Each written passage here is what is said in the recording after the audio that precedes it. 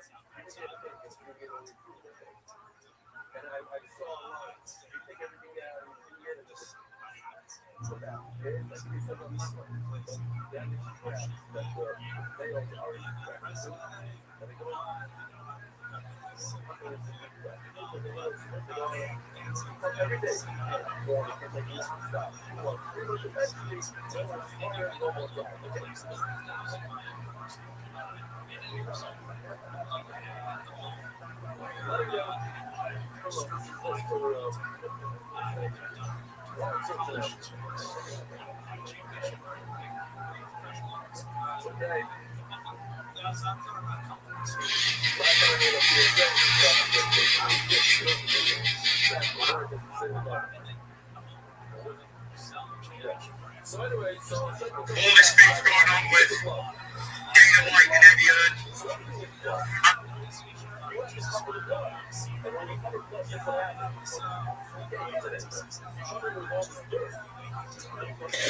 What's up, Slot? Oh no, I'm actually sure. Hello, great.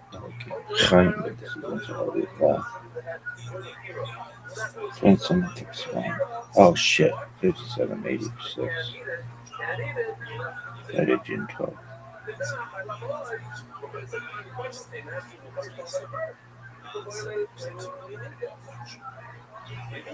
I made a mistake.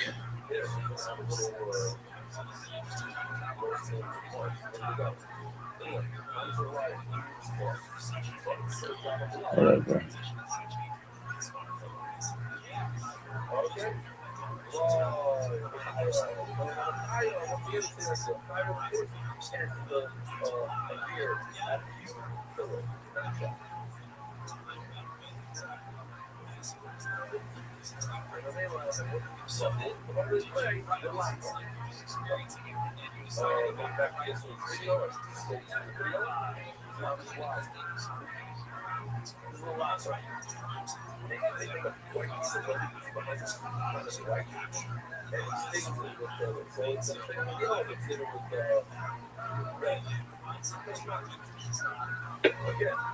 What up, Mr. Crash? You ready?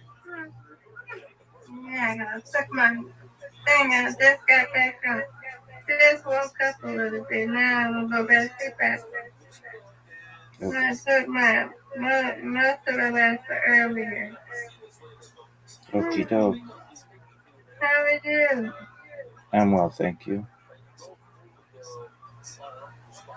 Somebody was in my house and I don't know who it was. I had to mute them because I don't know who it was.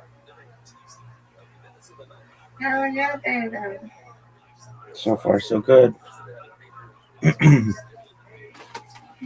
Thankfully. When I woke up? Yeah. I got some podcasts scheduled, so that's good.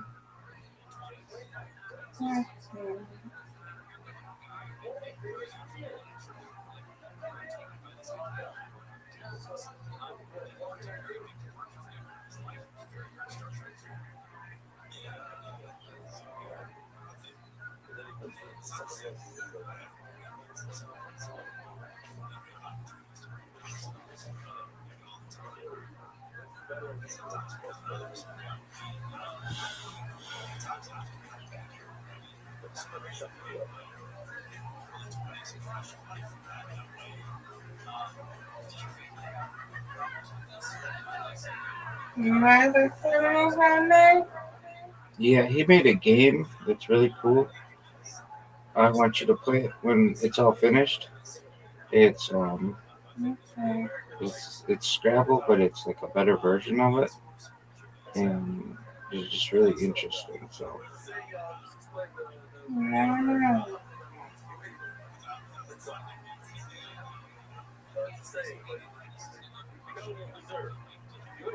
Yay, good job. Thank you. Mm,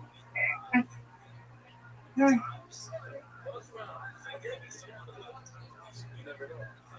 mm.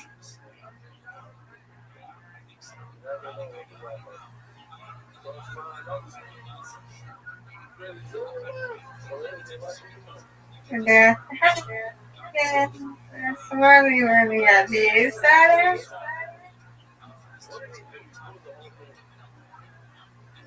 Remember? Yes, ma'am. Did you see that's really idea? What do you mean by swirly whirly? No, that's really idea. We take a little snack time. I did see Like that the little ball did. bow, the little swirly. I did see the ball did something interesting. Yeah. Mm.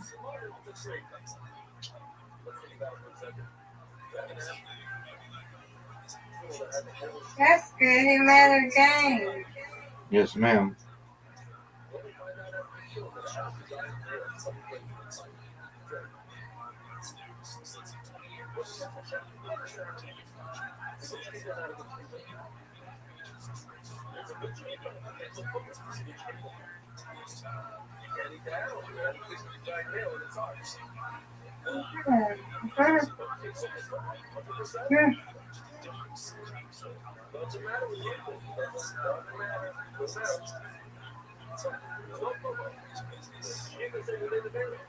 Finish it, man.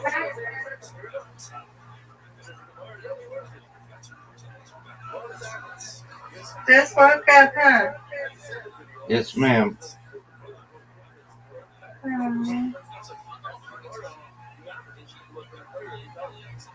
You win, I win, you win. Reload. You okay? Yes, ma'am.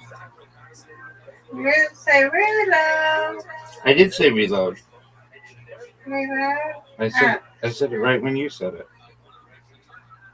Yeah, we got, look at that. Hold on, babe. That's a glitch. United States soccer is up 3-0. Yay. Get it. Yeah, who's playing US? Yeah, they're winning by 3-0. That's a big win, big lead. Right. This is not a good setup. Oh, come on.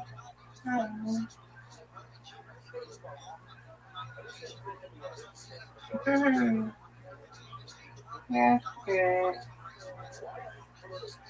Oh, Nice strike. thank you. You're welcome. That was great. Eh. Oh, no, it was more than That gave you perhaps a permanent lead. It was really good.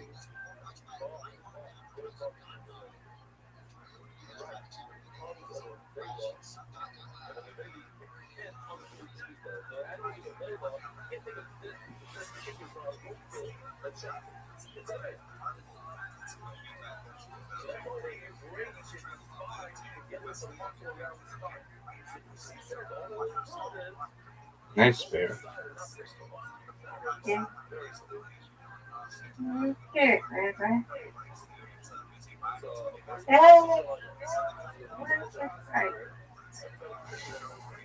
Still not even close to you. No.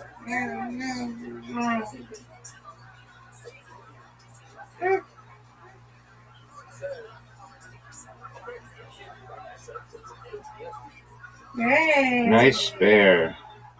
That's a great spare, Miss Aquarius. Well, Miss Aquarius likely put this one out of touch. Likely put this one out of reach. I'm going to need a wild comeback.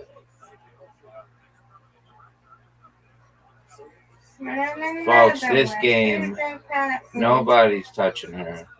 DJ Khaled, and another one. Get it. Wow. All right, get these two. Folks, Miss Aquarius has a 30-point lead. 29 points. Nope. I already knew I was going to get you. Got it. Let's go. Yeah, 29 points. Nobody's touching you. Especially with this split. Get out of here. One of the most impossible splits in the history of the game. Nice job, Miss Aquarius. She wins, I win. Miss Aquarius wins, I win, I win. Miss Aquarius wins. Undefeated in bowling, undefeated in friendship. Yeah. Yay is right. Good job. I took a muscle out my leg was hurting the other day. So I took it.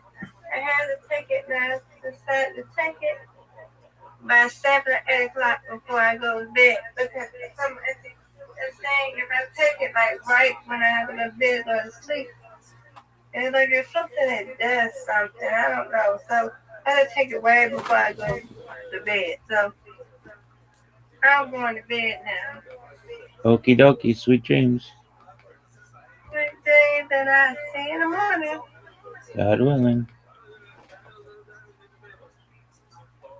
That's right, God's will.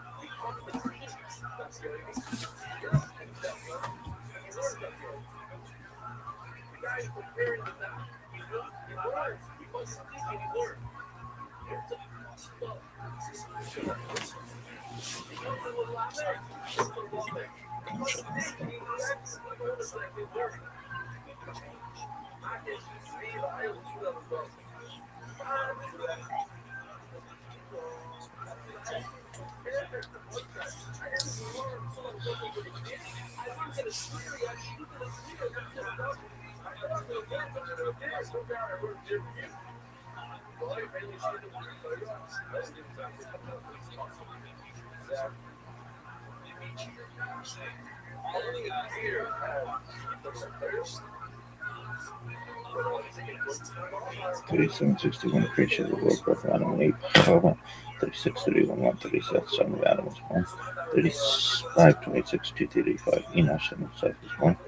34, 36, 325, King and son of Enosh was born.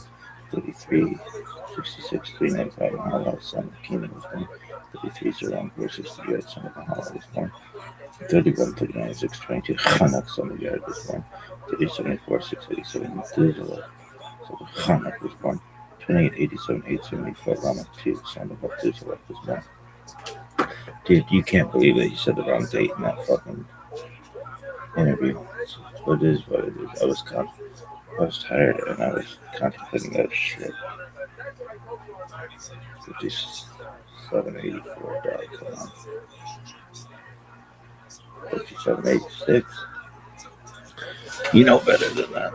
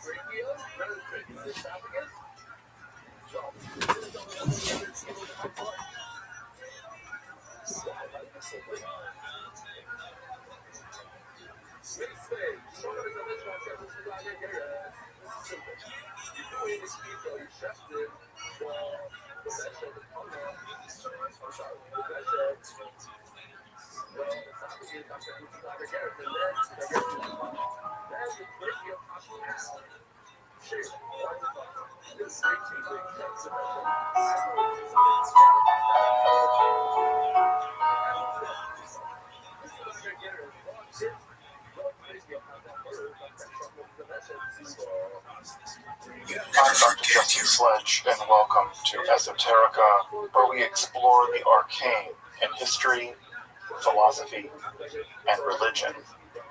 One of the most difficult aspects in starting to study Jewish mysticism and Kabbalah is getting a handle on just how those ideas developed over time. It's tempting to think that, for instance, Kabbalah has just always existed in the form that we have it, or that Kabbalah is just one thing at all. Of course, neither of these positions is really tenable. Such notions developed greatly through the ages and are still developing.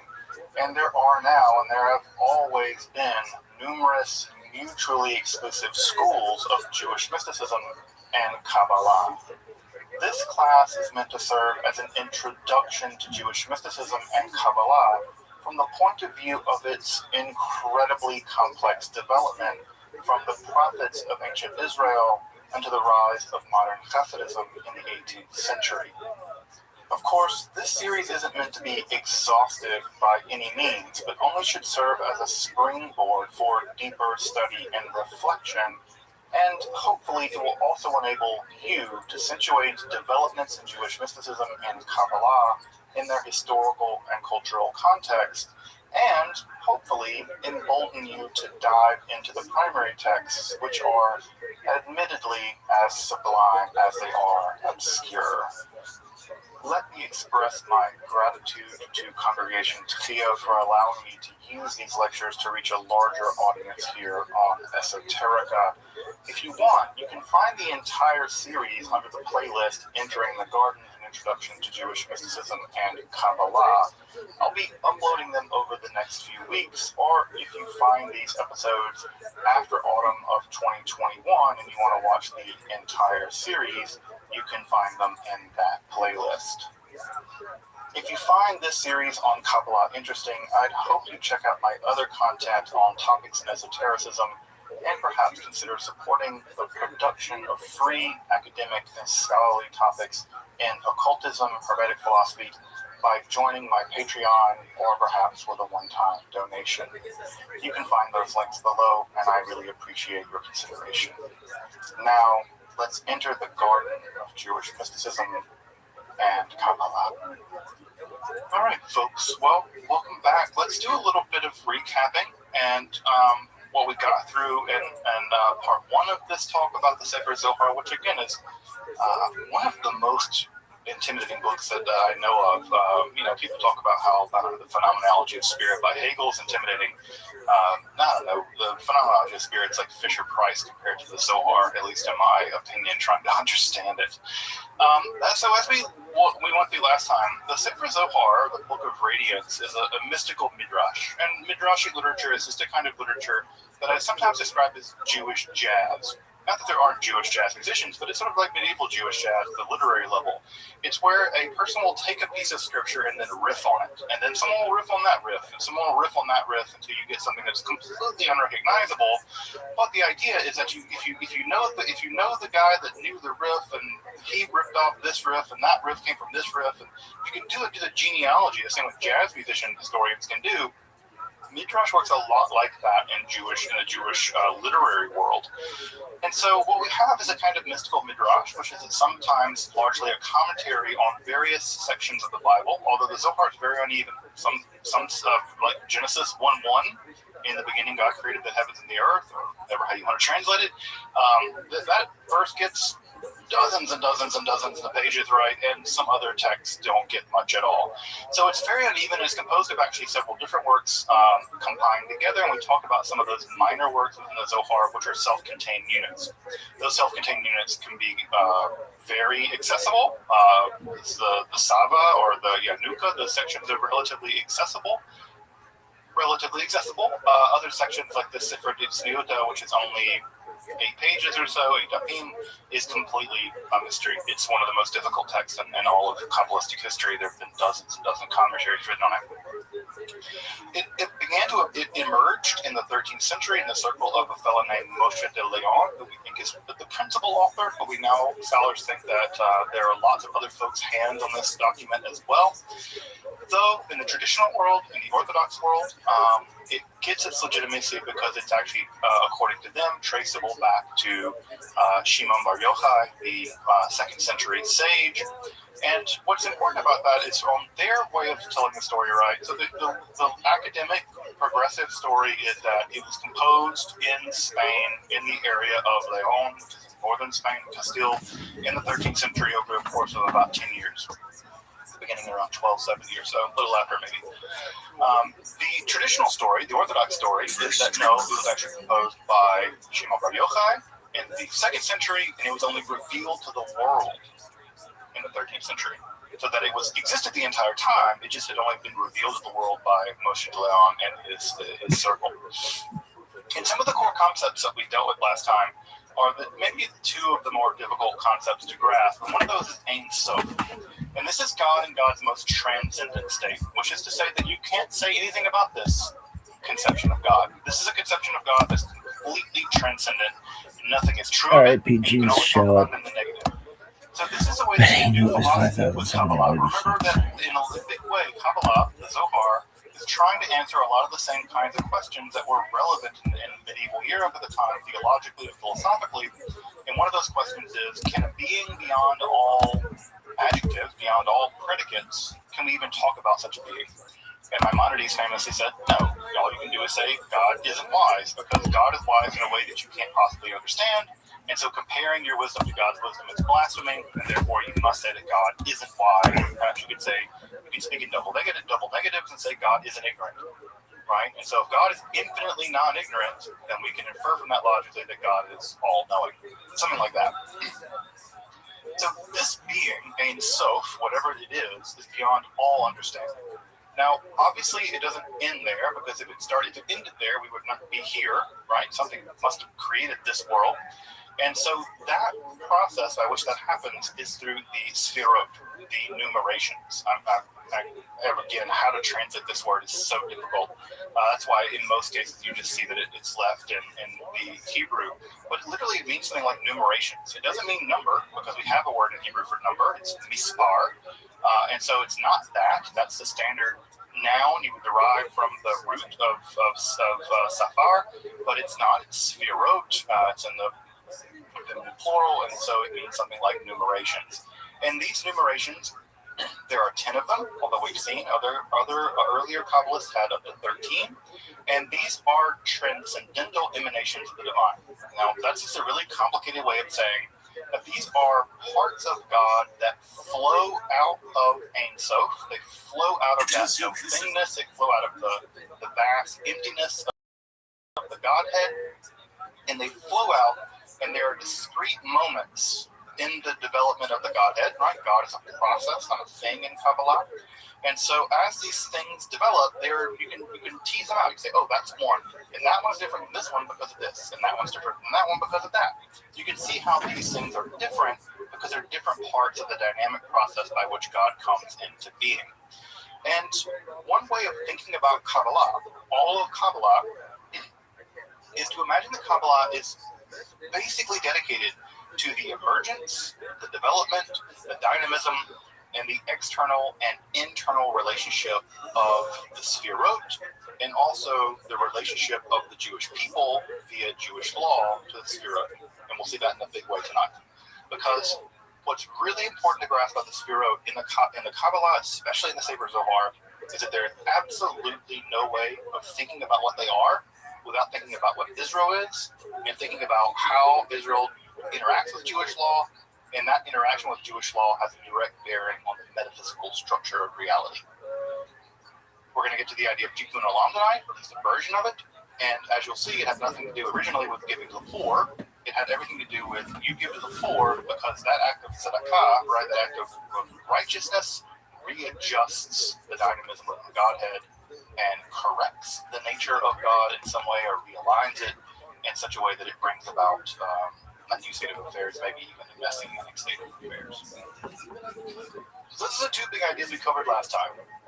What is the Zohar? How was it composed? Who composed it? Those are all big, complicated questions that we had not solved until the early 20th century, the mid-20th century in many ways. We're still solving it. The original state of God is Ein Sof, without end or no thingness. And then the bridge that emerges out of Ein Sof that reaches down to our world in the form of the Sfirot, or these numerations that first appear, of course, in sacred Yetzirah. Any questions from last time?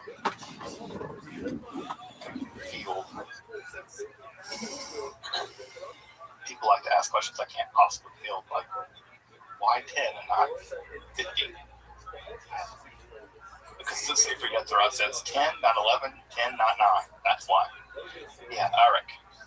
So perhaps it's a trivial question, but I see Ein Sof sometimes written A-I-N, which sounds more like Ayin, or also D-I-N.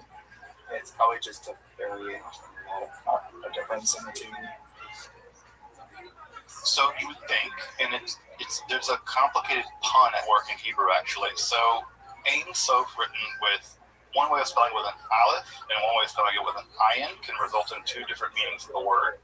So Ein Sof literally means without end, infinite. It's a negation. But the word ayin in in Hebrew with an ayin, right, means nothing. So it means nothing, nothingness. And so there's a complex pun on this. Now, what you can do is you can, and we'll see this in a minute with the word keter, they'll pun on this, but one of the problems is sort of the Hanukkah problem. How many different ways can you spell Hanukkah in English? Well, a lot, because there's no way of figuring out what to do with the dagesh and those letters in the word Hanukkah. But there is a complex pun going on here too, right? So homophonically, it can sound like the nothingness, but also it can sound like without end. And so there'll be a lot of ideas about the idea of God as a kind of divine nothingness, which for the Jewish Buddhists out there, the Jew Buddhists, Kabbalah and Jewish Buddhism they get along pretty well. So I guess I have a follow-up question, and I mean, we're not in 13th century Spain, so I just wonder about the pronunciation of Hebrew and Aramaic in an environment that was neighboring, and for a good chunk of time, people had Arabic-speaking neighbors part of kingdoms of Iberia. I'm wondering if they were distinguishing the pronunciation of Ayin and Aleph the way like many Hebrew would, or if it's like a lot of modern dialects of Hebrew, we don't really hear the difference. So it's just a written difference. I don't know what was going on in this time. I have to be. In terms of historical linguistics, I really have no idea. My sense of it is that Sephardic Hebrew, at least now, doesn't make a distinction. Now, I don't know when that distinction was lost. I mean, even in the Talmud, they talk about people who aren't making a distinction back then. They're pronouncing ayin and aleph as the same, and that's all the way back in the Babylonian Talmud. So my guess is that Sephardi Jews, of whom Moshe de Leon wasn't making a distinction. But and it's interesting, right? Because the pun only works if you don't make a distinction. If you pronounce ayin as the same, and not ayin and ayin. Because if you do pronounce those two consonants, and those are, right, that's a different, one's a glottal stop and one's a voiced fringle fricted. If you do pronounce those differently, then the pun doesn't work. So my sense is because they like that pun, they were reading them identically, despite the fact that Hebrew could have been spoken like. And this also required me knowing something about how Maghrebi Arabic was spoken, and I certainly don't know anything about that. So my sense is that because that pun is possible to them, and no one criticizes the pun, then they must be pronouncing the two letters. Yes, but I'm not a historical linguist. And that required me to know things about Maghrebi Hebrew or Maghrebi Arabic and Iberian Hebrew in the 13th century. That definitely knows anything about.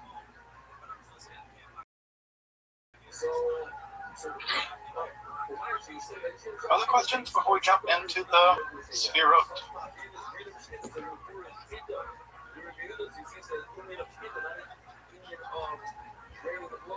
Alright, folks, there it is. The image that I think most folks who have some knowledge of Kabbalah, who have heard the Kabbalah, have seen this image dozens of times. This is the classic image. If you just Google Kabbalah, this is what's going to come up. And I put off putting it up because the reason why I put off putting it up is because I don't want you to get fixated on it. Because this is the image that has locked into people's mind that all of Kabbalah is this. It's about the 10 Sefirot and the Tree of Life, 8 Sefat configuration. And it's not.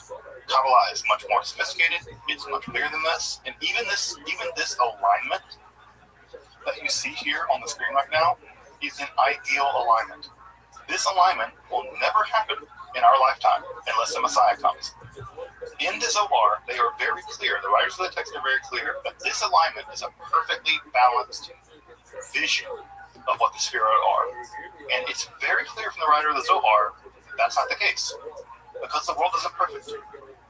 So what you're seeing is an ideal representation of the Sefirot, not as they are, not as they ever have been, ever in all of history, but as they will be in the Messianic era, right? But Yom HaHu, when Hashem's name is one, right? When everything is unified.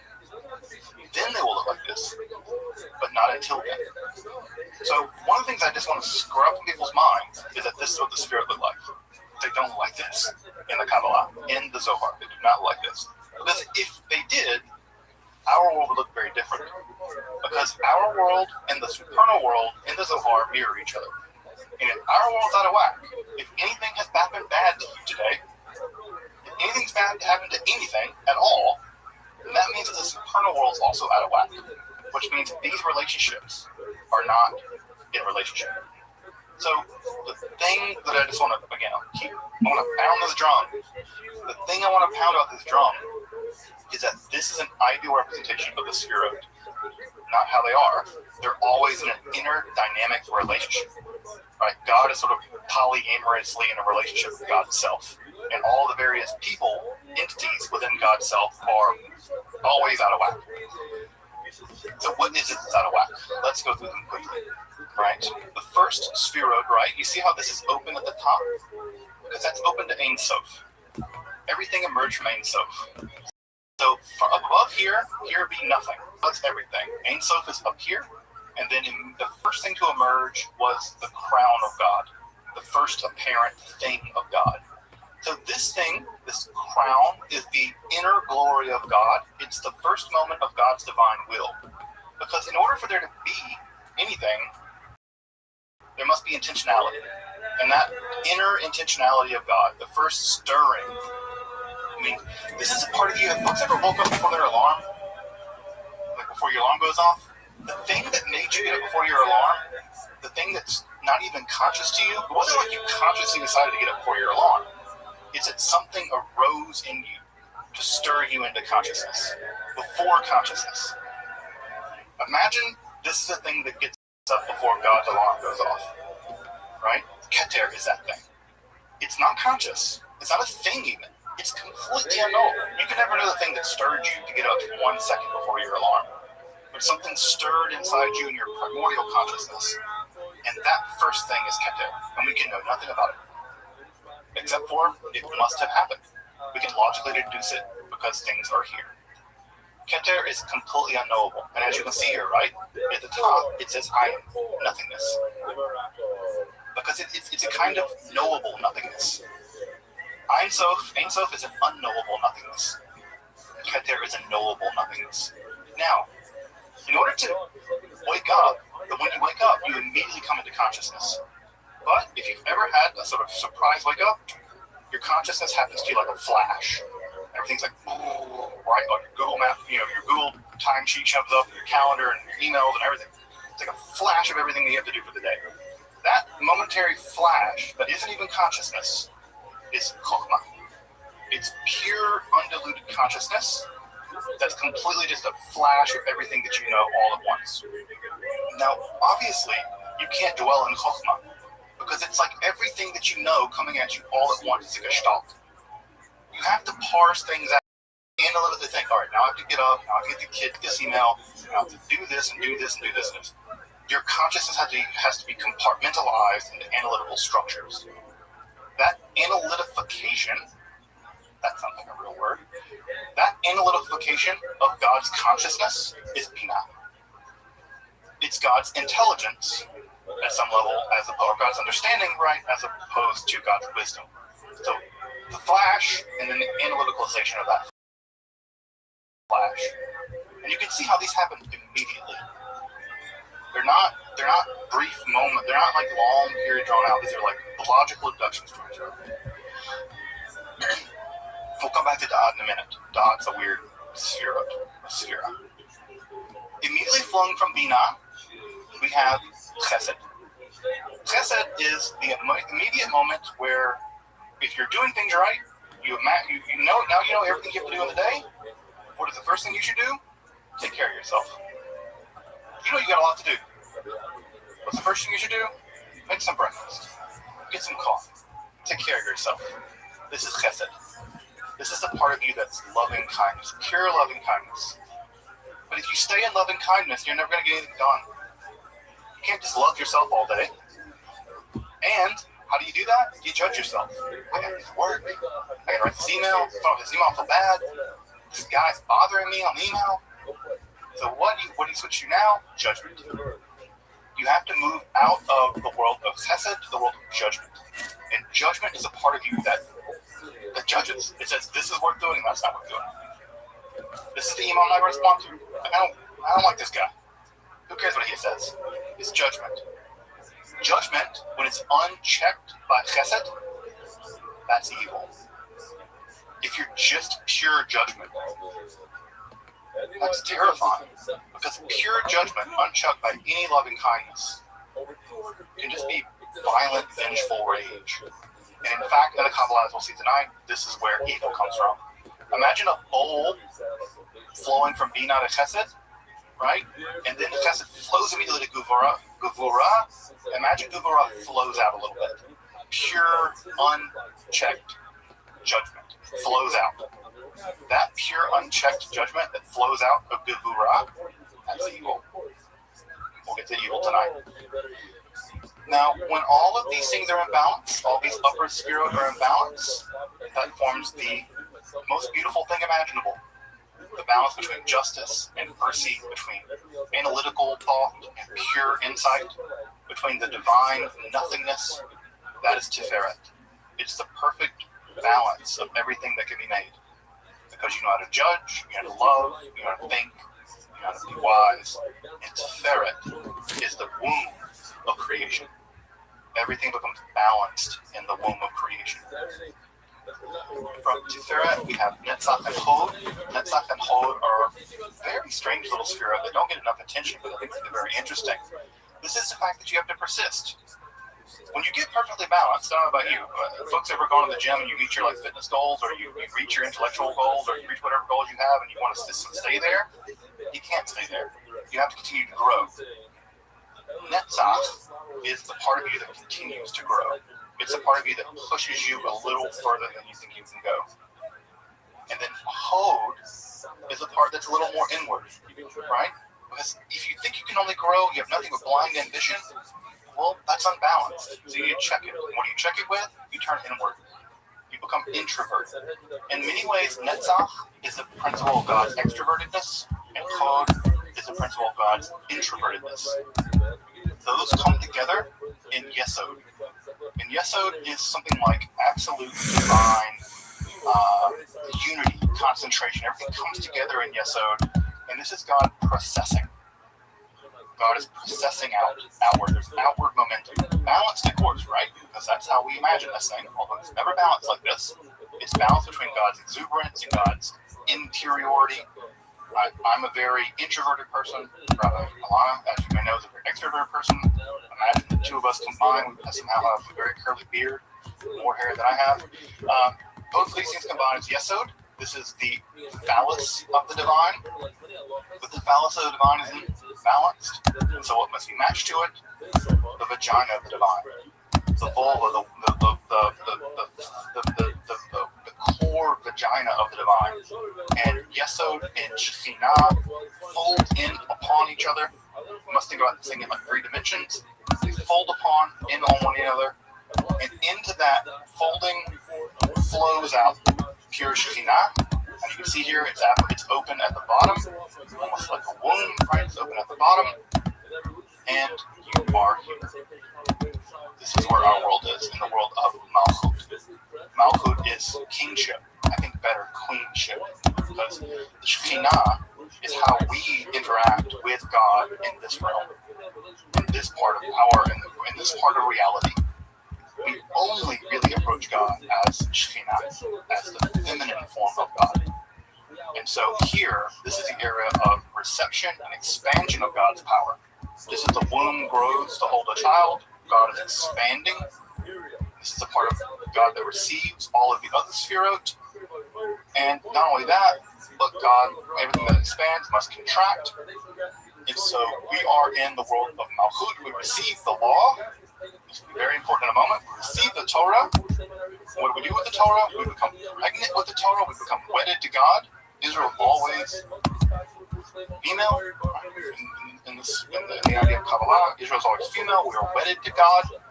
We catch, in some ways, this divine procession, and then by following Jewish law, throw it back. So it's not just that Malchut and Shekhinah are passive feminine. That idea is not a Kabbalistic idea. It's not passive feminine that Shekhinah is. Shekhinah is also receiving, but very importantly, projecting, processing back up, recessing back up. And everything we do down here gets mirrored back up the entire structure. This is the Kabbalistic solution for the problem we mentioned last time. How do you bridge the infinite and the finite? You start from the infinite recess of Ein Sof, way up here above Keter. There are these dynamic moments flowing down all the way to Shekhinah, and then Shekhinah bounces them all the way back up. And that procession and recession continues, as long as it must continue, until everything is balanced. And that balance, achieving that balance, is the goal of Kabbalah. That's it. It's not your denial of your ego. It's not the obliteration of desire. It's not you being whatever, because it's not thought about it. It's you. It's not about you. This text imagines Israel, the corporate claw of Israel, doing this. So the thing here that's at work is the rebalancing of the structure of reality. That, to the Zohar's mind, when you read the Zohar, that's the goal. It's achieving metaphysical, cosmic, interior, communal balance. And that's a metaphysical thing, it's a physical thing, it's all of those things, all of the part of God. So, this is the image you've seen. It's the image I'm sure you've seen of the Sefirot, and that is the 2-minute, 3-minute explanation of what's going on there. Now again, what I want to drive home about this is that this is never balanced. It's never balanced. Because if it were balanced, right, Gevura, we would not live in a world in which there was suffering and violence. Now, it's not to say that in the perfect world there won't be some kind of violence. There might be all kinds of violence. It just might be that balance is matched by chesed. Because, again, the writer of the Zohar doesn't imagine that in the perfect world the death penalty will go away. It just imagines it will be executed properly. Because in Jewish law, which is the perfect example of law according to the Zohar, there are death penalty cases. There's 4 modes of the death penalty. You can be beheaded, you can burn, stone, and strangled to death. So the Zohar imagines that people will be executed, even in a perfect world. But their execution will be just. It will be part of Gevura, being punished, being done correctly. So, again, don't put your liberal, progressive, woke ideas on the Zohar. Just don't do it, because that's not the way it imagines a world. What's important is to imagine the way it imagines a world. It, the Torah, the laws of Moses, revealed by God, are how this gets balanced up. We'll come back to that more in just a moment. Let's talk about the Shekhinah.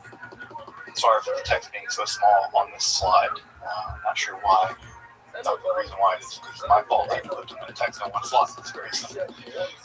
The word for Shekhinah is actually coming from the word for to dwell or to settle. The Shekhinah is the thing about God, the part of God, the aspect of God that settles amongst the world. It's a part of God that exists at our register of reality.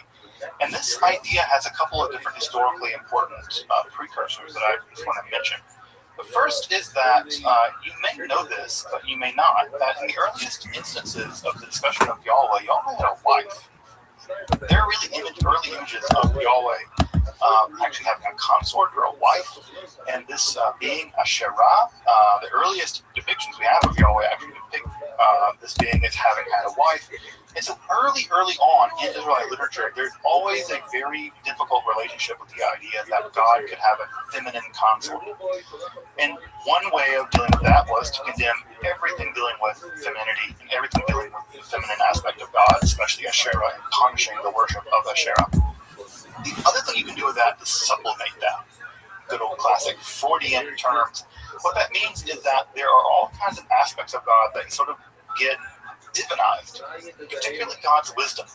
If you've ever read the book of Proverbs, there's a long section where wisdom becomes almost a kind of feminine god, where she's described as perfect, beautiful, and she's contrasted with the alien woman, the Isha Zara.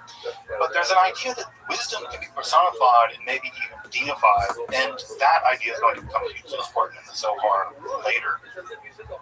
Also, the idea that God has a kind of presence in the world that's distinct at some level from God. that God can appear as the angel of the Lord, or God can appear as a fire coming down the mountain, or dwelling in the Mishkan, or as a pillar of fire during the day. There is an idea that God's manifestation in the world can be different than God somehow. That there are two possibilities of the reality of God. And what ends up happening by the time of the Babylonian Talmud is that this term for the presence of God is sometimes referred to as the Shekhinah. This is the presence of God. Literally, the word means presence or indwelling. And while the noun here is the feminine gender in Hebrew, it's never the case in the Talmud that they think of the Shekhinah as a woman, as a feminine gendered, woman gendered entity. Because they just think of it as a grammatically feminine noun, not as a woman. So as you might imagine, when the Zohar, part of what the Zohar is going to do is the Zohar and the Sefer Bahir are going to be mystical, not in that they read things in very elaborate, very obtuse ways, they'll do that too, but how they read things very literally. And if the text says the Shekhinah, and the Shekhinah is in the feminine gender, it must be feminine. Full stop. It just is. It's not just a grammatical reality, it's an ontological reality. And what we'll see in the Talmud, that it is the case that there often is bridal language used. So, for instance, one of the things that you may know is that there are a couple of books of the Bible the rabbis were always very, very, very nervous about. One of those was Kohelet, or Ecclesiastes. Another one of those books that the Bible is very concerned about was Esther, because it never mentions God. And another one of those books the Bible is very concerned about was the Song of Songs, because it's about teenagers having sex, and that seems weird. So the rabbi said, look, it's not about teenagers having sex, it's about the relationship between God and Israel. Well, if God is the masculine partner in that relationship, well, what does that leave Israel? Well, it leaves Israel the feminine partner. Well, some further speculation said, well, no, it's not Israel being feminine, it's another part of God. And so we have this idea developing over time, and there could be an entire long series of lectures on the development of the Shekhinah. But what we see is that over the course of about 1,000 years, this concept goes from being a grammatical construct with an element of God living in the world to being an ontological metaphysical construct with actually God being feminine. So there's a lot of complicated things going on in that. Also, what's worth pointing out here, and I don't want to dwell on this too long, is that in the old Gnostic mythology, this is a mythology that developed primarily in texts like the Apocrypha of John and some other texts as well, and the Nag Hammadi library, and the larger Gnostic world. The Gnostics, as you may remember, were a group of Jews and Christians and pagans who believed that knowledge, as opposed to faith, liberated you from this world. That if you knew certain kinds of things about this world, you could escape from it. And that's what, it's knowledge saving you as opposed to faith saving you or belief saving you. In the Gnostic worldview, there was a divine emanation scheme, just somewhat similar to what we find in Kabbalah later, and similar to Neoplatonic stuff and Middle Platonic stuff, where God flows out of God's self, and at the very last rung of that process, there's a disaster. And that very last rung is an entity called Sophia, wisdom. Very similar entity we find in the book of Proverbs. And Sophia wants to create something without reference to the divine world, and she ends up creating an abomination. This thing is called Yaldabaoth, which is probably a Hebrew word for chaos child. And the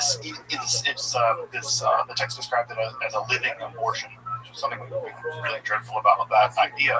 But it's alive and not alive. It's ignorant, blind, chaotic. And it creates an entire world to mirror itself, and its insanity, and that world is our world.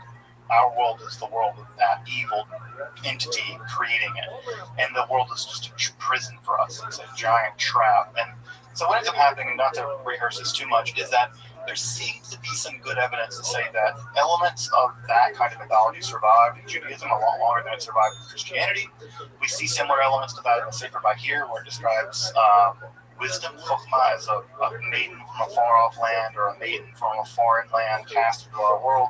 So we think there may be connections all the way back to the late classical world and this Gnostic worldview, which again, that term is a bit problematic in a lot of ways. But we think that maybe the term emerged from that milieu. the last thing I want to say about the origins of the Shekhinah are two things. One is we're living in 13th century Spain. If you know anything about courtly culture, idealizing remote women is all the rage in troubadour literature. It's all about the ideal woman who's completely virginal, and you have to sing all these praises to her, but you can never have her. This courtly literature is a huge part of Spanish literature, both at the literary level, but also at the troubadour level. And so there's an enormous outpouring of infinite longing for the unapproachable woman. And so we have that happening at the literary level, and at the musical level, and the popular level. Also, the other thing I should point out here that's also very important is at the same time this is going on in the Jewish world, the Marian cult in the Catholic world in Spain is also getting steam. The adoration of the Virgin Mary was not always a big deal in the same way that it is now. That really began in Spain, and the adoration of the Virgin Mary was very, very popular.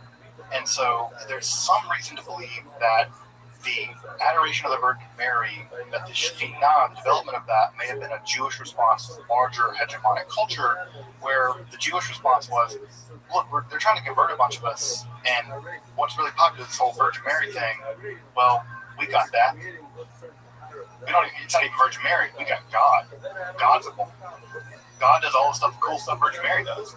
And so if you read the Zohar carefully, a lot of the stuff it says about the Shekhinah looks a lot like the kind of stuff that developed in the Marian cult.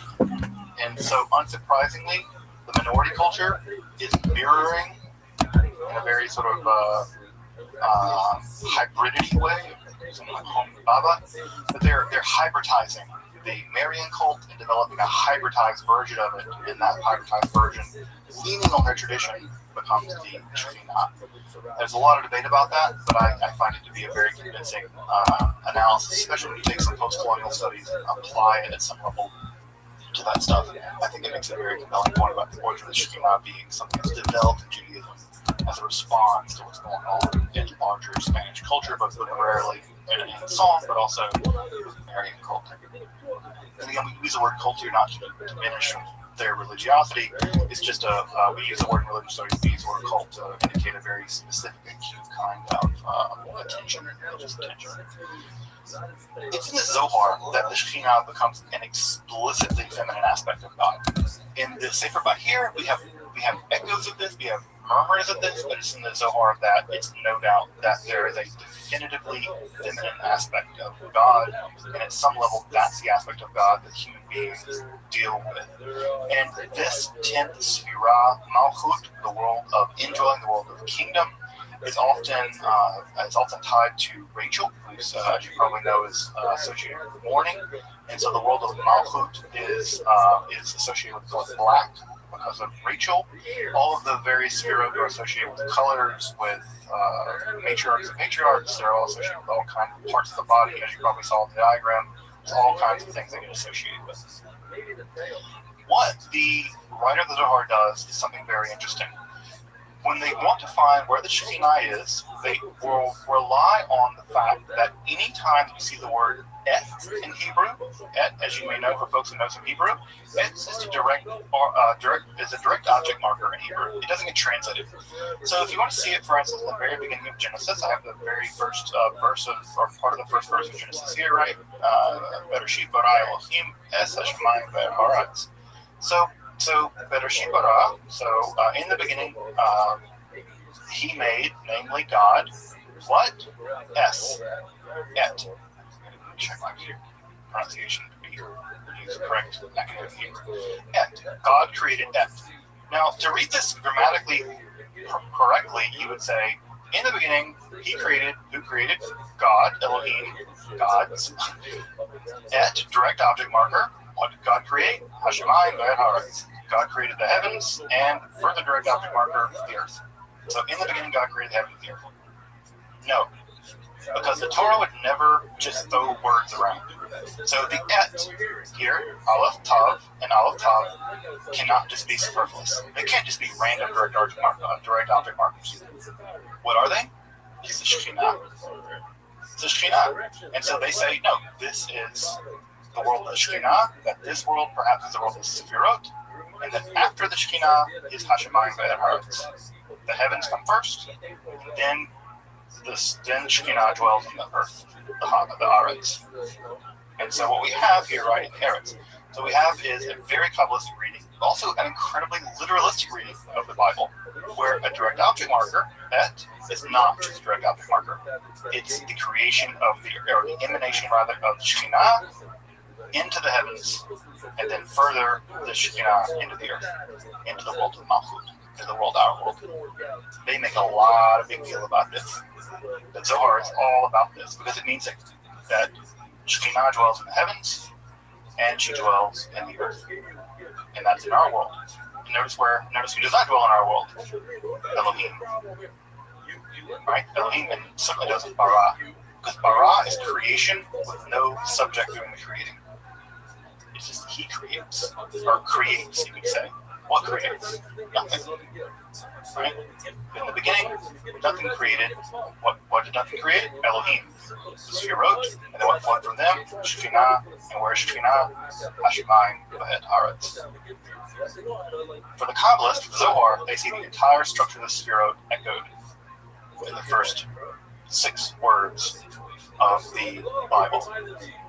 Again, not because they're reading things out of it that are unusual, but rather because they're reading it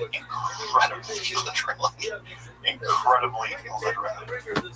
So what's fascinating about this is that, again, it shows you something about how the Zohar works in terms of Kabbalistic hermeneutics, and also why this text is very difficult, because if you don't read Hebrew very well, and you don't understand Hebrew grammar very well, then this is all basically lost on you, or could be lost on you. So what's going to happen in all of this is that the world of Malchut is joined with the supernal world in what is called Yichud, or unification. This is kind of a sacred marriage. And what's going to happen according to the world of the world, our world, is that the task of our world is to take the Shekinah, which is in exile, this idea that God's presence is in an exile is found in the Talmud. When Israel goes into exile, into the Galut, so does Shekinah go into the Galut. And our task is to reunify the Shekinah, which is in Galut, in this world, the supernal world. And as we do that with the process of Jewish law, it's the case that we remarry Shekinah, and Shekinah remarries the upper world, and then everything is like a giant lock, and it all clicks into place, and ultimately everything is resolved. Everything, the imbalance is resolved. Now, why does that imbalance happen? The Zohar never says. And as we get later on, next time, into Lurianic Kabbalah, we will learn why, according to at least Lurianic Kabbalah, why the primordial imbalance happened. We'll do the big drama about why it happened. We'll get to it next time. So what ends up happening here is that we are plunged into matter, and we have to return back by redeeming matter. Now, what's different about, for instance, Kabbalah and maybe Gnostic text is that there's nothing wrong with matter. It just needs to be redeemed. Just like a coupon. There's nothing wrong with a coupon, but a coupon needs to get redeemed. And so the idea is that you redeem matter. Not that you escape it, not that you betray it, not that you get rid of it. It's not that it happened.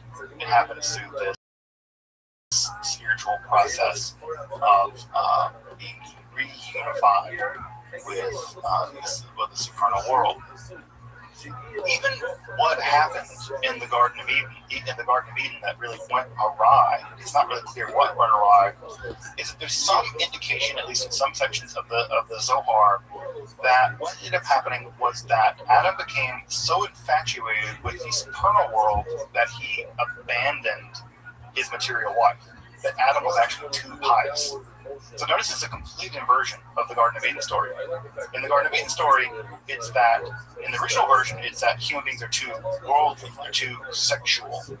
In that version, is that they committed sex or whatever, they did some kind of thing or whatever it was, and that being focused too much on their bodies messed them up. No, in the Zohar version, Adam is actually too fixated on the Shekinah, and his partner, Chava, life, physical world, feels abandoned by him. She's not satisfied by him. She's not he's not doing his duty, and that's what allows her to be seduced by the Nachash, by the snake. And so the traditional version is all the blame put on her. She gets tricked by the snake. But in the Zohar's version, at least one version of the Zohar's version, it's his fault. He's a negligent husband. Because he's so focused on the supernal world that he's not focusing on the physical world, which is his world. The physical world's our world. And the Zohar is very clear about this. You cannot focus just on a spiritual world. You cannot become a monk. There's no mystical, Kabbalistic monks. You are obliged to deal in this world. And it's only by dealing in this world that you can actually deal with the spiritual world. So again, how does this get fixed? Well, Moses eventually comes and gives us the Ten Commandments and gives us the Torah, and it's by combining the spiritual and the physical. Again, the Zohar is all about balance. Combine the spiritual and the physical, that we begin to climb the ladder again. Adam focused too much on the world of the supernal. Other patriarchs focused too much on the world of the terrestrial, and the idea is we must combine them into one another. And this becomes incredible. The language here is always incredibly sexual. The language is, the Zohar is very at home with sexual language. Because sex is part of human life. Sex is part of religious observance. You have to have sex. You're obliged to be fruitful and multiply. And again, it imagines, of course, it's imagining a very hyper heteronormative way of thinking about this. Although I think at the edges of the text, there's a lot of interesting homoeroticism, and there's a lot of queering stuff that one can do with the Zohar in a way that I think is very, very rich. And it's not that I think it's very rich. Queer people, trans people have done incredible things with the Zohar that have shown this text is hyper heteronormative, but at the same time, many of the ideas it commits itself to don't conform to that. It can, logically. So they're doing all kinds of cool studies to show that those categories break down pretty rapidly when you get a little bit unclothed or under the sheets of on. And the Zohar, there's a lot more happening here. Ultimately, there's a kind of sacred marriage between Israel and the Shekinah, and the Shekinah and Israel, the Sephirot, and by the observance on the Jewish law as a kind of ritual act of intercourse. The observance of law is kind of thought of as a kind of intercourse, that as you do the law, you're having spiritual intercourse with the divine, because it's only because the Jews have a covenant with God, a marriage contract with God, they can do the things they can do. The only similar thing to that in Jewish custom is sex with a certain kind of person that you have. Well, with God and Israel have this relationship, then it must be the case that all of these 613 rules are fundamentally a kind of intercourse with the divine. And so it's thought of in incredibly erotic terms. And so this is very much linked to things like Shabbat. And as we'll see next time, Shabbat becomes incredibly linked in Kabbalah as sort of the core observance. In fact, if you've ever done Kabbalah Shabbat, which I imagine most people in this class have, Kabbalah Shabbat is a completely invented service by a 16th century Kabbalist to reenact the marriage between God and Israel every single week. So if you've ever sung Less Under D, that's the reason why you sing it. It's because you get married every week to the Shabbat bride. And that idea comes directly back from Zohar, and it's become so ingrained in Jewish customs that it's now a service that basically every Jew does every week. In fact, I would say even liberal Jews, if they only go to shul once a week on Friday nights, they're doing Less Under D, they're doing Kabbalah Shabbat. So they're doing the Hyros Gamos, they're doing the sacred marriage as it is understood here in the Kabbalah. Now, this hyper focus on sex is probably a dig at the Catholics. One of the things that Judaism did have going for it, that Catholicism didn't, is that Catholicism is really down on sex. I don't know if you know this about people. They like sex. People love sex. It's a big thing. They like it. They get down on it. People pay for it. People sell it. It's a big part of the internet. It may be the reason why the internet exists, basically. We may just be piggybacking on like video games and sex. So I think that's actually true. It's probably we piggyback on military intelligence, Pornhub, and video games. And I think now video games and military intelligence are probably the same thing too. At any rate, it's very much the case that part of this whole attitude towards sex, this very hyper heteronormative and very much in the marriage environment. But it's also the case that this is probably a dig at Christianity, because Christianity is all about priestly celibacy. It's all about the perpetual virginity of Mary, and it's all about the fact that Jesus and Paul were never married, and I suppose never had sex. And the Jews at the time, the rabbis at the time are like, yeah, that sucks. Sucks for them. They gotta be celibate. Mary never got to have sex, or at least she only had sex with God, kinda, or whatever. And Jesus and Paul never got married, never had sex. Like, they're inferior. Even the average rabbi down the street doing some Kabbalah gets laid at least once a week. And your God never got laid? Maybe for your God. Right? Your main prophet, Paul, was like, hated his body, hated having sex. Something wrong with him. Like, we ain't got that kind of problem around here. So, I think also a lot of this hypersexual stuff going on in the Zohar is also a dig at Christianity. I think it's a dig at Catholicism. And I think it's a dig at their relationship to the physical body at some level. And again, part of it's about maintaining your Jewish community by saying, yeah, you can have sex. It's great to have sex. In fact, you're obligated to have sex. You've got to have sex. But know that your sex is part of this mystical thing, and it's very carefully constrained. Right? So those things are also true as well. Now, if there's good stuff, like sex, there's also bad stuff. Of course, that's evil. And evil, in the Kabbalah, is thought of as part of God. This is called the Sitra Achra, the other side. Now, what's important to know about the history of evil in the Jewish world and in the Christian world is that evil in the classical theologies of both these worlds was thought of as basically a kind of privation. That evil was something like cold. Cold is just a lack of heat. Darkness is just a lack of light. Darkness is nothing on its own. Cold is nothing on its own. And so because these things are just negations of something else, they don't really exist. So evil is just a non-existent place where God isn't. It's a part of you that rebels against God. It's part of your heart, according to Augustine, that rebels against God. You empty your heart of the divine grace, and that emptiness inside your own heart, that God-shaped hole, that's evil. And because Satan is just a pure rebellion, Satan's just pure negation.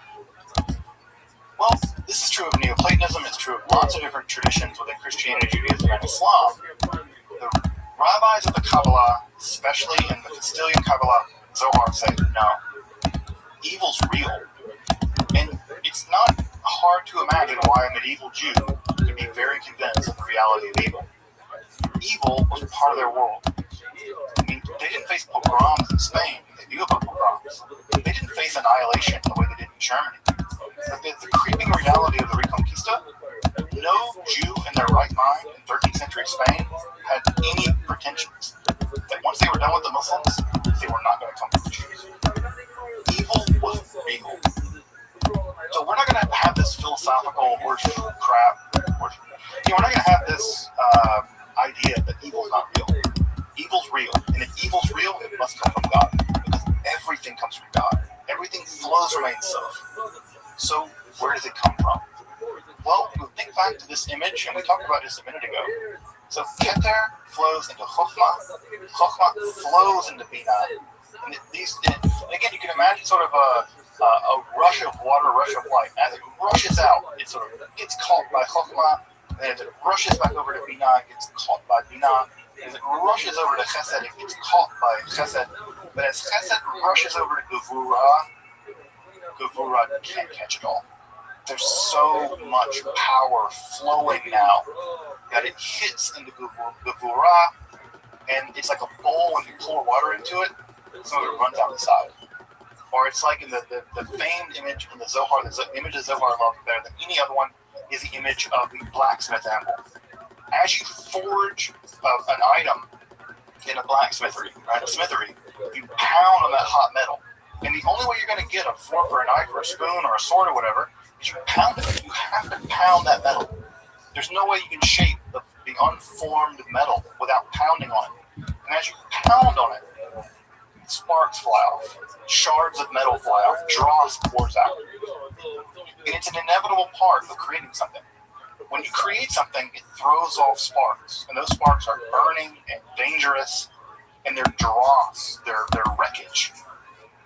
In the Zohar, that wreckage, that dross, those sparks, that excess of pure Gevurah, pure rage, righteous rage, you can imagine what ends up happening is that it flows out of Gevurah and it coats the entire backside of all of the other Sefirot.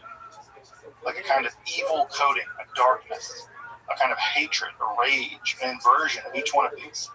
As it coats the backside of them, that forms another reality. And that other reality is the world of the Sitra Achra, the other side. These are like inverted, evil, negative image Sefirot. So horrifying that the first three don't even survive. They're so absolutely evil that the will of God destroys them, that they are annihilated. They can't even exist at all. They implode in their own absolute negativity, like a black hole or something. But the other seven, right? So the first three implode and vanish. The last seven, they continue to exist. Oh, I should say this about Binah, or about Da'at. Sorry. In some schemes of this, you may see another Sefira here, another Sefira right here. It's called Da'at. It means knowledge.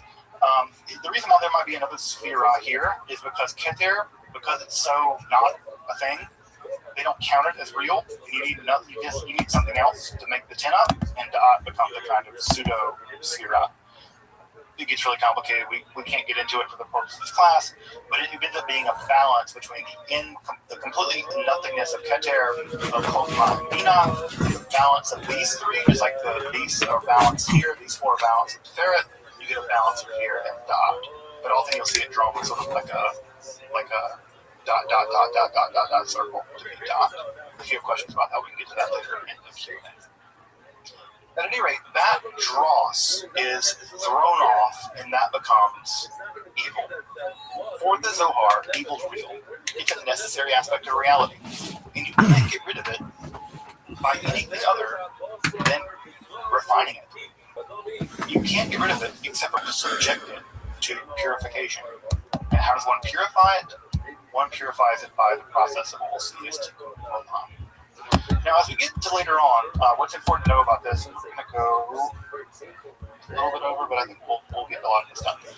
So, the Zohar doesn't imagine evil as an inherently bad thing. It imagines it as an excess of something that has to temper it by rectifying, by fixing it.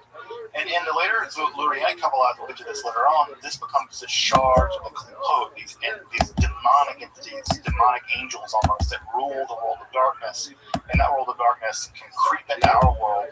And one of the lines in the book of Genesis that the Zohar really harps on in this is it talks about the 7 Edomite kings that died. And this is a throwaway line, I think it's Genesis 22 or something, that it seems like that these lines don't have anything to do with anything, that it's a bunch of Edomite kings that died. No, not for the Zohar. They're the primordial evil worlds that exist.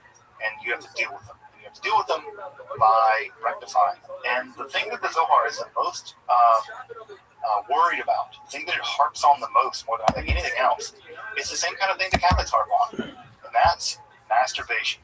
My God, Zohar is horrified of sexual sins, especially masturbation. And there's the idea that if one wastes seed, then that seed, the spent semen that's sort of lying there, becomes demons. It just becomes like more and more and more demons. The world gets more and more imbalanced and more tilted to the side of the other side. Also, the uncleanliness of so-called uncleanliness of menstruation. This is a deeply horrifying world. In fact, so much so that because of the primordial sin of Eve, she is the sort of representative of evil in the world, because her menstrual blood is like a dross thrown off by her menstrual cycle. And the menstrual blood is just like the dross thrown out in the process of creation, where creation sort of didn't occur, maybe wasn't born. Again, this is all super problematic in lots of ways. But the idea is that the blood flowing out of her mirrors the dross thrown off in the process of creation, whereby you get this sort of not created mess. And there's a ton of interest in evil. The Zohar abounds in discussions of evil, and it's probably leaning very heavily on discussion of evil to be found in the earlier Kabbalists of Castile, or the Cohen brothers. They were very interested in evil. They wrote the treatise of the emanation left inside. And so there are tons and tons of things about evil, especially anti-Gentile stuff. So we have to be very honest. The Zohar hates Gentiles. Overwhelmingly thinks Gentiles are corrupt, evil, dangerous, and bad. This is not an ecumenical text. any stretch of the imagination, you cannot read this text and imagine this text has anything good to say about Gentile people, non-Jewish people. It's very negative on them. And so, again, are you not surprised? Again, imagine being Jewish in 13th century Spain. Do you have positive interactions with non-Jewish people, with Christians? Not really. So it's unsurprisingly they're going to have a pretty negative attitude when it comes to non-Jewish people. Now, does that mean that Zohar is inherently bigoted? It might. It might mean that it's a bigoted text, especially if you take those same attitudes and apply it to the non-Jewish people now. Yeah, it's going to result in you being real bigoted, mystically bigoted. Probably the worst form of bigotry. So we have to own the fact that stuff is in there and deal with it as Jews. If you want to study the Zohar and study the Kabbalah, you have to understand there are bigoted things against non-Jewish people there, and whatever way you think is fit to deal with them. And they can lean on that because the historical character of Shimon Bar Yochai himself was heavily oppressed by the Romans and the Roman colonial project in Judea. And also Shimon Bar Yochai says some of the most shockingly anti-Jewish, anti-Gentile stuff you can find in the entire Talmud. I think he said the only thing that Gentiles and snakes share the same thing in common. They're both better without heads. That stuff is terrible.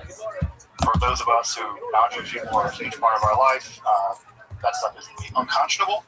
It's there, it's in the Talmud, it's in the Zohar, and we have to deal with it. We shouldn't ignore it. It's there. Now, can anti-Semites pick up on that stuff and claim that the Talmud is racist and hates Gentile people, and they can do the same thing about the Zohar? They don't know the Zohar very well, so they won't do that, but it's there too.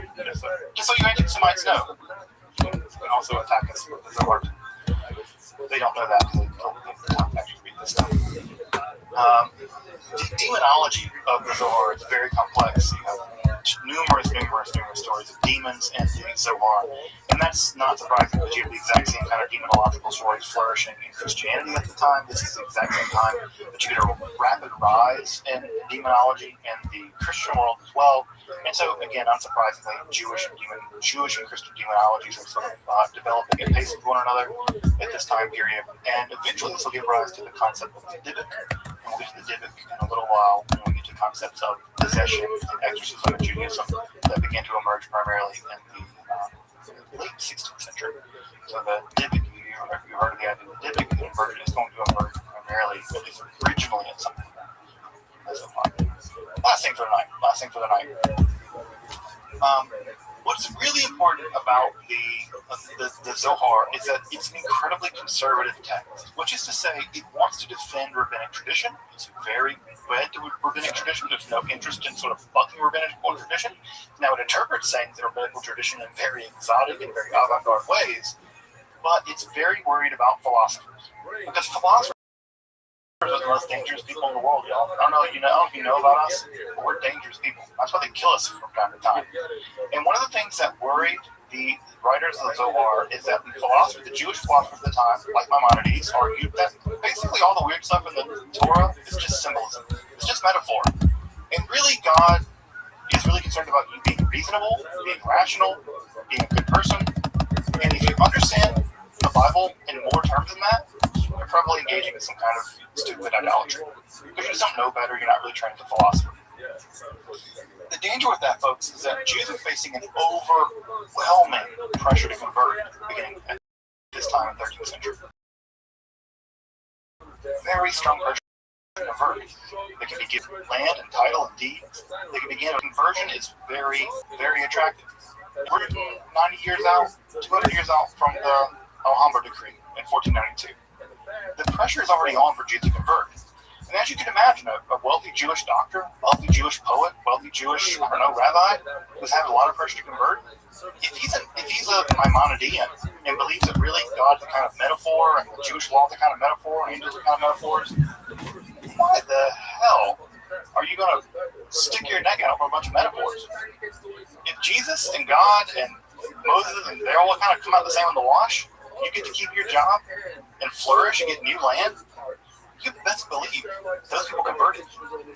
They converted not because they hated their religion, but because they were educated enough, or perhaps too much, that they could say, look, I can still worship my God inwardly, I can still believe in all the things I believe in, and I can pray in church. Because praying to church gets me a deal, gets me a title. So why not convert? Zohar says, because you mess up all of reality. That's why. You stupid, dangerous, bad Jew. Why? Because the very way that the very way that God engineered reality was that you reverse engineer it and correct it by following the Torah. You have to understand what are called the Ta'ameh Mitzvot. And Ta'ameh Mitzvot are the reason for the commandments. The commandments in the Torah are not random. They're not made up things. When God says put the felon on, when God says wear tzitzis, when God says honor the Sabbath on this day, not Sunday, when God says do this, God's not telling you random things. God's telling you that this is a roadmap for not just a roadmap for piety, but a roadmap for the reconstruction of reality. This is how you fix the world.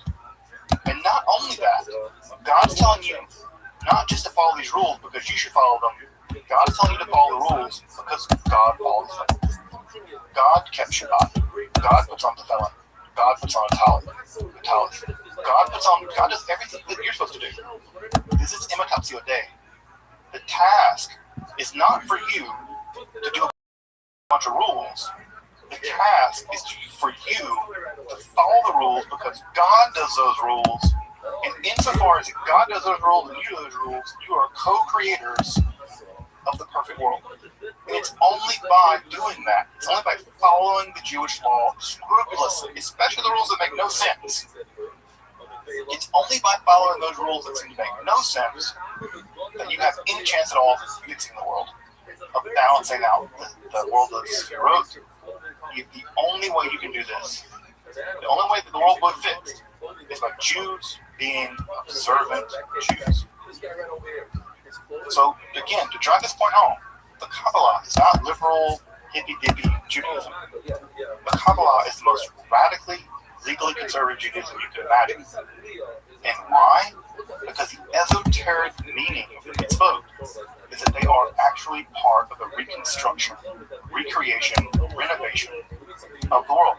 The renovation of the world, tikkun olam, the reparation of the world. It's only by following the Jewish law as scrupulously as possible, especially the parts of it that don't make any sense, is that accomplishable. So, in the same way that God created the world and God mandated the various holidays, the mandating of those holidays is not just you doing things, it's not just Rosh Hashanah, Yom Kippur, or Pesach. These are divinely mandated temporal structures in which one can correct the world at a very specific way at a very specific time, but you can't correct the world any other day of the year.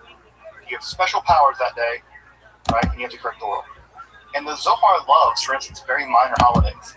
Sometimes you travel to Israel, they'll ask you what a Jewish holiday is, and they're trying to weed out, I don't know, rabble-rousers. Right? They're trying to weed out people. Well, I've always wanted to mess with them, right? And say, yeah, my favorite holiday is Shemini Atzeres.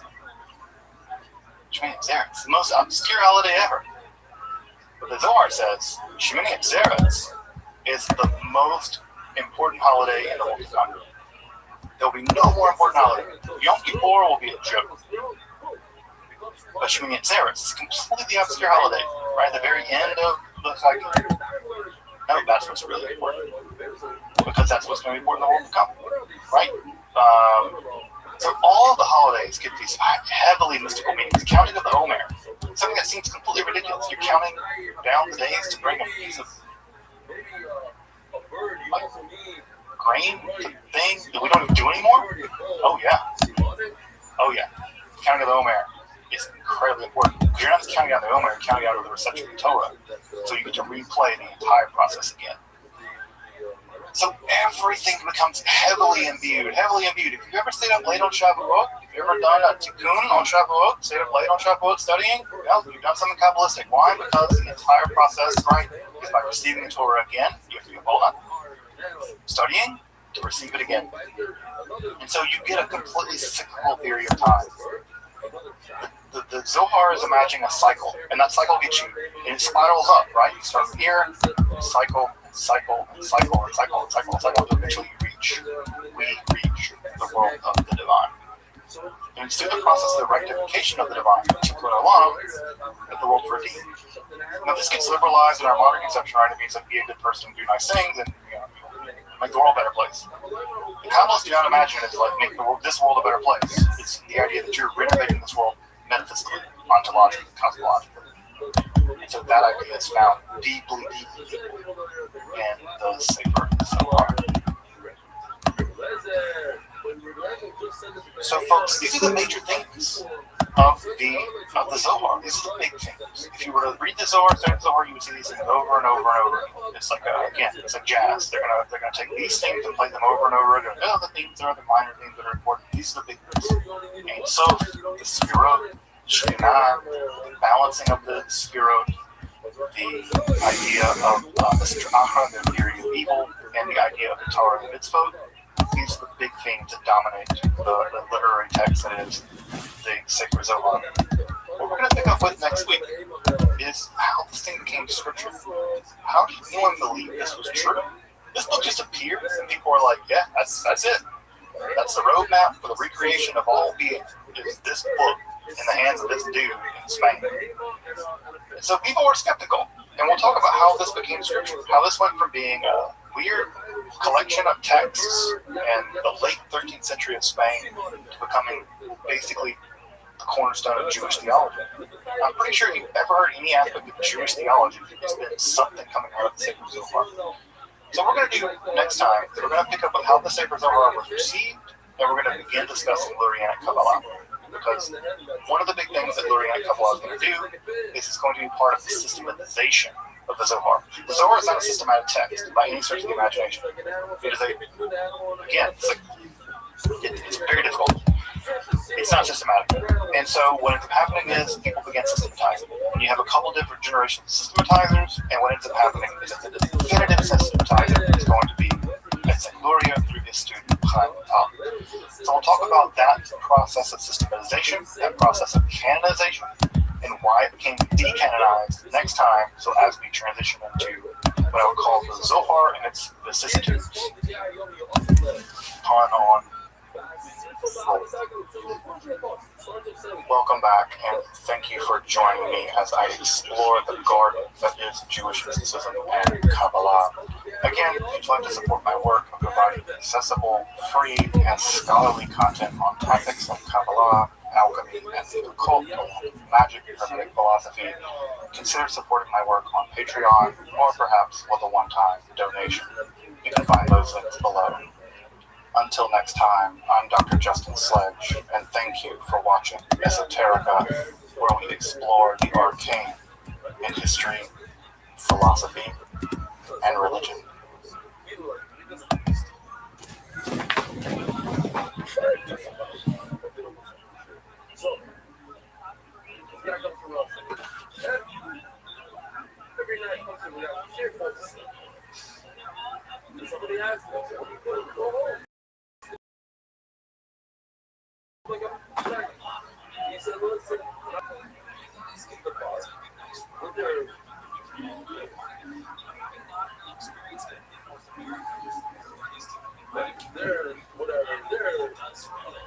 There's vessels, and we started feeding every person in the part of us. I have no idea what these people are. I'm not part of the group. I'm not, there's a group here. I have to be here. Doesn't matter. You're here to get beat up and beat them up. He said, oh, I want to be part of the group that we're inspired of. I am beating them up. Okay, just like in the bar. I'm also not part of it. I'll see you. Here. But see about just sitting here. You don't got to jump once in a while. Here. That's part of it. You don't know what I'm saying. You know exactly what I'm saying. Anybody. Hell, man, I think I'd be slow. What's slow? Anybody, what's it look like? They have to hear each other. This is a cultural crowd. It's not AI. It's the real deal. You want to be, I'll give you the who I'll give you until you're sick and tired of it. But it says also,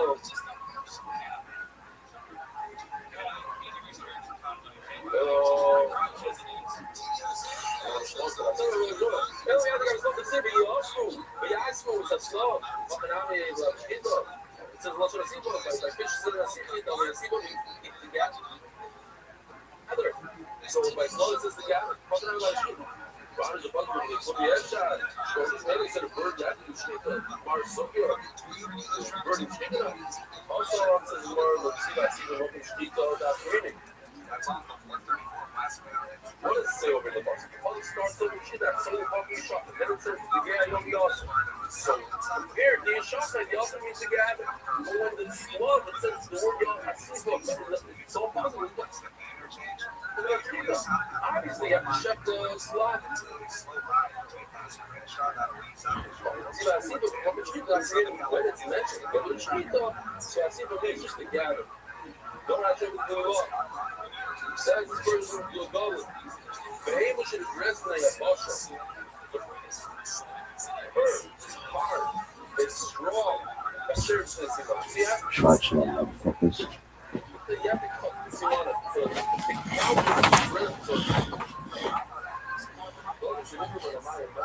Soft. I'm sure it would like the you don't have to cut that. All you should never be like that was created from a mixture of the earth and water of the mud. And cherries, I mean, that's called it's in between.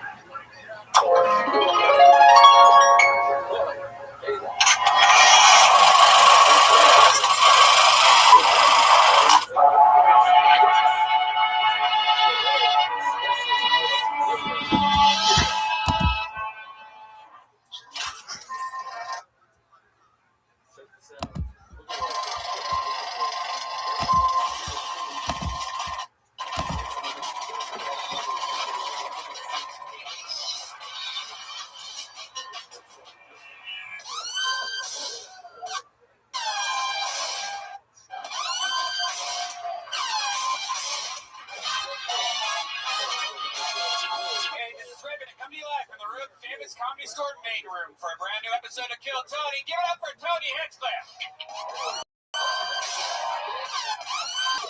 Guys, it's Monday night.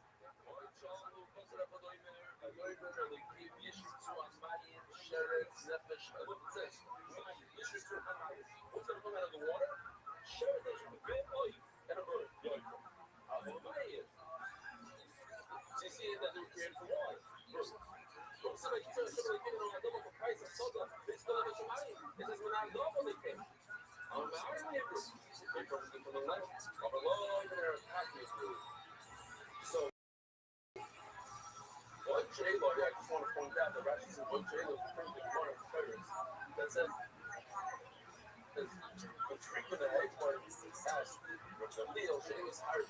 You have to make more noise than that. We're doing this shit. Ryan Redband is here.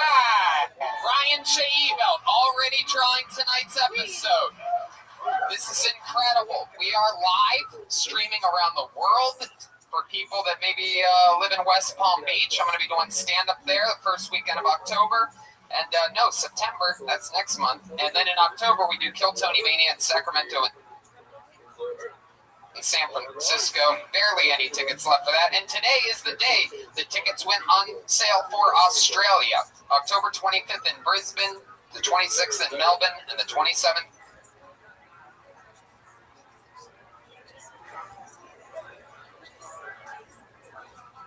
in Sydney.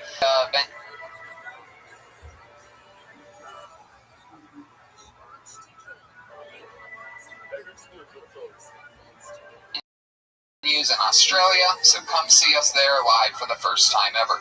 But tonight's about tonight, right, guys? We're here at the Comedy Store for the #1 live podcast in the world. Red Band's here, so let's just jump right into it. Let's get this party started. Before we do, here's a little bit about the great people that helped put on tonight's episode. And we are back live here at the Comedy Store. Tonight's guest, I mean, what can I say? This is 3 of the funniest people on the planet. You guys know what the fuck is up. These are the Legion of Skanks. Big J. Okerson, Lucas J. Gomez, and Shane Gillis, everybody. Wow. Give me another chair.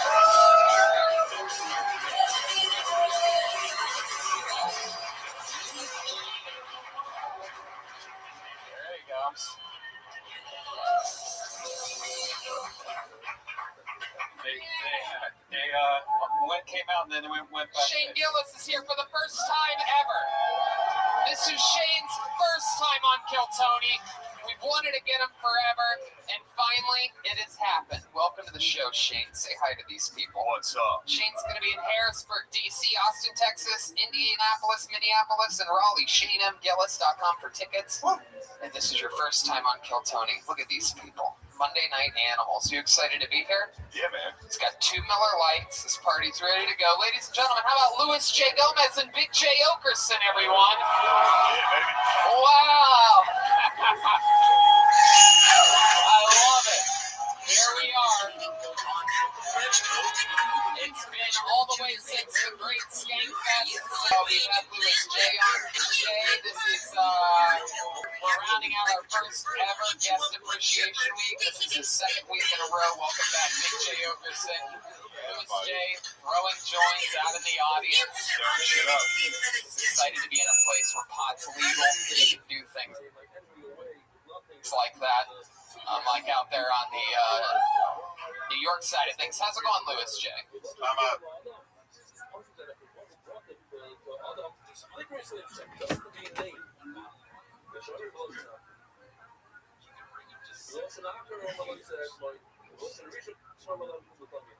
That the second thing that he just said down that the person creates in water is what he called the rights. But the thing is such a screw because it creates both water and earth, which is the cop. That which is the sin of the Vayitzer, the hit of Pasuk. Vayitzer Hashem, and it came here on our throne. Hashem did create these from the ground, but also the water which means you're a cop. Boisai. Have a wonderful day. This was a steady growth throughout the world. But to share today,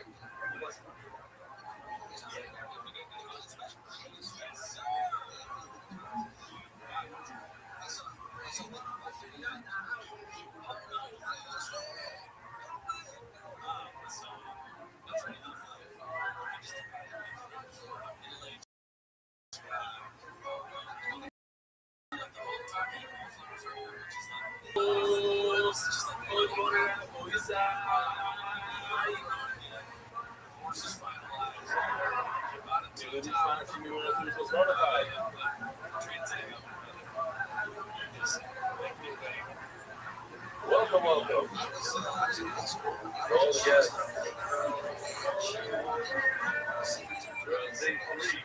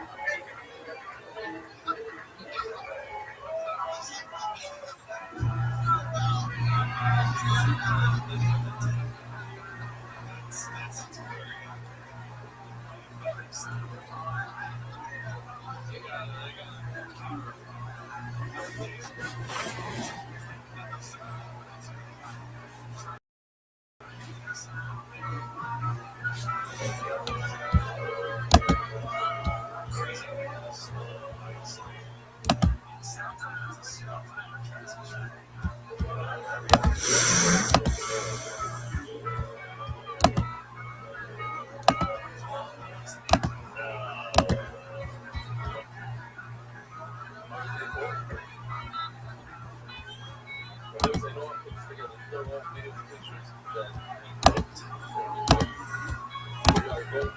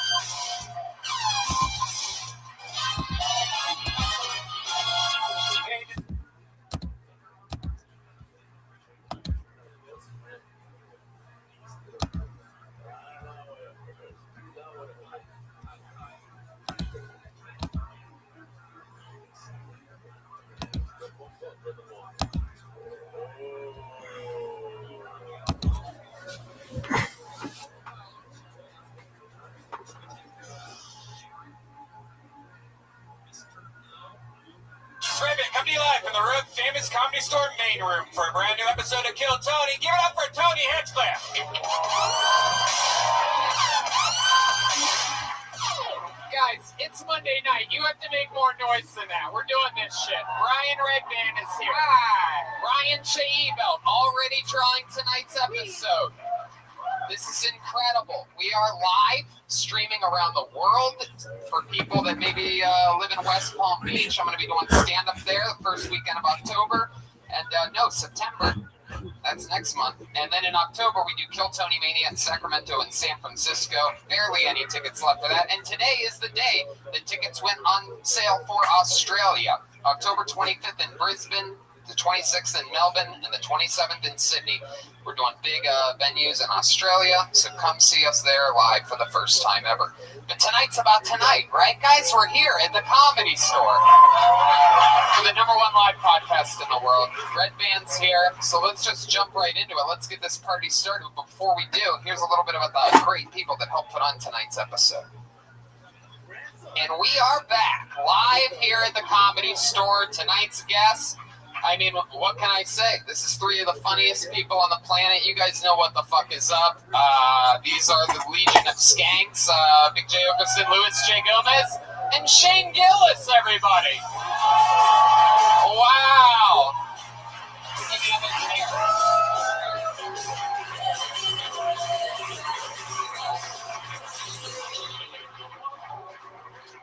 There you go.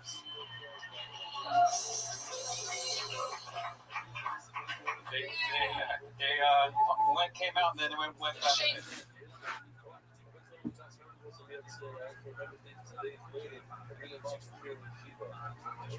Gillis is here for the first time ever.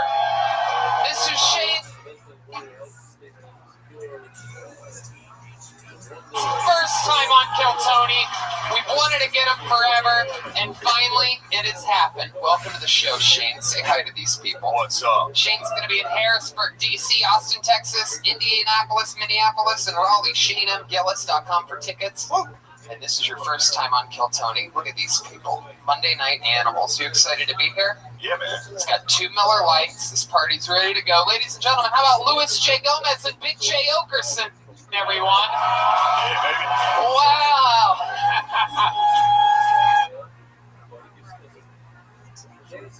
I love it. Here we are. It's been all the way since the Great Skank Fest, since we've had Louis J on. Big J, this is, we're rounding out our first ever Guest Appreciation Week. This is his 2nd week in a row. Welcome back, Big J. Okerson. Yeah, Louis buddy. J. throwing joints out in the audience. Stirring shit up. He's excited to be in a place where pot's legal and you can do things like that, unlike out there on the New York side of things. How's it going, Louis J? I'm very excited to be here. You guys know that I hate most people from LA, but we're going to get through this. Heck yeah. I love that. You guys have martinis? Yeah, we've gotten pretty classy since we went LA. I like that. Look at all those olives, dude. That must be someone important. love that. How do you guys take your martini? Dirty? Extra dirty. Yeah. Actually, there's 3 types of martini. There's a regular, there's dirty, and then there's Puerto Rican. It's the dirtiest. It's when it's just a filthy martini. Oh man, well this drink is in a fucking inner tube heading towards fucking Florida. Because this thing is stank ass dirty. Puerto Rico is a fucking American property. We don't need to come to this country on inner tubes. And yet you still do. It's like a love of the game. It's just like in you. You know what I mean? Louis J. Gomez as Louis J. Gomez presents Louis J. Gomez, available everywhere. You can go to bigjcomedy.com for tickets to see him in Fort Worth, Omaha, Chicago, New Jersey, Connecticut, Calgary, all that at bigjcomedy.com. So we have our guests for tonight, which brings us to the band, ladies and gentlemen. Every single episode, they commit to being different characters. I never know what they're going to be. They have a separate green room in the back. Maybe it's a return of some of their famous characters. Maybe it is a brand new character that we've never seen before. It's one of my favorite things in all of comedy. I love these guys. Make some noise for the Kill Tony band. Jeremiah Watkins, Chroma Chris, and Joel Jimenez. Oh! Wait, is that Clinton? Wow! Oh my God! What is happening? This is incredible! Holy shit! It's Bill Clinton! Hillary!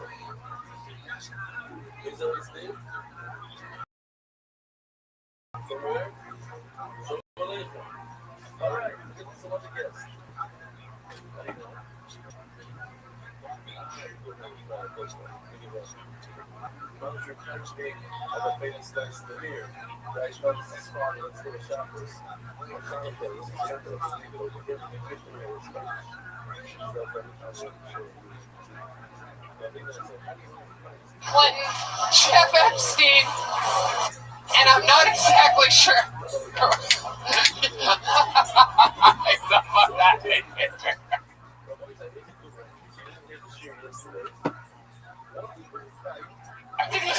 Oh, we're gonna find out in a second. This is incredible. Bill Clinton for the first time ever on the show. This is incredible. Welcome, Bill Clinton. I'm a huge fan of yours. Yeah, me too. Hell yeah, dude. I love this. And clearly that is Hillary Clinton there next to you. Oh, Tony, I'm so glad you asked that question. Here wants to know the answer to that question, and just gotta say it's such an honor to the First Lady here of the Kill Tony band. Hell yeah. There you go. Heck yeah. This is why I usually do the talking. Yeah, Bill. The guy who knows how to get the W. And Jeffrey Epstein is here. Wow, I mean, of all the...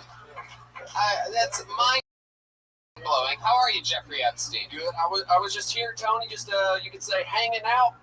Hey, 1 for 1. That's Chroma Chris. We only took a couple flights together. No biggie, okay? Wow. Bill, Hillary, Jeffrey Epstein, and clearly we have what appears to be, what is this, Louis J. Gomez's dead dad? Taglioni, I was Jeffrey Epstein's cellmate. Oh. I just want to say I'm sad he's dead because I used to rape the shit out of that guy. Wow. Nicholas Tartaglia, welcome Tartaglione. Tartag? Okay. Just sad he's gone. He had so much good butt pussy to give me. So now you're all by yourself? Yeah, just jerking off, thinking about that ass. Wow. All right. Were you there when Jeffrey Epstein hung himself? I wish I was. I would have fucking fucked his dead body. All right. Wow, really? I'm a criminal. Seems like you really only have one thing about you. They don't offer improv classes in that prison. And even if they did, I wouldn't have taken them. Okay. Because improv is for fucking Bill. Oh my goodness. This is so cool. Bill Clinton with his classic saxophone. We got the whole fucking New York crew up here. Which brings us to this. It's the Bucket of Destiny, everybody. A bunch of people signed up for the chance to get on this stage tonight. Do 60 seconds of stand up and get interviewed by me and my illustrious. If I pull your name out of the bucket, you get 60 seconds uninterrupted. You know you're the kitten. That means wrap it up then, or else you're going to bring out the angry West Hollywood bear. You guys ready to start this show or what? Let's jump right into it, shall we? I'm going to pull a name out of this bad fucking bucket. And the show will begin. I don't think we've ever had this many people on stage for an episode before. This is so exciting. All right, your first comedian getting uninterrupted 60 seconds tonight goes by the name of Brendan Crick. Brendan Crick. Hell yeah. take that one. Brendan Crick. Here he comes. Wow. Damn. Here he is. One more time for Brendan Crick, everybody. Think about how 9/11 was so long ago, it's not even in HD. Like, you watch 9/11 now, you're like, what is this, a VHS tape? It's got, like, the lines going up. I'm waiting for, like, the Blue Master to drop. The Blu-ray remaster. Like, 9/11 was a weird amount of time ago, right? Like, it was a long time ago, but also everyone almost had smartphones. Like, we so narrowly missed a Snapchat 9/11. You know, just like a guy on the planes posting to his story, oh my god, they have box cutters, they took the cabin. To my darling wife and my children, I'm gonna miss you so much, but he has dog ears. Just a guy with the boomerang making the towers go like, whoop, whoop, whoop.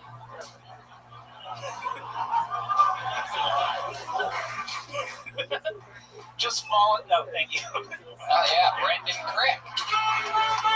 Fun times. Welcome back. Thank you. You've been on this show before, right? Yeah, twice before. I think I remember telling you that you seem like the kind of guy that sleeps with your glasses on. Maybe could have been. Yeah.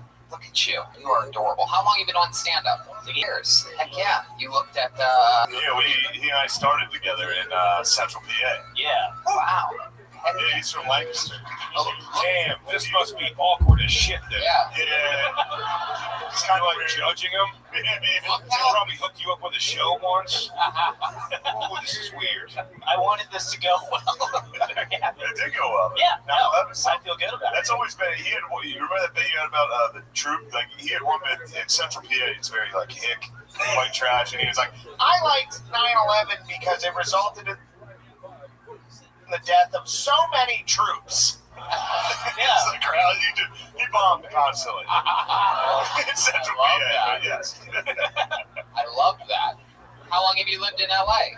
Like 2 years, a little bit, year and a half. Remind us, how do you make money? I work at a bank during the day. Yeah, that seems about right. Yeah. It looks like you fogged up your glasses to clean them off, but you forgot to clean them off. I just don't care about myself. Is that true? Oh yeah, I neglect myself. In what are some other ways that you neglect yourself? Can you share more with us? Biceps. Yeah, for sure. I eat candy and drink soda all the time. Wow, really? I tell people I work out, but I don't. You ever been fucked by an Italian criminal? It's fucked by criminals, but women, I think. Oh. Yeah. Have you met my wife? Hello. Hey, it's very funny, man, but certainly nervous as shit. Very hot up here. Yeah. Anything crazy ever happen to you when you're working at the bank? Anybody ever hand you a note? You're like, hey, I might try this on stage tonight or something like that. I had a guy reach over the counter and caress my whole arm. Wow. Yeah. I mean, if he's caressing your arm, imagine all the other arms that guy must be caressing throughout the day. It was Lewis looking for your biceps. Wow. So, what's your love life like? You admit to not taking care of yourself. You say you drink soda and eat candy. Oh, I'm very celibate. I'll fuck like once. Me too. Yeah. Oh, Billy boy. How celibate are you? I fucked like 6 months ago, and no more of that for me. So No more of that for you. we'll be fine going forward without that. Did you hurt her? What happened? No more. No, just like I fuck badly. Eventually, it's just like there's too much explaining here. Eventually they turn 18. What kind of explaining? How badly do you fuck? Give us a... Well, I fuck fine, but I never come. What do you mean? What do you mean you never come? Well, just Are you putting your finger on the tip of it? Or what are you talking about, Red Man? Dude, Jeffrey Epstein had less reason to kill himself. yes. Shane, you've heard me fuck. How did it sound? I've heard you fuck. Oh, yeah, we also lived together in Philly. And, What shit? You should have started off with that. I forgot. I totally forgot. That's how forgettable you are. You forgot you lived with him. Well, he was like living, because he's like real autistic, so he's like living with like a weird cat. So like he would come home and like run straight up the steps and be like, hello, and just run away. Okay. You forgot you lived with him. Have you ever come having sex with someone? Oh yeah, I used to come, but no more. What happened? What was the moment in which you're like, I can't come ever again during sex? It seems like you made the decision. Well, I'm not like Have you tried for hymns? You can get Can one of you hook me up with Blue Chews? Does anyone have Blue Chews? for hymns. We have for hymns. Yes, we here on Kill Tony we have for hymns, and that's all we have. It's the best. Yeah, it absolutely is. And When do you come when you jerk off? Oh yeah, no one's there to hurt my feelings then. So hey, So you're just in your head while you're fucking this shit, and you're like, I'm not gonna come. You start to sweat. You're sweating like a motherfucker. oh yeah, it's worse than this. Were you in love with a girl, and that was the last time you came was with this girl when you guys broke up? You can't come again. Hey, Red Band got it. I mean, that is one sad story. Was that when we lived together? Ah, fuck. Yeah, I remember her. Damn, I don't want this online. No, I won't say anything. Oh, I guess I did. Well, what's gonna happen? What are you talking about? You don't want it online. I want it online. Let's fucking talk about it. All right, whatever. What happened? Wow, you really are. Now I see puddles in his neck, by the way. Holy shit. I've never really seen that before. Sweaty thing, incredible. You date a comic and then it doesn't work out, and then you have to be like, well, it's time to go make it. And you go, you have no choice. You just tell yourself this is the time. Can't come, but I've gotta go. Yeah. Tony, that polo makes you look like a proud boy that no one's ever been proud of. How long has it been since you've come during sex? At least over a year. Over a year. Yeah. And And how long do you do it for before she's like, get off? well, they'll come usually. Dude, sweat just I mean, it's ripped off like your ear. half an Your former roommate, friend of 8 years, is saying no. How long into sex do they usually say that they just came? Wow, there's one woman that fakes orgasms right there. Loud. I just want to defend myself. I've had women fake orgasms enough that I can tell when that's it. How can you tell? I can just Come on. I know when I've done a good job, and it's rare. How do you know when you've done a good job? You know, I stayed hard the whole time. I made eye contact. Make eye contact. That might be creepy. She would be like, Alpha. I don't believe that you've ever made eye contact in your life. you leave your glasses on when you're fucking? No, I take those off. Wow. Where do you put them? In your butt? No, I just throw them vaguely on the nightstand, and they fall down, get smudged. Wow. Put him in your butt. Maybe you'll come. Yeah, dude. We gotta try it. That could Glasses to asses, bro. That's what we call that. Glass to ass. Yeah. That should be a subgenre. That's right. Fucking. All right. I wonder who the girl was 6 months ago. Yeah. Yeah. Well, it was just like a Tinder girl, and then it didn't really work out. Well, worked that you fucked. Yeah, I fucked. But, you know, you don't come, so... So, for example, She was a Tinder girl. He lit her on fire afterwards. so this last one, 6 months ago, you go out, you take her back to what, your place? Yeah. And then you guys are making out, you go to your bedroom? Yes. You tell her that she's miles from where anyone could hear her scream. And what do? You put on a condom? No. No, raw dog. Look at you. Heck yeah. Heck yeah. If you He's trying to come, Tony. Yeah. yeah. If you I like this guy. couple dirty dogs up here. But, Craig, the last time you're the only guy I know that went to LA and got fat. Oh yeah, he's filled with. No, because he's filled with cum. It's just over brimming his ball sack. No, I knew Shane quit drinking. You were better fat. Yeah. Well, I'm getting fat again. It's So I just regained all the weight I lost getting sober. Which I feel, thank you. Okay. It's strange that, Mm-hmm.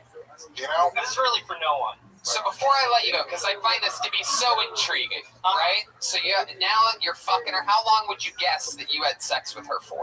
45 minutes? 45 minutes. How No. You know, I get tuckered out in the middle, I take breaks. Tuckered out, dude. I'm not an athletic man. Tuckered out, though? Did she say that? You know, Hey, champ. I get all wound up. You know, it's a big day for me. What do you do when you Yeah, take your you little break? scamp. Yeah, I'm just like, you want to take a break? And then she goes to the bathroom. I look at my phone. What? Oh my god. What? You stay hard throughout the whole thing, looking at your phone? Oh yeah, you know. No, I don't know. Okay, so 45 minutes. How many sexual positions do you think you went through in that 45 minutes? You remember? Well, I know that reverse cowgirl usually makes me come, so it's kind of like. That sounds like you're riding the way you said that.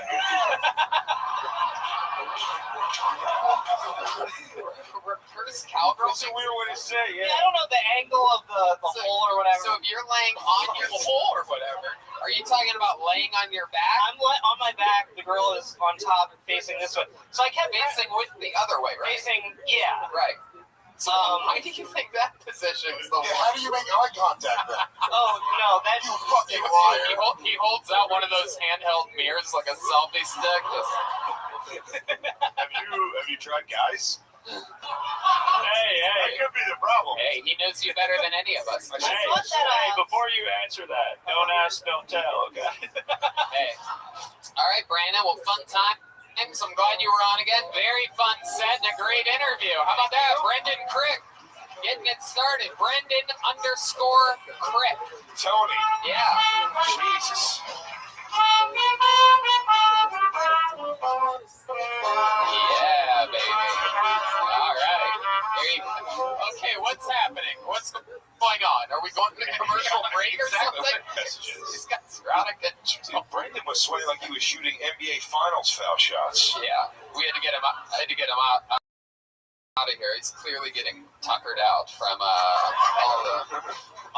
the What? Well, that's a way to get the show started, though. You guys having fun yet out there, huh? All right. Then onward we go with your next comedian. Goes by the name of Quinn Wright, everybody. Quinn Wright. All right. Yeah. Here we go. How much better is it when the interview's really good? Don't you love that? great. Isn't that so much better? Yeah. Here he comes. Win right, everybody. Thank you. Okay, and I realize that's sad, but I have found it.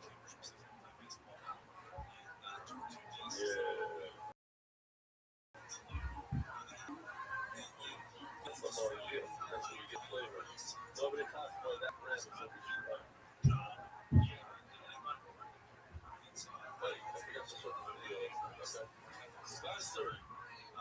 Turning it down. Retired global specialist in international financial service.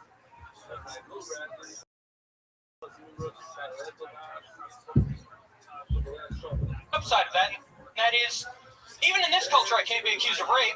Yet, you guys heard of escape rooms? Escape rooms are kind of like Saw as a party game. They're very popular around the country, I've heard. And I tried to take a friend to one, surprising her for her birthday, and she just called it an abduction. I don't really understand.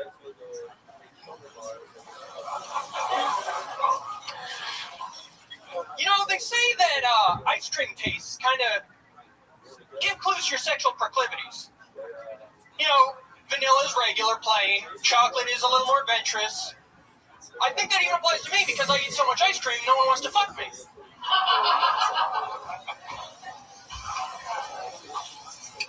Anyone like sports? I like the Colts. But primarily they're automatics. The rollovers are little, you know. Thank you. Yeah. Here we are. Tony's great for giving mass shooters things to do on a Monday. Yeah, really. It's amazing how good the Legion of Skank shirt goes with a guy who looks like he murders bridge hookers. Absolutely. Thank you. I really put the mass in mass shooter.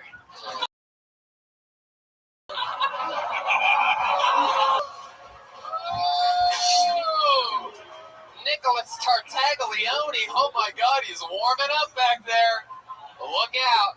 This is incredible. So Quinn Wright, you are a 28-year-old virgin. This is incredible. 2 people in a row on this stage that can't come with a woman. And is this your first time on the show? This is my third, actually. Third time.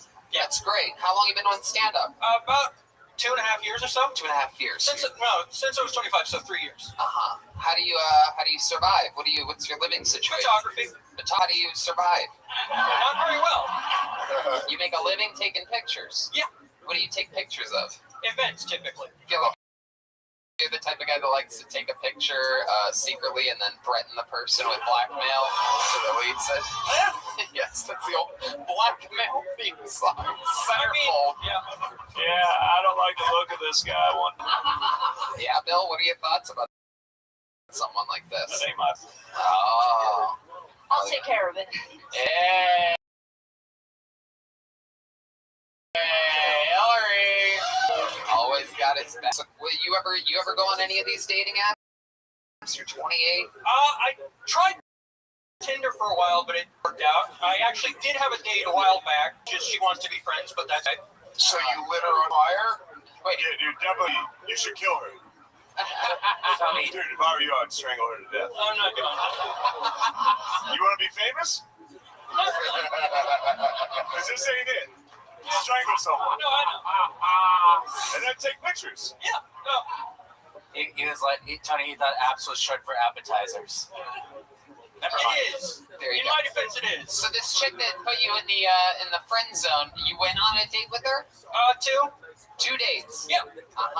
And where'd you guys go? Movies or something? No. First, we were going to go to the movies. Then we decided just walk in the Hollywood Hills for a while. Oh my. We both mutually decided it. Why? That girl does not give a fuck, dude. Yeah, I bet it was completely mutual. Yeah. Did you steal any of her hair or anything? No. To keep her toenails? No, I did not. Where's her skin right now? I would hope on her skeleton. Where's her skeleton? I love just imagining him suggesting that to the date. Like, would you like to go up into the hills? gonna go to the Hollywood sign, but I was too incompetent to figure that out. So, here, take a step back. Stand on that X for us. You see that X there? You're a virgin. Have you done anything? What's the most you've done with a girl? The most I've done with this girl is getting kissed on the main stage here as a bit. There, it's been a long time. Part of the Ding show down Paris. Oh, he did it. Oh, that's fun. Yeah. I don't remember. Show me the bit. Can you fucking dick away from me? Apologies, Lewis. I mean, Tony, the X is dick level at my eyeball. I'm sorry. It's a big panel. A lot of people up here today. So Quinn, tell us something wild about you that we don't know that would be entertaining to us all. Like the last guy, he can't come. He just keeps fucking until the woman starts crying. Yeah. Until there's fire. So what's something about you that we'd find interesting? Not a lot, clearly. That's why I'm a virgin. I think that's true. So an average day in the life, like what time do you wake up? Usually around 9. 9 a.m. and then what? You get off your bunk bed and then what? Then your grandma makes you breakfast. You do your chores at the halfway house. No, I've actually been slacking on the chores. I look for work. I look for photography work. You just start looking for photography work. Yeah. With what, binoculars? I have a zoom lens. I don't need binoculars. How do you look for photography where you just like go outside and start screaming like photos? Get your fresh photos. That's what I do right now. I use Craigslist. Oh, Christ. Yeah, no. It would probably, Lewis's suggestion would probably be more effective, to be quite honest. Have you taken tasteful nudes ever? No. Have you ever tried to do that? Like just convince young girls to Totally he I tried has. that. What? That's the move, dude. That's how you fuck them. Man, you gotta make things My happen, bro. move right now is headshots. Dude, it works so well every time. Over the better. Jeffrey Epstein. 100% of the time, all the time. Andy, you gotta promise them a career in modeling and let them know they're gonna get naked now. You saw those porns. Yeah. What's the worst call that you've ever, like, what's the worst gig you ever had to photograph? Crazy. Problem for when they said I would have to, that I would get paid for, those suck. How about then? Does that happen a lot? Like, It happens too much. maybe you should get some money up front or some kind of Yeah. contract? Yeah. What do? Do you try to fight them? No. You just take it on the jet and walk away sad? Dude, these are the types of people you should be killing. Yeah. Yeah. I'm telling you, bro. Fuck all this, dude. Kill these people. Quinn, if you were Become great. if you were gonna murder people, how would you do it? What do you think your weapon of choice would be? What do you Well, think? I know it's a little hack, but the AR-15 is probably the best. Wow. Oh my Jesus. God. A little hack. Oh my God. You know, we've all thought about murdering crowds of people with an AR-15. I will say, if I'm just going to murder one person, I can probably get a Mosin Nagant bolt-action rifle for like 300. Oh boy. Oh, I was guessing it was going to be flesh on flesh so you can see the life in their eyes.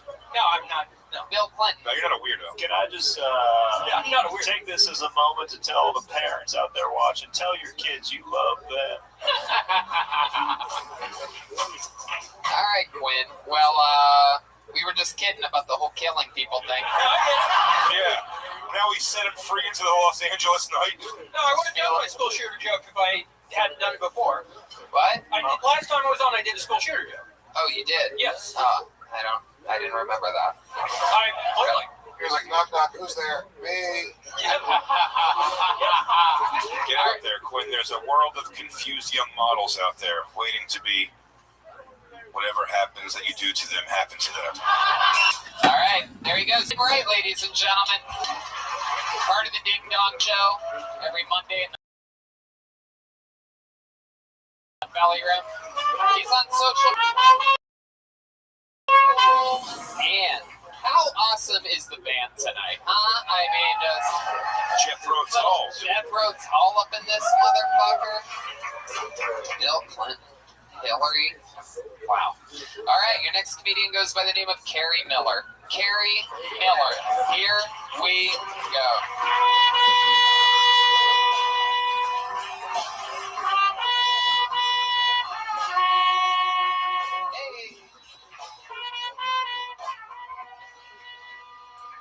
more time for Carrie Miller.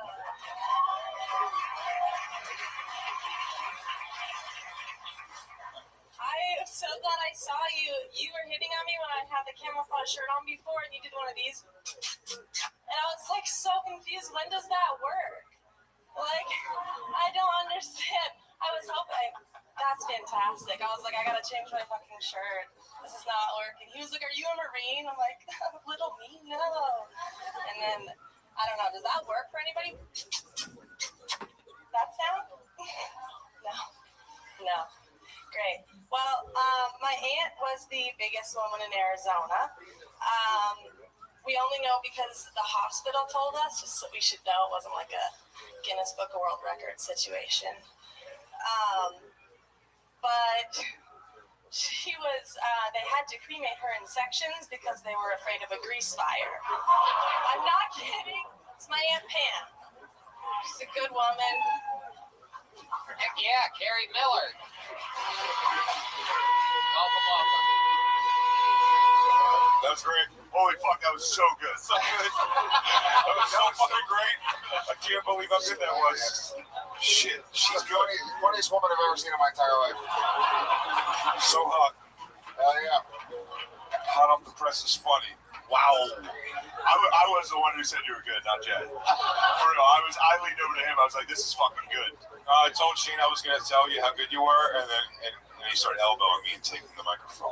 I'm sorry to cut off our panel of guests, but I gotta check in with former President Bill Clinton, ladies and gentlemen. Yeah, I would like to offer you an internship.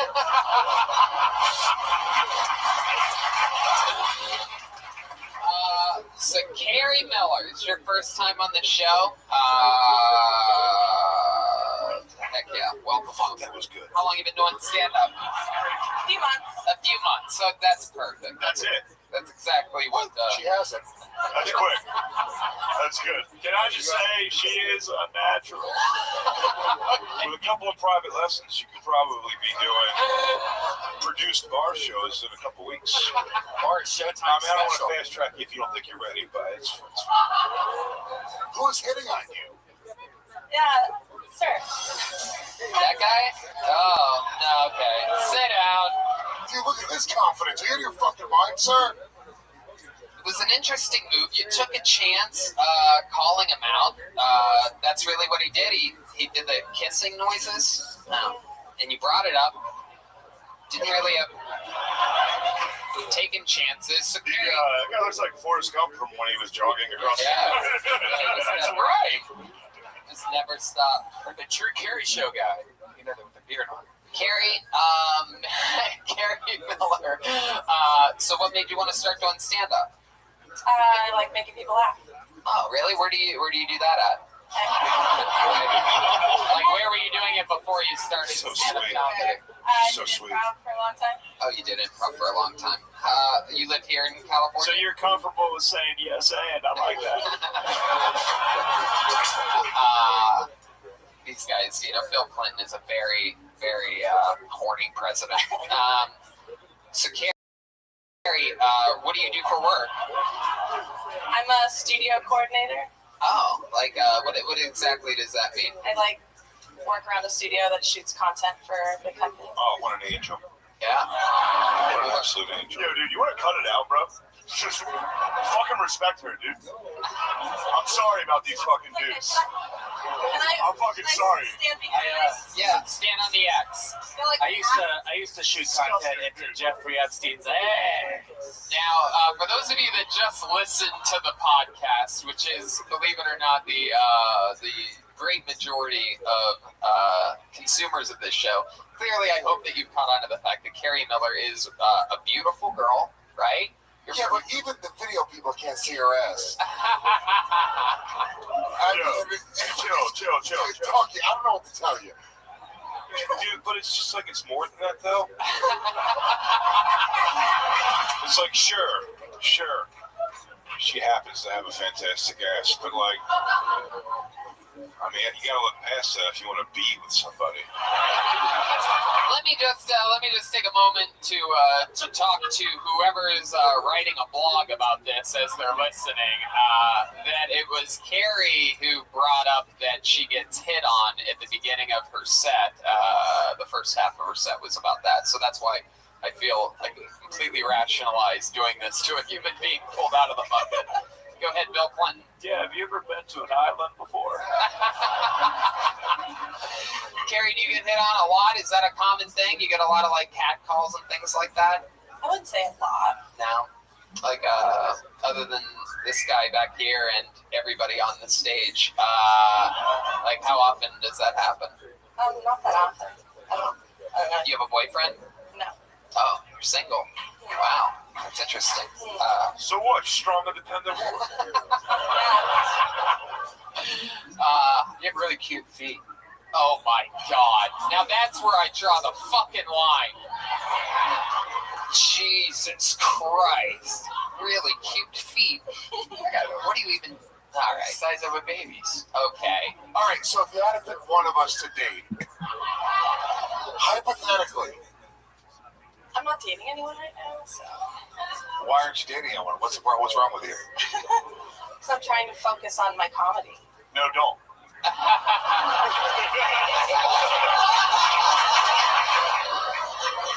It's an ugly business, baby. You don't want to talk to us. That's great. So, Carrie, how often do you get to do stand-up? Doing a lot of spots per week? Yeah, I'm going to like 3 a week. Right. And your job as a studio coordinator, that leaves you nights open? Mm-hmm. Right. Yeah. Interesting. Carrie, if a guy that you were having sex with was to tell you that he cannot come by having sex, what would you do to try to help him? You know, I don't know. I think it would depend on each individual person. I like to say that we're trying to get spank bang things from her. And goes, hey, if you were gonna make a guy come like in a bathroom quick, like what would be like the move? Like what's like the thing? A lot of spit, a little bit of spit. Tony, You gotta vibe it out. I'm gonna check in with Nick Tartaglione. Let me just tell you, I've never been happier to say that I'm only turned on by butt-fucking pedophiles. Oh. And I'm the only one that's immune to this right now. It's true. Not into the ladies at all. Wow. So, Carrie, what else? Anything else you do for fun? Any hobbies or anything like that? I like skateboarding. Skateboarding. Well, I do too. I love skateboarding. Are you skateboard? I do now. Oh, wow. Even Hillary. Look at this. Hey.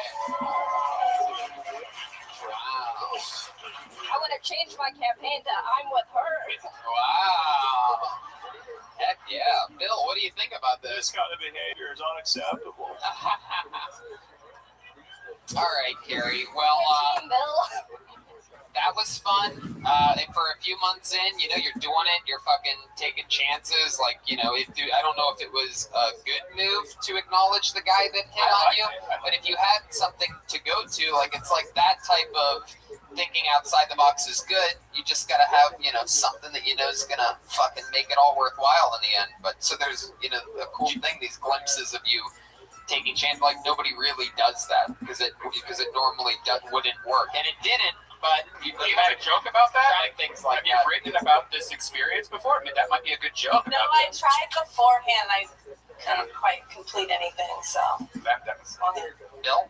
Yeah, I want to know about her fat relative. We completely glossed over that because she's so hot.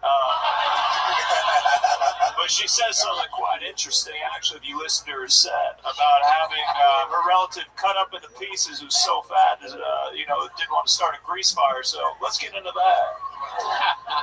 Wow, Bill Clinton. Even listening. All right. How about one more time for Carrie Miller's first time on Kill Tony? She's on Instagram at Carrie Miller with a K-A-R-I beginning. Thank you, Carrie. Very fun.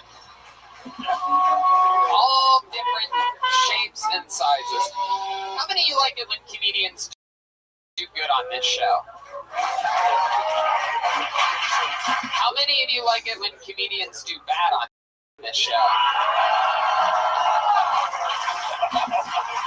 Wow. I love it. Put your hands together for your next comedian, Andy Van. Andy Van. All the way from the deepest corner. Here he comes. I wish that you would step back from that thing. Here he is. Andy Van, everybody. I know it may not seem like it, but I have fucked before.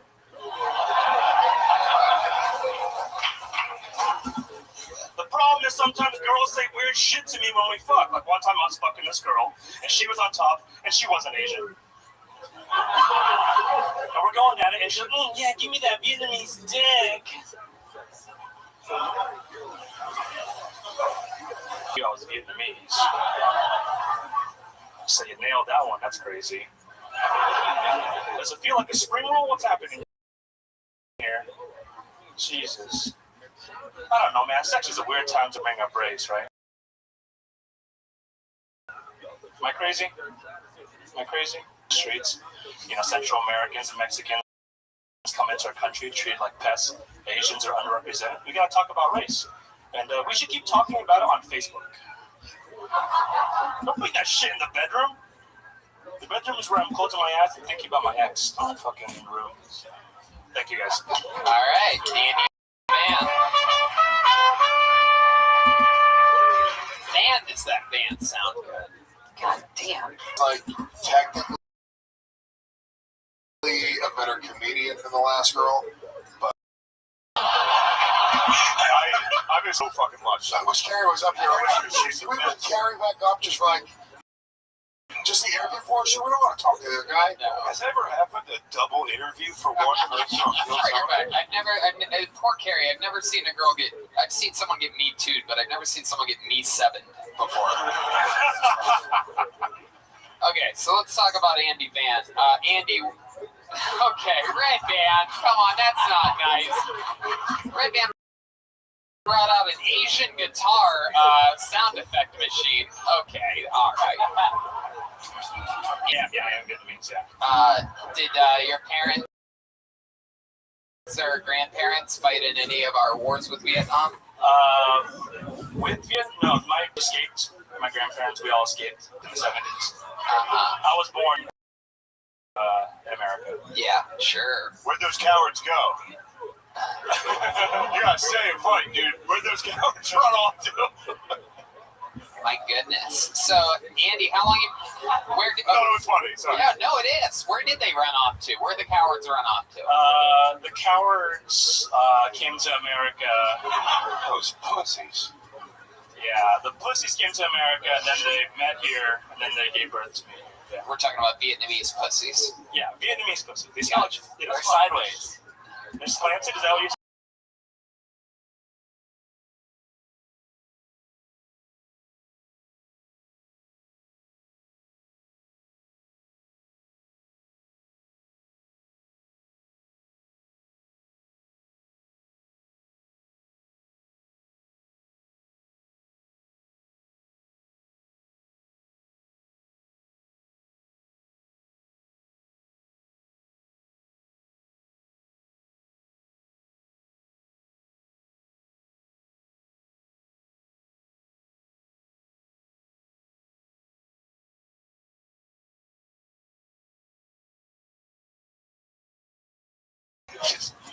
How long have you been waiting tables for?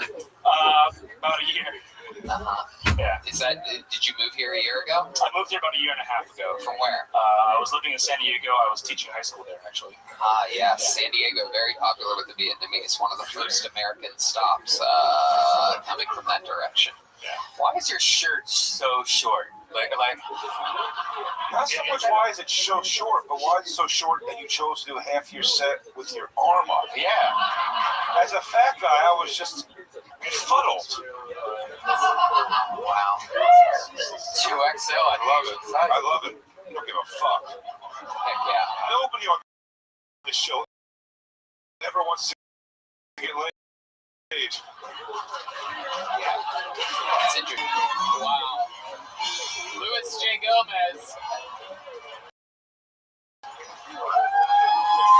Andy is in his mouth. Andy fingering Lewis's mouth. You're lucky he can't come from that. Wow. This is incredible. He's funny. All right, step away from the talent. That's the least of Lewis's fluids have ever been on me. Oh, shit. Shit, I thought it was the chick. I'm drunk. That's crazy. That's like the 5th gayest thing I've ever seen Lewis do. More than that. Wow. So, Andy, what do you do for fun? You have any wacky Vietnamese hobbies or anything like that? You ever fucking... Just normal hobbies. Like what? Fingering Puerto Ricans' mouths. Yeah. Just normal hobbies like fighting scorpions in a bucket. Just your run-of-the-mill Vietnamese hobbies. Jump kicks. You know, just selling gremlins to nice families. Like, what are some of your hobbies? I play basketball. What? Really? Get the fuck out of here. Not like good, though. Can we get a basketball? David, ask one of the Black Door guys. They have a basketball. If you told me you were world-class ping pong, I'd believe you. But even street-level good basketball, I'm not buying that. I don't believe that you can pick a basketball out of a group of balls. I bet you look hilarious in a headband.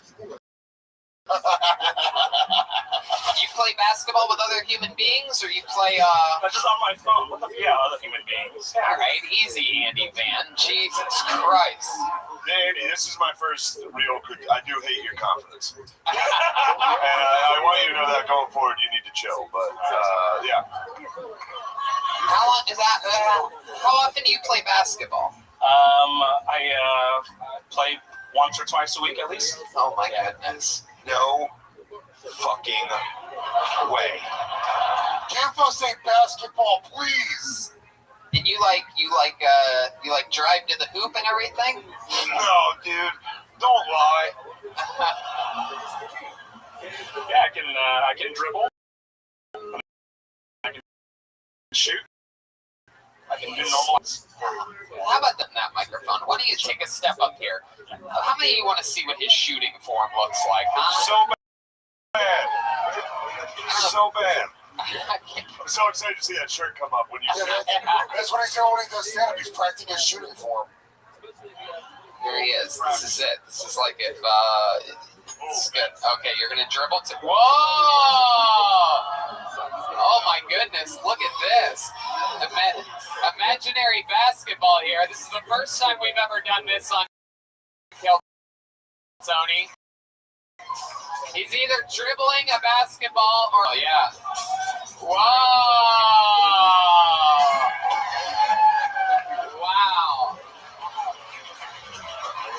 That is incredible. That was more impressive than we ever thought any Asian could do. However, yeah, bringing that ball out too much in front, that's getting slapped out every time. That's true. That thing's going down to the asphalt every time.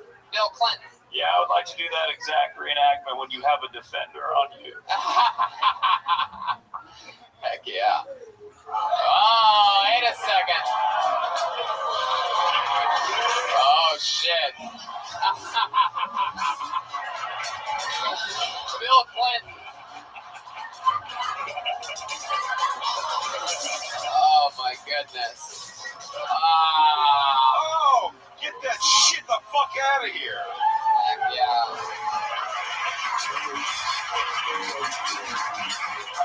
Wow. He's good. He's really good. He swatted the imaginary basketball. That was incredible. Get that shit out of here. Andy, you ever get in a street fight?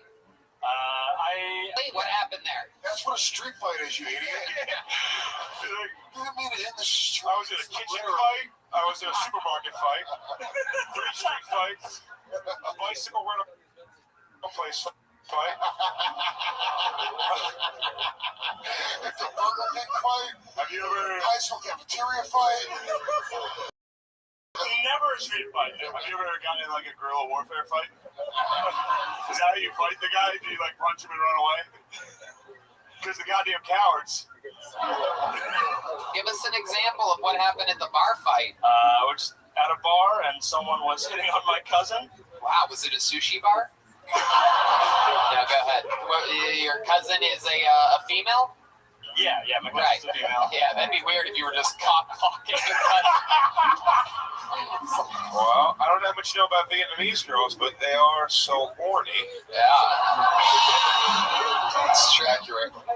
So someone's hitting on your female cousin, and they were being disrespectful. They were being very disrespectful. Yeah, Were they doing like Asian voice? Yeah, they were playing gongs and Asian guitars and stuff. And that's so how dishonorable were the scale of 1 to 10? Super. Like 10 being very undesirable. Was there really something? Tell us the truth, Andy. What was like? Do you remember something offensive that they did? I don't remember. I was pretty drunk. Sure. I think they were getting touchy, and I was like, "Hey, do you want this guy?" Right? She's trying to like get away. Yeah. So I just pushed him. You pushed them? I pushed him out of range blows, and then. What kind of blows? With our fists. At what point did everybody start kung fu fighting? Hey! Wow. I told him, don't hit on my cousin, and I started sucking his dick. I said, if you come around here again, I'm going to suck your dick again. You watch yourself. It's always going to come to blows. The full circle. Ironically, that was his cousin's name. Come to blow. Shane Gillis. ShaneMGillis.com for tickets. Harrisburg, DC, Austin. So Andy, fun times, dude. Another fun set. You got your finger sucked tonight by Luis J. Gomez. No. I got my mouth fingered. Oh, that's right. Whatever his last name is. Andy Van. There he goes. Andy Van, ladies and gentlemen. Hell yeah. Fun times.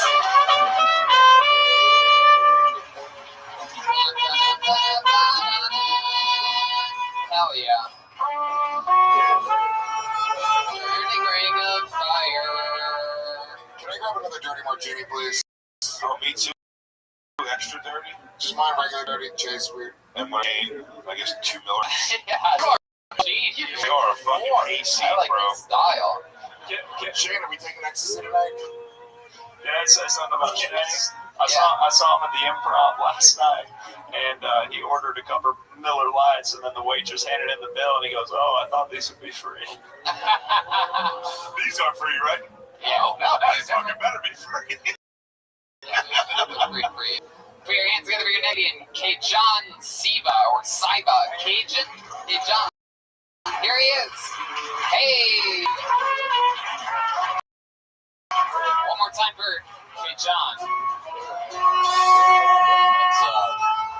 I actually had a strong feeling I was going to get picked up right now. That was some psychic level shit right there. All right, let's do it.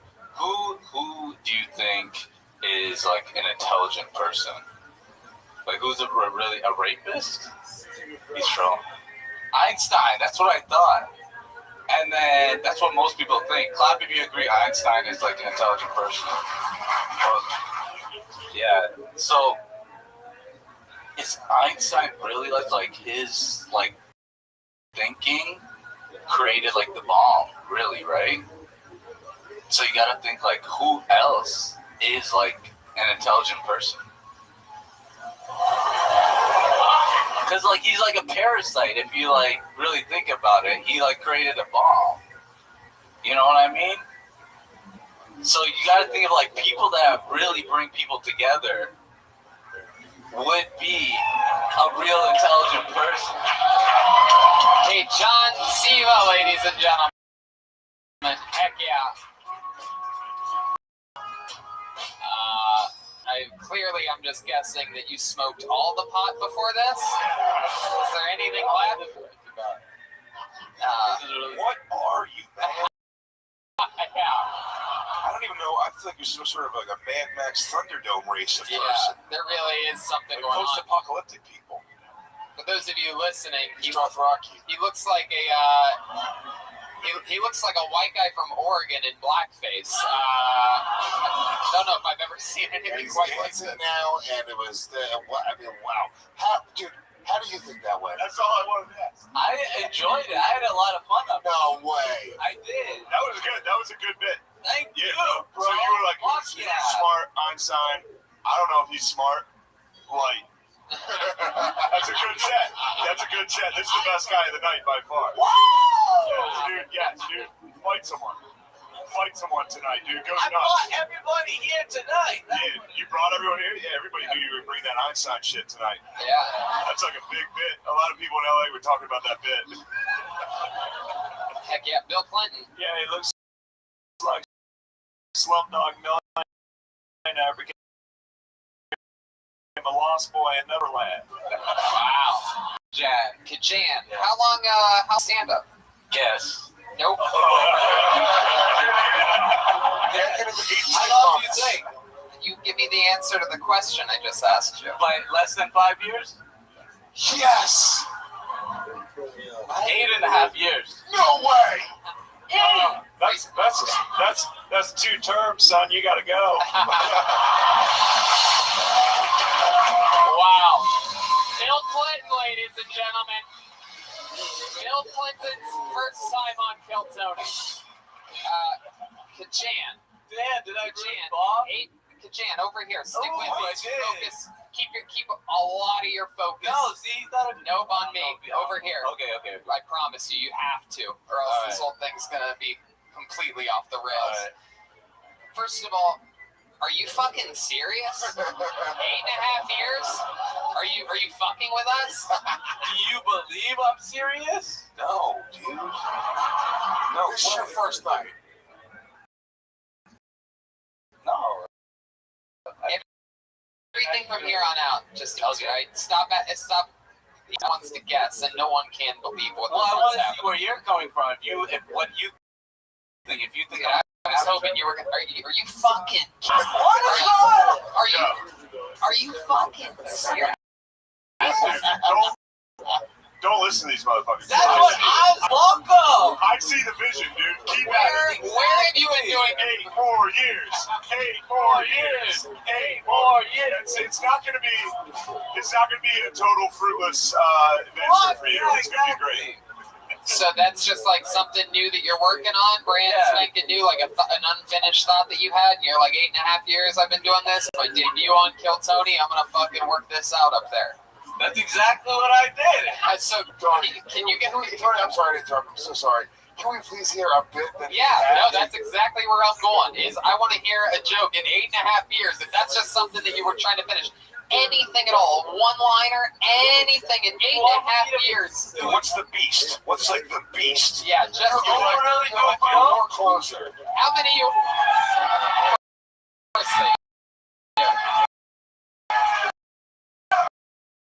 Guys, come on. How many you want to hear this guy do one of his? That's not enough. All right, it's got to be enough. No, I'm thinking I want to get called next week, so why don't I do it next week? Nope. No. How bad do you really want to hear the joke? Since everyone hates you. How bad do you really want to hear the joke? This guy sucks. How bad do you really want? This guy sucks. Well, you ain't hearing the joke then. Until I come back next week. How about that? No, you're not even gonna get. You're not. I don't think you understand, Kajan. Fuck that. I'm gonna come in next. 8.5 years, you should be able to pull a bit. I got jokes. We don't believe you. Well, call me next week. Yeah, How much you want to bet? We're not calling you next week. You don't need to pitch that. I'll say this. Oh, God. If you kill with a joke right now, you can do a set on the Legion of Snacks show right after this in the main room. Yeah, there you go. Right now. But you have to do a joke that kills. You gotta kill right now. And into my stand back? You gotta do a joke right now. It has to kill though, Lewis. It has to kill though. Yeah, it has to fucking destroy it. Alright. I need to get that. Why do you need a mic stand? Because I like being. This is crazy. I've never seen an audience who want a joke to bombed so badly. Here he is, 8.5 years doing stand-up comedy. Can do any of the jokes he's written or made in 8.5 years, and here he is doing one joke and one joke only. If he kills, he's on the show after this. If he doesn't, I'm never gonna see him again. Kachan, Siva. That was Redband. That doesn't count. That was Brian Redband. That does not count towards Kachan's joke. At this point, he will not be on the show after this. All right, here it is. 8.5 years, one joke. Kachan, Siva.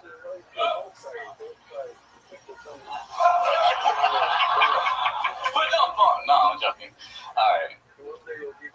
So what's his deal with like being like elephant in the room? You know, like I was always confused about that, like elephant in the room and stuff.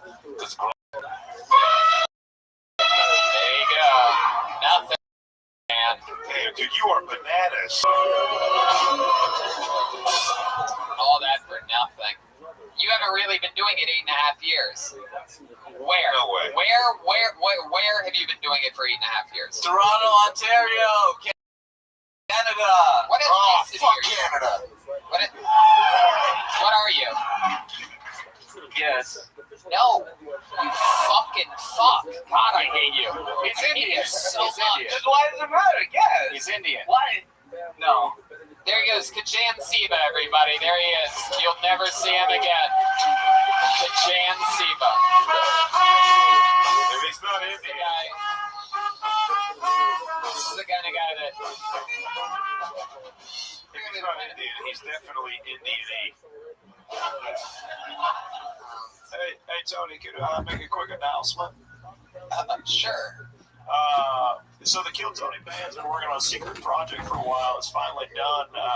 We have a Kill Tony band calendar that's coming out for 2020. Wow. Heck yeah. A real paper calendar? All your favorite characters, and it is 87% more accurate than your normal calendar. Never miss a date again. Get the Kill Tony band calendar. Jeffrey Epstein. Who would have guessed? A little bit of product placement there. They still make calendars. Right, yeah. Clearly, Bill Clinton bringing some of our favorite things from 1996 back in 2020. Paper calendar. Pull a name out, put your hands together for Cameron Torrey. We know the Cameron Torrey. Oh boy. Cameron Torrey.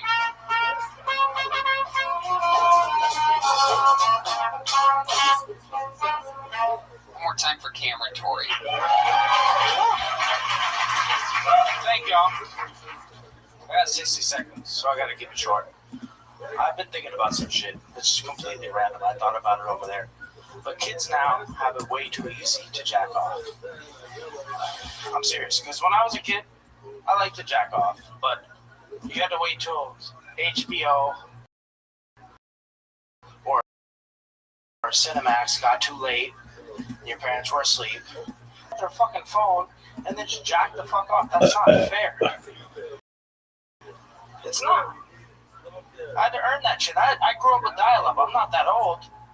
But goddamn, you could just pull out your phone and jack off. And the thing is, when I was a kid, my mom didn't have that much money. So when I was at my mom's house, I only had BET Uncut. Oh yeah, the real niggas laugh. They're like, ha, everybody else had too much money. But y'all knew about BET Uncut. The worst part about that is you're jacking off, a commercial break comes on, and they like to play gospel on certain nights. So next thing you know, you're sitting here with your dick in your hand jacking off to Jesus, and it's like, yo, whoa, nobody's trying to do that shit. All right, give me the bear. Oh my god.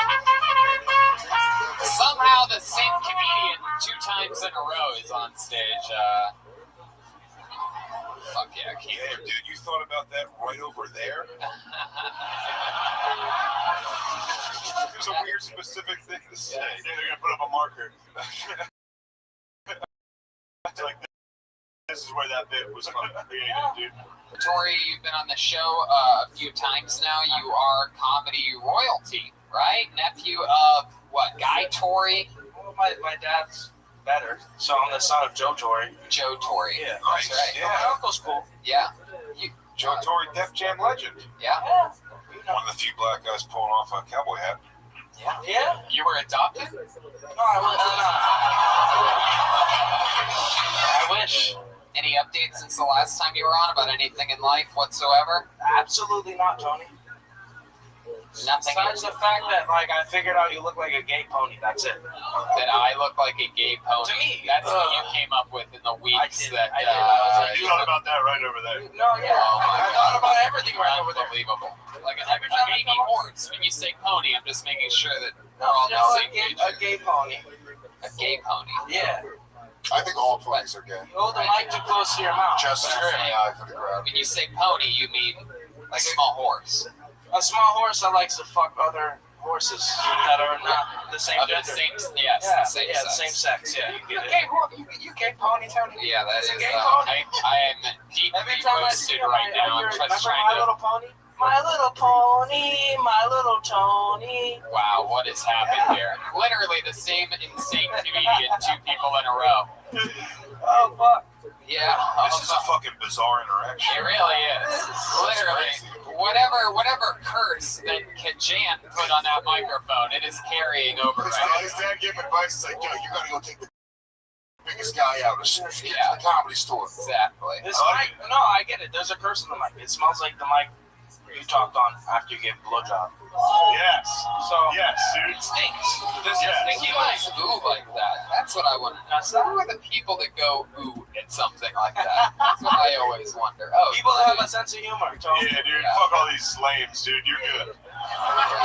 Yeah, This is good. yeah. The whole time I was like, I've seen so many gay ponies. Passive aggressive. They work, motherfucker. This one. Definitely a gay. I saw a gay horse once too. Yeah. And I was like, who the fuck is that? Tony Hinchcliffe? That was Good shit. It's absolutely right. You're spot on. I look like a gay horse. I get it all the time. A gay pony. You look like a gay pony. Right. A gay pony. There it is. There you go. Heck yeah. A little something for those people.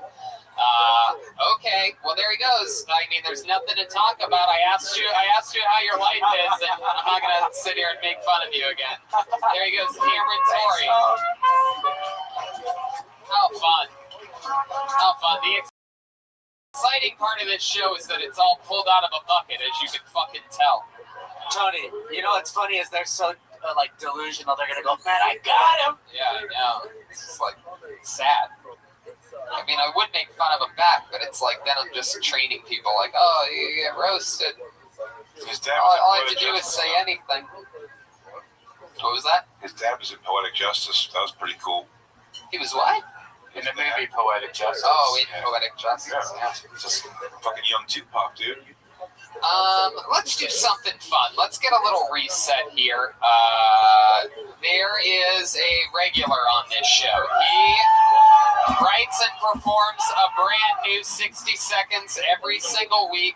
He's consistently funny. He has a defined style to him. He's a little bit William Montgomery, everyone. William Montgomery getting a big ovation here.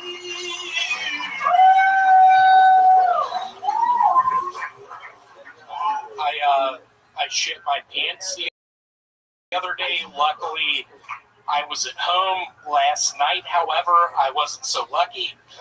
I work at a Chili's. What's the deal with the Twilight Zone? See, that scares me. There weren't more laughs. That was the punchline. Oh God. Watch it, kid. That's my impression of the taxi driver in Home Alone 2.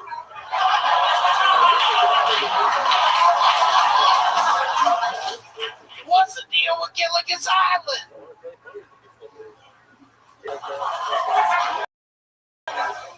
I am so sorry, Tony. If the set doesn't go good tonight, I'm regular.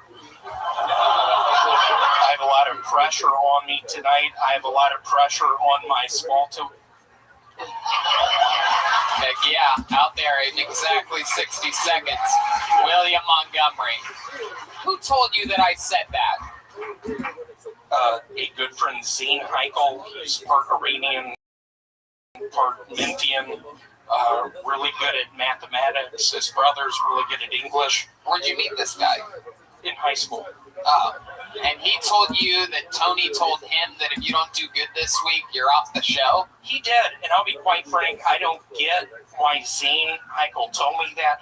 I literally got the news this past week that my buddy Tony Chin was potentially on that 737 MAX crash in Africa.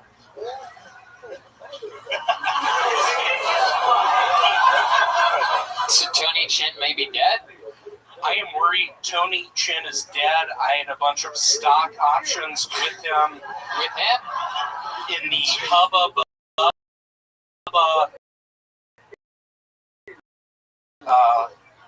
Hubba the Gum? Yeah, Tony Chin, he's Asian. If we're going to get down to it, he was pretty much a... What was that fucking noise? Don't throw me off! Well, dude, you dress and talk like a molested boy.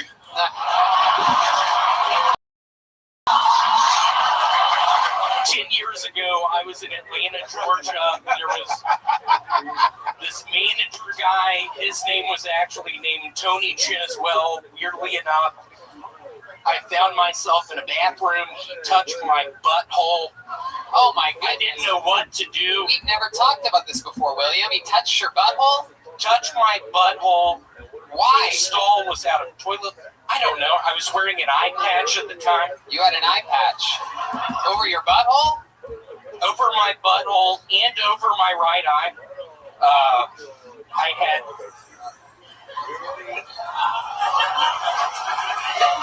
So what did you do? What did you do when he touched your butthole? I looked him in the face. I looked back, and I just slept. Let me have some fun as well. I have hammer toe. I can't really get on the tips of my toes.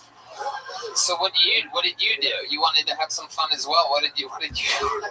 Don't repeat this, but I took a slurp out of my Coca-Cola Icy, and I looked back at him, blinked out of my left, and I was like, go to town if you want to. I have to be honest with you. I am, in fact, HIV positive.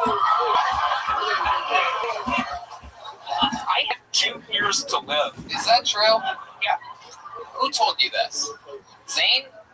Zane did not. Tony and I also have stock in Connects. I don't know if y'all remember Connects. It's a Lego offshoot. Are you talking about me or Tony Chin? I'm actually talking about my second cousin, Patricia. How'd you get here? Oh, this is a new thing we've noticed lately where William sometimes will accuse someone in the audience of being somebody. You're saying this is your second cousin, Patricia, right here? This young lady in the very front row? Patricia, how are you? I've been watching you since I got on stage. You have not been laughing. It's my final Kill Tony set. I've been having fun. I look down at your face, just seeing a big scowl. It really throws...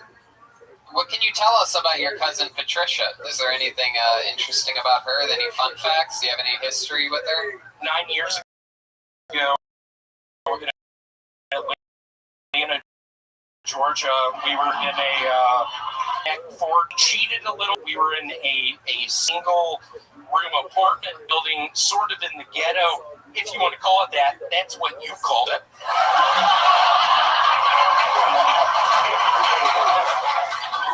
Just cheating somehow at Connect 4 to this day. I don't know how you do that.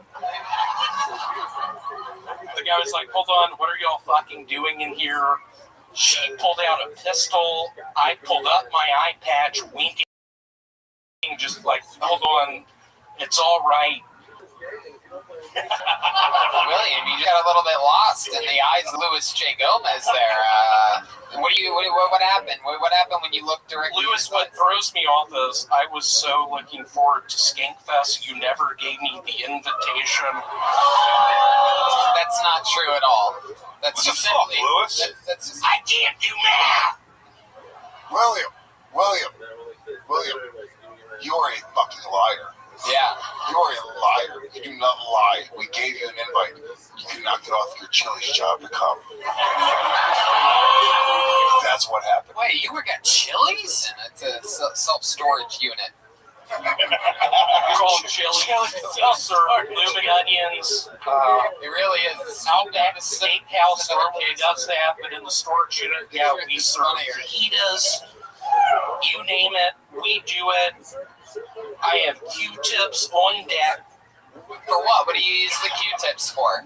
Just warm water on the Q-tips, just putting them in your eardrums. It's a good feeling. I'll be very honest, when I got the 2-year period left that I'm going to live, I got to... So William, Shane just left. Yeah, Shane's gone. You really pissed him off, dude. Yeah, something about the Q-tips. 2 nights ago, Shane and I had gotten a really bad flight. A really bad what? Fight on a Delta flight. Yeah. We were doing it. Budweisers, Bud Lights, ecstasy tablets, LSD. This is what you and Shane Gillis were doing? Yeah, I think that's why he left. How did the night end?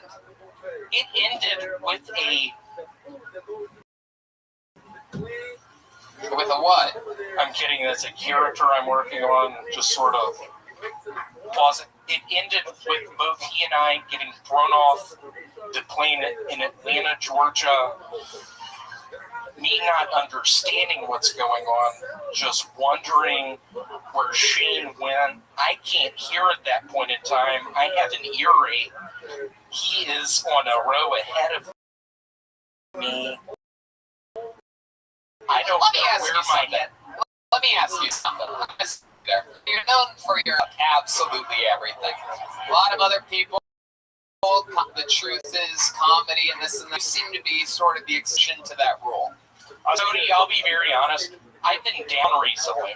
Yeah. I've been very down. I'm working at the storage unit place. I've been fooling around with a young lady. It's been fun. About her ex-boyfriend, because I could never fill those shoes. Literally and figuratively, I have webbed feet. I can't wear. All right, William, do you ever do like different outside of what you're comfortable with? Like you have a formula every week. You pretty much, to go off on like Applebee's or something, and you do that every week. Is there a different version of your set that like do you ever do like a more traditional set? You have jokes that you do in a set when stuff matters. I've seen you because this is your last performance here at the Kill Tony show. Can I give y'all a couple of my best? Yeah, I mean, we've seen them. So I can get on here. I think y'all like these. Oh, no, that's not how. No, I'm kidding. I'm kidding. Jesus, what is the deal with people asking for shit tonight? Hey, Gus. I like it when my mom goes out of town because I get to sleep on her side of the bed. Classic. We love it. It's great. I have a friend who's paralyzed from the waist up, which is a blessing because he's a dancer.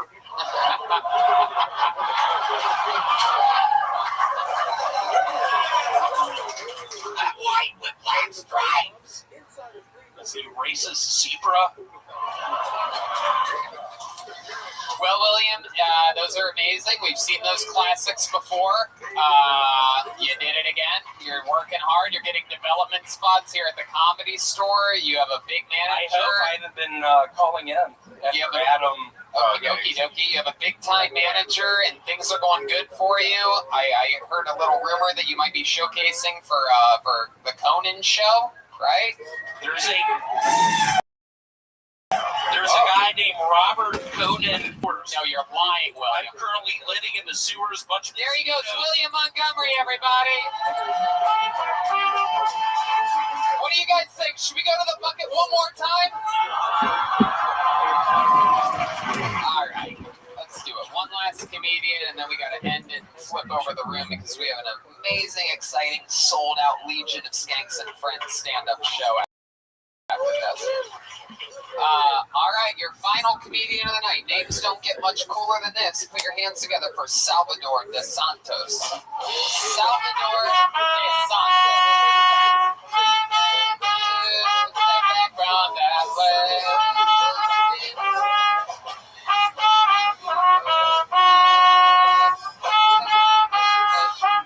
Salvador De Santos, everyone. Come on, it's your final comedian of the night. Make some noise. How are we doing? I'm from Mexico City, born and raised. What? Okay. That's how Mexican I am. It took me 12 years. 12 years. After I moved here to realize that Big Vaporru is actually pronounced. Do you know how many CVS's I went to asking for Big Vaporru? I never had that shit. I thought CVS was racist because I used to go to Mexican markets and I'd be like, excuse me, do you have any Big Vaporru? They're like, oh, 13, feel better, homie, and that was it. It wasn't until I was a senior in college that my friend Tyler came up to me and was like, hey, Sal, I'm not feeling very hot. Do you have any Vicks Vapor Rub? I was like, what the fuck is Vicks?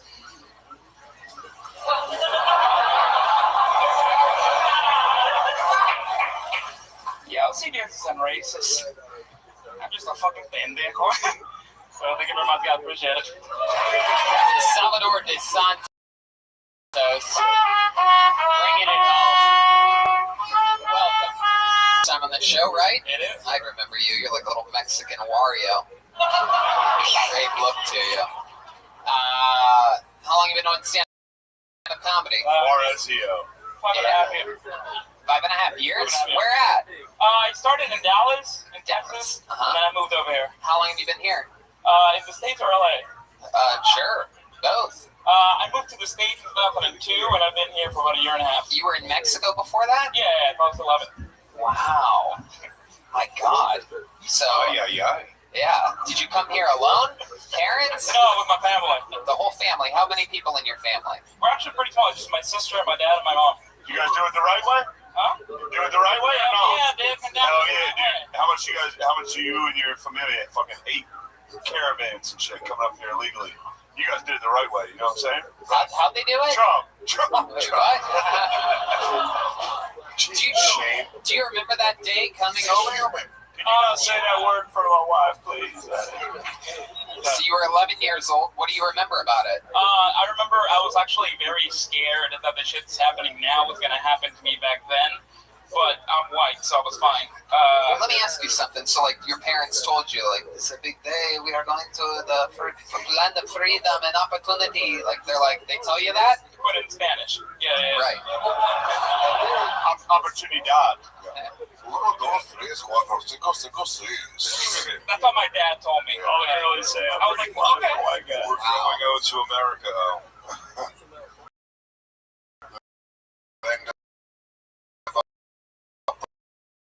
Okay. So, I was like I knew enough English to like be comfortable coming here. I thought I did, and then I got here, and then like everybody like I was also Mario when I moved here. Yeah. I wasn't nervous until I got here. I realized I didn't really know as much English as I thought I did. It's crazy because that's how when I studied abroad in Spain, it was like this. Well, I feel bad for you because like Spanish speaks so fast. Even Mexicans are like, "What are you saying?" Right. So you guys can't. You know which route you took? Where'd you first end up? You went straight to Dallas? No, so we went to San Antonio for 8 years. And then I went to school in New Mexico and then moved back to Dallas. Gotcha. Yeah. Gotcha. And how did your father fit in? What did he end up doing? How did he survive? Get work? Barbecue.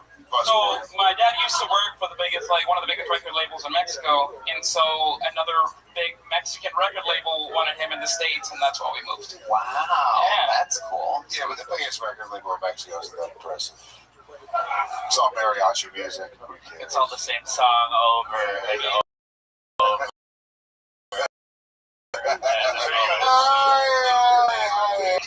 Really? I do, yeah. Wow. All right. So you guys are rich. You come from rich. No, well, my parents, we So weren't yeah, had enough money, check but your now fucking we do. privilege, please.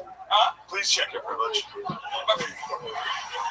Brown They have 10 million pesos. So they're well off, but not completely rich. Yeah, so he opened his own company, and then he loved the company, and so we had to come back to it. Just like that. How'd they lose the company? What happened? One bad Enrique Iglesias album. That's all it takes. Actually, you're not far off. So there was a big man called Intocable who came up with the name Intocable of the album, but the rights, somebody else had it, and so my dad got into the whole lawsuit. Yeah. I don't understand. He said Menudo? Yeah, something like that. So what do you do for work now? Bubba Gum Shrimp Company, man. Really? Wow, with Mikey McKernan. Yeah, you know Mikey. That's incredible. You work at the one in Universal City? Well, no, he does. I work at the one in Santa Monica. Oh, look at you. You know, every time he's on, we always ask a question. If you could tell us something, like a fun a different fact from Forrest Gump. This is always just a question that Red Band asks. I've never asked it once. All right, which Avenger got discovered while they worked at Bubba Gumps? Which Avenger? I'm gonna guess Batista. No. I was gonna say Thor. No. Well, fuck me then. Who was it? I'd say Hawkeye. Whoa. No. He's also a Guardian. You're talking about the plant? No. Was it? Chris Pratt got discovered 20 years ago, and that's why I'm still there. Oh, is that what they tell? That's what they tell you guys to keep working No, there? he posted on Instagram. I go, yeah, totally. Just keep showing up on time. Chris Pratt, he works right here. Bubba Gump, totally. Get that cocktail sauce out quickly. That's what Chris Pratt did. I love these Forrest Gump lies that you guys get taught. We keep on learning. Unbelievable. Hell yeah, just Chris Pratt just waiting tables. Oh, here's your shrimp cocktail. Oh, wait, what? You want me to play Thor? Okay. But you're right. Fuck yeah. Tell us something crazy about you that we'd be shocked to know, Salvador. Bubba Gump's one thing that I do, I don't sing the regular birthday songs. I sing Happy Birthday in Spanish. Oh, we said shocked. Yeah. Oh. That's the most shocking thing about you is you say happy birthday in The most Spanish. shocking thing about me, a fun fact about you, something that you think makes you different than all these other people.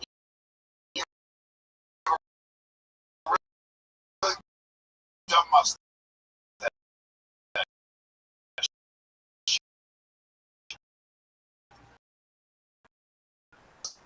I can't say that about anybody in this.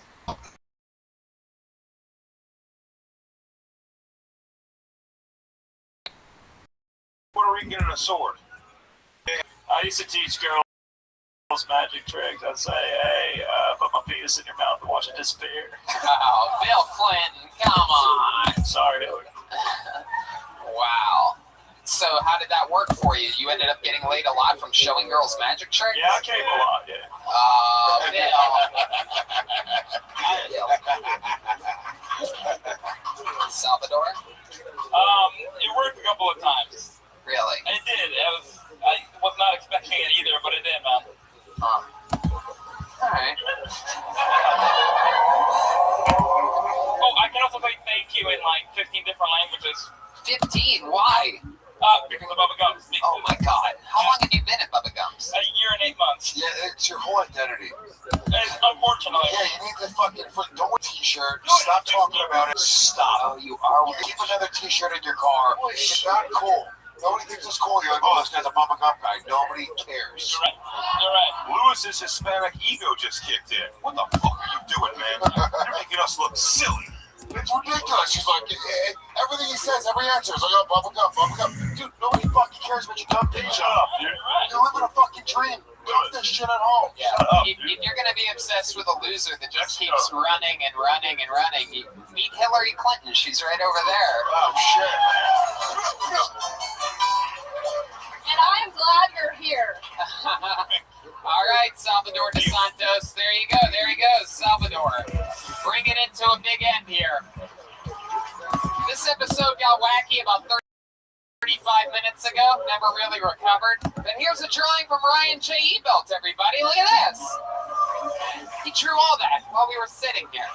Isn't that incredible? Guys, how loud can this place get for the great Shane Gillis' first time on the show? Big J. Okerson!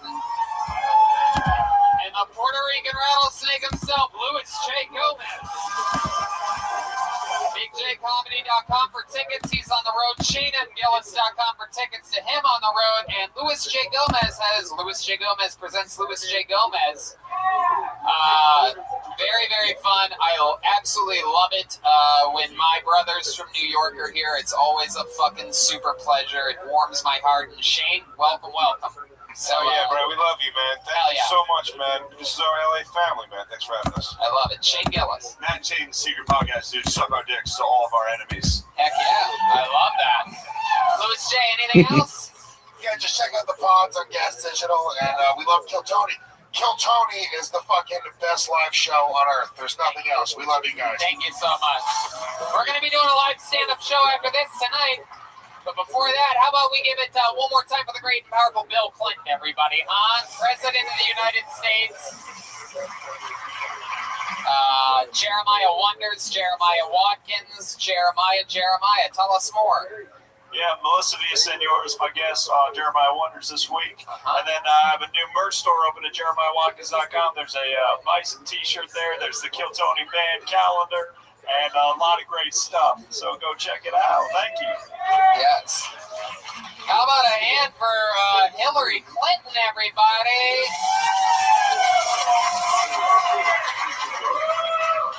You know her. You love her.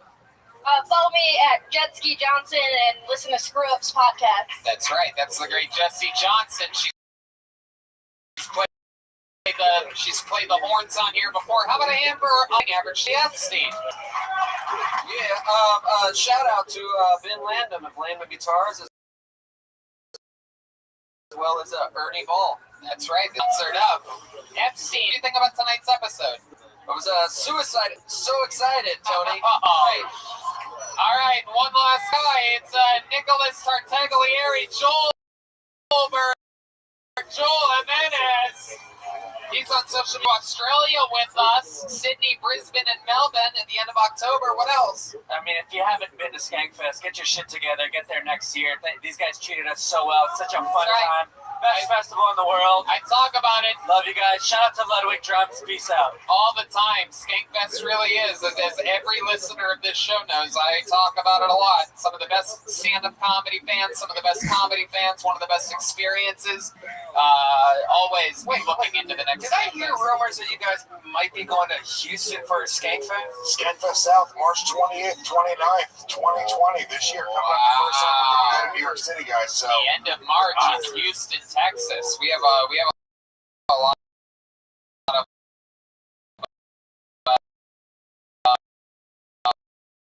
of listeners there. I'm sure they're excited to find out about. Thanks for being here. Ryan J. Ebelt's prints are available at RyanJEbelt.com. And get your tickets for Australia. I'm doing stand-up at West Palm Beach. We got one in Dallas in the beginning of September. Then, of course, Sacramento, San Francisco, Kill Tony Mania in the middle of October. Thanks a lot, guys. Thank you. Right down the middle.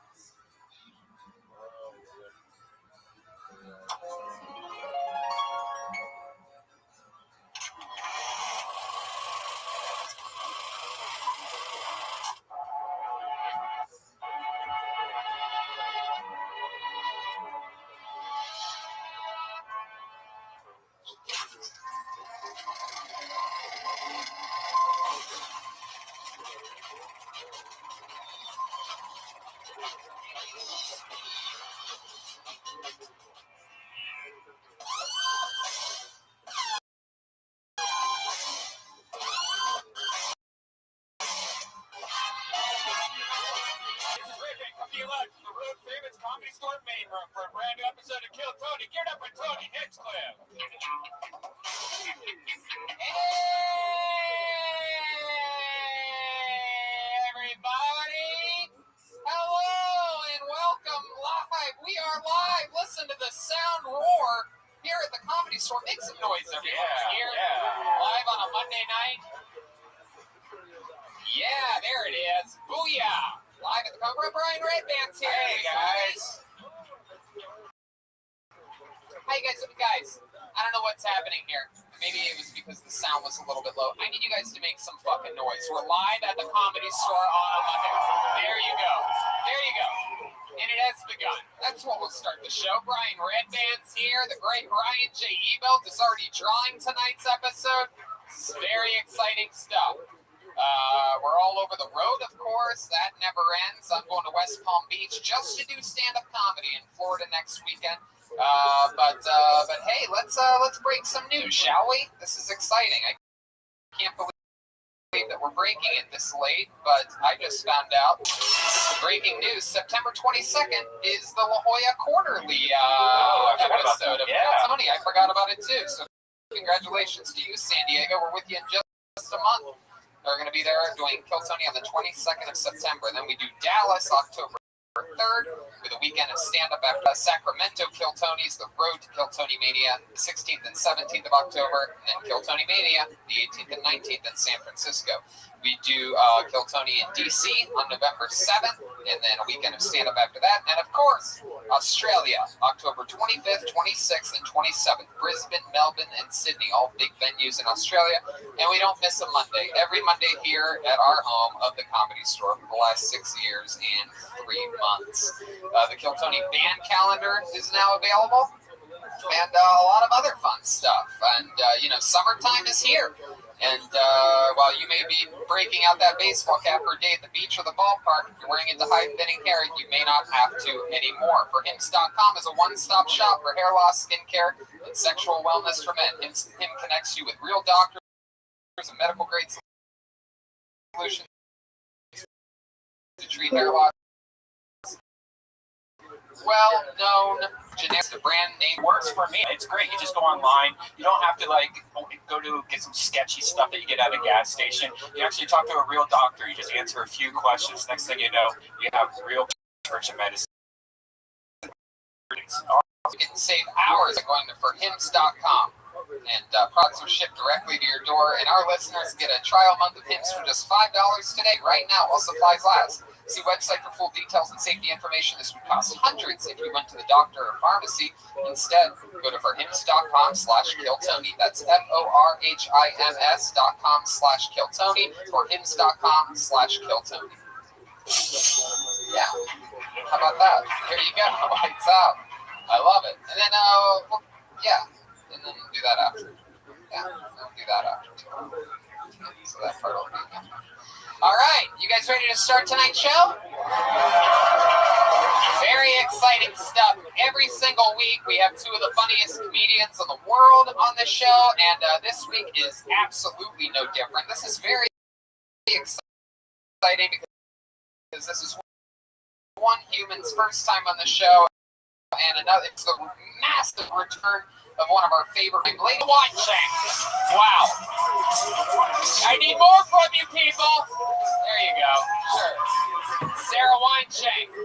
The great Kyle Dunnigan. They are here. Kyle Dunnigan is on Lights Out with David Spade, September 4th and September 12th to the 14th at the San Francisco Punchline. One of my favorite comedians on all of an app called Instagram. Yes. Absolutely hilarious human being. Welcome to the show, Kyle. Thank you. Heck yeah. I didn't know this had really sold out. Nice. Congratulations, Tony. Yeah, we are the #1 live podcast in the world. Every single Monday, some of the most loyal, incredible comedy fans. Which brings me to this little firecracker right here, the return of Sarah Wineshank, everybody.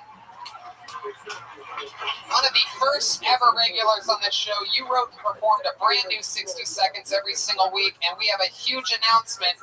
Her Comedy Central digital show, Shanks for Smoking, debuts this Thursday, everybody.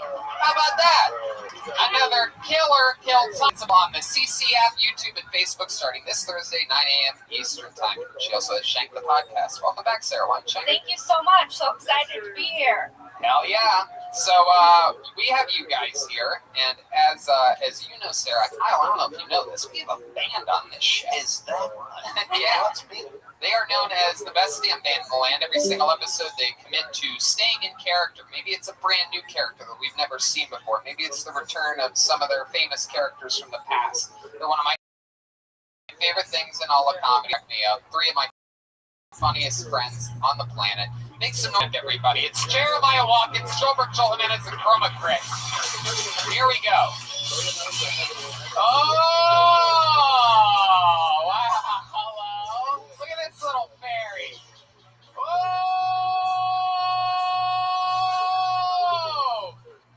Wow. We know this guy. One of the most famous characters in the history of the show. It's Fumnar. Wow.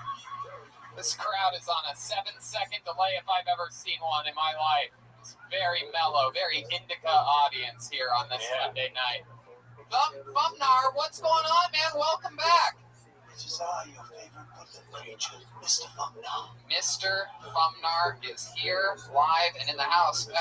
What's been going on, Mr. Fumnar? It's been a while since we've seen you last. I had a relationship with a fox. Didn't go well. Yeah, I slept with a badger. You know, this Tinder game is rough. Oh, wow. Very sexual. Next to you, we have what appears to be a gay fairy? I don't know. What is it? My name is Tickerdale. Huh? Tickerdale? Sure. Okay, Tickerdale. All right, and clearly back here we have a full-blown Mexican fairy. Incredible, never seen anything like it. How are you? Tony, my name's Derek. Good to be back. Wait, what? I'm a straight fairy. I love pussy. Back to you. I don't know, that sounds suspicious. I just love it so much. All right. What these wings are for, they fly me to and from. Wow. Fairies and Mr. Fumnar been fucking the woods. It's legal where I come from. Wow. All right, so we have woodland creatures, we have Kyle, Sarah, we have Red Band and the magical soundboard, which brings me to this, the bucket of destiny, ladies and gentlemen. The backbone of the show, filled with names of people that signed up beforehand. Anything can happen. Maybe it's a brand new comedian. Maybe it's someone that we've met before. If I pull your name out of the bucket, that means you get 60 seconds of uninterrupted stage time. You know your time is up and you hear the sound of a kitten. That means wrap it up then or else you're going to bring out the angry West Hollywood bear. Afterwards, we interview you, find out more about you, about your life, maybe ask you some personal questions. The truth is always going to set you free. You guys ready to start this show? It's Kill Tony live from the Comedy Store on the Sunset Strip. All right, just like that, the magic will begin. Oh, Whoa, look at Mr. Fumnar. Wow, look at that beautiful giant saxophone. Mr. Fumnar, how did you learn how to play the saxophone when you were in the wood? It captured me for a while and I learned the woodwinds. There you go. You never know. All right. Okay, you guys ready to start tonight's show? All right, I'm going to tell you something right now. I know a good episode when always at the start. This guy has been on the show at least twice, has always made a huge impact. You may recognize him as the guy who had a pet snake before getting a job, before having a stable place to live. He tied the snake via a rope to a chair, and his roommate made him get rid of the snake. This whole thing's crazy. It's always interesting. Put your hands together for the return of Osiris Henry, ladies and gentlemen. Mr. Snake on a Rope himself.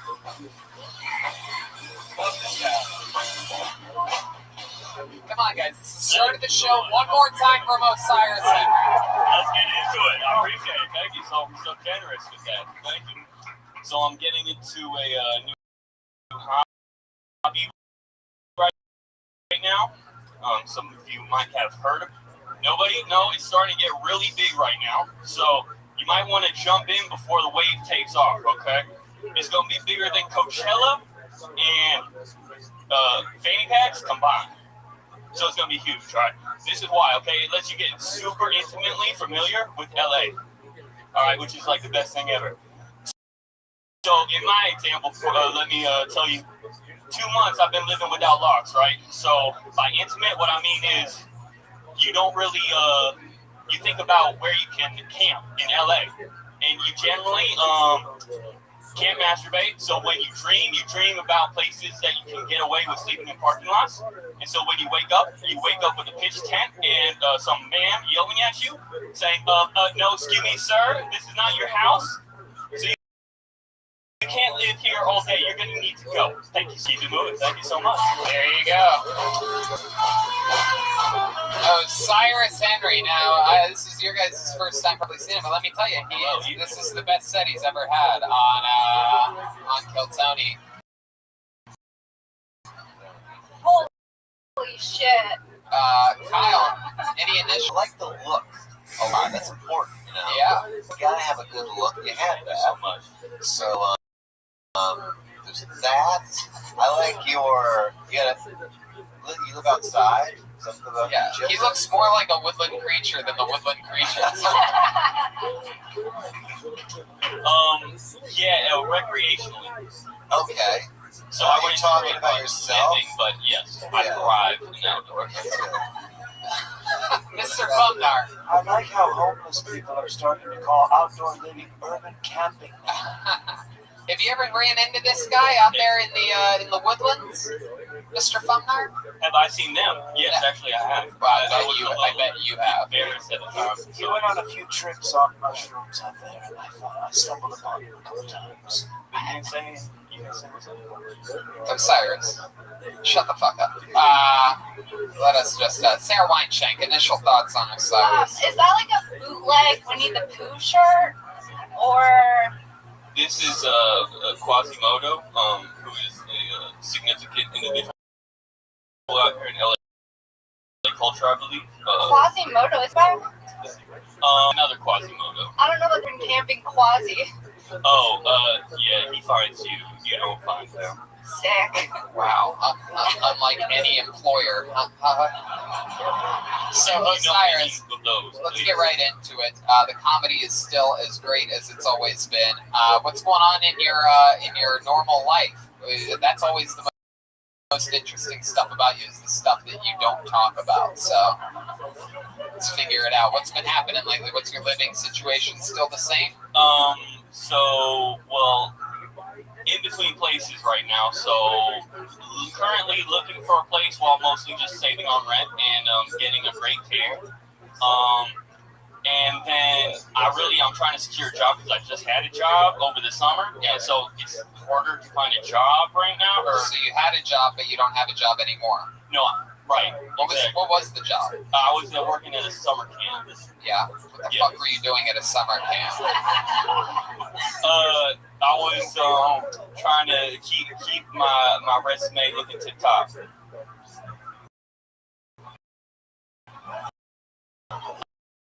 I was trying to keep it was a job, and it make sure they stay. I don't think you'd be watching kids. Why is that? You're a guy that at one point thought it was safe to tie your snake to a chair on a rope. It ended up getting loose around your apartment. Your roommate made you leave. Previously to that I think you said that the snake was friends with a dog or something, right? Yeah, but it didn't really get along with the dog so well. You remember any of this, right, Osiris? But I don't work with kids that small. It would get near the snake. Wow, we're talking about a couple different present. I apologize. It's okay. So, Osiris, you would watch the kids? You were the responsible one out of the bunch? Well, I mean, we weren't. It wasn't like every day we try to figure out who was the most responsible one, but I probably would have have put myself on the top of the list. I don't know about them though. So how did this job at a summer camp end? Because I got some news for you. It's still summer. Tony, we're woodland creatures, and this guy has me going, is this dude real?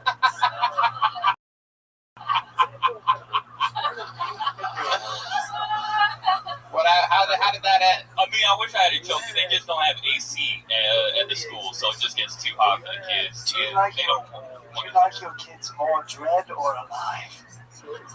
Dread or alive? You have dreadlocks. You don't have to answer that, Osiris. Am I even here?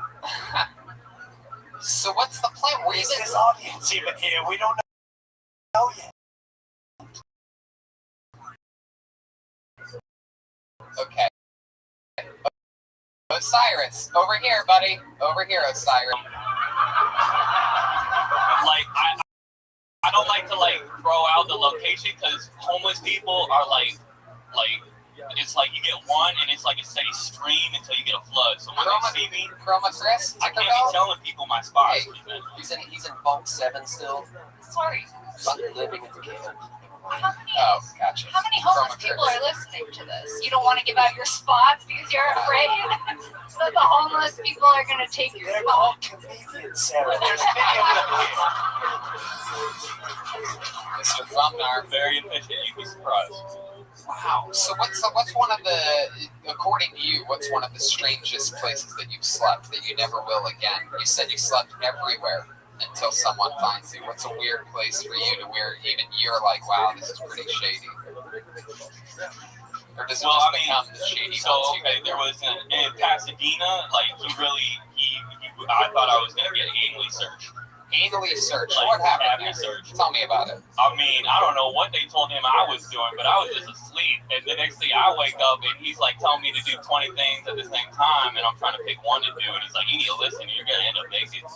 And I was like, okay. Were you driving? I was just camping in a rich neighborhood. So I don't camp in the rich neighborhoods. Those are the ones that give you issues. Right, yeah, because you don't fit in so well there, huh? I guess they don't. I haven't heard of urban camping. I should just bring avocados. Man, nothing you say works. It's incredible. Like, you ever think about doing whatever the opposite is of what you're gonna say? Like, let's try it. Let's try an experiment. That would take a long time. Okay, I'm gonna ask you a question, and you try to be funny. Okay? Hey, over here, buddy. This is the same problem. If you don't start answering these questions right, you're gonna end up naked. You understand me? So here we go. All right. Now I'm gonna ask you a question. I want you to try to be funny. You ready? And then I'm gonna do something else, and we're gonna experiment another way. You ready? Okay. So I noticed you have a hat attached to your back. What's the story with that hat? Where'd you get that from?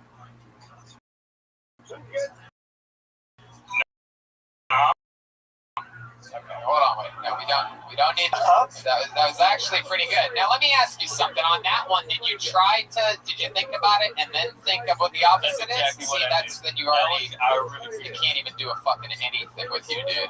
It's unbelievable. You already fast forward. Not the answer. I was like, wait, hold up. Yeah, it worked. And then it worked. But it didn't. They didn't really laugh though.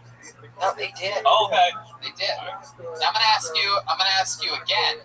Now, all right. Now I want you to think for a second about what the opposite of Vietnam is. Okay, ready? Here we go. Hey, what about that hat? Where'd you get that hat? Legoland. I do like the backstory of getting that hat at For some reason, I'm laughing. That was better. Because it leads me to believe that since, he works at children's camps, that he just stole it off a disabled kid at Legoland. Do you ever sleep with a homeless woman, and how was her hygiene? Wow, 2 questions at once. Fantastic question. Guy that can't handle one question, you're really piling it on, Brian.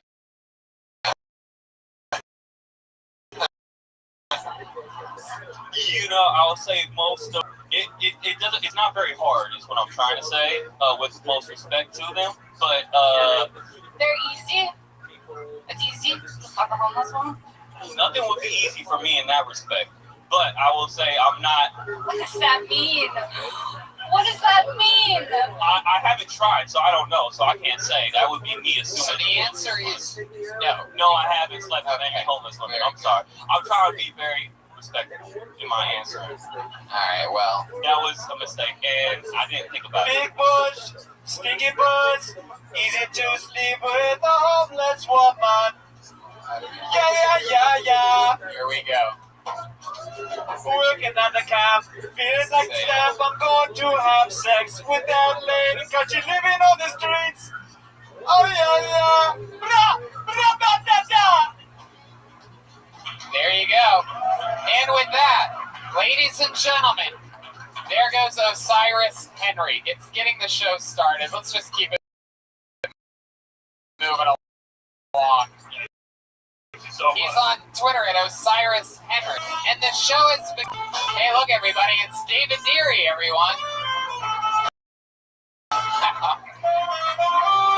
Oh, it's touching us as he walks by. How exciting. How about a hand for the band? They're here. They're present. Shirtless. Okay, this looks like a new name. Let's see what happens here. Put your hands together for Dan Veer. Dan Veer. Here he comes. Here comes Dan Veer, everybody.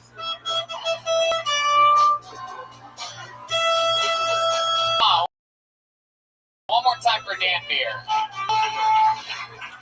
How you guys doing? Pretty tired right now. I don't know about you guys. I fall asleep like every day. When I fall asleep, I like to keep the TV on. You know, I like to watch something, and it's usually pretty cool. But I've been dreaming about what's been on the TV lately. It sounds fun, but it really like ruined movies for me. I can't watch Step Brothers anymore because I spend the entire night running away from John C. Reilly because I thought I touched his drum set. I know you touched it, you fucker. Can't watch Forgetting Sarah Marshall anymore. The entire time, Rance is trying to have a threesome, but like an orgy. He's like, all right, this side of the room, you're gonna get all naked, all of you. We're gonna go on a conquest of the clearest. You over there, you're gonna pull your titties out right. I love to fall asleep watching ESPN though. It's basically just being read a lullaby by like a chain smoker. You just brought to you by a terrible sad. Oh, okay, Dan Veer. I remember you, Dan. Last time you were on, we found out that you do voices and impressions, right? I did Arnold, Walken, and Bush to start off, and it was not happening. And then what was the breakthrough there? The breakthrough was different things. Charles Barkley, yeah, Russell Brand, Coors Light beer commercial guy. Yeah, we loved the Coors Light beer commercial guy, right? Can you give this audience an example of that? Well, just take yourself and put yourself on that Rocky Mountain road. Very good. Why don't you sit back and relax on the road to your next DUI? Wow. So Dan, how long have you been doing stand-up? Like 2 years now. 2 years. All of it in Los Angeles? I started at Arizona State just with like one open mic, and like 30 of my friends showed up. Arizona State, the home starting place of the great Stephen Brody Stevens, the late great. Yeah. Arizona.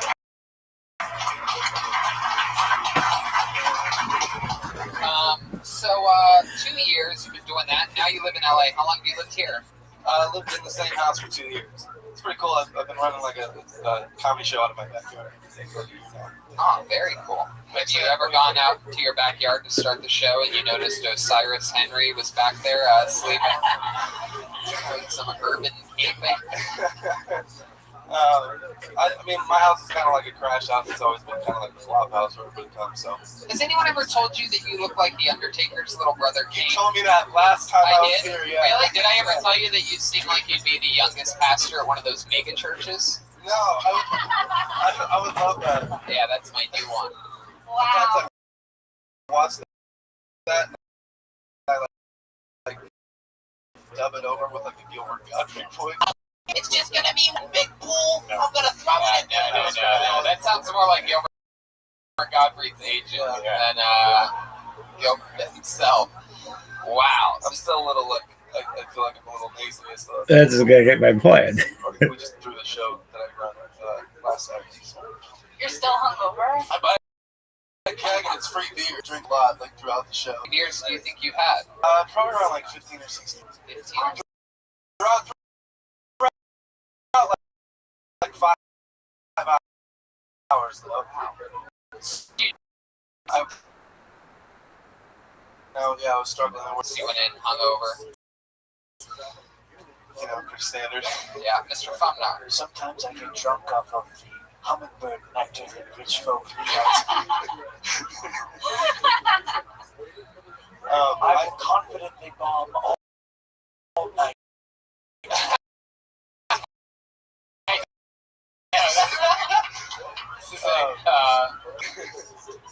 So Dan, what else has been going on? Tell us something about you or your life that we would be surprised to know that we didn't find out last time. Any fun facts about you? I played Division I football at Arizona State when I was there, so that was pretty chill. Got a lot of friends from that are in the NFL now, so that's kind of cool. Yeah, offensive line? Yeah, a couple. He actually just retired, though. He was in the league for 3 years with the Bengals at Eastern Western. So there's a couple people. Demarius Randall, who went to Arizona State. He's on the Browns now. Other than your college football days, what else about you? What do you like to do for fun now? For fun now, I just hang out with my friends. I mean, I have 3 older brothers. I'm pretty close with all them. 2 of them are chiropractors. One of them's living with me in my house. So it's like 2, like the doctoral route. What does the brother that you live with do? He's a writer and director. He's trying to basically just get a couple scripts read by so an urban camper. We have a house, but yeah, I mean, I work a lot. I do comedy a lot, open mics a lot. I just started following him on Instagram. It's fucking hilarious, man. Nice. You check those ones like Ray Liotta coming in. Yes. That's what it was. It was Ray Liotta we were talking about today. Yeah. De Niro's on that thing. I did about the Popeyes chicken sandwich. Which one was better? What face were you swapping with? I started off with Obama, and then I did. That's racist. Wow. Yeah, people tell me that you black face swapped. It was like the same color as my face, though. We noticed that your impressions are either amazing or really like 15% effort. Yeah. Can we hear a little bit of this Barack Obama of yours? I believe the American people deserve to know the results of the election. That's pretty good. That's all right. Sounds like a white guy doing Obama. Right. Yeah. So it's not, I'm not. I did Bernie Sanders. Okay. Let's hear some of this Bernie Sanders. This is a new one. This is probably going to be bad. Look, Mr. President Trump. I think we all need to stop worrying about these big chicken sandwiches, these wonderful chicken sandwiches, and remember the little spicy chicken nuggets and Wendy's. It's funny that this is what we found out last time, is the ones that you think are bad are the good ones, and the ones you think are, you went right into it. No. That was what started. All right, fair enough. Maybe it's just always lower the bar. Yeah, this is gonna totally suck. Right? I feel like my better impressions are like the niche ones that like no one gets, and you're like, do the niche ones. That's what you told me last time, like do the niche ones. So I've been doing John C. Reilly a lot. Oh, let's hear John C. Reilly. That's what I started with. That was really good. Oh, that was the. You did that. I totally was paying attention. This is one rule in the house. It's just like Cookies Files. It's just like Cookies Files. Wow. That's pretty good. Oh, you got Red Band trying bad impression. So who else? What else have you been working on? I've been trying to. I just got like my premise for introducing all these comedians was like falling asleep on TV and everything. So I've been trying to stack on with that and like other shows that I can do. And I did the Charles. I'm doing like a Charles Barkley Ancient Aliens bill. Where like if Charles Barkley was being interviewed about like in the 1995 movie Space Jam, Charles Barkley powers were stolen from him when Bugs Bunny and Michael Jordan made a bet for the century. Yeah, that's bad. I drove a car from me out you guys, but it was knucklehead out the turtle. Have you ever thought about just doing actual blackface and walking around in a Charles Barkley jersey and just introducing yourself to people as Charles Barkley, like going to Starbucks, getting a drink, and they're like your name? It's so funny. My girlfriend's like, she's very PC. She's like, as soon as I released that video, she's just like, oh, honey. That's not the best look. Leave her. She sounds boring. I think the fairy has some alternate motives with you in the back. I said I like pussy, alright? You've told me that for centuries. You are a master impressionist, Kyle Dunnigan. You have any advice for this young impressionist? Well, I think you do have a good ear for it, and you do really good impressions. Advice, keep trucking. Is that good? Yeah, that's good. Keep trucking. Yeah. Get and follow a career path in the king industry, the 18-wheel or something like that. Just keep trucking by the Grateful Dead. Now you said you had brothers who are chiropractors. Have they told you any tips that you could maybe tell us? I mean, just depending on what your problems are, I would say don't crack your neck by yourself. Don't be the guy that's like, it's not good for you. Do you know how to crack somebody's neck? Not really. They go to year. They go to school for like 7 years just to be able to like do that. So I wouldn't trust anybody who visits my brother or certified chiropractor. Something completely embarrassing about you that you would be disappointed that you admitted on a live podcast. Oh man, I have 3 older brothers, so there's like so many things. One time in high school, at an assembly, I was crossing the stage and a kid pants me, and I had like a laptop in my hand, so like I held the laptop because I couldn't drop the laptop and pull my hands in.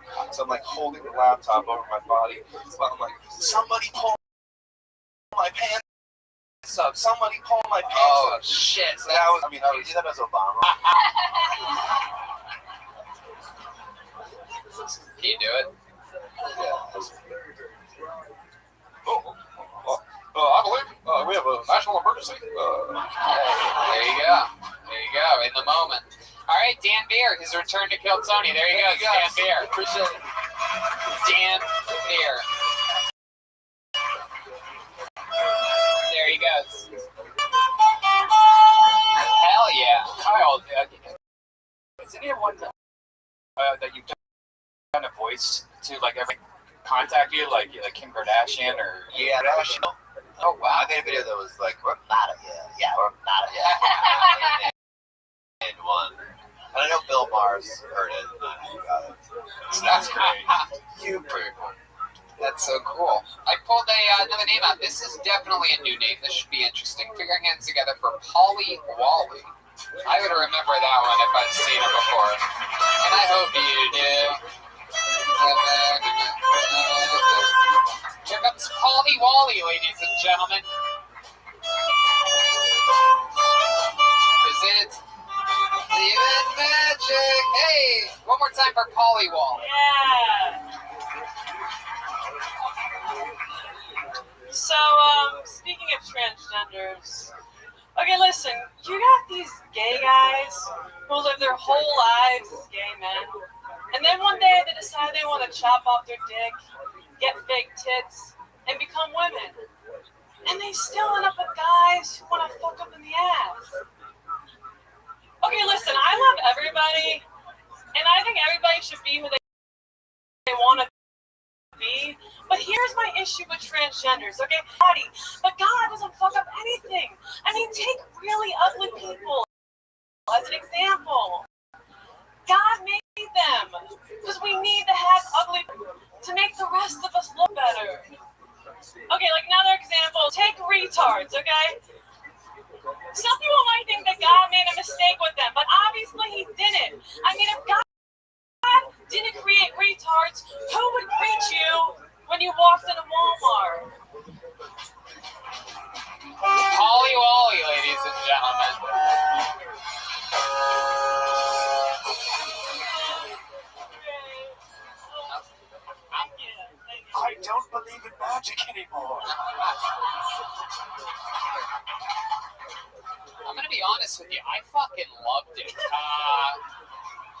There's something about it. It wasn't funny at all, but it's brutally honest.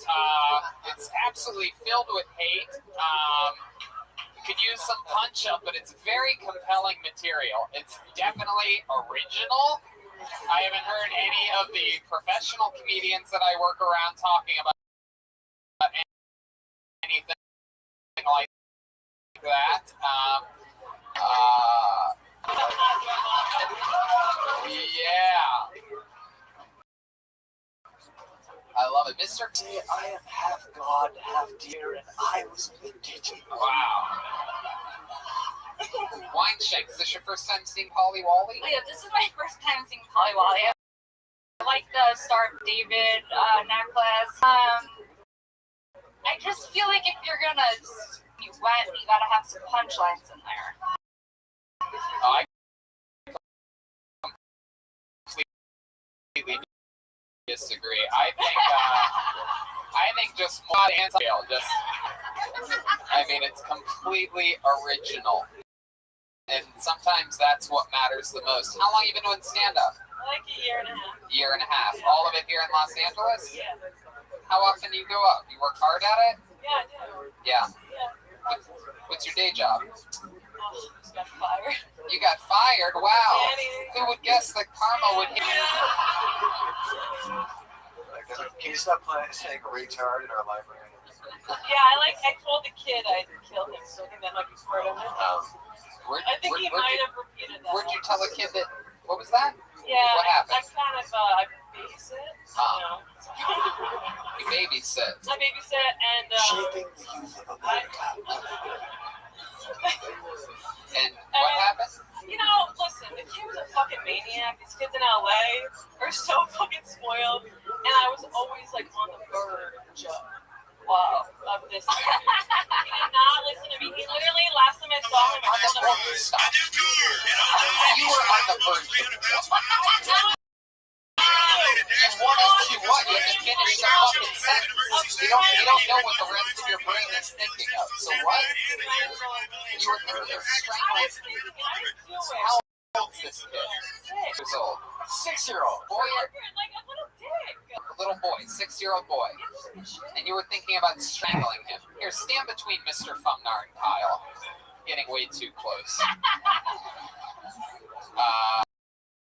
So, what type of stuff would the 6-year-old do in which you would even think about strangling him? Literally, I told him no more crackers. He couldn't eat more crackers. He grabs the crackers, not like letting me see, brings them over in his hand and says, I just licked all these crackers. Wow. He's 6 years old. Yeah. That's what 6-year-olds do. Yeah, Red Band does that in 845. Okay? No manners. Yeah. I gotcha. Mr. Fumnar. I actually know a bear in the woods that can handle the situation properly. Okay. So Polly Wally, what was the problem with him licking the crackers? They're his crackers. No, they weren't. I told him to save them for his sister. Oh, so you babysit 2 kids. Yeah, and like before, it was like they told me 2, but then I was like babysitting more. She has every right to murder him. Now that I hear the story. Yeah. He licked crackers. Deserves death, right? Yeah. How long you been babysitting kids for? Like 15 years. 15 years. Wow. We have the 15-year veteran babysitter. We have Osiris working summer camps, and we wonder why there's school shootings regularly. Mind-boggling. So you've never disciplined any of these kids before? I wanted to. Right. If they gave me permission to hit this kid, he needs to be. Wait. What? Okay. You can hit our kid. Just FYI. You threatened to kill the kid and then you got fired? Is that what happened? Yeah, but I don't think.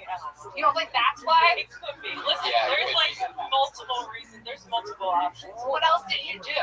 Well, I told the mom, I was like, your kid's a dick. And Wow. I was like, I don't know how to deal with him. What did she say about She's that? like, I know he's a dick. She Right. actually told me. Yeah. She's like, I'll come in on Tuesday and I'll stay with you. And then today I got a message from him saying, I don't need you anymore. I'm like, why? Yeah, what did they He say? said the kids are going to school.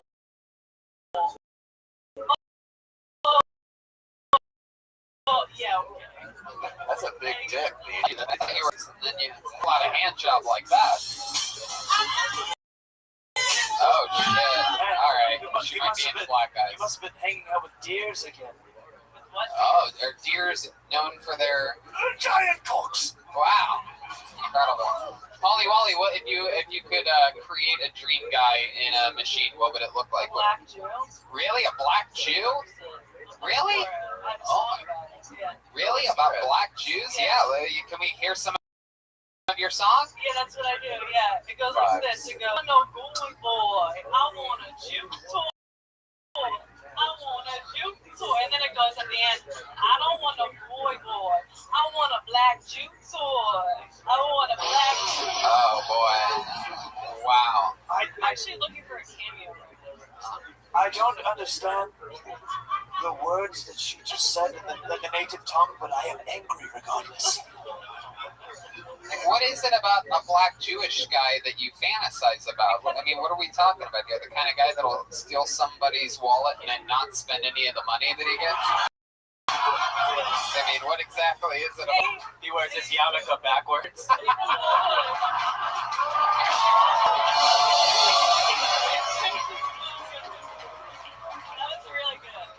Wow. That deserved a real Joel Berg chant there, but again, this audience is out of it tonight. I like it though. So, Polly Wally, have you ever been with a black Jewish man? Have you ever met one? No, where are they at? Right. I don't know. I don't know. I don't really meet them. I think after building the pyramids, they just disappeared. They see me coming and they're like, Black Jews are as mythical as me and these fans on stage. My goodness. Wow. That's incredible. So you're out there looking for like a star of David Robinson or something like that. pretty much. Goodness. Or an Israeli. Wow. It's incredible. Bahaba Nikki. Yeah, boy. I love it. I love it. I can't believe you just made that joke. I love it. The black guy's laughing. This guy seems like he could be black and Jewish, sort of, right?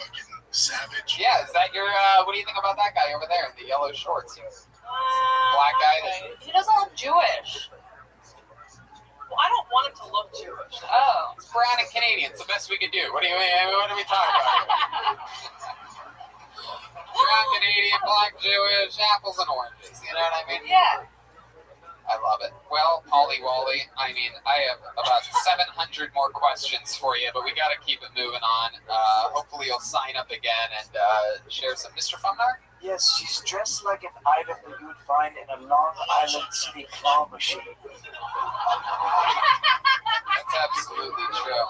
You know what? I do have one more question that I have to ask, because I have to know. When you said that you have a song, right, and then you did that song, when you say you have a song, like, what does that mean? What do you do with that song? I make music videos. You make I music rap videos? and I make music videos. Oh, shit.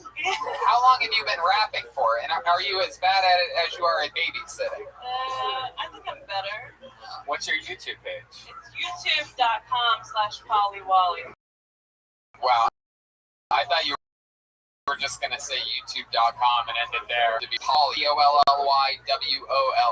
Yep. Well, there you go. Well, everybody's going to go check it out right now. Oh, wow. Look at that. There it is. I thought it was youtube.com/transgenders just don't get it. I like that one. All right, there you go. Polly Wally, ladies and gentlemen. We're flying through it tonight.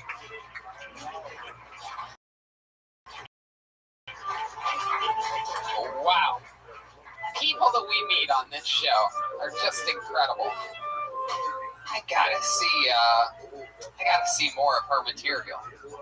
I mean, that was the minute that she chose for her first time on Kill Tony. People born gay that turn into women and they still get fucked in their butt anyway. And God, I don't know. Yeah. All right. It's a lot to process. It really is. I'm still processing urban camping. Imagine for a moment the stuff that Polly Wally thinks of that she doesn't share with an entire room of people. All right, pull another name out of the bucket.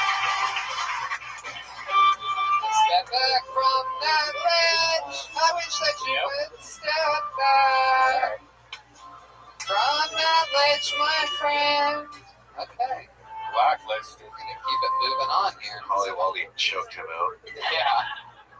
That's probably a black Jewish guy that's running for his life right now. Okay, how about Rafael de Camargo? Hey now, Rafael. Oh, step back from that ledge, my little friend. Step back from that ledge. One more time for Rafael. I've been gaining weight and making a lot of shit from my family who all lives in Brazil. And once a year I'll hit up my grandma and be like, hey, I still love you and I still think about you always and I miss you and I'm sorry I've been so busy. This year she responded with, hey, I saw a photo of you doing stand-up. Are you getting fatter? I was like, you gotta be able to bitch, like shut up.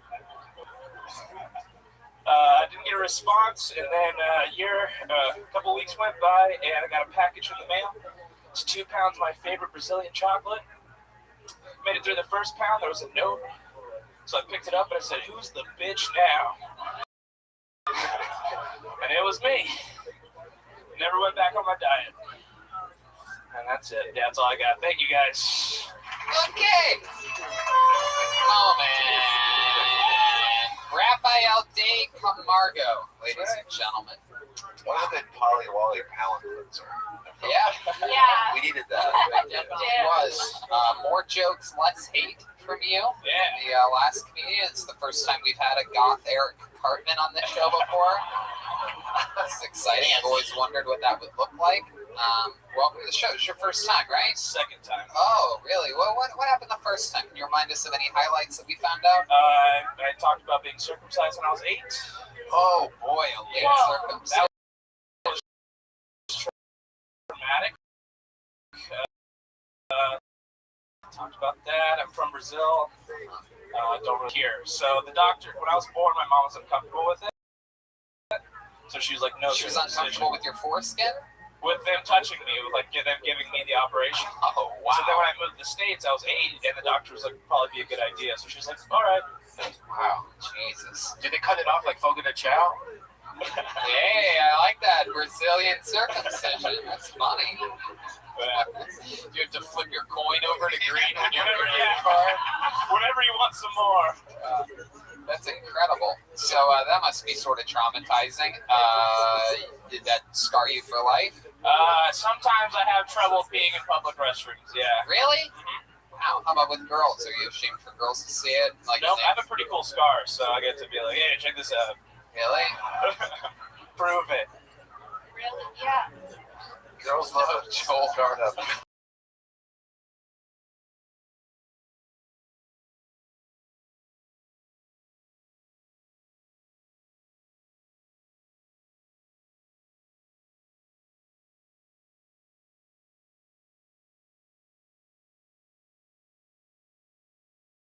Comedy, I just outlaid eating at bars, waking up later than I usually do, not having time to prepare meals, just you read my book.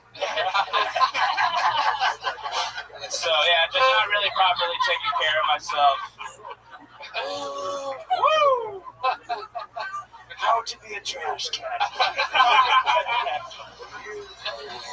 My goodness. So, Raphael, what do you do for work? I'm a server at 2 different places. You eat a lot of the food that... Yeah, it's very convenient. Yeah. I eat a lot while I'm working. Yeah, that's fun. 2 different places, huh? Yep.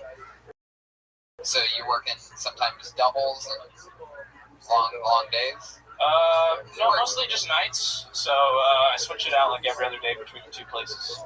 Very interesting. And your love life, how's that going? Yeah, not going at all. Really? Last date you went on, what happened there?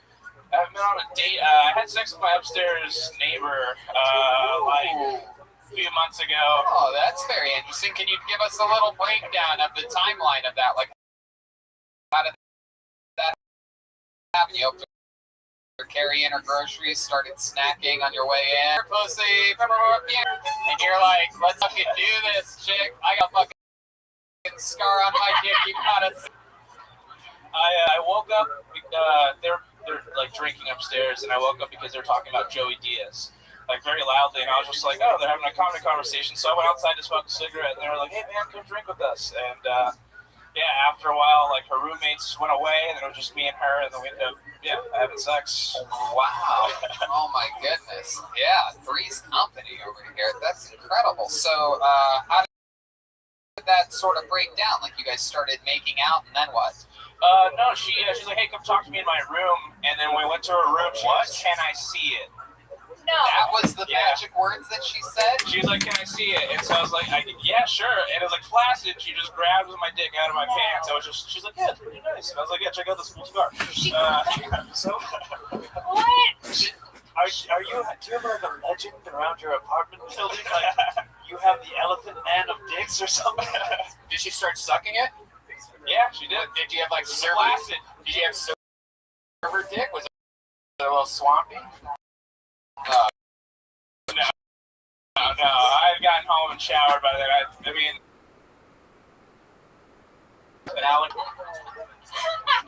she was giving you a blowjob, at any point did you call her Scarface? So wow, so she started sucking it, and then how long does that go on for? That went on for about 2 minutes, and then she laid on the bed and she was like, I want you inside me. Everybody stop what they're doing. Yeah. Are you sure this wasn't a guy? Everybody. I don't care what the fuck you're doing, but we have this motherfucker from this island who's trying to get his ass whooped. And cool. How you living, pimp? Yo, dog. Yo, can you hear me?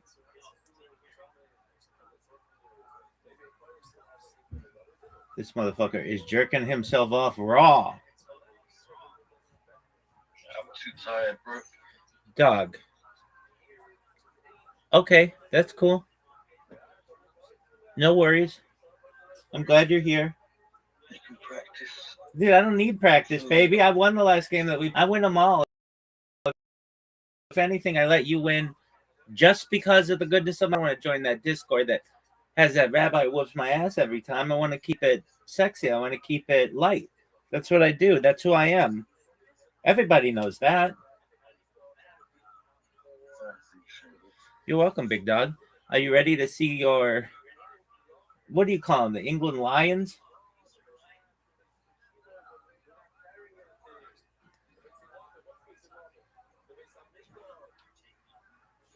Dog, this motherfucker sounds like he hasn't slept in weeks.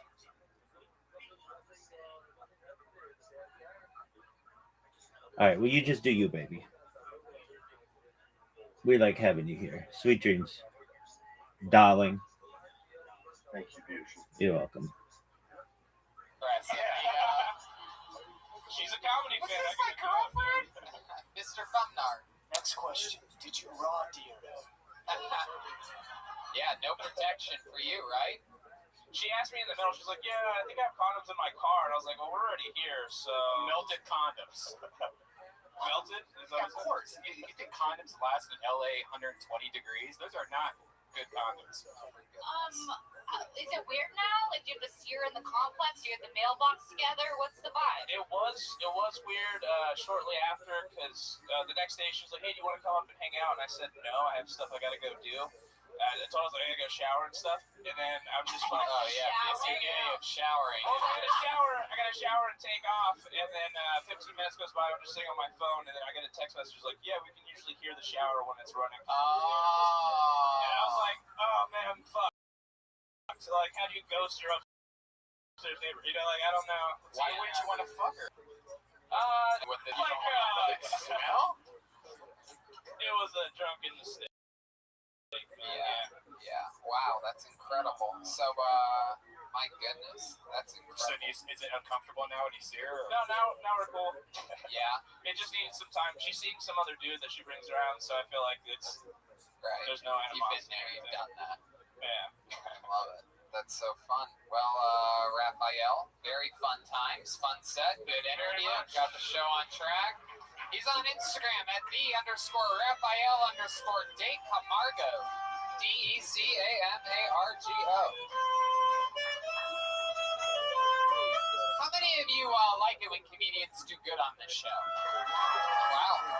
So these guys really like it when comedians do good. How many of you like it when comedians do bad on this show? That's almost 50-50. 50-50. Yeah. Some good people. That's why they've been pretty tight all night. It's interesting. All right. Put your hands together for your next comedian, Alex Holiday, everyone. Alex Holiday. Oh, God. He's jumping out. Here he goes. All the way from the lucky corner straight over.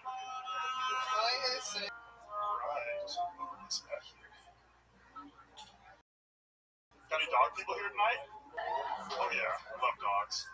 Dogs are great because that's one thing I get to cuddle with, but I definitely don't want to fuck. I can cuddle with my dog for hours, and I'm not going to want to have sex with him at all. Like, not even a little bit. But I can cuddle, like, I'm a single guy, so you have time to cuddle with a person. Trying to fuck them or I just fuck them. But not him. It's great. Like, he loves to cuddle so much that kind of he always initiates the cuddles. I mean, has he been rubbing me all these years? Like, come on, man, make a move. And move that belly rub down a little. It doesn't seem like that crazy of a thought to me. Because like he tries to hump my leg. If that's not a sign he wants to fuck me, I don't know what is. Fuck yeah, Alex Holiday. Doing some dog cuddling. Cuddling with the dog. Welcome back to the show, Alex. We've had you've been on the show quite a few times. You've been doing stand-up for how long? A couple years? 4 months. 4 months. Yeah. Wow, look at that. 4 months long, and we already know that you work for your dad's security, home security system place. And the standout thing about you is obviously that voice. Yeah, it's been. Yeah, it's very. This is the third time this song's been played. No, I know. Works every time. Every single time. It's going to happen anytime you get pulled out because it is the standout thing about you. There you go. There's also the Kermit the Frog and Everybody Loves On. What's been happening with you? It's pretty good. I mean, nothing too crazy since last time. Last time I was on the show, I just come back from a music festival, actually, so... Chorizo, I don't mean to be rude by any means, but if possible, can you mute yourself? Because when you fall asleep, then you end up snoring. Oh shit. Thank you so much. I appreciate it. If you want to talk, you can leave it on, but thank you. And snoring's tight as fuck. The sexiest people in the world snore. Shows they have clean consciousness. Clean consciousness.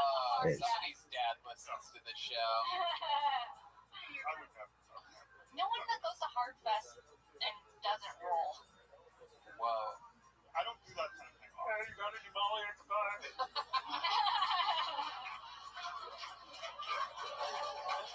Oh my goodness. So give me your parents shut, man. No son of mine will buy Molly and bring it into my household. Is that what it's like when you and your dad talk? Son, I listened to you on Kill Tony tonight. It was really disappointing. Does your dad have that same have a weird voice? No, they both sound like regular people. Nothing going on. Lucked out.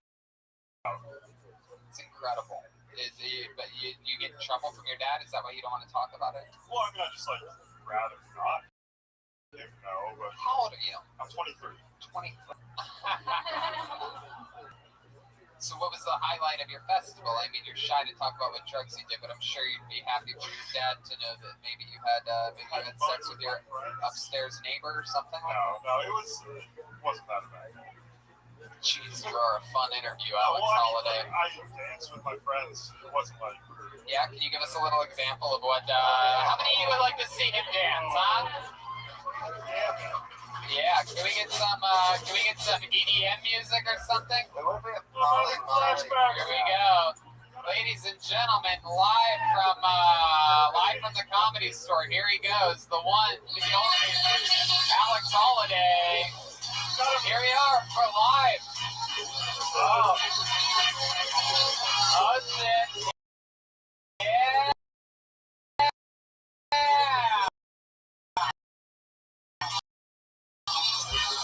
Wow. Mr. Bubnar, hold on a second here. Mr. Bubnar, what just happened there? Everybody was dancing nice, and Mr. Bubnar, for those of you listening to the podcast only, started sucking his dick. It's incredible. It's an ancient woodland ritual. My goodness, that was incredible. Oh, I almost carried him. Was that you, Alex, that said that? No, that was me. Someone was, no son of mine will come with a deer. Oh, it was a hot deer, Dad. It was a hot deer. Son, tell me if the deer penetrated you. We have to go to authorities immediately.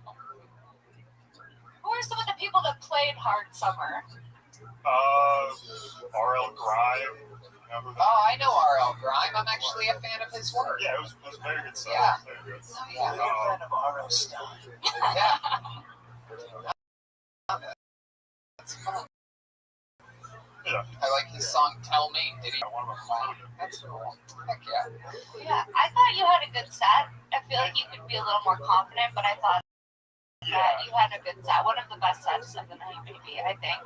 Even though that we've talked about it on this show multiple times, I would suggest for a guy like you, and you might hate this now, and I worked very closely with a couple friends that I've come up with that have also had things with their speech and this and that, right? Something that's really standoutish like that.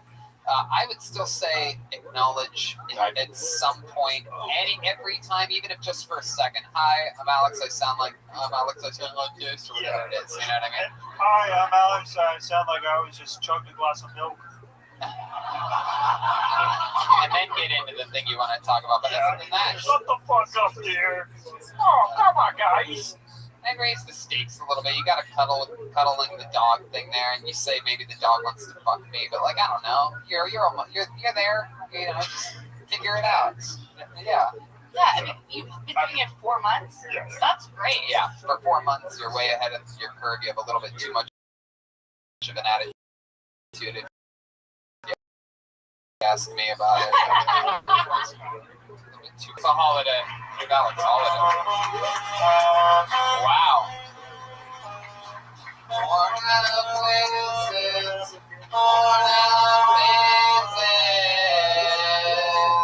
What another hand for the band. I mean, aren't they just incredible? Okay. This looks like a fun name. First time, I'm guessing. Put your hands together for Caitlin Attard. Caitlin Attard. Here we go.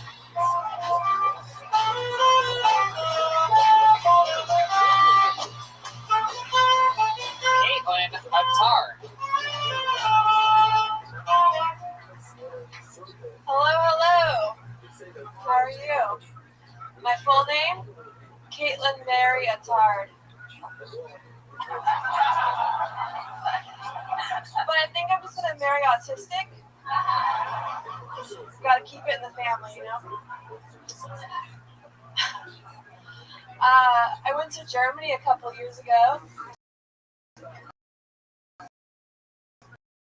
Learned how to say slut in German. I've been sucking dick. I'm on Tinder, and I like Tinder as much as the next guy, and the next guy, and the next guy, and the next guy, and the next guy. But I think I'm just gonna go on Dateline to date, because then you know you're single. You know you don't have to worry about anything. Man, I was dating this guy, and he was really bad at planning dates, but he was like really good at planning drugs. Heck yeah, Caitlin Attard. Yeah. That was really good. You know what I don't get? You have the purse, and then you're holding the phone. The purse is so close to that phone. You go, just put it in. Is that part of it? But it's the. Yeah. That's incredible. Freehand. It's like when a child learns that the cylinder goes in the cylinder-shaped one, the square goes, everything goes in the purse. That girl's my babysitter. I didn't learn anything. Hey, I like that. Little callback. How long you been doing stand-up, Caitlin? A couple years. A couple years. All of it here in Los Angeles? No, I'm actually from San Diego. I just moved here a couple of weeks ago. Oh, wow. Congratulations. Just good jokes. Yeah. Yeah. Were you in the military? No. Working at a restaurant. Because San Diego, that's the only Well, reason. most people that live in San Diego. Not most people. Yeah. Nope, not even close. That's how I look at it. Nope. Well, that's a big fat pie. Wrong pie. No. It's a big pie of wrong. You could slice it up and then share it with so much wrong with everybody that most people in San Diego are in the military. Wow. So, Caitlin, what do you do? Well, I was working at a restaurant in San Diego, and now I moved to or something. Well, there's plenty of jobs Dress here. up as a character on Is that true? What character? Right now it's Captain Marvel. Captain Marvel. You look like you're one bad life thing away from becoming Catwoman. Did you make a lot of money doing that? Like, you... Are you an urban camper? Almost. Okay. So, how long you been doing this? The 2 weeks? The character? Yeah, I just moved out here like 3 weeks ago, so I've just been here for like 3 weeks. I drive for Lyft too. So that's where you make most of your money? Yeah, I have savings too, so I saved up. From waiting tables, you saved up a lot of money. That's cool. What situation here in Los Angeles? 3 weeks in? I live in a closet. So does my friend back there.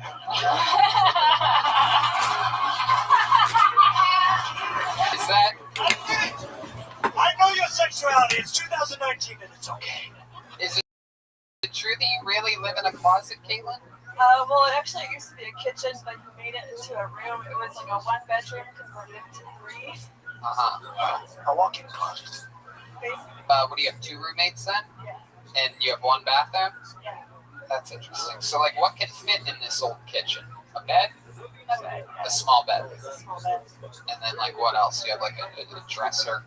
Yeah, I just have a dresser and then like 1 tile. 1 tile. What does that mean? 1 tile.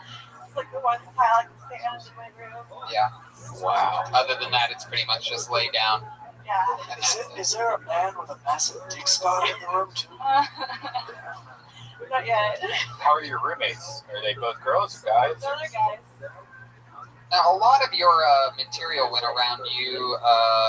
Seems like you're very sexually active. You can say that. Yeah. Have you been with someone since moving here to Los Angeles? No. Yeah. No one. You haven't shared your tile with anyone? Let's just say she's in a band called The Grateful Dead. Damn.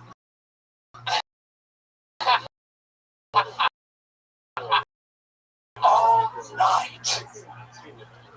It's in hacky sacks in your bag. Oh, that's a good guess. Is there either one of those things? Is there something of the hippie nature other than the purse itself? They just have boring things. Like More what? crystals? More crystals in the bag? Come on. I knew it. Really? Can I smell your crystals? All I have is my glasses case that's broken. Show us those crystals, sister. Do you really have crystals in your bag? Oh. You have one on your neck. Can I smell it? Anything creepy in your purse? Stop asking to. On Red Bull here today. Red Bull and vodka. The drink of confusion. Aggressive confusion. Red Bull gives Redbands chicken wings. It's true. He actually got chicken wings too. Caitlin, tell us something interesting about you. A fun fact about you, Caitlin, that we would be surprised to know, or about your life, or your family, or your history, or anything like that. I have 20 cousins. Wow. How about another fun fact? Yeah, my father was a deer. Who cares? I broke my arm in 2nd grade. I don't have fun facts. I'm not fun. Yeah, right. I bet you have so many fun facts you don't even know that they're fun. I can tell you have fun facts. You have a rainbow bag on. One time I was drunk and I walked on the freeway home. That's nuts. That's just stupid. How about this? You said that you learned what slutty is in Germany, and most of your set had to do with being so. What's the most crazy sexual thing you've ever done in your life? Oh, There we go.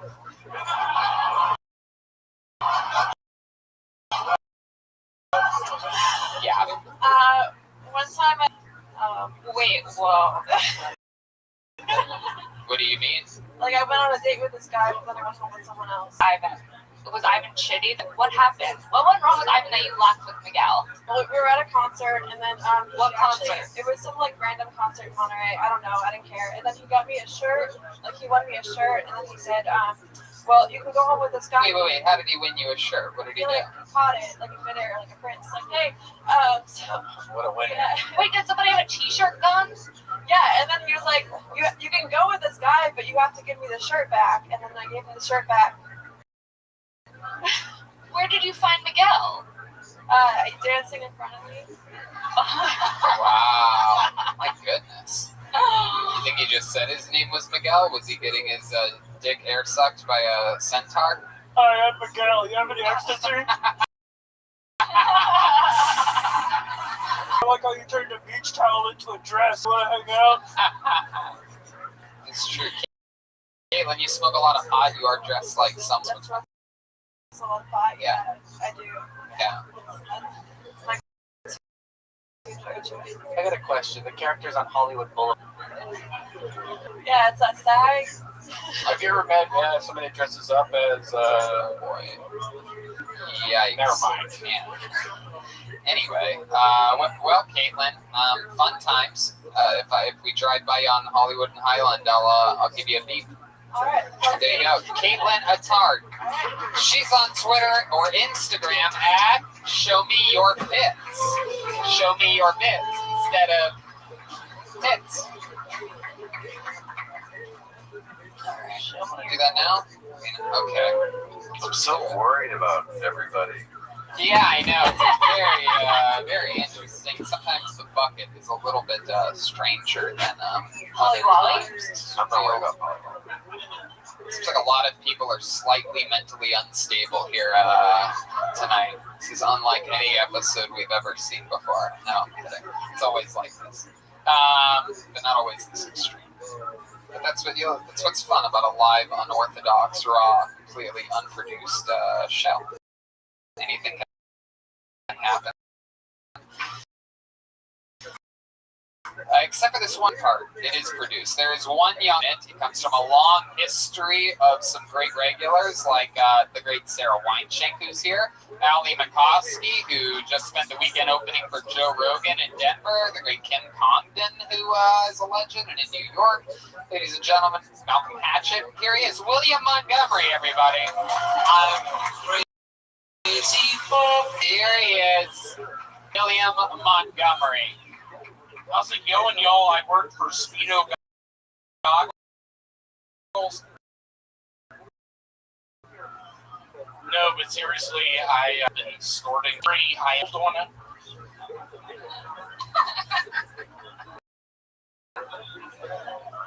That 5 years ago, that allowed me to open up for Cat Stevens. The guitar player, father and son, will be played during my funeral.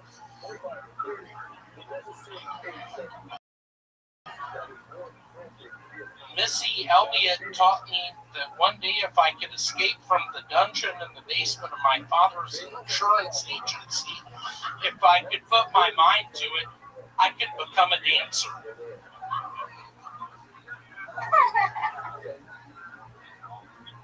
Fantasy football tip. Fantasize you're out there playing tackle football with human boys instead of rotting in the dungeon below your father's. You want to finish Can I it? tell my last joke? Yeah, of course you can. He's got one more. I'm a librarian, damn it! It's an impression of my dad handling me in the dungeon when I library voice. Wow. All right. Very unorthodox as usual per William Montgomery, everybody. There you go. Another news set from William. There's his classic look for approval to the guest. I'll be quite frank, I'm just pumped about Rosh Hashanah this year. William, take a step back so that the people can see you clearly while you're... So that people can see you, William. So having a stare-off with Mr. Fumnar wouldn't be the way to... I grew up with a man named Rosh Hashanah. His father was Tony Roshana. His grandfather was Ralph Roshana. I don't know if I believe any of this. I'm going to be honest with you. I don't know if I'm buying it. It just kills me. I'm a believer in Jesus Christ. I'm cool with Jewish folks that also believe in Jesus. They're called Messianic Jews. When I was with... I thought last week was your last episode. I didn't know that wasn't a thing at all. What he said last week was that I said that if he doesn't do good that week, that he would be done. But that was probably my last episode. And on a secret, I have dreams at night that I remember at times, and there was one with a man named Rosh Hashanah. I was looking at him in an elevator. The elevator sort of moves around a little bit, and we end up sort of collapsing in the elevator. And I look at Rosh, and let me ask you this. Have you hung out with a lot of people named after holidays? I have. I'm really good friends with Peter Easter. He is Peter Easter?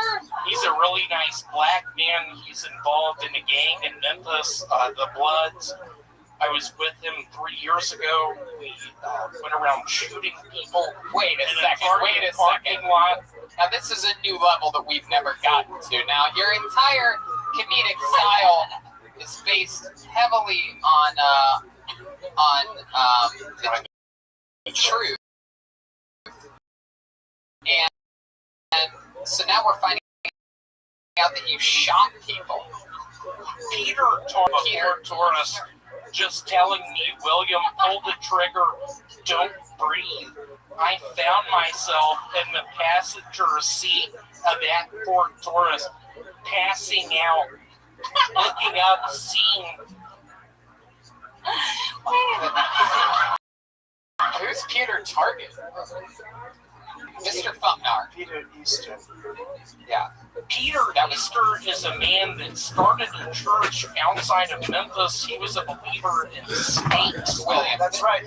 He started the movie Good Friday After Next. I remember. He also started that one movie. What is that called? Where the people are out in the desert. What up, bros? Kevin Bacon. Tremors. Yeah. Okay. So how many people did you and Peter shoot that day? I think in the movie Tremors, the amount of people Peter and I watched from the outskirts of it, sort of winking at them, was maybe 35. I just remember being out in the desert sands, holding Peter's hand, thinking to myself, I hope this never ends. Hey, Red Band, can you put on my paper? Oh my goodness, that's not Paper Planes at all. That's not Paper Planes. All right. Here's Cat Stevens. Just picture me being some sort of a plumber type person in Memphis. After this comedy thing doesn't work out, I get bit by a spider. I slowly die in the med. And the song is playing. Red Band shows up and winks at me. And then what happens? I wink back at him. And then what? I take off my goggles. They're all to the max. And then what? I say to Red Band, you were so sweet to me. Simpleton from Memphis, moving out to Los Angeles. You allow me to put these songs on. And Red Band says, do you believe in Jesus? Dreams may not. Wow. So, Kyle... And I look look at Red Band and I'm like, Red Band, I pray to God you believe in Jesus. I have a bad feeling you don't. I get that you play the Ouija board. I get that you go to Kroger's supermarket. I get that you raised up my son Vance. I don't understand it, but I get it. Why did you have to wear that wig? Why did I have to wear those shorts? And then what happens? No, William. Hold on. Let's slow it down for a second. So, Kyle, this is, I believe, probably your first time ever seeing William Montgomery perform. Yes. I've never seen him. I like Kyle, him. I am a giant fan. You are wonderful thank you. at impressions. Can you please sort of answer from your gut right now? Is there any way when you're opening up for audiences, maybe they're in the Philippines, maybe they're in South Korea, can I feature for you? Oh my God, William, you're not allowed to do that. What did I tell you about that? You're not allowed to just ask people on the show if you can. I'm from the Philippines. I was gonna ask. My right leg goes numb. Your what? I can't feel it. Your left leg?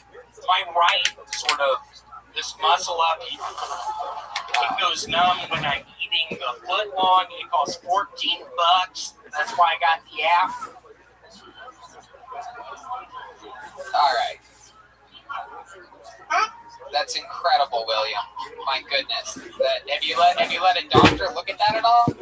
Well, last time I was there, Teresa, how are you doing? Teresa's my aunt. Oh, there you go. She said hello. It's been confirmed that is your aunt. I was worried when my brother Vance and I were on those train tracks and we got cut in half. Could not be fixed. Nice to see you. Can you stand up and do your shirt up? Can we see those stitches?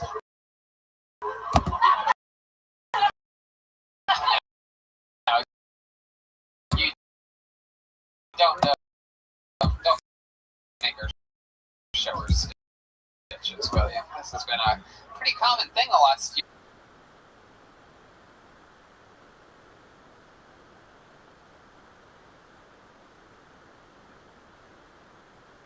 Water tower, but I was in fact up there. I was messing around with my pistol. I was learning how to pull the trigger, learning how to aim. She came up there with me. She was like, "William, how are you doing?" It's so nice to see you, and it's so nice to you right now. You have really thrown me off. I'm worried about the text message I'm going to get from my father, Larry, tomorrow. He's William, you need to write more. Is that the aunt from that side, your father's side? It is. I also had an aunt from my mom's side. My grandmother, B. Vance, I was her favorite. Actually, Okie dokie, William, I'm going to cut you off there. Really don't have the momentum here. Now, you've been having sexual relations with a young woman as of late, right? And that's sort of a newer thing for you. Is that correct? just maybe at a Laser Quest arena, living it up. Maybe my name is Arnold Schwarzenegger. Maybe William, did you hear William over here? Did you hear the question that I just asked you at all? Like at all? I have been trying my hardest to, when I feel like I'm about to ejaculate, pulling my penis out of her body and just praying to God she doesn't rub her thighs on my thing because it gets sensitive. I don't understand. Yes, you are describing pulling out, William. That's what you are describing. I have been having so much fun, but I'm looking. No, it's okay. William. Okay, so you've been hooking up with a lady for the first time in a long time. Wineshank, you see a stud like William. Do you have any advice for him to? Hey, Wineshank, I'll be very frank. You and I having that development spot, getting on shows together. There have been points and times I've looked at you just wondering what you asked for Rosh Hashanah. Okie dokie. This is a wacky wacky William Montgomery appearance. But I will say this, is that I did a show on Friday, Tony Hinchcliffe and Acquaintances. And I have to say that out of almost every single comedian on that lineup that night, it was mind-boggling how great of a set William Montgomery had. I know that a lot of you... William. It's not... You can't just start talking whenever the fuck you want. What's that? Are you okay? Are you, like... You're on a live show right now. And I was in the middle of complimenting you. When I try to go to sleep, if I go to sleep on my back, I have these dreams where I can't breathe. Yeah. And I literally wake up and I'm not breathing. Yeah. William, he was trying to compliment you and you interrupted for a song. He was building you up and then you're like, no, but this riff that's not going to work real quick. One of your longest interviews ever where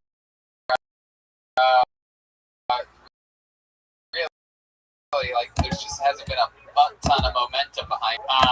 So why'd you come back? Brian, you're trying to like make up a storyline that was never a storyline. Way too much confidence this episode, Redman. Let's just keep it forward, present show move.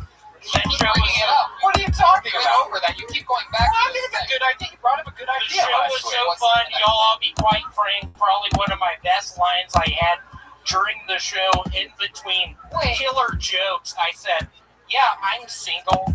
I'm holding out for a black or an oriental." There you go. That was a joke. Look at that, Mr. Phone. Yes, Kyle Dunnigan just gave you set 2 blinks up. You can only use Oriental in regards to a rug in 2019. Last I checked. Hey, Sarah, I'll be very honest. There was a point in time before I started hanging out with the school. I had a big crush on, but I'll be quite frank. You saying that right now really throws me off. I've been killing it tonight. All right. Talk about. All right. William Montgomery had. There he goes, everybody. He might not be back next week, according to some Nothing Burger storyline. It was never a thing in the first place.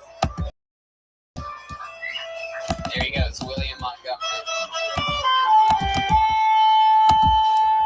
What's happening? You guys think we should go to the bucket one more time, huh? Alright. Put your hands together for your final comedian of the night, Billy DeWolf, everybody. Billy DeWolf. Billy DeWolf. Hey, worn out places. There you go. No Billy DeWolf, it appears. Blacklist. Okay. All right. Put your hands together for your next comedian, Carrie Douglas, everyone. Carrie Douglas. So, Carrie Douglas. Douglas? This is weird. Yep. Oh, here we go. Carrie. We're the best I ever had. Carrie Douglas, everybody, come on! This is a lot more people than I'm used to performing in front of. So, I was going to claim Billy DeWolf, and then you actually pulled my name out of the bucket, so let me see if I can do this. I'm having a little bit of this lately, not with my gender or anything. I've been getting in touch with that a lot lately since my divorce, so I know that I'm a man. No, it's more or less. Actually, you know what? I have a question. Maybe the audience can answer for me. Is it considered incest when your uncle and your father tag team your mother? I'm not saying it happened. I'm just really confused because I look a lot more like my uncle than my father. All right, there you go. That actually got a laugh somehow. That was amazing. Yeah, I should hold the microphone. Carrie Douglas. Okay.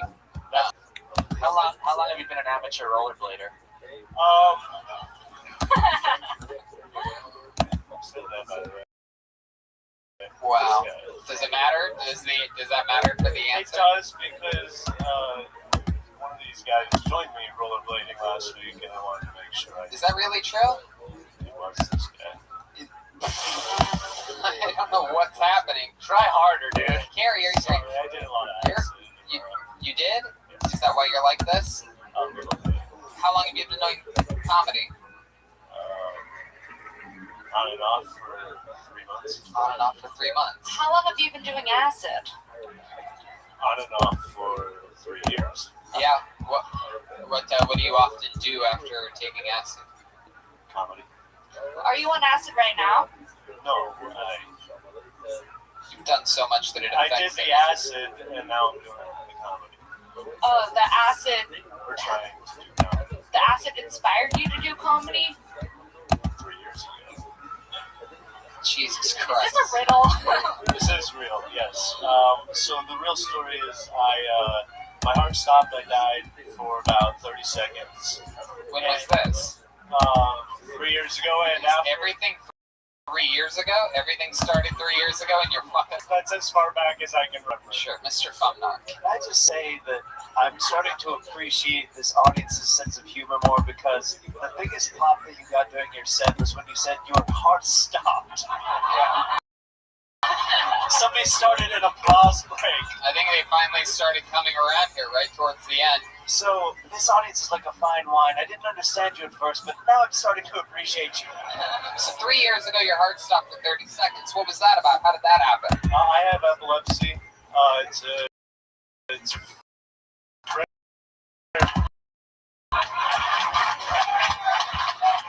of epilepsy that fucks with my memory.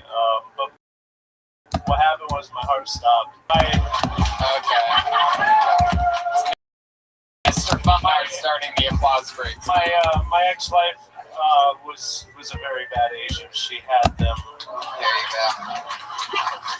I say that because I'm worth more dead than alive. She had them restart my heart, and so here I am able to tell these. How did she restart it? Oh, CPR? she didn't do it. She told the doctors to, and they pumped me with adrenaline and got that shit going again. Oh, they didn't clap for that part. Look at that. Wow. So, how old are you, Carrie? Old enough. Uh-huh. Okay. How old are you? I am 35. Wow. 35. You don't look a day over part-time werewolf. So, what exactly do you do for work? I am a server for a California Pizza Kitchen. Oh, wow. Look at that. To get away with that, I have to pull the hair. I love that you'll admit that, but not your age at first. Didn't have to work for that at all. Because age added. Right. They're both embarrassing. What do you like to do for fun? You seem like a very, to say the least, simple soul. It's the nicest way I've ever heard Tony Hinchman call someone a retard.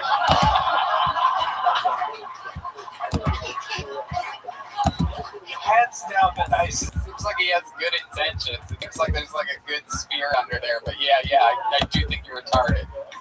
Mr. Fumnar is correct. Yeah, this is very bizarre. Let's definitely never make a habit of this clapping thing. We're never going to see this audience again. Right. No, but this is really helping with my identity crisis. Yeah, well, tell us more about this identity crisis. What else is going on? Tell us about your low lows. My low lows. I really don't know how to answer that because I'm retarded. No, we don't really think that. We're just kidding around. Sure. I can't believe you guys use the R word. We're supposed to say mentally challenged. Okay. I forgot. Only your people can use it. That's a my people word, okay? Carrie, what do you like to do for fun? I honestly, this is it. I know this. This is it. Yeah, what else? I walk around the city. I work and I come here because I am living in a. Hold on a second. I'm gonna check in with. I was just gonna. Was your first life more interesting? Yes, much more interesting. You got chroma. Oh boy. Oh my God. Okay, before this, I've had 38 jobs, so I've done a lot of different shit. And You counted 38 jobs? I did. I recently counted because I needed to keep track of what I'm doing with my life. What are some of the other jobs you've had? If you've had 38 of them, I'm pretty I sure was you a maintenance guy on sailboats. I've been in the Navy. That's actually what the Navy's all about. That song, it's called Holy Shit. I lied. Everything I said is There he goes, Kerry Douglas, ladies and gentlemen. Wow, mind-boggling what can happen on this show. Wow. All right. I just simply cannot end an episode like that. I can't bring myself to do it, so we're gonna go back to the bucket again. We were so close, so close. God, this is amazing. Maybe we should find a new way other than a bucket. Maybe there's a better system. Maybe after I've been doing this for 6 years and 3 months, and I think today is the day that the show may change forever. So thank you to those of you pulled out today. Your constant inspiration of evolution. How about Katie Young? Is Katie Young here? Looks like everybody left. Yeah, Katie. No. What are you doing? Oh, wow, you're just out of control. This fucking guy. Nope, you're not Katie Young. Put your hands together for Chuck Rock? Chuck Roque? Not everybody literally left. Wow. That's interesting. How about anybody from the audience sign up tonight? Did you? You signed up? You right there? What's your name? Hershin? All right, ladies and gentlemen, put your hands together for Hershin, everyone. There he goes.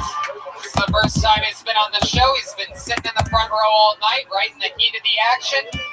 One more time, go to loud. Your final comedian of the night, Hershin. What's up? I have a 13-year-old son, and he slow blinked me. I don't know if you guys have been slow blinked. He took my drink, and I asked who took my drink. He said, it was me. I said, why'd you do that? He said, it's just a drink, and that's what pissed me off. So I walked up to him, and I said, why'd you take my drink? And he closes his eyes all slow, and he opens up, and he said, it's just a drink. That's when he get up. He gets up, he's taller than me now. So it's hard to look mean or tough as a child when he's looking up at you like this. He's looking down at you. I also have I also have a little daughter. She just turned a month yesterday, right? She lays the biggest farts, by the way. They sound like little rockets, right?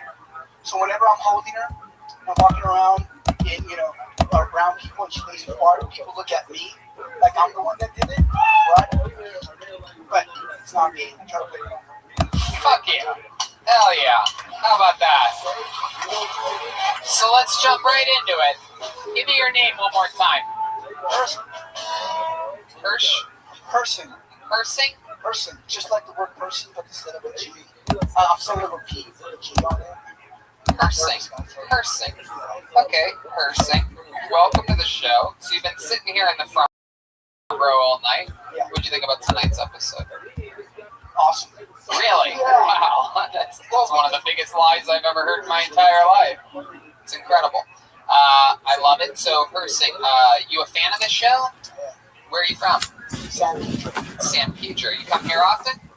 This is my second time. Second time ever. And you've signed up both times that you've come here? I was late the first time. But you signed up tonight. Yes. And you've been ready to do this for a while, huh? When was the last time you were here? That was it. I've only been here 2 times. Right, but when was that other time? Last week. Oh, very cool. So, that's fun. And is that your first time doing stand-up comedy? Yes. Wow, how about that? A first time. On a show where it appeared like it was everybody's first time, it was actually his first time. Mind-blowing. What do you do for work, Persing? I work at a dispensary. A dispensary? Wow.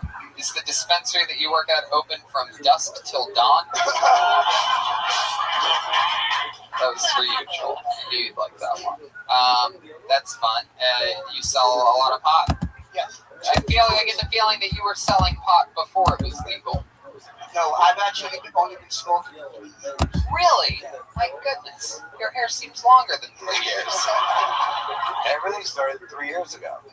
The last guy? Oh, yeah, the last guy. Yeah. Oh, yeah. Everything was 3 years ago. Yeah, you saw a guy with his heart stopped. You're like, man, I need to start smoking pot. Shit's crazy.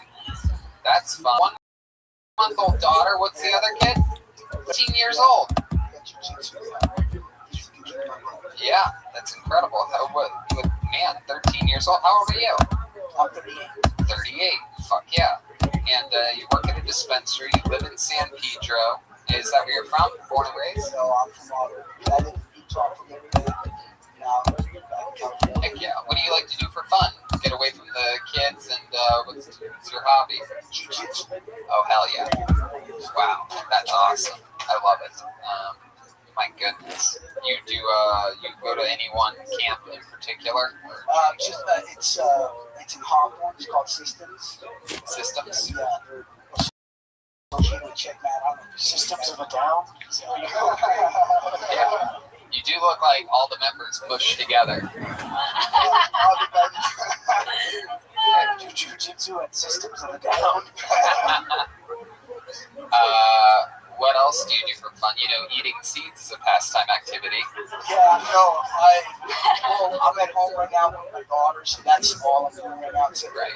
Keep her away from the toxicity of the city. So like an average day for you, you wake up, grab a brush, put a little makeup, hide the scars to fade away the shake up. Why'd you leave the keys up on the table?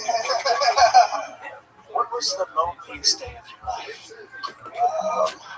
Maybe like the other guy, maybe when I was in the Navy. Yeah. Well, you wanted to. You were in the Navy? I like that you got that one. You gave me the fucking motherfucker point.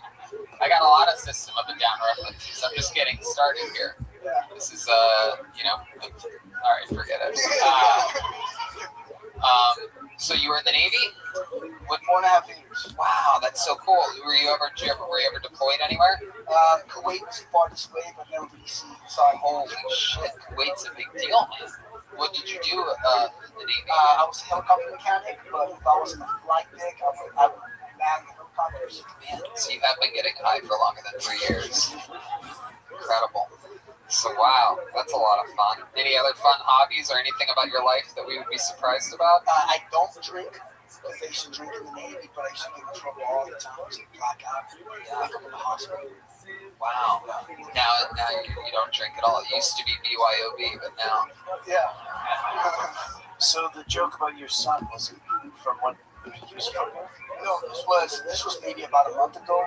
He took my drink, and I asked him who took my drink. Oh, just a generic drink. No, yes. I'm sorry. My son didn't drink. It was so. Oh, I Take me seriously. Wow. So what type of blacking out would you do? Like everybody is going to the party, having a good time? I would black out, like hanging out with you, and then the next thing I would wake up in the hospital. In the hospital? Mr. Fundar. I have a segment that I'm going to pitch right now, and I should lip sync while Tony Hinchcliffe does System of a Down. No fucking way. Mr. Fundar, no. Absolutely not. That's not a thing. And to establish how not a thing it is, we're completely not going to do it. But now you have established a thing that will disappoint the audience, because we definitely can't do that. Anything else crazy about you before we move on? I got knee surgery. I hurt myself. And I don't know if you guys ever had knee surgery, but you get these stitches that are supposed to dissolve. Well, mine never did. The guy must have put wrong stitches, and I had a stitch sticking out of my knee. Get the fuck out of here. How many of you want to see us remove this guy's stitch live on the... No, I'm kidding. That's another thing. The look on his face is like, what the fuck, dude? So, like, does your knee look like Frankenstein? No, it's just there's a stitch sticking out. Does it look like that guy's scar? Why wouldn't think you'd like just cut it off or like burn it off or something. They try to pull it and it was pulling from the inside. So I go tomorrow for surgery. Oh, tomorrow? Wow, how cool. What are the odds of that? So next time the stitches will be gone. Wow, look at that. Kyle Dunnigan, you just watched this young man's very first time on a stage. Any thoughts or feelings about it? I think for the first time that was great. You're telling us something that happened. It was good, personal. Maybe add like a layer or two. Like I think we were waiting for another thing, right? It felt like a setup, and then maybe add some lies. Think about a page of William Montgomery. What was that last joke you were doing? Oh, about the 1-month-old daughter farting, and then they thought it was you. Yeah. People look at me and I try to blame her, and I feel like a dick because I'm blaming a baby. And she's just chilling, and it's her. Right. So maybe it's like, oh, she farts. You know, the 1-month-old has huge farts, and when it happens in public, I blame them on her, and then people look at me like I'm the asshole for blaming it on her, and then I realize that it would have been better if I just admitted the fart for myself. If you say it like that, but with your voice, it'll be funny. Yeah, that's how it works. Because they like add lies though, you know. And the lady farted, and like I felt bored because the lady's fart like pushed me. Let me ask you this: like when you blame it on her, how do you say it? Like, "Oh, damn, girl, what the fuck?" Yeah, that doesn't seem believable at all. Oh, we get conversation with the baby. Hey, what'd you fuck? I love this. I'm taking a teaching class. Person, you have a great energy about you, man. You're very present, very fucking cool. First time ever doing stand-up comedy. Former Navy American hero. He's been to Kuwait. He does jiu-jitsu. He's raising his kids. How loud can this place get for Hersing, everybody? I love it. San Pedro's very own Hersing. Don't forget, we're going to Australia in October, West Palm Beach. I'm doing stand-up next week. Sacramento has 2 Kill Tonys. San Francisco has 4 Kill Tonys. DC, Brisbane, Melbourne, Sydney. How about this drawing from the great Ryan J. Ebelt, everybody? Wow. Oh, my God. I mean, that is fucking unbelievable. Just incredible work. RyanJEbelt.com for all those prints and the Kill Tony book and all the past Kill Tony posters. How about a hand for the great Sarah Weinshank, everybody, this Thursday, 9 a.m. Eastern. Shanks for Smoking on Comedy Central Digital on the CC app, YouTube, and Facebook. Thank you, Sarah. Thank you for having me. So fun. Check out Shank the podcast as well. How loud can this place get for the great Kyle Dunnigan, everybody?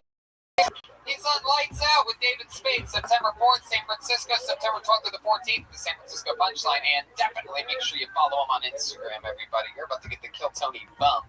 Thank you. I'll let you know how many I got. I'm gonna keep track. I love it. The bump really is. I love it. Started from 2 hours ago because that's when we went live. How about a hand for the great Jeremiah Watkins, everybody? Mr. Bumnard. They have the new Kill Tony band calendar. It's available now. He's on YouTube at Jeremiah Watkins. He's on social media at Jeremiah Stand Up. He's got a new episode of Jeremiah Wonders out right now. Who's your guest this week? It's Josh Wolf. Ah, very cool. We love Josh. And then Mikey McCurry. Oh, very cool. Ah, we love him. Yeah, go to JeremiahWatkins.com and shout out to Eric Staniford who takes photos. He shot the band calendar, so he did a knock-up We job. love Eric Staniford at ESP Eric. How about a hand for I believe his worst night of work ever, 0 for 4.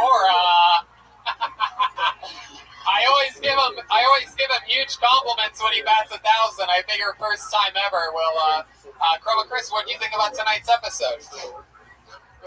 Very enchanting, Tony.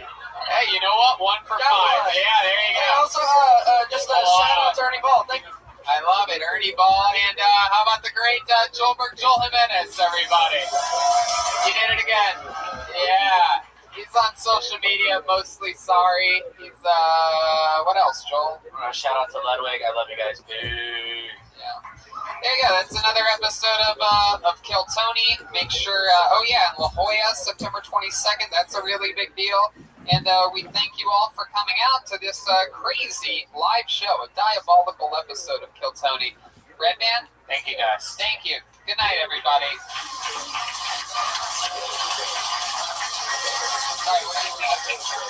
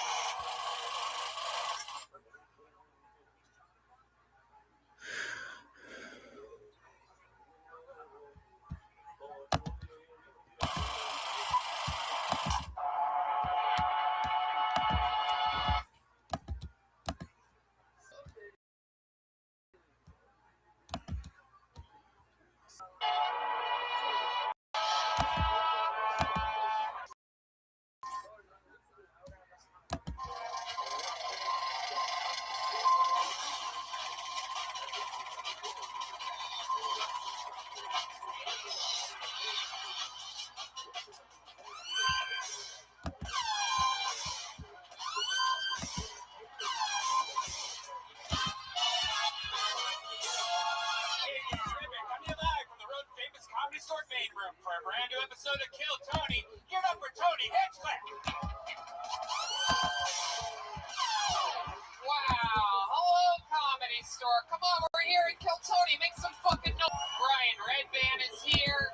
Ryan Chahibelt already drawing tonight's episode. It has much fun stuff happening. Yeah, I'm excited to be here. The beautiful Comedy Store. It's a good-looking audience we have. Some fucking Kill Tony legends out here, I see. And another day at the office. I find out whether I go to West Palm Beach tomorrow. Oh, yeah. If it's still there. Yeah, exactly. I've been dating for a while, and now there's a hurricane there. So I don't know if I'm going to be there or not this weekend. But if you live in West Palm Beach, good luck. And if I'm there, then I'm there this weekend. Kill Tony's on the road. We have a lot of fun stuff coming up. We're going to West Texas, San Francisco, Sacramento, and Australia, Melbourne, Brisbane, and Sydney. And so get tickets for that. And a lot of fun guests coming up. I'm excited about them. Mark Normand at the end of September. We have just got Luis J. Gomez with Michael Bisping. Week in October. Exciting stuff. You know, booking the show is not easy. Hiring is challenging. But there's one place you can go where hiring is simple, fast. We're growing businesses, connect to quality.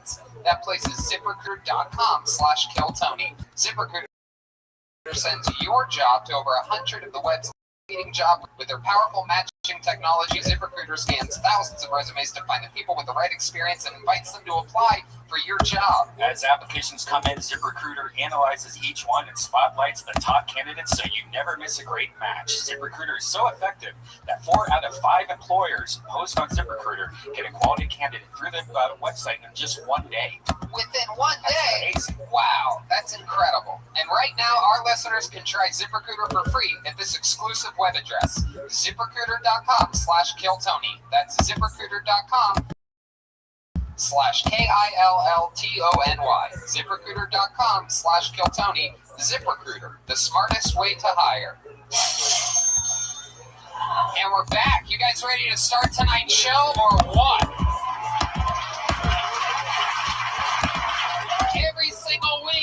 show, we have one of the funniest comedians in the world. Sometimes two, but sometimes one. When I have a guest on that I'm excited about, I like to let it breathe and get to have as much fun as we possibly can have with that guest. This is one.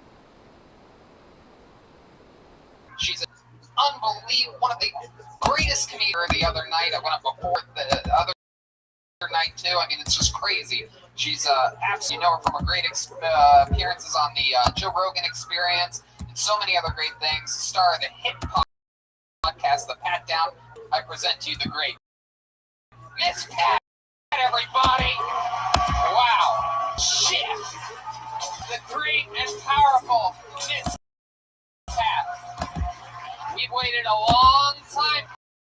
I told her before the show, I said, Miss Pat, I have had every single other great comedian on the show. I've been waiting a long time for this, and I'm excited. How are you, Miss Pat? Oh, thank you for having me. I haven't been here because I don't fucking live here. You send me a ticket and I'll be at your bedroom, Tony. Oh, shit. Wow, look at that. I do white babies now. I do white babies. Oh, my. Damn, what airline do you fly? JetBlue? It ain't no Southwest. I love it. Well, we're going to have fun. I'm so excited for you to feel the crazy experience. And I'm especially excited for you to see our band. We have a band on this show. You guys, any Kill Tony fans out there in the audience tonight? Then you know what I'm talking about. They're some of my funniest pals. They are absolutely hilarious professional comedians, and they are the best stand band in the land. Every single episode, they commit to being different characters. We never know what they're going to be. They're in a separate green room before the show. And maybe it's police officers, maybe it's milkmen, maybe it's famous people. You never know. So let's all find out together what they're going to be all night tonight. Make some noise for the Kill Tony band. Jeremiah Watkins, Joelbert Joel Jimenez, and Chroma Chris. Whoa, what is this? Wow, this is interesting. Wow. I believe it. My goodness. This have been on the sheets. I do believe these are these gay stepdads? Oh, you're so funny, Tony. We're dads at a barbecue, Tony. You are dads at a barbecue. Yeah, that's exactly what we are. Wow, all right. I've never even really met dads at a barbecue. I never got to barbecue with my dad. Sorry to rub it in. So you got some ketchup and some Pellegrino? This a white man barbecue? Get your ass beat in the hood. Who want to eat barbecue with your ass hanging out? Well, I love it. We get some new band members. Black people barbecue. I've never been to one before. With Jordans and fucking hats turned backwards. Dressed up. Okay. Uh-oh, sounds like Solis already. Sorry. That was you? That shit scared me. I thought they was coming to get me. I got my dash cam right here. Oh. Well, don't be the bitch. Always ready over there. What's your name, lead? Dwayne Wilcox. Dwayne Wilcox? Dwayne Wilcox. Dwayne Wilcox? Dwayne Wilcox. Got it. Dwayne, like a black person. Yeah. And then over there, clearly, we have Jeffrey Epstein's bloated corpse, it appears. Hey, Tony, name's Larry. Larry. One word name. I like it. And clearly back here, we have Joel's grandfather. Just a straight-up Mexican guy. Name's Phil Dempsey, Tony. Phil Dempsey? Yeah, I wore my airplane shirt for you. Oh, wow. Thank you, Phil. And also, my baby mama is African-American. You telling a goddamn lie. Black fucking you.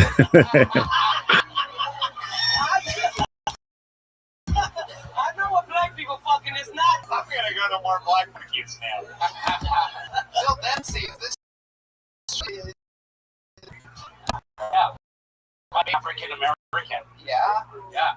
Where'd you meet her? At a barbecue. Okay. So we have the band, we have Miss Pat. It's dads at a barbecue. tonight. We have the soundboard, which brings me to this, everybody. It's the Bucket of Destiny.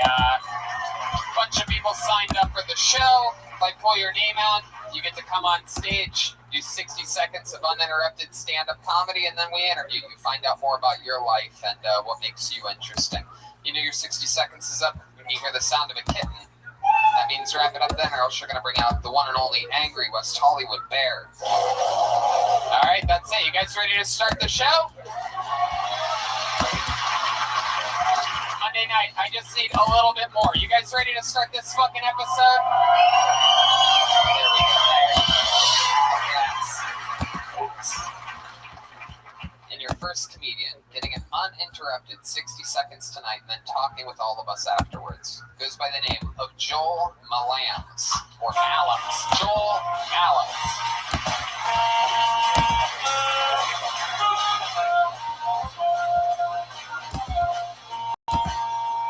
Here he comes. Your first comedian of the night, Joel Malams, everybody. Hola. I don't always drink, but when I do, I get hammered. The other evening, I was playing the drinking game King's Cup with a couple friends. Added rule, you have to Zamboni the drink off the table if you spill it. The next thing I know, I'm looking down at a puddle of beer with some cat hair in it. And I take one for the team. It's first things that can happen. It's amazing how you can, some of my friends didn't want to play at all, 10 minutes later, hammered and doing some sort of accent. This one chick starts talking from Harry Potter. Dobby cannot deal with the financial burdens of 2019 anymore. Dobby needs a sock. Yeah, Joel Malams. Hell yeah. What about this guy? You think this guy's ever had sex with a black? No. My goodness, Joel. What you remind me of exactly, but my God. What the fuck was he talking about? This looks like all the cast members of Forrest Gump mushed together. Joe, you did a great job with drying my pussy out.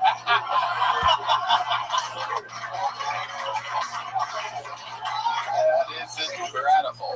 Look at you. You just look like a spilled pile of Q-tips. Well, Tony, on a positive note, you can join us at a barbecue in a few years. My goodness. Here comes that. Here's I hope David. your parents is rich. Is that true? Do you have rich parents? I'm guessing you. Yeah, I get that vibe from you. My dad was a nurse. My mom, Dad's a nurse. Who's a mom? A CEO? Your mama teach swim lessons? Yeah. They don't have no money. My goodness, where would she teach swim lessons at? Where'd you come from? Not at a black barbecue.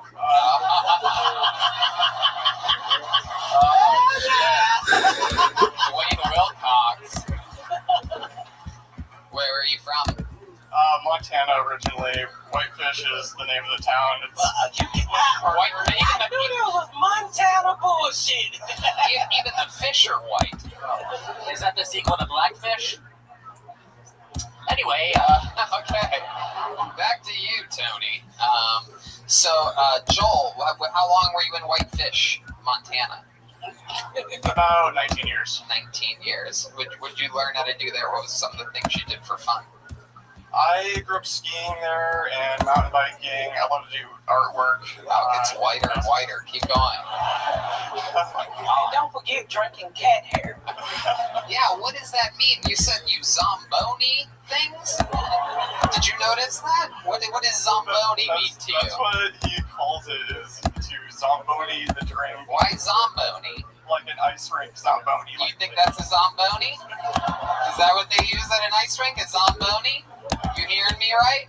What are you laughing about? I don't even know if you're on this, or we're talking about the same thing right now. You think it's a Zamboni? Yeah, you're on the #1 live podcast in the world, Kill Tony.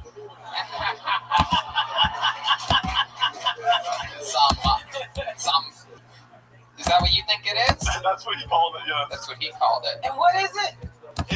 That's what that cleans the ice. It's not really. I mean, that's not really what. First of all, it's a motherfucking Zamboni. I mean, holy shit. And second of all, it's not an ice cleaner. It's to even it out, clean the ice. You think the ice is getting dirty? Is it? You talking about an ice skating rink or some shit? Yeah. I'm lost. Y'all white people confusing the fuck out of me. Zamboni, what the fuck? We roller skate, but okay. Jesus Christ. Is that true? Black people don't go on the ice? I guess I don't really see. Not unless it's black ice. Fuck you. Frozen water is less scary. I think we mostly roller skate. It's too cold. We don't like cold shit. So Joel, we found out that you're one of the whitest humans that's ever been on this powerful black woman. What would be your first move if you were going to Fuck me. Yeah. Thank you. You made that very easy for me, and I appreciate it. I think he's scared. How would you pick up me? Yeah. So you guys are at a bar. You're the only two people there. This song comes on. Hey, probably never heard this shit. Hey, baby. You gotta, come on. Oh shit! Come on. Oh shit! It's going down. He done pissed on himself. Oh my god! She's about to use you as a fucking dildo, bro. Yeah. More like a tampon. Put a little fucking string at the end of his shoe. That's the first time we heard of the black person. My goodness, what would your parents say if you took let's say you went back to visit your parents in Whitefish, Montana, and you brought Miss Pat back with you over Thanksgiving? What do you think they would say? There would be a little surprise factor in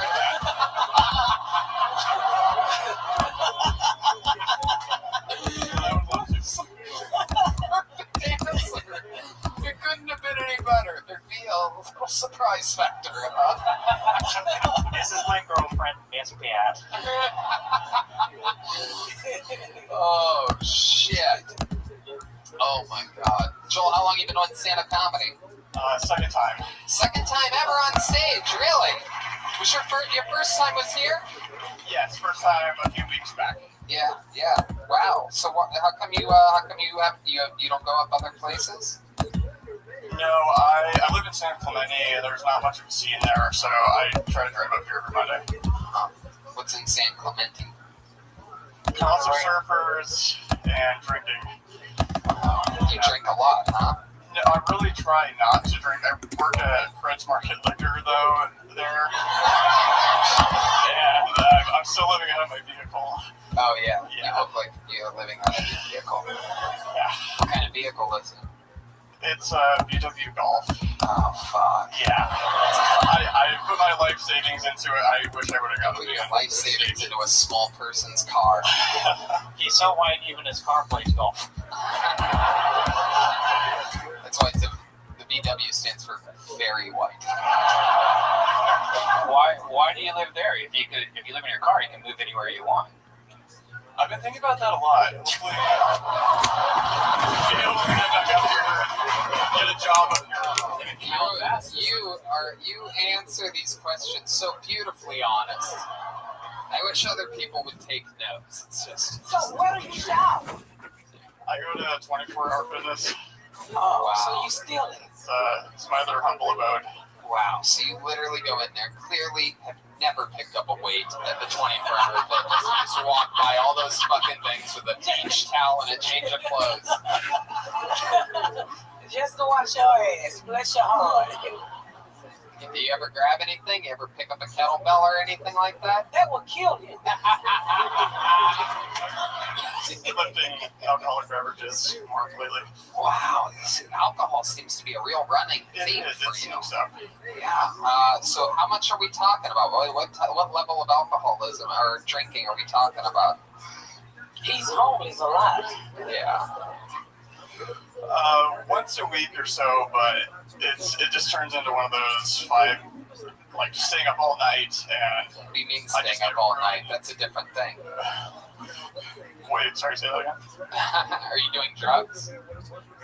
I do. Well, my parents, if they listen to this, are going to be quite surprised. My goodness. Wow. I try to be responsible about it, though. Is this something that you were doing in Montana as well, or did it just sort of, you found the wrong crew in Clemente, started riding night on Zamboni?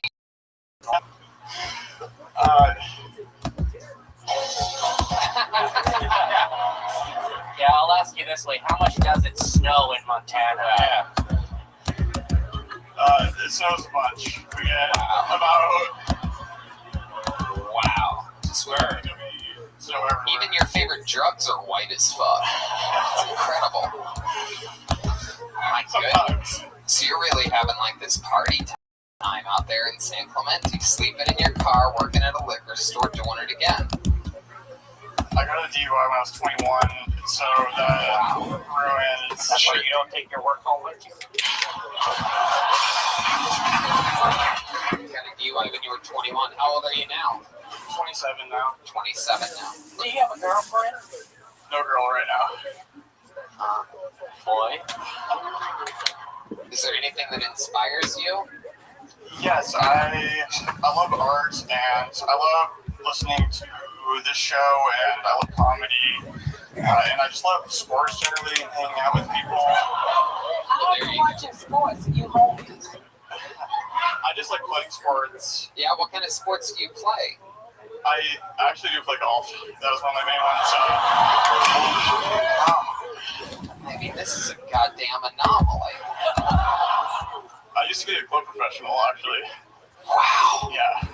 What do you think the whitest thing about you is? Is there more that you're not telling us? Because every question I ask, it's incredible. Ed, do you know how to cook? I do. I love to cook. I love to bake. What the fuck do you cook? He ain't nothing. He live in his car. Why you keep asking him? Shit he does in a real house. He can't cook in his car. It's like it's not no fried chicken and shit. I'd have some Quaker oats or something in there. If you had a kitchen, what was the first thing that you would make? Lately, I've been into salads and like salmon or steak. Every answer is whiter than the one before. You like my Pop-Tarts too? Do you know how to cook? Salads. Straight to salad. You shocked me with that answer. Salmon came in the number 2 spot. My goodness. What's your wallpaper on your phone? It is Planet Earth. Jesus fucking Christ. This is unbelievable. My God. You have any tattoos? No tattoos, but thinking about getting some. Which one? What are you going to get? Wolf. You son of a bitch. Wow. This is incredible. I have to. Have you had any diversity?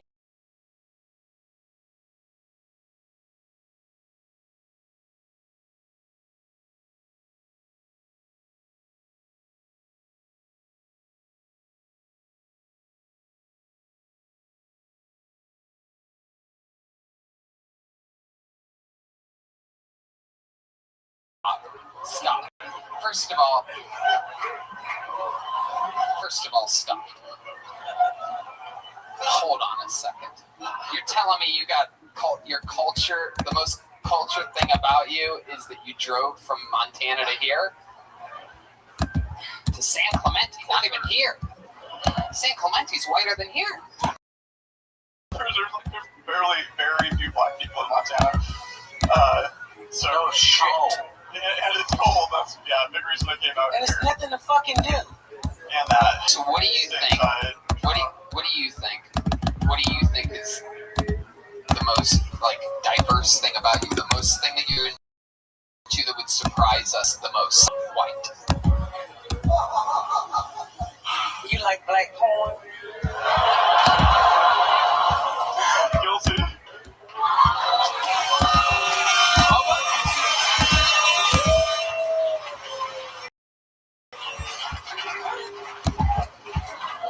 He said guilty.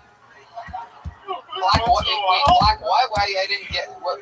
Black pornography. Oh, guilty, huh? What is that? So you watch it on your phone in your car? Really? Wow. iPhone XXX. Goodness, that is incredible. So, have you ever been with a black woman before? No. Wow. Have you ever kissed a black woman before? I have not. Is that something you'd be interested in doing? Not tonight.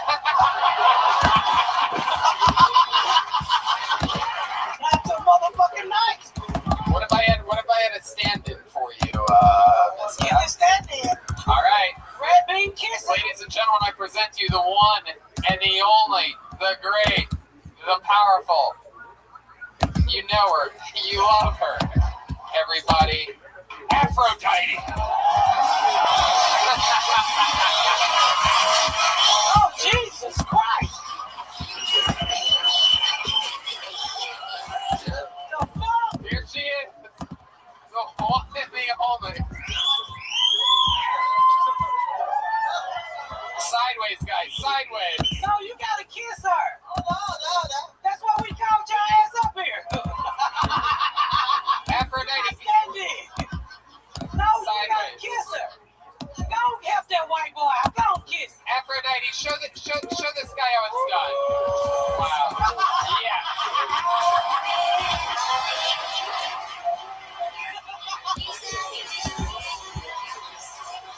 And there you have it.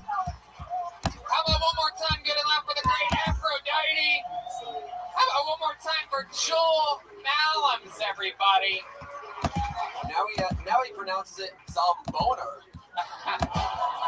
Joel, how do you feel right now? You are as bright as a fucking red pepper. In Montana, they call that a Hershey's kiss. What? You've never kissed a white man before? Wow, look at that. And you still haven't kissed a white man. That's a white boy. White boy. Joel, how did it feel? How did it feel? I'm super happy. I'm amazed. Wait, Craziest night of my Was life. her lip soft? Yeah. Do you feel a little something in your underwear right now? Is there? Do you feel alright? Hold on. Some amazing energies already. I don't know. Did your pepper get hard? Yeah. Tony, I would have loved it if he said how did it feel. He goes, gooder than a motherfucker. Joel, how do you feel? I feel amazing. What do you? One last question, Joel. What do you think your parents are gonna say when they find this episode on the internet? I have no idea. I'm hoping they don't find it. Here he goes, Joel Malams, everybody, and the great Aphrodite. Huh? What a way to get the show started. Might be the record for our longest interview. Sorry, everybody. It's just destiny. Joel, come on, one more time for Joel, everybody. He just had his first kiss with a black woman. It's incredible. And Aphrodite made up for lying about being able to drum from a few weeks ago, all at one time. You fuckers. All right.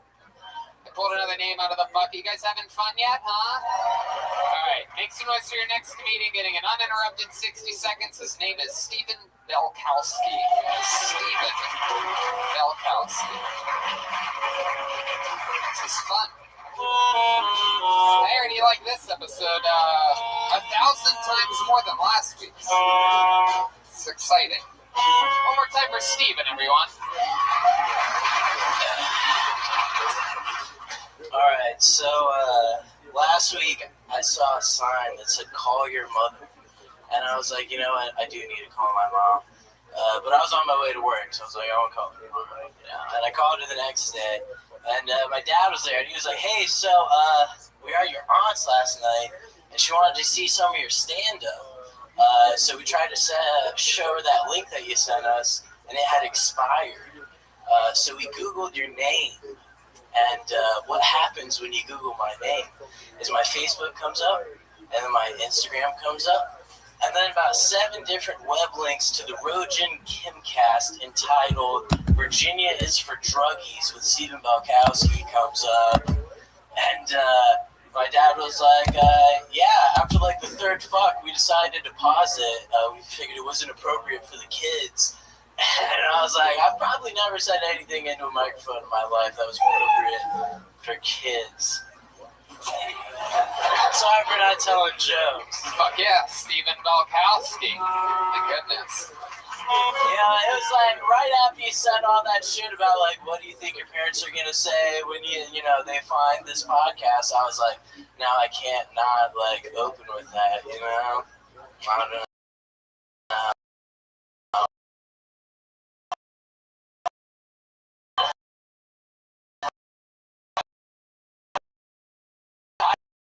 I should have done shit. He's a stoned white guy, surfiness, but I like your style. You're from California, I'm guessing. Virginia, oh, the complete opposite. Welcome. You've been on this show before? Yeah, a couple times, but not in a while. Yeah, what's been going on? Well, actually, the last time I just gotten hired at this dispensary. I got on. I got on the day that I got the interview, and then I got on like 2 weeks later, right after I started. And then I've been scheduled every Monday since. So this was the first Monday that they scheduled me in the morning shift, so I'm off at 5:30. And I was like, it's perfect. Keep going. Make it longer. Yeah. Tell us, what were the other days that they had you work during the week? Shifts. I worked some Tuesdays a lot of the time. Yeah. Roughly the same shift. Sometimes fluctuate. Sometimes I work 5 until 10. Sometimes 2 until 10 even. What's after Tuesday? After Tuesday? Yeah, do you work Wednesdays? No. So, Stephen, what else has been going on in life? I've been working some Thursdays as well. And then a couple of my coworkers, I'm not scheduled for the weekends, but they'll let me pick up some shifts here and there. And so, like, how about when you're not? Yeah. Why does he look like the villain in a Dare ad campaign? I came straight from work. Wow, drugs. Yeah, you're totally in your work clothes. Those are dispensary clothes. When he was walking up here, I thought he was a white chick. Thank you. I think that's why I got hired. We talked about that in one of my earlier episodes. That from the back, I have a lot of appeal, and then from the front, it's still kind of there. If I shave, Hell yeah. Listen, I'm a hit with the customers. Trust me. I bet. Nothing better than going into a dispensary and seeing something that looks like you. I haven't had anybody question any advice that I've given them. Really? Nobody's ever offered a second thought or we heard somewhere else. It's just as soon as I say something like, oh wow, I didn't know that. I don't know. I feel like a genius. That's because you've given them a 20-minute answer and they just want to keep over. No more questions. That's incredible. It's usually the case. So I can see the look in people's faces sometimes when I'm like, I need to shut the fuck up. I know. Yeah. What do you do for fun when you're not working? I smoke. Yeah. What else? Just smoking and stand-up. Smoking and stand-up. You do a lot of spots? It's been cut since I've been working, I've been trying to... Have you tried Wednesdays? I've been looking at it, but... Sundays? Sunday, again, I pick up shifts on Sundays sometimes. Man, that's incredible. Yeah. So, what's the story? What's the big goal for you? It seems like you are getting stoned a lot. Alright, so basically, in September, the new iPhone is coming out, right? I'm going to get the new iPhone, and then every morning when I wake up, I'm going to take a picture of the weed that I'm smoking.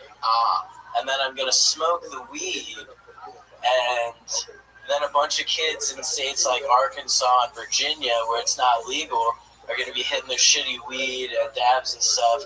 They're going to be like, fuck this, let me look up kids that can smoke good weed, and then they'll see me, and Wow. Can you do anything interesting?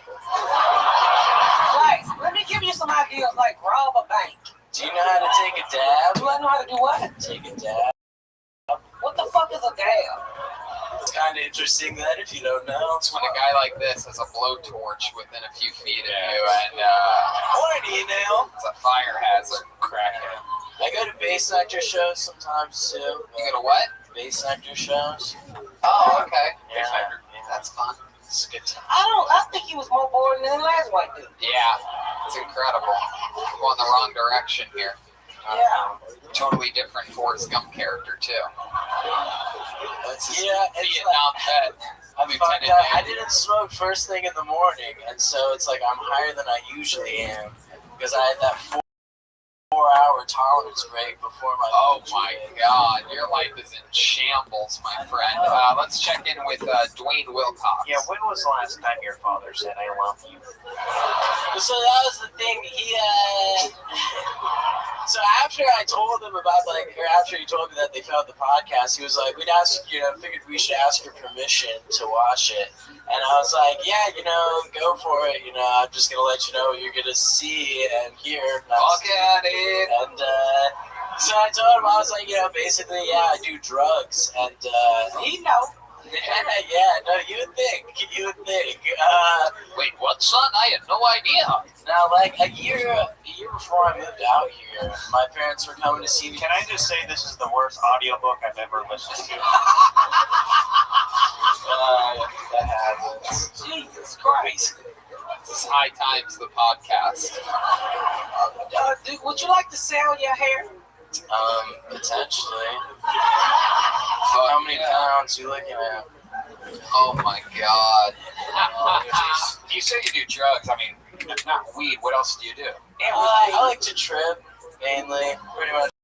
I just do psychedelics. I decided after my parents found out I do drugs, I should stop doing more. You said that. Hold on, stop for a second. You said that after your parents found out that you did drugs, you started doing. I decided I should no longer do those. Oh, okay.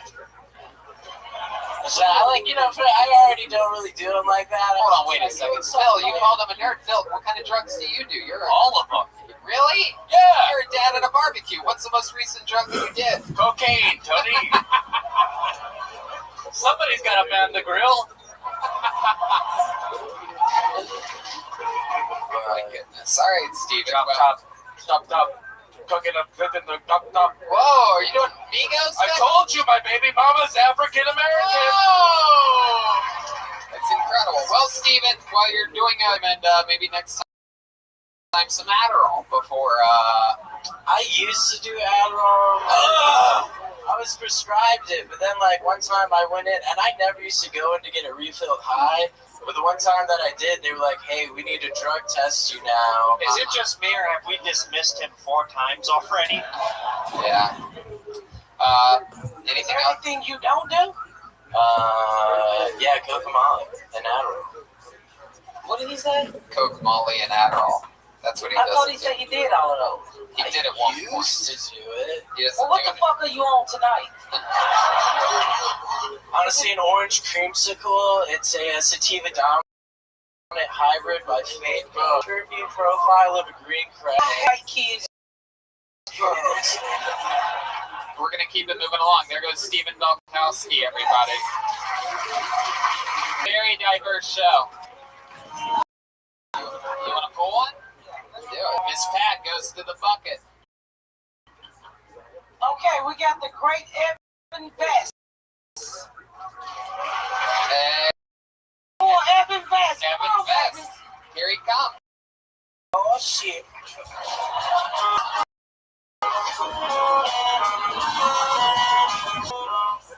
So I like to smoke weed at 420.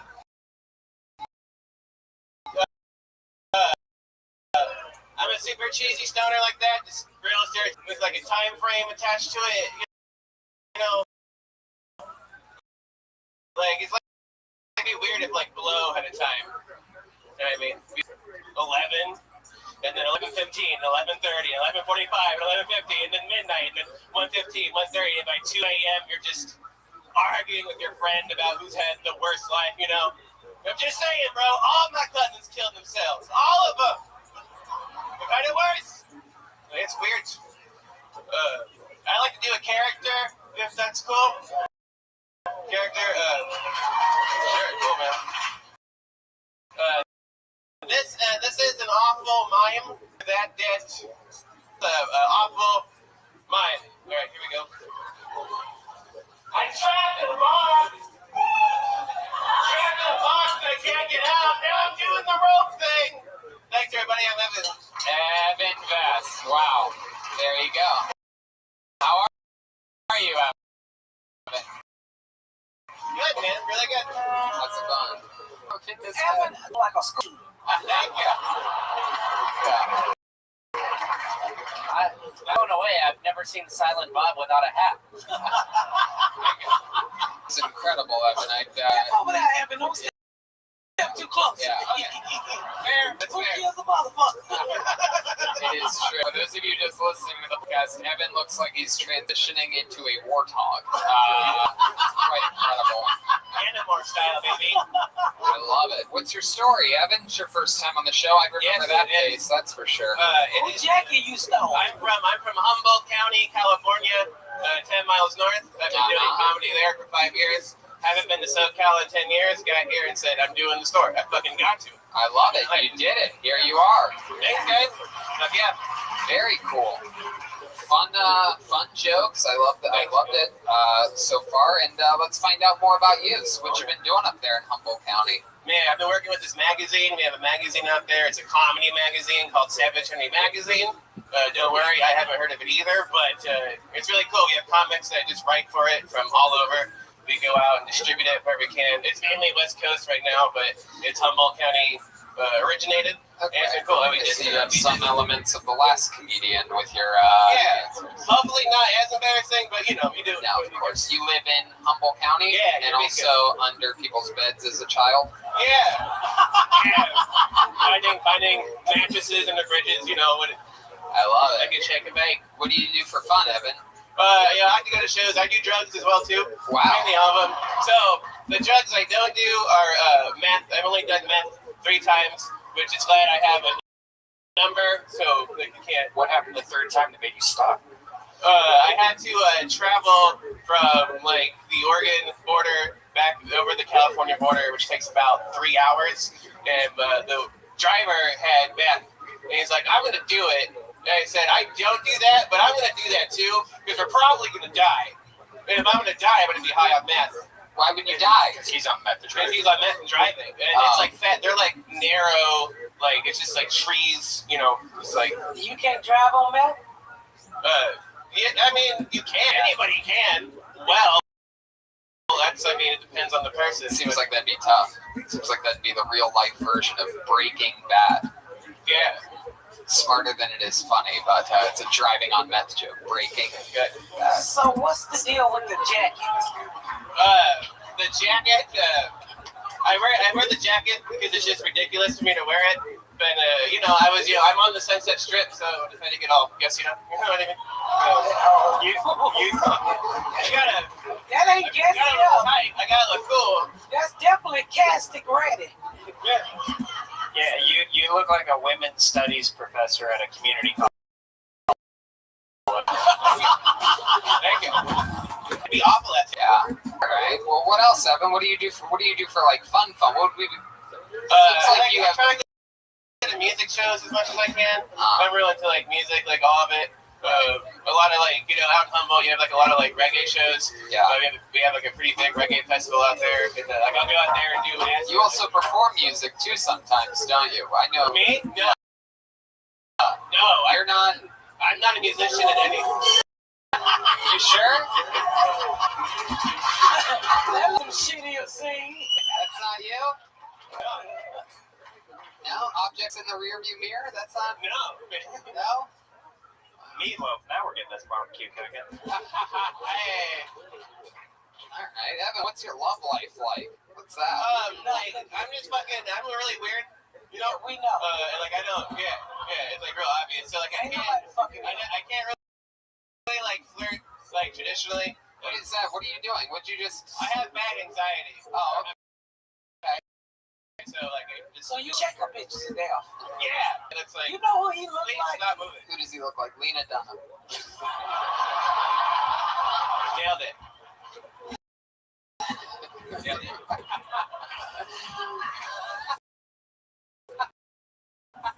He looks like rock bottom. Dwayne Wilcox. Will Smith movie, the alien movie when the man landed. Oh, Independence Day. No, he had on the Oh, overall. Men in Black. Oh, the guy that wants sugar. Sugar.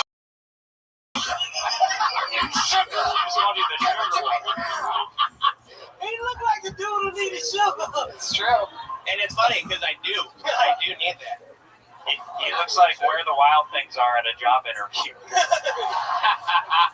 When they that you didn't take it, somebody volunteered. He looked like he did. Hold on. It's been like about a few months.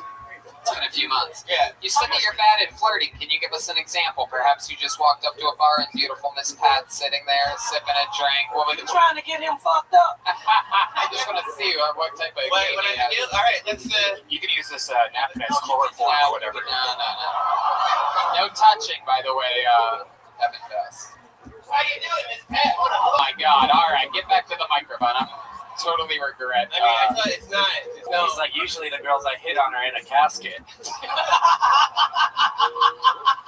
His last Tinder match was in a mortuary. What's the craziest thing you've ever done or had done to you sexually? Sexually? Yeah. Fuck the dead person. Oh no, man! Asking that question just has like pretty vanilla. Like I haven't had anything put in my butt before, but like try it out. And actually, it's been like a source of like frustration. Like I've had girls break up with me for being too vanilla. Really? Too Yeah. vanilla? Yeah, for sure. God, why? But I was just never like growing up as a weird ugly kid in school. You don't like get like you know what I mean. So like you mature, and when it finally starts happening, like it's it's like it's like tie the bitches standard. up. You just want to tie bitches up. Yeah, straight like for a while, just like straight missionary, real boring. Straight missionary. Yeah, awful. Now it's Straight missionary, the only good position. You never tried anything else? Nothing like crazy radical. I got jacked off during SpongeBob 3D once at a movie theater. Hey, me too! Oh my God. And then your voice stayed like SpongeBob's. Yeah, it's real weird. Like, So how did you get jerked off watching SpongeBob? How does that happen? Wait a my second. girlfriend were in the theater watching the movie, and she was horny. So she started jacking me off. Alright, yeah. Yeah, that's the noise I made. So she got horny, so she started jacking you off. I'm right there with you, man. I don't know if you've seen SpongeBob 3D or not. It gets bitches wet. Wow. It really does. I think there was an imaginary friend jacking you. Yeah. That was you jacking your damn self. Oh man, put those 3D goggles on and just stare straight up at the sky, my friend. My baby mama likes it when I give her that long stroke from the back. Wait, is that true? Yeah. You know he ain't got no long stroke from no back. Oh, Miss Pat, I do. Really? Yes. You coming from the refrigerator. So I got one more question. You ever been with a man? No. Man.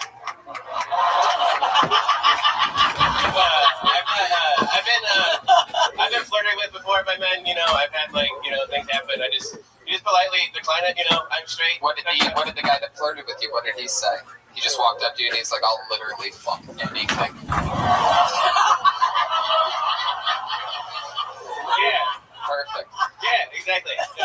All right, Evan. Well, it was nice to meet you. Had a great set, fun interview. Thanks for coming on. There you go, Evan Vest. He's on social media at Evan Vest is real. So that's fun. Joel Malams is Joel Malams. Hey, how about a hand for the band killing it tonight? Oh, that one. He had nice shoulder pads. Pull another name out of the bucket. Let's see if maybe this will be a little bit different. How about some Andrew Papa? Papa, Andrew Papa. Here he comes. Here we go. on, one more time. Make some noise for Andrew, everybody. Thank you. I think that all service dogs are depressed because they're the best boys, and no one's petting them. It's kind of a rule. We all know that, but they don't. So they're walking around. They've been trained for years to do just good boy stuff. And then they go to malls, airports, where there are thousands of people, and no one touches them ever. What I'm saying is there's at least like 10 golden retrievers out there that like with these blind guys, and they're at the crosswalk, and they're like, if nobody pets me soon, it's over. I'm just going to walk. Like, at this point, they got to be like, I think somebody wants this blind guy to die. No one's petting me. If no one pets you, it's uncomfortable. Yeah. Let's go. I almost died recently. I'll do this quick. I almost died recently. I ran into a bear because that's what I do. And I wasn't afraid I was going to die. The only thing I didn't know is I don't know if medical examiners can tell if you shit yourself before and after, you know? Like, are they like Dexter blood spatter analysts? Thank you. All right. Thank you. That's the bear. Here he is, Andrew Papa. Am I saying that? Pupa. Yeah. Hell yeah, I didn't want to say it like that. That's for my entire life it's Pupa, so it doesn't matter as long as I get up here. It's cool. There you go. You did it. How's it going? Good. Yeah, it's good. Can't complain. This is nice. It's great. Fuck yeah. What ethnicity are you? I'm Italian and Irish. I'm from Boston, so it's just the hodgepodge, the usual. Oh, okay. How long have you been doing stand-up? About 5 years. 5 years? Yeah. All of it here in LA? I started out in OC because I moved out there from Boston, and I'm not going to tell you the whole story because that's boring. But 5 years, and then been up here a little bit. What's the whole story? Just that I've been coming up here recently, like the last couple of years. Oh, okay. Yeah. All right. So what do you do for work? I work for a medical corporation. I do like quality control basically to make sure patients get good care. So that's my job. Well, that's good. I'm glad that you're doing that, not the other people that were pulled out of the bucket earlier. It's very safe and healthy. It seems like a good job. How old are you? 31. 31. Yeah. What else about you? What do you do for fun? I actually I run like ultra marathons. So I do that when I'm not doing this. I actually ran Mount Baldy this morning before I came here. It's exciting. Yeah. Shit, I don't want to do. Yeah, it's a 100-miler over the mountain. 100-mile long race. Yeah. It is incredible. Yeah. How long have you been running for? 21. It's crazy that you run so much and you're the only one up tonight that doesn't look like something from Forrest Gump. Yeah, I try to stay away from that. Wow. I was thinking the same thing too. Finally, a cute white boy. Thank you, Miss Pat. I appreciate that. Motherfucker Thank was you. spooky as fuck. Oh, man. I got a pocket knife up under this table. I want to look like they kidnap bitches and eat them. Yeah. Well, when did you start running like that? Basically right before I turned 30, I just decided I was going to run a 100-miler before I turned 30. So was there something that happened? Was there like start running? When I was 21, yeah, I broke up with a girlfriend. I realized I couldn't, and I was like, oh, I was like skater, out of shape, skinny, you know. And I started running, and then I just ran my first marathon in a year, and that was it. Wow, so it really was. It was a breakup. Yeah, you started running. I broke up with somebody, and I went to Chick-fil-A. I'm vegetarian, so that's an option. I ain't gonna run. Yeah. You're a vegetarian. Yeah. How long's that been? Off and on for like 9 years. Wow, so right around the breakup. Yeah. Just kind of everything changed. Yeah. She broke up with you? Yeah. Why was that? We were dating for like years, and when she came back from college, we thought we were gonna get married, and then we didn't. And so, she started fucking someone else. Yeah, for sure. Yeah, that happened. Yeah, that happened a lot. We were gonna get married, and we didn't. Yeah. So that happened. Do you know who it was? Was he a runner? Yeah, actually, we knew each other. We used to be in a punk band together because I am everything you think I am. Wow. Yeah. What was the name of the band? The Tearing Method. Wow, that's what he did to your ex-girlfriend's pussy. Thank you. Yes. I knew it was a friend. I knew it. Yeah. And he was a runner? No, he was not. He's fat and overweight, and he's blind in one eye, so I think I'm doing okay. Wow. Yeah. And he still took your chick? Yeah, I know, right? I didn't take that, ex-handicap Fred. There we go, you know? No, he was a runner. He was running off in her pussy. That is true. He fucked her so hard that he lost an eye? It's incredible. Yeah. I got lucky. I wasn't that good, you know? Got both, so. Right. So, wow, that's fun. You let a fat boy take your bitch? He's fat now. At the time, he, I guess, was presentable, but he's got like the skinny guy gut now. How do you know this? You follow up on them? Not anymore. Not since I moved from Massachusetts. I haven't seen him. I don't know where he lives. How long has that been? He's not alive. How long ago was that move? 7 years ago now. Oh, Yeah. And how about her? What's she up to now? Not sure. She started dating another guy, like a decent guy, after I left, but that's all I know. I don't have any recent updates for all. How about your love life after that? Did it? With my girlfriend now. We've been together for over 7 years now. Wow, 7 years. Yeah. You fucking lock it down when you get it, huh? Yeah. It's good. Yeah. What does she do? She's a corporate recruiter for a bank. Oh. So she does okay. Fuck yeah. Yeah. You guys live together? Yep. Do you have any pets? Yeah. What do you have? 2 dogs. 2 dogs. Yeah. No cats. No cats. I hate white people with cats. Yeah. No, don't like cats. I don't just like cats, but I'm not a cat person. How many cats do you have, Dwayne Wilcox? 3. 3 cats. What are their names? Dagwood, Blondie, and Bisbee. Oh my goodness. That's incredible. Anything else we'd be surprised to know about anything, Andrew? No, that's pretty much it. You know, I just your girlfriend here? No, she's not here. No. Where's she? Yeah. She's at home. She's like with one blind eye is here standing up. That'd be incredible. I'd actually be pumped. Heck yeah. Yeah. Well, Andrew, fun times. Congrats on being out here and thanks a lot, guys. being in love. There he goes, Andrew. Goodbye, everybody. He's on Instagram at The Running Joke. One word. Oh, this Pat's going back to the bucket. Oh yeah, before that, you know what? Here's a little bit more from who sponsored tonight's episode. And we're back. And Miss Pat has pulled another name out of the bucket, and it is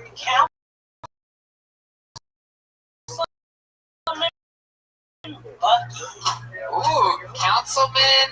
You're gonna have to make a right. No, stop. Go that way. Didn't he just fly out here today? I think I read on Something Twitter. like that. He is coming from the audience side, so he's one of you. How about you make some noise? First time ever on the show for sure. It's Councilman Bucci. All right, yes. So my name is Mike Bucci, and as Tony mentioned, I am the elected council member from the best kept secret in the Bay Area, Newark, California. Newark's a lot like the lost city of Atlantis. Nobody knows where the fuck it is.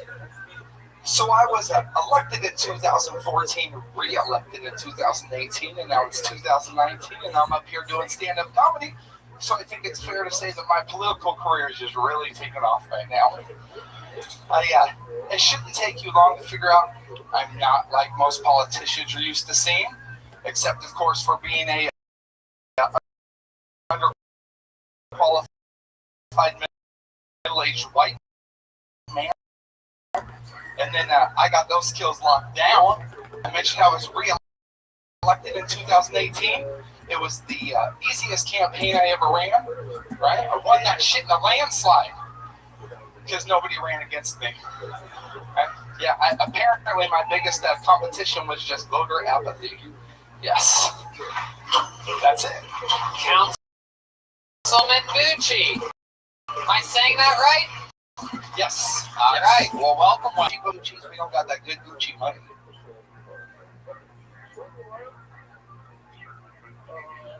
Oh my God! Stop trying to make jokes. So, Councilman, welcome. You're in the big leagues now, and Redman was correct.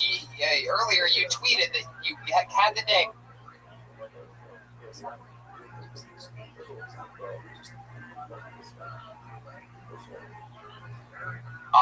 And you flew here for this show, is that correct? Yeah. Fuck yeah. And yeah, that's amazing that you got pulled out of the bucket. That's so fucking cool. Did we end up paying for that somehow, like taxpayer money style, or?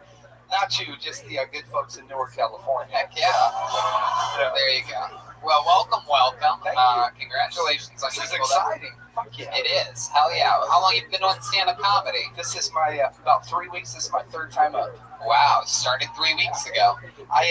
It just through happenstance, I ended up, my first show was at the Punchline in San Francisco, and I had to close for 15 minutes. And holy shit, like, it wasn't terrible. So here I am.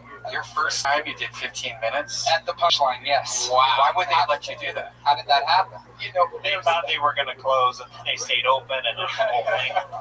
nobody showed up. Councilman, so that's why. That's full rank, right? I ain't gonna keep those.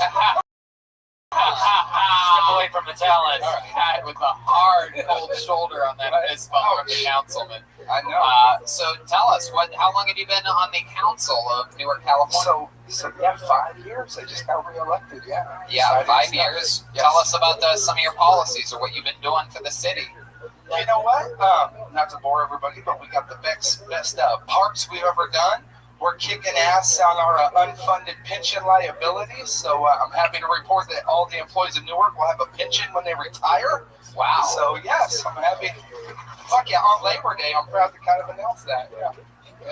We're about to open a skate park this week. You know he ain't doing shit when he's giving up for the parks we created. Yeah. Taxpayer, just parks, that's it. You know what? If we just broke ground on a new police station, library, and city hall. We're almost finished with our new. Did you just build this on The Sims? Where is Yeah, this? I know, city? right? Where's this fucking city? No, you know what? We're built a kicking new ass right now. We're kicking So ass. tell us about your personal life. You married? I am married. She's watching live right now too. She's upset she couldn't make it tonight. Wow. She's here. Yes. She's watching from Newark, California. She is. Yes. My goodness. Wow. So 15 years. Wow. What does she do? Old? She's no. Ouch.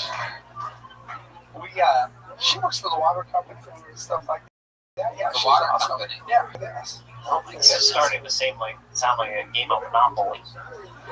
You have any kids, Councilman? We have a daughter, Kendra. She's going to be 5 years old this week. Kendra? Yeah. You gave her a porn star name? Oh, Jesus. My goodness. Tony, you're not going to believe this. That's my baby mama's name. Oh, Kendra.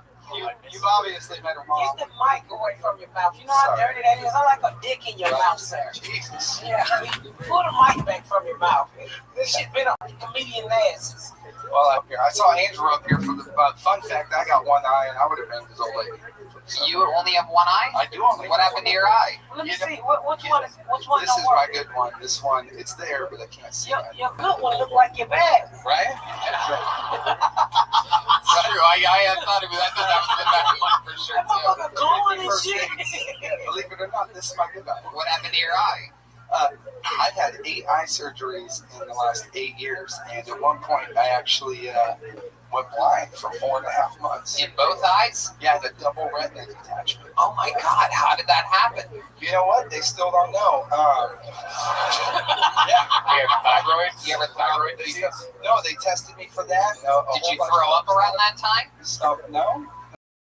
Because I read a story recently where somebody threw up and detached their retina. Or heard about it or something. No, I don't. Normally, it's like maybe a boxer or some kind of acute injury or something, a car accident even. But I was just sitting there. So what? I mean, how good is your vision? Can you see us? So I mean, I can see you, yeah, because I got the one good eye and stuff. But if I close the good eye, then you're just kind of blurry. Yeah, still a good thing. What is? Hey, look at that! For the record, I've tried with a few black women, and it's. I don't give a fuck. When you say it's the best, Councilman, why is sleeping with black women better than white women? It's wet longer. Oh shit! You never heard of blacker the berry and sweeter the juice? I have my own. I have my theories about it. What are yours, Councilman? Hers. I share her theories. Yeah. No, you know what? It's just I'm like the UN of I don't have any. Yeah, I like it all. It's fun. UN, is that what the black women asked you when you put your dick inside them?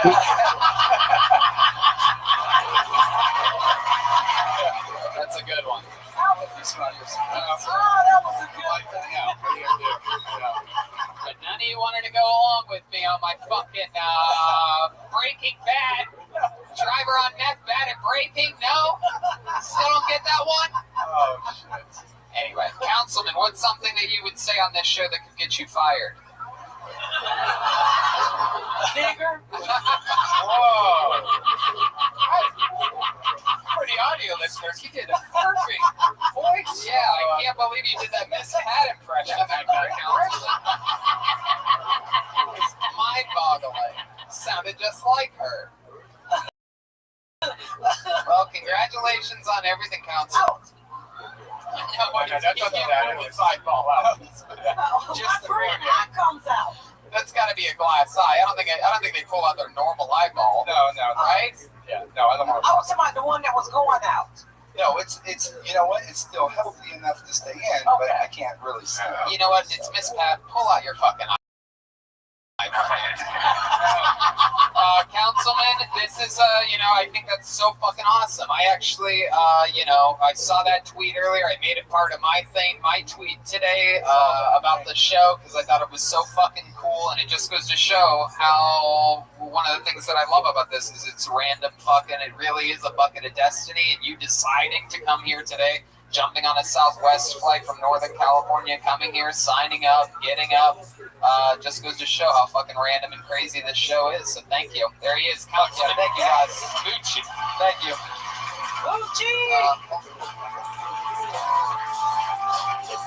So, we're going to do something special here while we're talking about the magic of Kill Tony. One of the crazy things about this show is when we do road episodes, every once in a while, I think only maybe 5 times ever in the history of the show, there has been the winner of something called the Golden Ticket, which is when somebody has such a great set and such a great interview, and we find them to be completely undeniably charismatic and interesting. They win a golden ticket, and that means that they can, anytime they come to the Comedy Store in Los Angeles, they can get on an actual episode at the actual Comedy Store. And you're about to see one of those people right now. This guy made his first appearance and only appearance on the show in Portland, Oregon at the sold-out Aladdin Theater. We absolutely fell in love with him. This is his first time at the Comedy Store. I present to you Todd Royce, everybody. Here he is.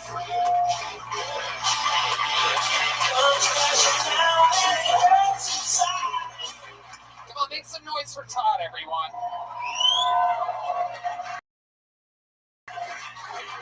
So I am from the Pacific Northwest.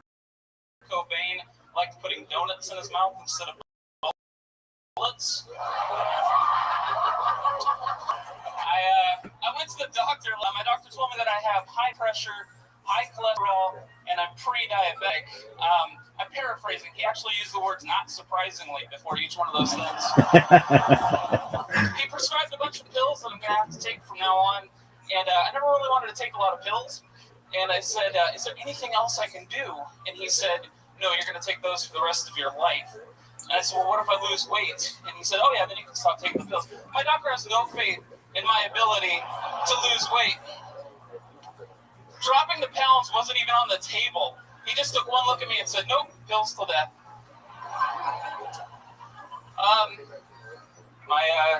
The first time I met Tony, actually, it's kind of interesting because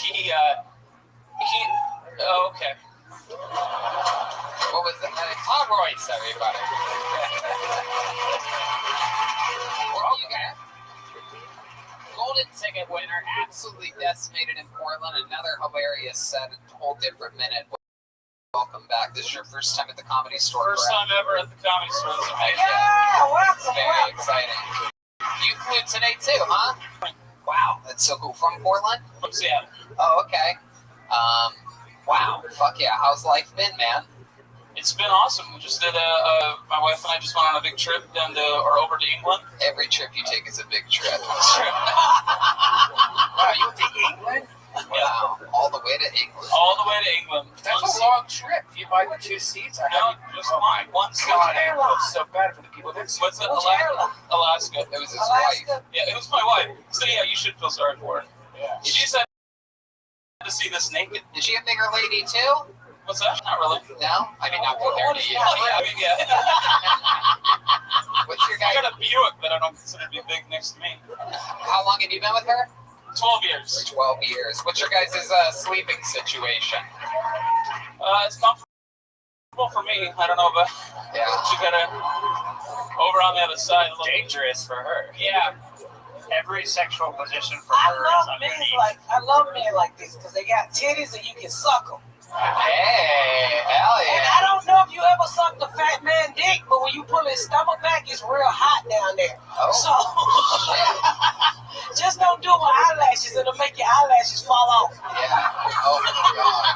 Sucking this dick is like sucking a blowtorch. Oh, my goodness. Can't even imagine. If I'm ever single again, I'm going to use that as a pickup line. I'm going to suck this. And he got hot dicks, I'm telling you. And it's nuts.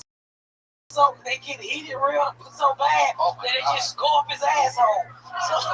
So you gotta stick your finger up his ass to bring his nuts down. Wow.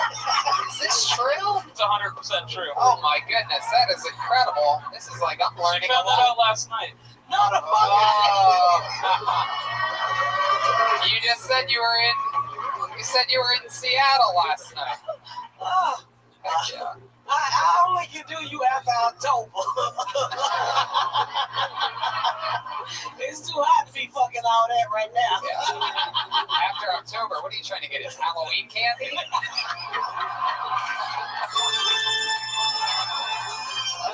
I love it. So, Todd, what else has been happening, man? What's going on in life?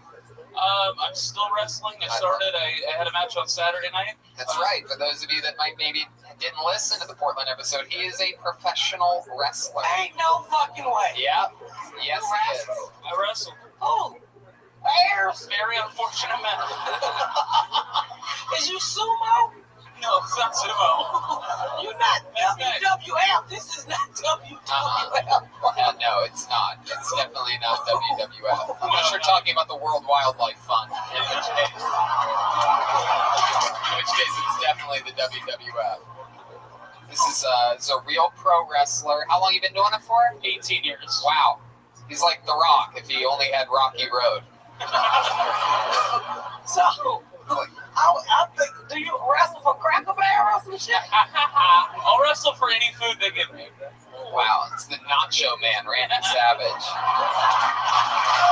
Oh, you guys like that? Is your wife here with you? She's not, no. Oh, if anybody want to fuck him tonight, the way you fuck him is you got to kick him in his stomach, his dick pop out like a gas roach. Ching ching, dust and everything just come out that motherfucker. My goodness. So how did the wrestling match Saturday go for you? Did you come out with a W? No, they cheated. Oh, they cheated. No, they didn't actually, but I'm gonna say they did. When I lose, it's predetermined. When I win, it's perfectly on the level. Right. Tony, I have a question. Yeah. You ever put someone through a table? Yeah. You think you could do that to me tonight? Wait. I happen to have a table. Wait, what? All right. I guess this was, okay. I guess this was something that the band came up with okay. That's not a table. Oh my God, this is a horrible idea. This is not a good idea at all. Is there a waiver that I can sign before the show? No, you could just kill that. I wouldn't really worry about it. It's beautiful. No, it has to be even, David Deary. David wants Joel to die so that he can play drums next week. Okay, you guys thought of this, and this is how you thought you were gonna do it, and okay, that's. So that shit's gonna fly and hit the people in the front row, though. All right, you know it's scary when Red Band's being the voice of reason. This is frightening. So wait, what? What do you think, Joel? How did you picture this going? Joel just kissed him and I said, tell my family I love him. Yeah, everyone in the front row is holding up chairs to block their faces. I'm sure this will end up okay. Joel, have you thought about landing? Okay, here we go. This is...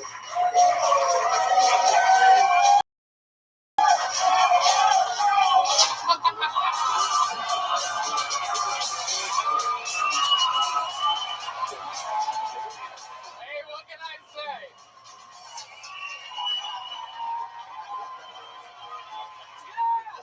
Okay. Fuck yeah. That could have gone one of two ways. I think we all got lucky here. Wow, that I want you to take off your shirt now. Wait a minute. I don't. I'll tell you this. How about a hand for Joel Jimenez? He no better way to get a crowd hot than by putting a guy through a table. How do you feel right now, Todd? That's the first time I've seen that happen in this historical room. I'm telling you, that's good job, Joel. Hell yeah. For all the doubters. Hey, I love it. But you can always tell everybody to do a piece. Okay, before it happened, everyone was worried. Then after it goes well, it was a 1/4-inch plywood. It was. Oh! We were.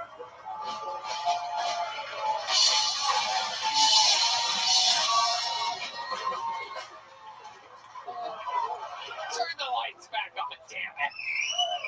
I love it, man. It wasn't the. Is everyone okay? We were worried. It was more the hitting the head on this stage that I was worried about, but fuck it, dude. I love it. Wow. So, Todd, that was fucking awesome. Fun say. Anything else for Todd? Anybody? I was hoping he fell on top of the guy he threw. Get another table. Oh, look at that. Me too. The only way Todd would have jumped on him is if he was going through a kitchen table.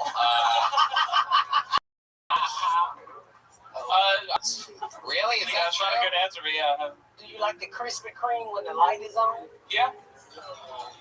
Why were you in town? Did you answer that? I just came for this. Just came for this? Yeah. Wow. Amazing. So cool. I want to take advantage of the golden ticket, so Yeah. I'm flying in today. I'm flying out first thing tomorrow morning, and I'm going to try to do that every couple of months. Hey, I fucking love it, and we love you, and we'll have a bigger table for you to put someone through. I like it. Like that. How about that? Todd Royce, everybody. Thank you. 2 for 2 all-time Kiltony appearances. If you haven't listened to the Live from Portland episode of Kiltony, I highly recommend checking that out. Todd absolutely destroys in front of an incredible packed Aladdin Theater, and we had a lot of fun on that episode, one of my favorites ever. And let's just keep this fun train moving along. We have a regular on this show, as a lot of you may know. He's either love him or hate him type of character. I absolutely love him. I think he's a machine. He rolls with everything. He has a very defined, distinct style of stand-up comedy. I love watching him do a brand new minute every single week. So let's see what it is this week. I present to you the great William Montgomery.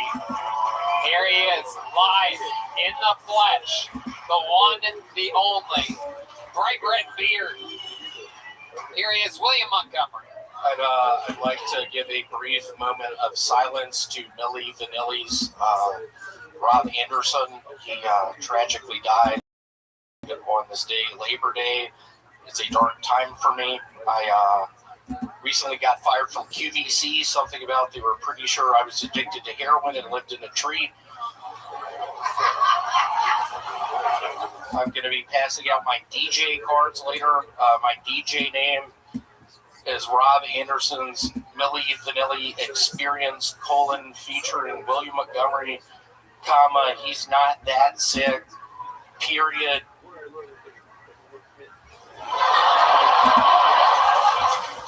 So I've been having a bunch of cat parties recently. I take acid and round up all the neighborhood cats up into my apartment. just looking at them, wondering who they are. I'd like to give you maybe a little cutscene of that. Are you gonna do the? Is there more to that? Oh, hello, sir. Are you a cat? How are you? That's what you're like at the cat party? Cat party. There he is, the look of approval. He's absorbing Miss Pat's energy, trying to get a read on her. I'm excited to see Miss Pat. We were in Ashley Simpson's first music video. What was that, 20 years ago? Fuck you.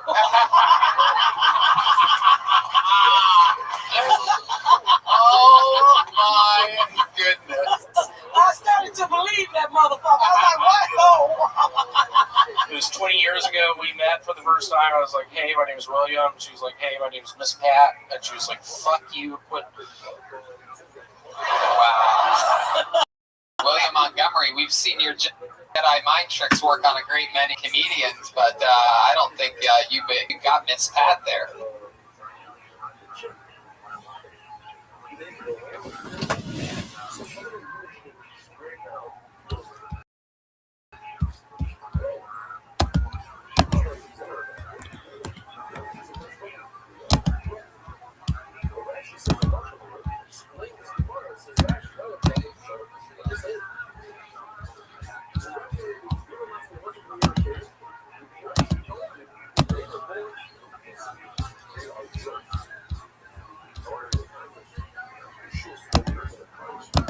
No, he don't. I don't even like gingers.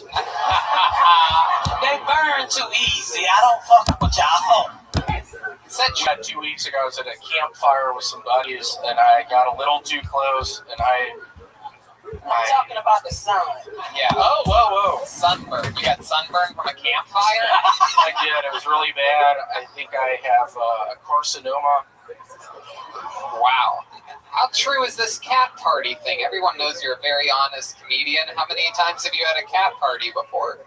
It has been literally the best 2 months. It's been 5 times, normally on Tuesdays. I literally just take some squirts of this acid. I literally go out in the neighborhood, just see the cats, round them up. How do you round up the cats? What do you do? Can you give us an example of what that's like? I have a net. It's a what? Similar to a fishing net. I just trap them in the net. I'm sweating really bad. I'm vomiting. I'm tripping on the sidewalk. But I get probably 10 to 15 in the cat parties. That's a lot of cats to catch in a net. Has anybody ever seen you do it? Yeah, my neighbor, a really nice man, Ralph Martinez. What did Ralph say when he saw you? He was like, William, why do you have all those cats? William, why are your pupils so huge? William, why are you sweating? William, where's your William? What's in that bag? William, what are those cats? William, what's going on? Well, and I'm just like, Ralph, relax. Wow. Come to the party at 8. My goodness. What the fuck are you guys eating, cats? What are we eating? Have you ever heard of Easy Cheese? How much cheese you squirt out of a bottle? We eat that with Ritz crackers. We have Captain's wafers. We have all kinds of crack. You in the crack? You giving the cats crack? That's a black person drug. You giving the cats crack? How much crack have you been giving the cats, William? 2 weeks ago, there was this very sweet cat. Stop telling jokes and talk to us, goddamn. You can't stop me. Turn your ass around and talk to us, you weird ass ginger. Turn around. You need to so happy when I was mental health before you bring them up. Have any of the cats ever misbehaved with you or done anything out of line? Yeah, there's this one, Edward Francis. He's a really nice guy. He's from Memphis, Tennessee. We went to high school together. Wait, you went to high school with a cat? Yes, he was really smart. He had an eye patch. Really sweet guy. He was our... Wait, it's an Armenian cat. Armenian cat? Yeah. Keep that song playing, please. Y'all just remember remember I currently eat too much, but I promise y'all this: during my funeral, as this is playing, Cat Stevens' father and son, Edward Francis, just sees me in that coffin and starts crying. Wait a second. Why would the Armenian cat that you went to high school with be crying? Because we got along a lot. We started playing board games. And when at your funeral, you're planning on having an open casket funeral? How would he get there? How would he get there? He would get in his...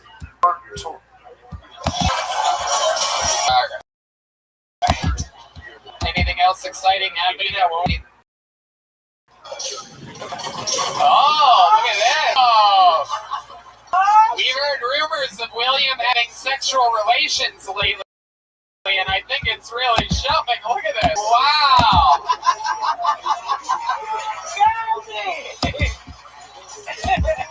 Calvin hit another step. Break out. What'd you just fucking say? Wait, what? Oh, William, what happened? You better get this crazy ass cracker. William, I've never seen you have any rhythm like that before. Is it only to that song? Is this like Weekend at Bernie's? Only that one song makes you move like that?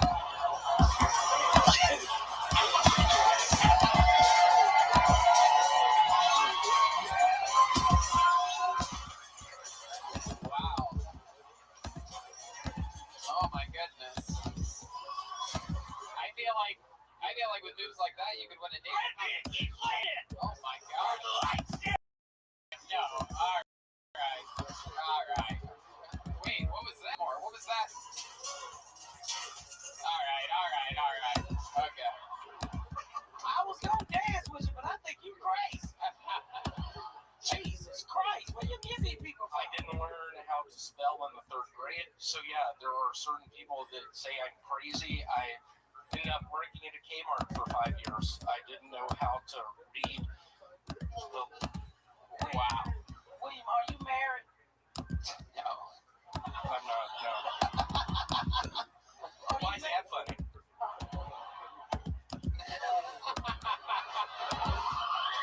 Is there a licensed gun owner here I can hang out with? Well, William, you did it again. Another fun new minute, another fun appearance. Thank you so much. Fun times. The great William Montgomery. There he goes. The great William Montgomery. Where'd Jeremiah go? We lost Dwayne Wilcox. He had to go take a pee. Oh, okay. PCP. You guys think we should go to this bucket one more time, huh? All right, then I guess we will. Your final comedian performing tonight goes by the name of Kelsey Lane. Kelsey Lane. Here we go. Here she comes. Kelsey Lane. We know her. Yep. Been on the show many times. One more time for Kelsey, everybody. Hey. You know, just shop for cotton, Will. And the dick that I rescued. Oh my god, it's so cute. It suctions onto a wall. Because that's just like the first thing I think when I see a wall. What is that? What is that? Concrete? Concrete will make you come. But brick will make love to you. I'm not gonna say like when you go to a new place, like, oh, you should just like fuck in every room. No. I just fuck every room. I'm cheating in my bedroom with my bathroom right now. Needless to say, it's Trump ever builds it. Yeah. Kelsey Lane, everybody. Been on the show quite a few times. Been a long time, Kelsey. Welcome back. That was fun. Talking about buying a dildo. You are a lesbian? Sure. Close enough. Bi. Yeah. Right. Wait a minute. Yeah. She a lesbian, but she buying dick. Yeah, that's they gotta you gotta get it. It's always surprising me. You get to just pick it out though, right? I feel like if it was an authentic dick experience, it should just be like a plain box, right? Then you take it home and you don't know what you have until you open it in the bedroom. Could be small, could be big, could be black, could be white. What if like you don't know? It's like a mood ring. Like as soon as you put it on, you don't know how big it is. It's just based on how much confidence you have. Nah, not so much that. Fair. And more along the surprise factor or something like that. Do you really have a suction cup dick? Yeah. How big is it? I had one of those one time. Somebody gave it to me at a sex party that you can stick on the refrigerator and fuck you while you drinking your orange juice. Oh shit! I've got a suction cup spatula just like it. Yeah. My goodness. So let me ask you something. Do you do all types of? Because my daughter is gay, and I went over her house one time, and one thing I realized about you lesbians, you bitches are weird.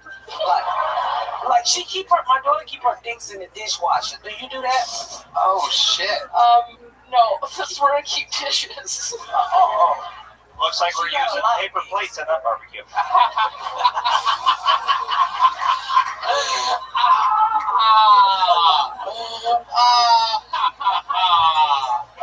Oh my goodness.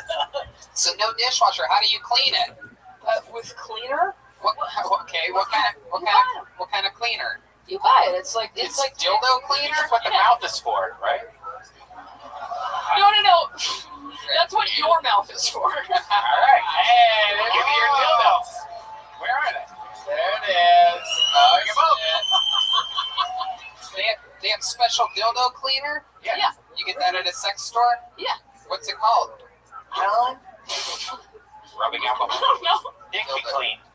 Dildo cleaner. Dildo cleaner. All right. And I like that question. What's the size and color of the dildo that you settled for? It's like 7 or something like that. 7.5 inches? Yeah. So it's a little too small for you. Exactly. I have a huge pussy. What color is it? It's brown. Brown? Whoa, look out. Look at this guy. All right. Do you ever suck it? Do I ever suck it? Yeah, answer the question.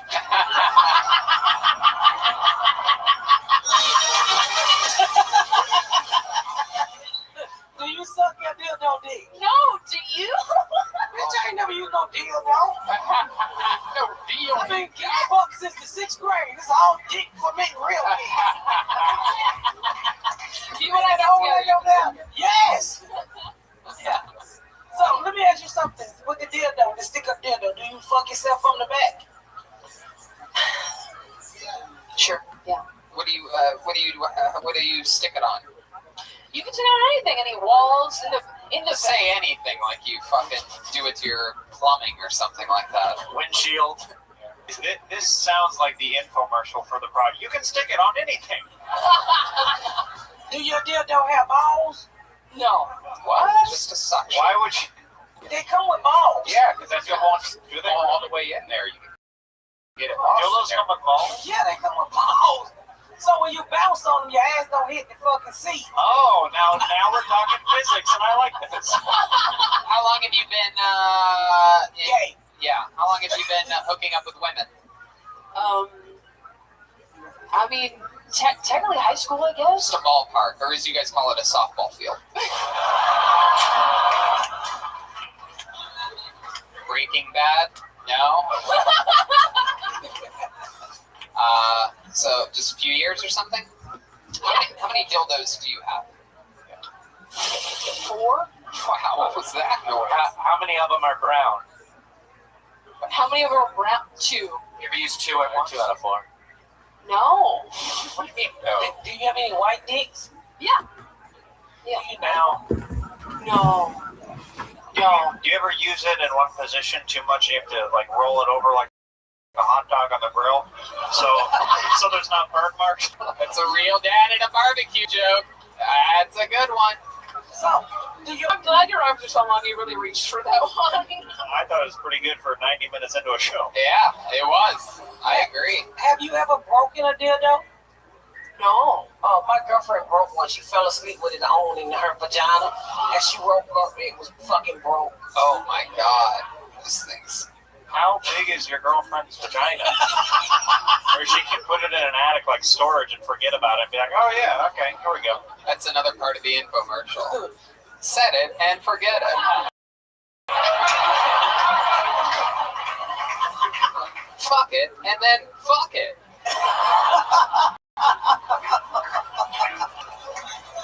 Take it and then break it. Stick it and hit it, I guess. All right, so Kelsey, you currently have a girlfriend, someone that you're going steady with? Yeah, I do. Yeah? What do you guys like to do for fun? Do you ever scissor? Yeah. That's an actual thing. So you each, you balance it out and you slap your pussies together. Yes. It's, Yes. Yeah, you just kind of like mush them around. I'm going to check in with Dwayne Wilcox. Now, I've always been curious about this as a dad. When two lesbians take their own dildos, do you ever reenact the movie Star Wars and just do lightsabers with your dildos? Okie dokie. You don't have to answer that. Let's check in with Miss Pat. I have a question. So you say you scissor, that's when two smarts rub together, right? Hey, they can be... What would you do if your partner was fat like me and you couldn't scissor the vagina and just rub up against the stomach? Hey, I fucked fat bitches. Come on, get it. No, How do they scissor? You just do. I mean, I think it's not as mathematical as you think. It's not really like scissoring. You just kind of like yourself in a good position. Oh, you fold her stomach back. Yeah. Sometimes you share a dildo, right? Yeah, you got fold. You do the same thing the real man do. Okay, I thought it was something different. It's tough doing it with a big black woman, though, right? It's the scissor with the Lizzo. Okie dokie. What else, Kelsey? What else the last time we saw you? Anything else fun or interesting in life?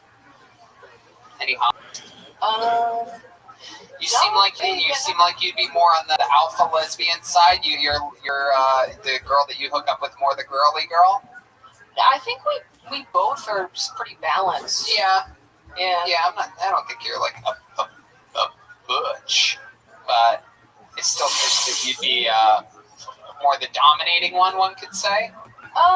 Who knows the scrap on? We both do. What? Yeah. Both of y'all got dicks? Yeah. Yeah, I mean that basically makes you two gay men. You guys, when you guys put on your dildos, do you ever pretend like you make more money at your jobs? Let's get out of here. That's Kill Tony with Miss Pat. Kelsey Lane, everybody. She's on social media, and I am Kelsey Lane. Check out Miss Pat's podcast, Moines, Boston, and more. Go to MatComedy.com for tickets. She's here taping a pilot. Keep an eye out for her new show on Hulu, The Miss Pat Show. Make some noise for Miss Pat, everybody. Look at this incredible drawing from Ryan Shaibo. This is a fucking work of art. I mean, this guy is out of control. He's on a whole new level. Check out his prints of Ryan Shaibo, and that is fucking beautiful. Amazing work. How about a hand for the band, everybody? They have a new calendar coming out. It's a big deal. It's already out, actually. Jeremiah, stand up on social media. Jeremiah Watkins on YouTube. What else, Jeremiah? Yeah, new episode of Jeremiah Wonders Out with Mikey McKernan, Boo Ha Ha right now, and Omar Nava. And then check out, the Kill Tony Band calendar. And there's Bison t-shirts, MyWatkins.com. A hand for Larry, Chroma Chris on guitar, everyone, huh? Chroma, what'd you think about tonight's episode? It was well done, Tony. Well done indeed. And how about one more time for Phil Dempsey, Joelberg, Joel Jimenez, huh? He went through a table for the first time in the show's history. He's mostly sorry on social media. What else, Joel? Shout out to Ludwig. I love you guys. That's right. Ludwig's very own Joelberg and Joel Jimenez. We're going to Australia, San Francisco, Sacramento, DC, La Jolla. We're making our return to so many fun things. If you live in West Palm Beach or whatever, stay tuned tomorrow to see if I'm going to be there this weekend. Shout out to Todd Royce, William Montgomery. So much fun. Live audience, thank you so much for coming out. We love you guys. Red Band? Thanks, guys. Have a good night, everybody.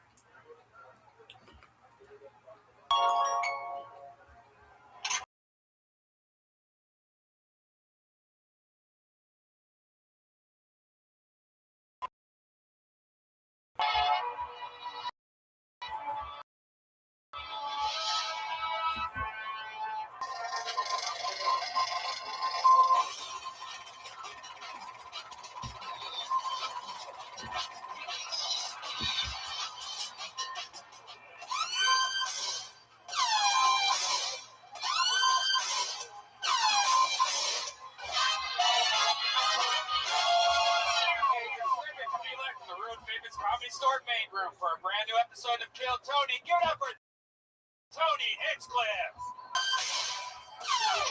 Fuck yeah, welcome. You guys excited or what? We are live here on a Monday.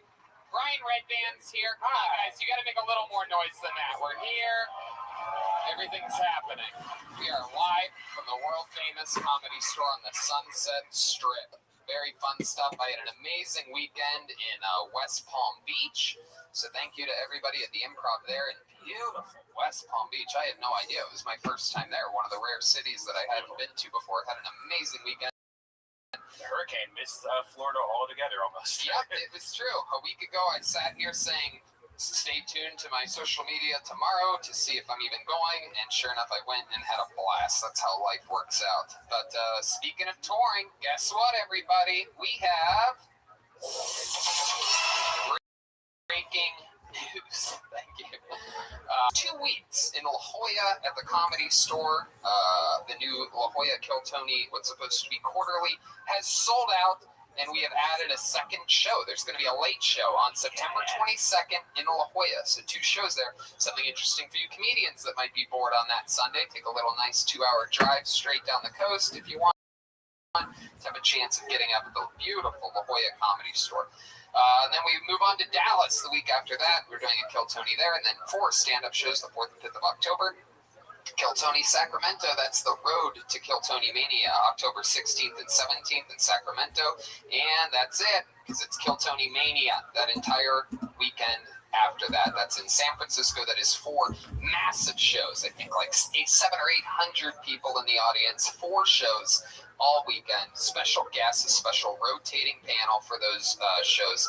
That's Kill Tony Mania. And then no rest for the wicked, because we go straight to Australia the next week. Brisbane, Melbourne, Sydney.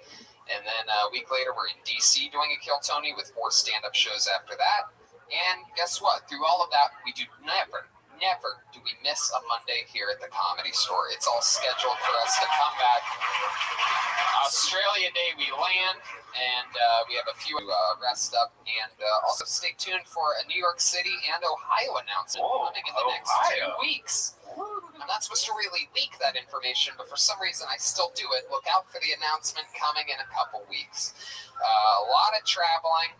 Stuff gets crazy. We get older. And a lot of people start losing their hair right around at the age that we're at. 66% of men start to lose their hair by age 35. And once you've noticed thinning hair, it can be too late. The solution is forhims.com, a one-stop shop for hair loss, skincare, and sexual wellness for men.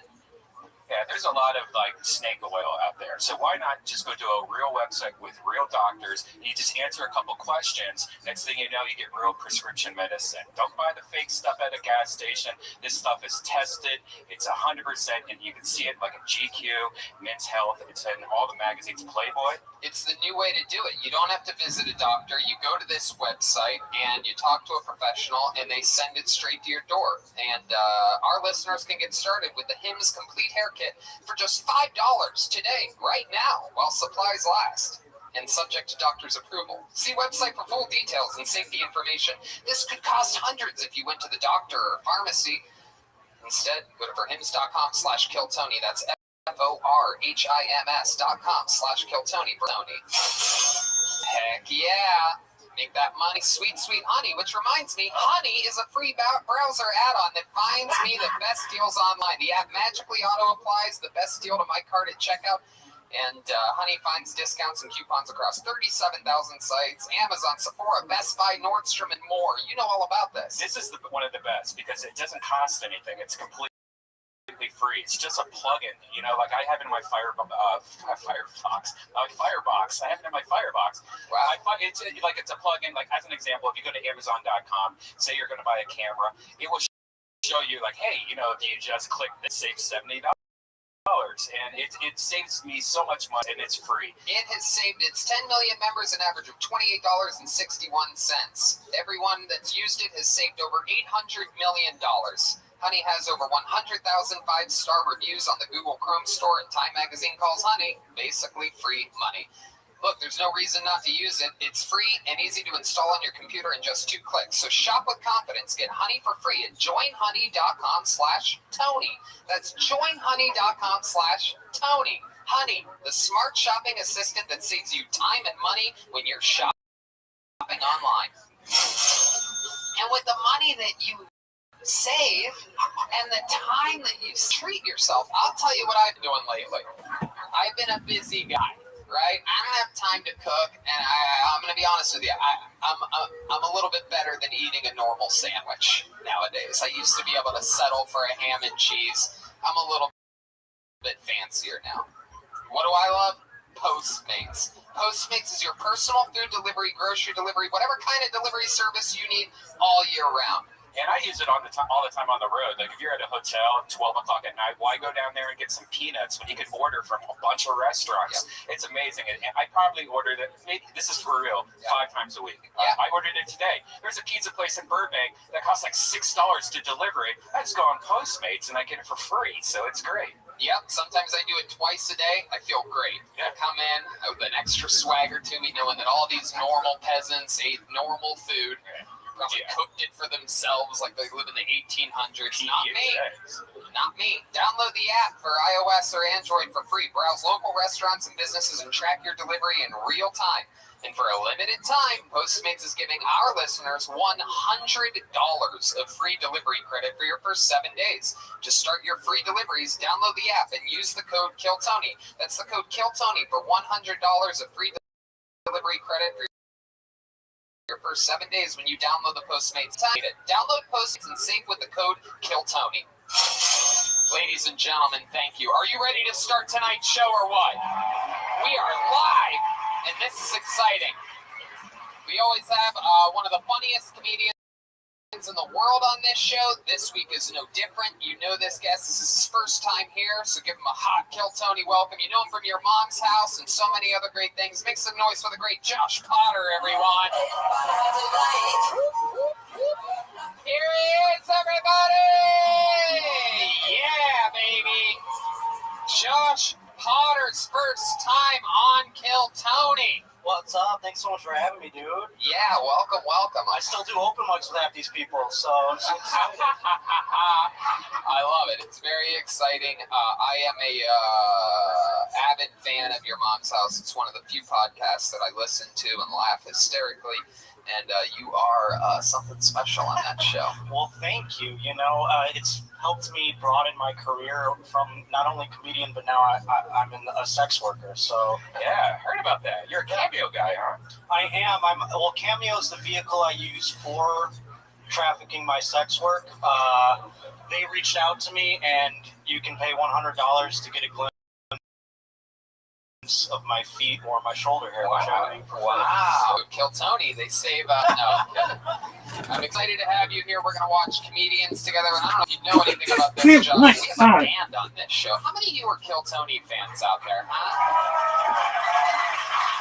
Then you know the band is one of my favorite things in all of comedy. They are truly some of my funniest friends. We travel all around with these guys. We've had a lot of fun times. We've seen a lot of different characters. Every week they perform and stay in a different character. We never know what it's going to be. Maybe it's a brand new character. Maybe it's the return of characters that we've seen before, some of our favorites. So let's see what happens tonight. Ladies and gentlemen, I present to you the one and only best damn band in the land. It's the Kill Tokens, Joelbert Joel Jimenez, and Chroma Chris.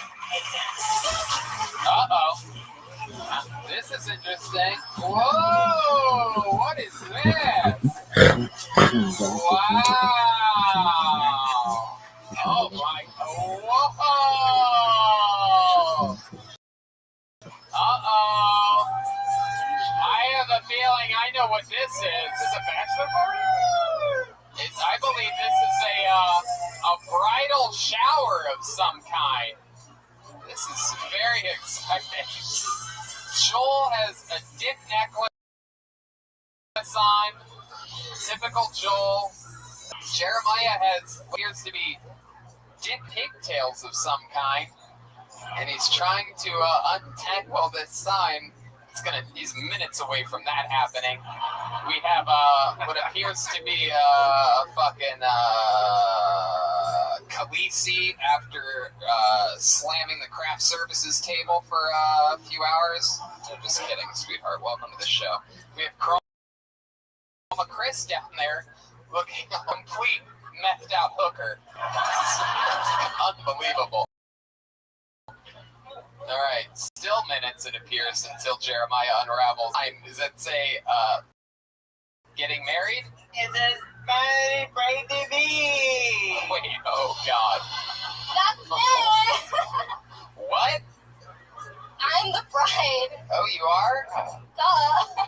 Fuck yeah. And I'm the maid of honor, and so happy for her. Wow, maid of honor. I'm gonna be honest with you. Like many maid of honors, it almost feels like you're secretly not happy for her. No, it's the happiest I've ever been. Oh, really? Yeah, so she's gonna have a future in skate. What about you? Are you hitching up anytime soon? My name's Beck. I'm a whore. Wait, you're a whore? I'm a dirty. Yes, I'm excited. Ooh, who's this guy? Wow, are you hitting on Josh Potter? Oh, the things I would do to its good eye. Oh, wow. I think that she can make me come that one. Yeah, I think so. Look at that. Real candidate. I think we might have a connection. Well, Glurp, glurp, yum, yum. Well, who knows? Maybe by the end of the show, she will make you come. yeah, and then she could be a bride. Yeah. No. Not tonight. Whoa, yeah, tonight's about you, sweetheart. And then clearly back here we have what appears to be one of the least healthy Mexican women I've ever seen in my life. Wait, they love her. Come on. Oh my God. Wow. Don't look at my balls, I mean clit. Gonna fucking... My name's Patricia, and I like to get railed. Oh my God, bunch of slutty bridesmaids.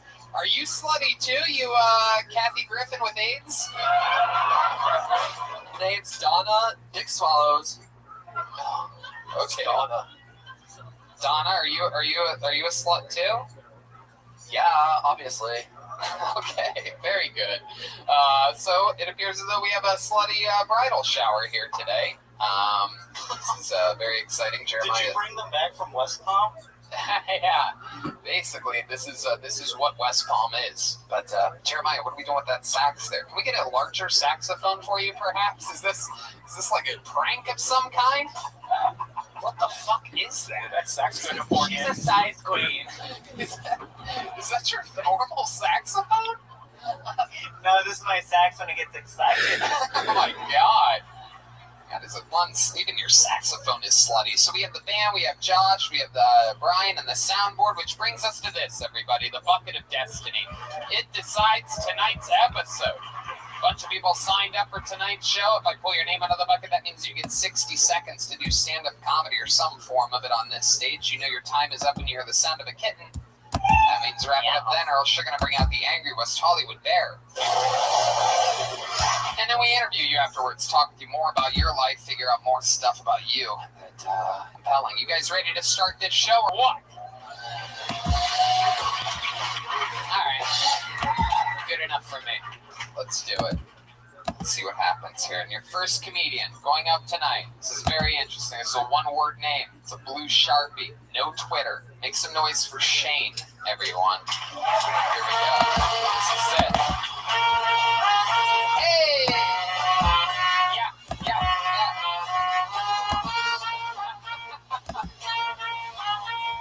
Here he comes, everyone. Shane. One more time for Shane, everybody. Here we are, goddamn. Los Angeles. Wow. This is the hit and run capital of the world. I'm so proud of you guys. That's amazing. Really, you've earned this great title. I'm so proud of you. I watch porn. There's this one website. It's called iknowthatgirl.com. And I'm really into the logo because the letters are all fucked up and crooked, so you know exactly how to say it. Just, yo, dude, I know that girl. That's fucking Ashley. But yeah, one time I knew her, and this was the craziest thing ever because I stopped. I don't know if anyone has ever tried to stop masturbating like 3/4 of the way through, but it's so hard. And this thing just killed it. I was done. All right, thank you. Heck yeah.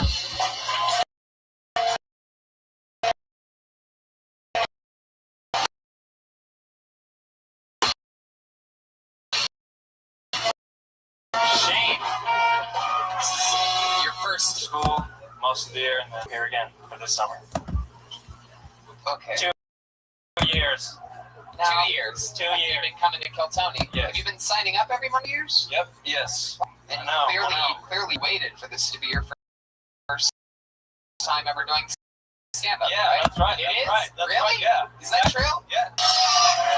Hell yeah. Congratulations, Shane. Thank you. What made you want to start on this show specifically? Just watching the show. Really. So like, I'll just try it. Seems fun. Right. And what part of LA do you live in? I mean, clearly you look like you sleep on the beach. I do. I live Newport Beach. You really do? I do, yes. So, how do you feel? You just did stand-up. Thought it was going to go? Honestly, I'm going to have to watch it because I have no idea. No. I was just trying to shit I love out. it. Did you have a joke hit and run subject? You moved over really quickly. You gave us all the information, and I watched it. There you go. Zero, nothing. Actually, the hit and run capital of the world is my pussy. Oh, look at boy, bring it! Oh, shit. Whoa! Wow.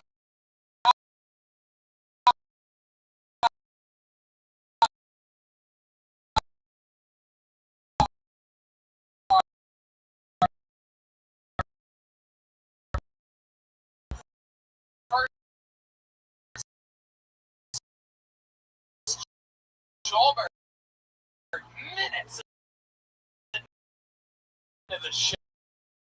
Look out! Starting on his foot.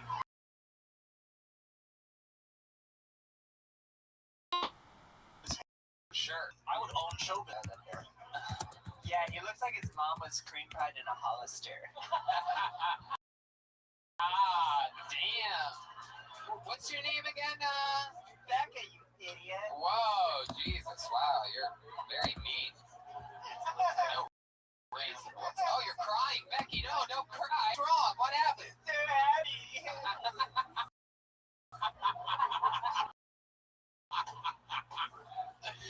Wow. So Shane, what do you do for work?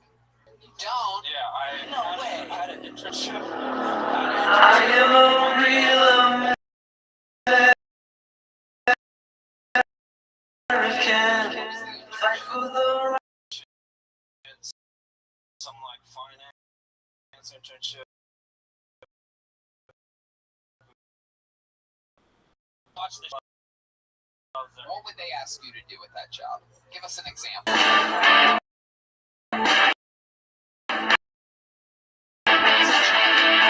In sword. American for what's right.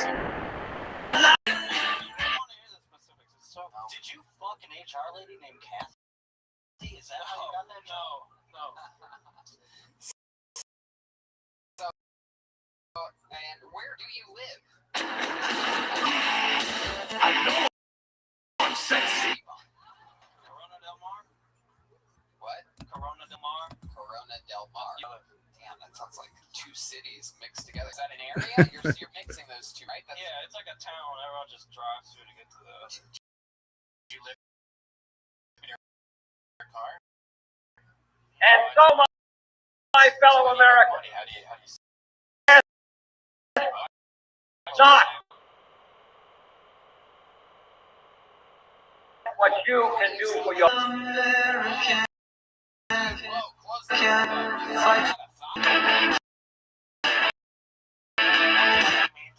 Fight for your life.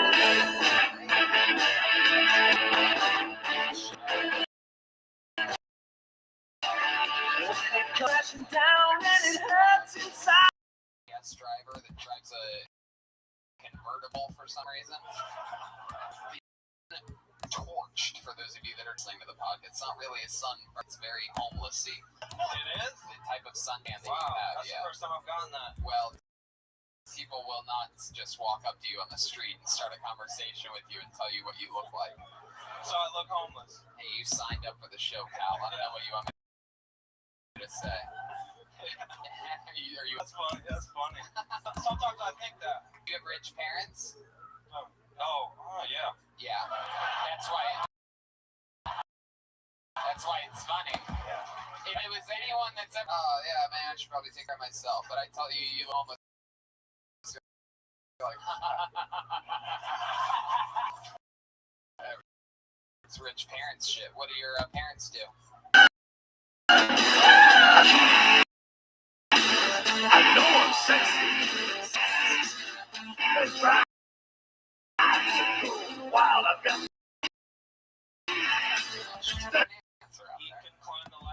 Move, I said shit.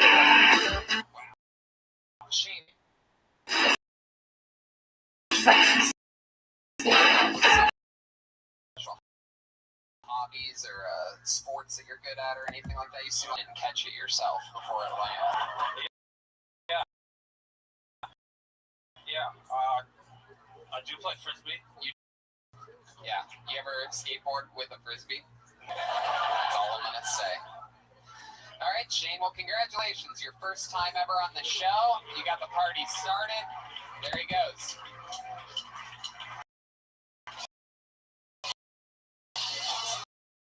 Hey, whoa, Becky is shaking that. That is the largest phone I've ever seen in my life. I don't know what's going on here. Maybe it's just me. Okay.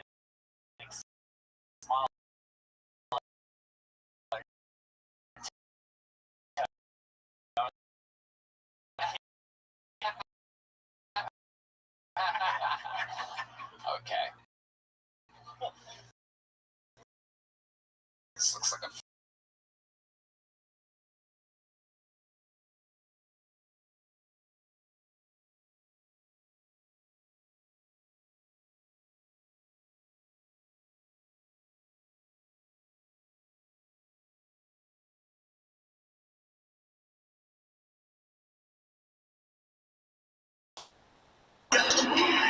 It's crazy! There's only one! Oh, God!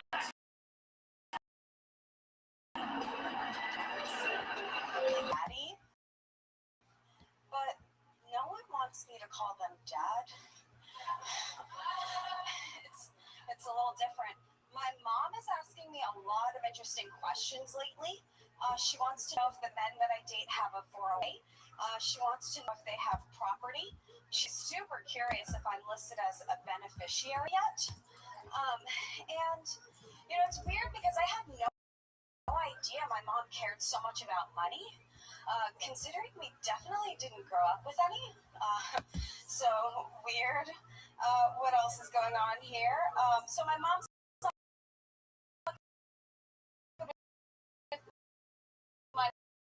money, but she's actually a lot better.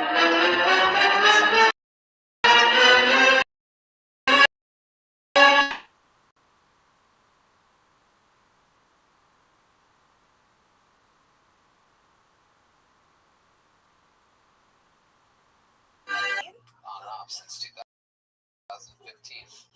What was that? Was that you, Becky? Oh, wow. All right. Okay. Maybe drink some water or something, Becky. Well, okay. So, Destiny, welcome. Is that true? Did you not have a dad growing up? Yes. Neither did any of us.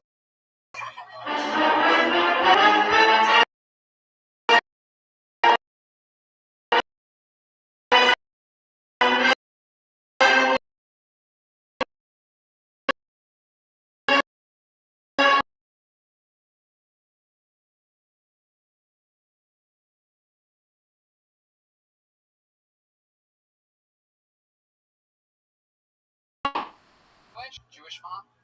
No, she. Oh, Yeah, very I'm interesting. Jewish. Why? Because she. All right. You look like Dora the Menorah. That's why.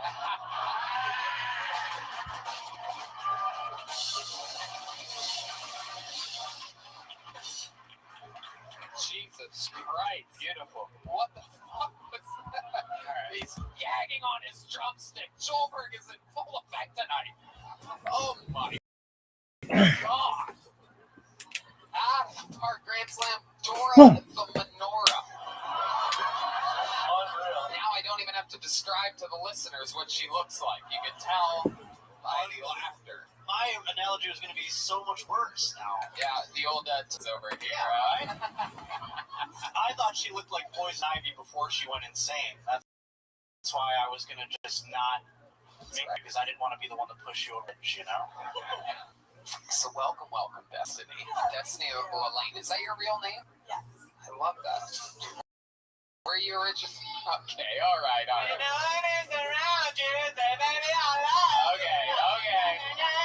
Oh, God. Okay, all right. We gotta. All right, Becky. You might need to drink actual water. All right. So Puerto Rican mom, that's interesting. Do you know what your dad was? Yes, also Puerto Rican, Cuban. Wow, see, you're just a regular Puerto Rican. So you're like in disguise right now. You're a crazy that it's just you just play it down. You dress up like a little normal girl. I didn't realize that my crazy was undercover, so I'm flattered. Thank you. Yeah, so is there a wild side to you? Am I close to... Definitely not. I'm kind of a grandma.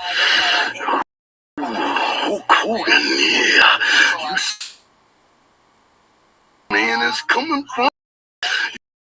You're right. You don't know anything about the macho where I'm coming from. So, yeah, I want to make it to the top of Twin Federation. Smoke a lot of pot, do a lot of... Mountain, yeah, all by myself. No pukesters out. And no pukesters helping me to the right. Didn't need them then. And a notion I don't need sympathy either, yeah. Stop. Day after. And no matter Hulk Hogan, yeah. I'm gonna make you tick. Then in Wrestle 3, guaranteed victory. I'm gonna tell you.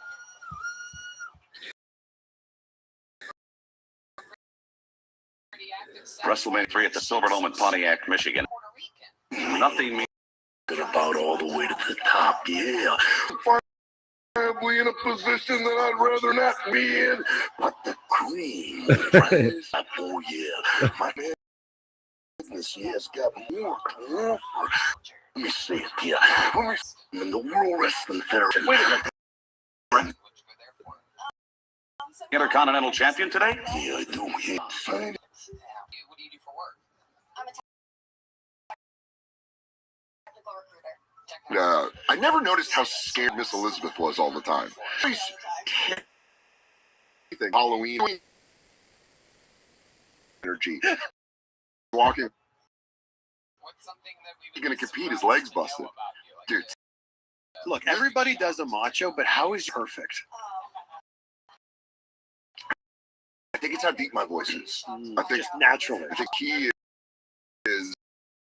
You break. We used to cut promos where it'd be like, yeah. Electric bill hasn't been paid, yeah.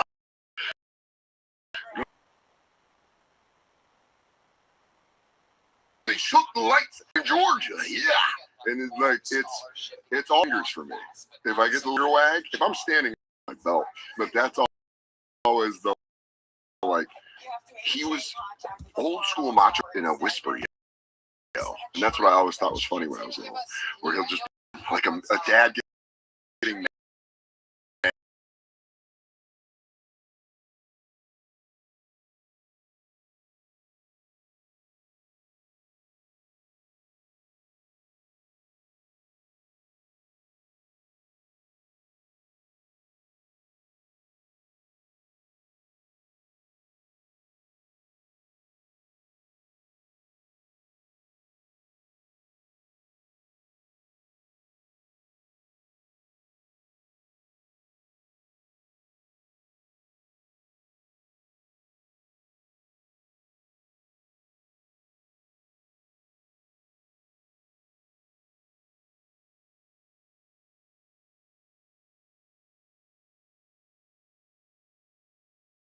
year, I spend more money on spilled liquor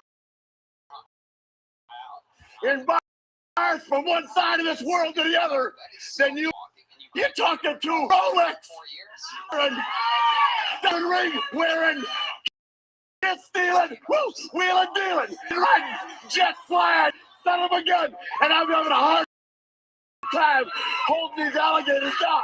Woo!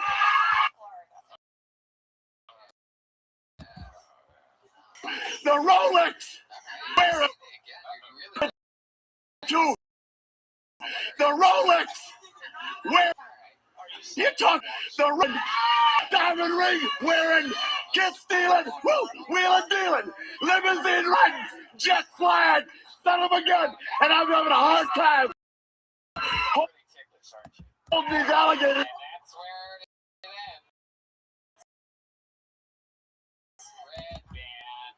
Stop!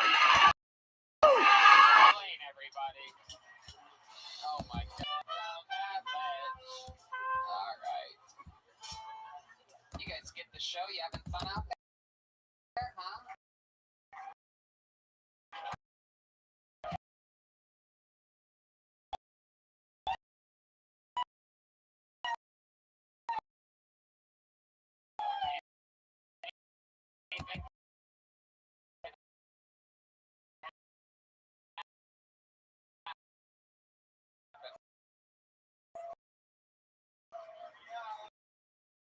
Bucket of destiny.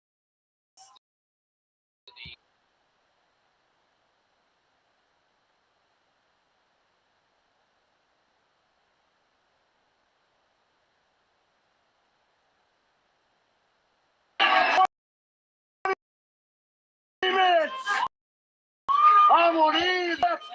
Ted Turner by my right on in you. Which one am I get there tonight?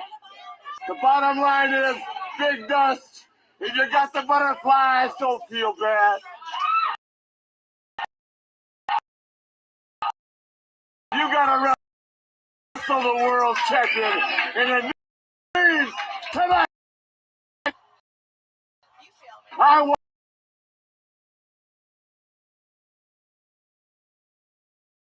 Every guy that is just inside of me, not to brag, but I may say, like a pre-K 20 to 25. You're talking to the Rolex wearing, diamond ring wearing, kiss stealing, woo, wheeling dealing, limousine riding, jet flying, son of a gun, and I'm having a hard time.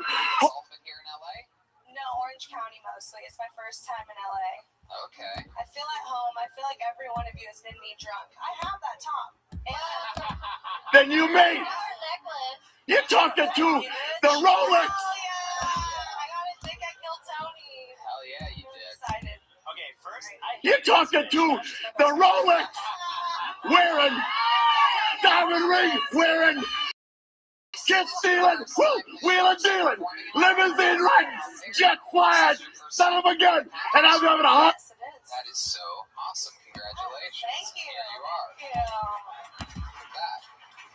Thank you. You're talking to the Rolex wearing, diamond ring wearing, kiss stealing, woo, wheeling dealing, limousine riding, jet flying, son of a gun. You know when jizz drips out on your leg at the most inconvenient time? Yes. Yeah, it happened at Trader Joe's, dude. I was just trying to buy a frozen meal. And this chick came up to me after, she's like, mine was at Hobby Lobby. It affects a lot of people, and no one talks about it. God, that is. Yeah, like, do you ever go to, like, Costco and you've got, like, a droplet of cum on your open foot? Get it. That's incredible. By the way, I have the word frozen. It's not a meal. Anyway, okie dokie. Fuck yeah. So that happened at Trader Joe's. Yeah, it did. If cum was gonna drip out of a pussy, you'd think it would be Whole Foods. What section too? Outside of Whole.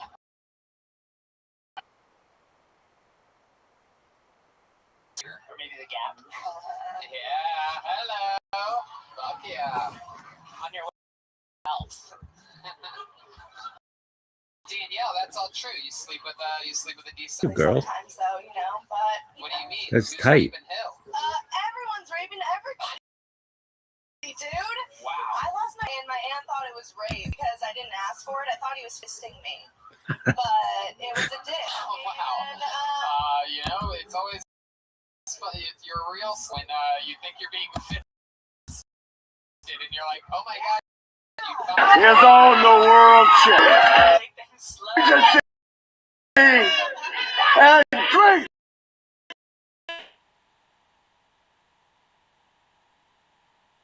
Here's all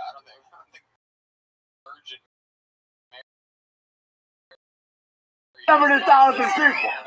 I walked down that aisle, and then one more public announcement. That's right. Clean up dusty roads. I'm going to ease across the street. Let's see.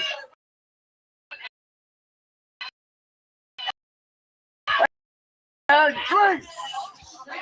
All the it is what? Here's all no.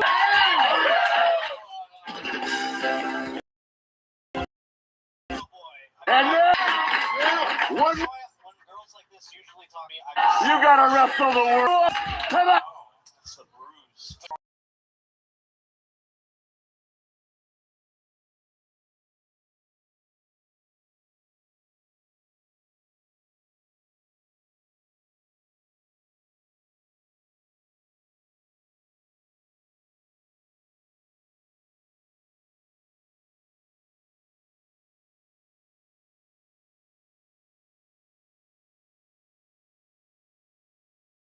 And HIV twice. Do they know your name at Planned Parenthood? no, dude. But I saw this chick that went to my middle school as I was like life altering. Did you get it? Did you apply? Get it? No, I didn't. I didn't get it. I didn't get Stripped before? No, but I was thinking about it. I went to Atlanta and I went to Cheetahs, and that shit's lit. The best strip club. Yeah, I know. Yeah, My it's good, brother. actually. I went with my brother. Brian is a strip club. You're talking to the Rolex wearing, diamond rings wearing, kiss stealing, woo, wheeling dealing, limousine riding, jet flying, son of a gun. Oh shit! Wait. Oh, come on. Oh, you stopped it right away. We finally get a real. You only play music.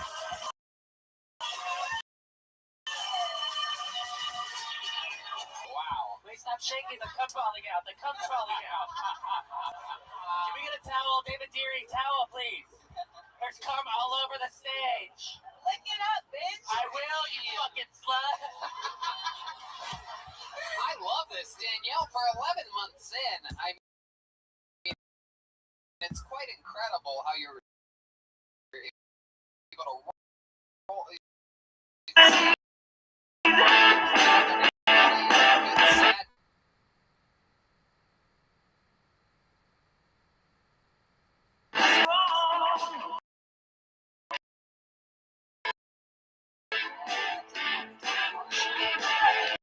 Runaway is just disabled. Hell yeah.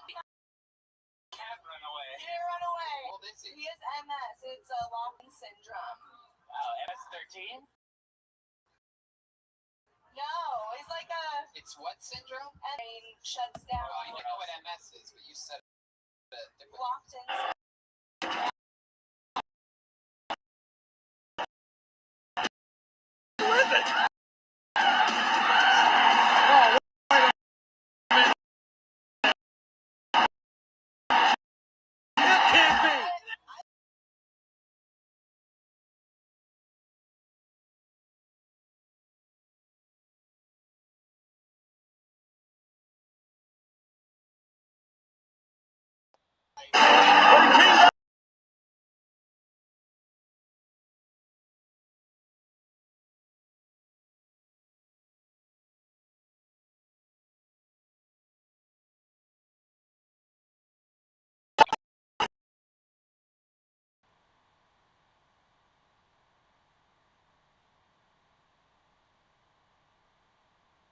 A lot of us know a lot more female comedians do that than we know, but you really are, you know, Yeah, I'm open. not faking being a slut. It Right. happened. I went to college for it. There you go. Prove it. She got a ride for walking with.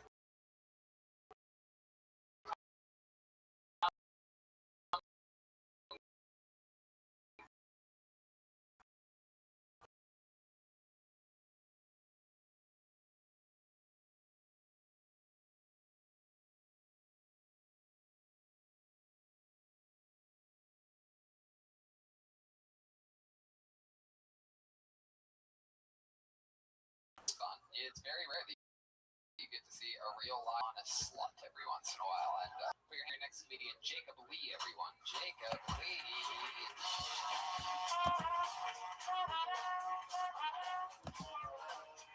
Here he comes. Jacob Lee. Time for Jacob, everybody. Thank you. So this happened to me today. Somebody left a note on my car, and at first I thought I opened it, and it said, "Hey." First car. Yeah, that guy's a piece of shit.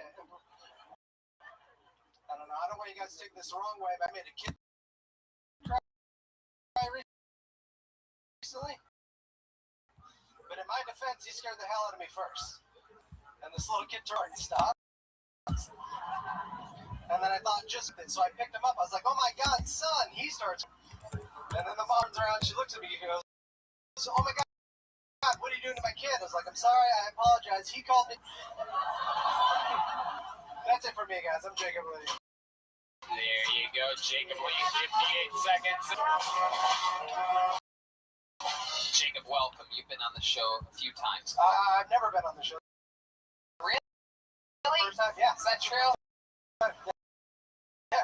feels like I know you. We met. Salt Lake, work with me at Wise Guys, or No, I met you at Wise Guys. I never got on your show though. okay, it's a great comedy club. There, is that where you started? Yeah, that's where I started. April. Salt Lake is what the last comic calls her pussy. Oh shit. Except her pussy's deeper than Salt Lake. So, Jacob, you just moved here in April. What's your living situation? I got a roommate. We live in Glendale, North Glendale. Oh, North Glendale. Yes. So Anytime I say, hey, I'm from there, they're like, ugh, I'm like, I don't fucking know. Do you have the least chest hair of everybody there? Yeah. Yeah, actually. And I'm pretty fucking hairy, too. Is that true? Yeah. What's your color? What color is your car? What color is my car? White. Gray. Is this your first time dealing with Armenians? Did you know what they were before moving to North Glendale? This is my first time dealing with them, yeah. Did you know what they were before moving? No, not really. When I told everybody I was moving to Glendale, they're like, hope you like Armenians. I'm like, I don't really know what that means. Have you figured out what they are by now? No, but they call me bro a lot. Becky? Yeah, can I do my Yelp review of Armenians? Oh my god. Is this something that you pre-planned in case anybody brought up Armenians? Sure, go ahead. One word. Yuck! Oh, wow. That is a bad Yelp review. How many stars on that? Oh, okay. So, you're dealing with Armenian. What do you do for work? I deliver water. You deliver water? Yeah. Jeez. But it's, it's like, I don't know, like those big 5-gallon jugs. Is that what you did in Salt Lake too? Yeah, I got that job in Salt Lake so I could transfer out here with work. That's great. Now you're doing it. Yeah, now I'm doing it. Trying. Fuck. Do you have to like take them directly? Do you just leave them at doors and like outside of places, or do you have to go in?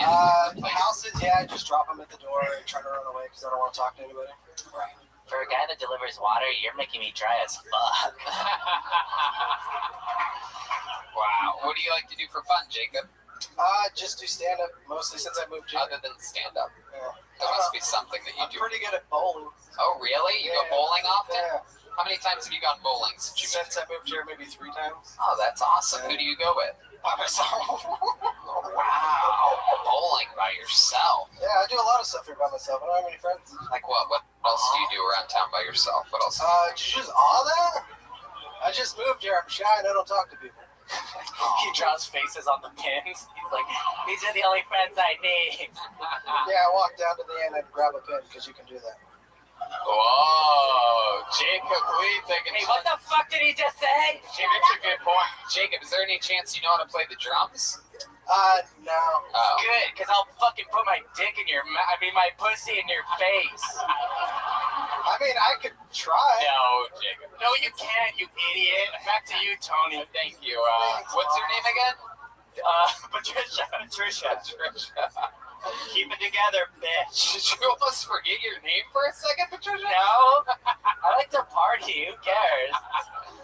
Jacob, you ever drink or do drugs or anything like that? I like to drink. I've only smoked weed like 5 times. Why is that? Why do you only? Because I've been a truck driver since I was like 21, so it's against the law. How old are you now? 34. Wow, look at you. You're like a real truck driver. Yeah, I've done it since I was 20. Is that a semi-truck that you drive? Delivery? No, it's like a straight truck with a bunch of bays in it. Yeah. How many glory holes? How many glory How many holes? glory holes does your truck have? I have no idea. Good question. So, serious question. Do you still wear your gauges, or is it like something that you left behind? No. I took them out. I used to have a lot of piercings too. I took them out when I started doing stand-up. Oh, okay. Give her that girl like finger in or anything. Oh my goodness. Becky, No, but actually people do walk up to me and they'll just be like, that's gross, and then they just put their finger in my hair. Your ears are a glory hole, though. Yeah, okay. But no dicks have been through, so it's really not a glory hole. Well, you should look Mostly up, bro. finger. Can you like Becca. Yeah. Becca, do you think maybe we could fit one of those dick whistles in? Yeah. I don't think I'll fit. This will fit though. How many of you want to see a dick whistle go into his ear? Do it. Can make it fit. You think it'll fit? I don't think it'll fit. Oh, it won't. It's just like the truck stop days. All right. Spit on it first.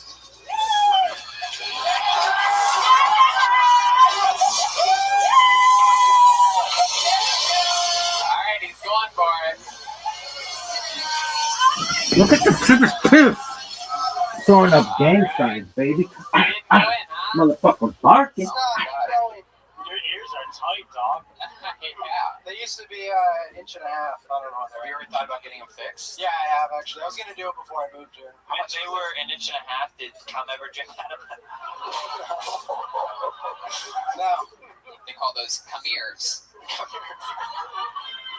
No, yeah, I looked into it to get him sewn up, and I don't know. It's dumb. I've kind of like I don't want to pay a guy to fuck up my ears because like I did this to myself so I can live with it, but I don't want to have like some fucking weird ear. Yeah, even though like I don't give a shit about this. Like I did it. I did it so people would think I was tough and would leave me alone. It's so interesting that you're so shy and you do so many things by yourself. Have you been with a woman since moving to Los Angeles? No. No. Have you kissed a girl since moving to Los Angeles? No. Really? Not one? Yeah, girls don't talk to me. Is there any girl here that'd be willing to give this guy his first Los Angeles kiss here tonight? How many of you would like to see that, huh? Where's that slut at? Wow, nobody. Literally nobody wants See, that's to what have I'm any talking fun about. tonight. This is very I exciting. don't know. I used to be like really heavy too. I lost like 60 pounds. Wow. Girls didn't talk to me then, and then I lost weight. I'm trying to get you kissed, dude. No one wants to know about your Becky, flabby skin. That's Alright, well. Where's the last like slutty girl? I mean, do you mind the taste of cum? Yeah, I'm good. Alright, well, Jacob. Beggars can't be choosers. That's all I'm saying, Jacob. I'm not begging though. I tried my best, Jacob. I appreciate I asked if someone wants to kiss you, and then you followed it up immediately like, hey, I used to be fat. Come on, who wants to kiss me? Trying to sneak in another show. Very good, Jacob. Sorry. Alright. Congratulations on your first kill, Tony. Thank Fun you. times, good set. Appreciate Jacob it. Lee, everybody. We're going to keep it moving.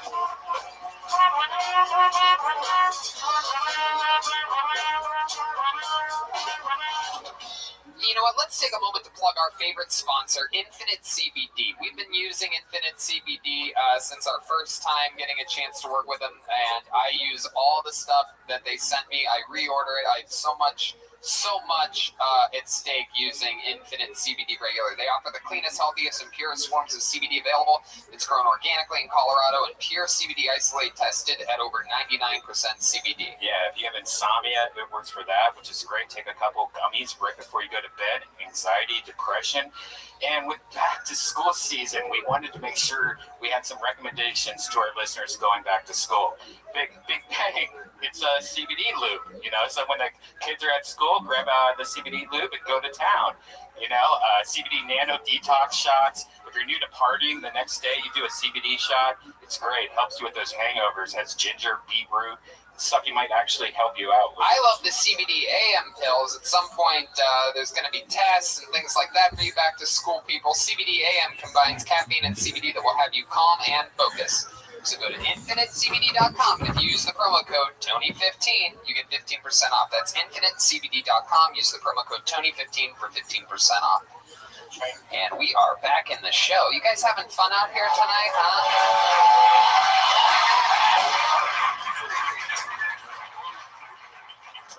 Back to the bucket we go. All right. Put your hands up for your next comedian, Teresa Lee, everyone. Teresa Lee. Hey, a lot of females today. Yeah, it's a good one. So excited about this second show added. This second show added in La Jolla. One more time for Teresa Lee. Hey! I'll tell you guys a little about me. I have an identical twin. My twin sister works out and I don't, but we still look the same. So I'm doing it right. My twin sister is a musician and I'm a comedian, so my parents didn't pray hard enough. You know, my parents love us. They love us the way you love hot wings and burritos, you know? They're ashamed. I had a pretty good childhood, I shouldn't complain. My dad has hit me once and only once in my life. When he did it, my mom came in the room, caught him doing it, and got so mad she yelled at him. She was like, "That's my thing."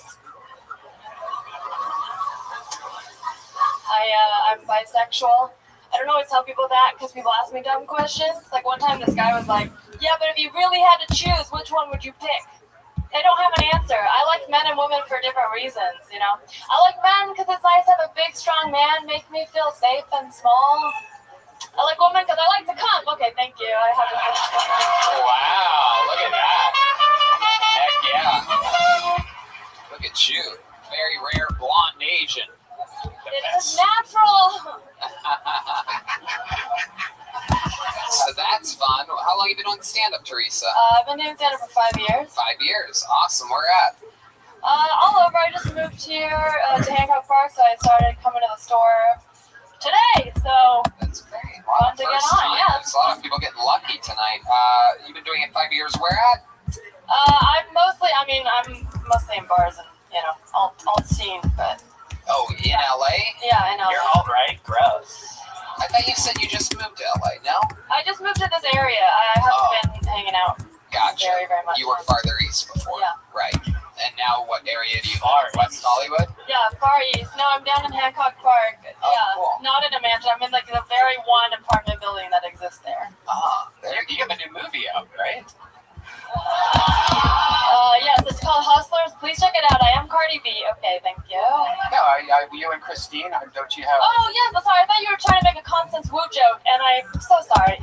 I projected so much on you just now, and I apologize. What the fuck is going on? How do I know? We've never met. Oh, hi. So I didn't know you know me. Can you guys do this after the fucking show, Brian? Real show. I have to apologize for projecting racism. I thought you were doing. No, you have a new movie with Christine, who's a good friend of mine. Yes, I do. Your sister's a DJ. Yes, I have a movie out. It's called I Think She Likes You. And no one cares. So sorry. He's getting weird because he has a thing for Asian people. He's so weird. He follows every Asian girl on Instagram. Yeah. And that's a lot. That's a lot of Asian. There's a lot. There's a lot of that. He's about to ask you to do the ice house. Yeah, you're free. There you go. From the rice house to the ice house. I don't like guys with sword collections. I'm sorry. That's not mine. That's Tony's. With what collections? What collections? You know what? I'm not gonna repeat it. It's fine. Okie dokie. That's your good interview. Wow. So Teresa, tell us more about you. What else? What do you do for work? I write. What do you write? I write for a YouTube show. You write for a YouTube show? Yeah. That's interesting. You make a living doing that? I still have to walk dogs sometimes. Oh, walk dogs. When you say walk, is that W-O-K? Put them in the walk. That's a Joelberg right there. You might as well just start. That's what I thought he was doing. Repeat the words Joelberg over and over again. That's what I thought he was doing, and so I apologize. Yes, my dog is also Asian. He's gender fluid, and Shih Tzu? He's a Shih Tzu. It's not a bit. He's just, I don't know what he is. People assume he's a woman. What do you do for fun when you're not doing comedy? I like to go to karaoke. Oh, that is completely not Asian of you at all. What's your go-to karaoke song?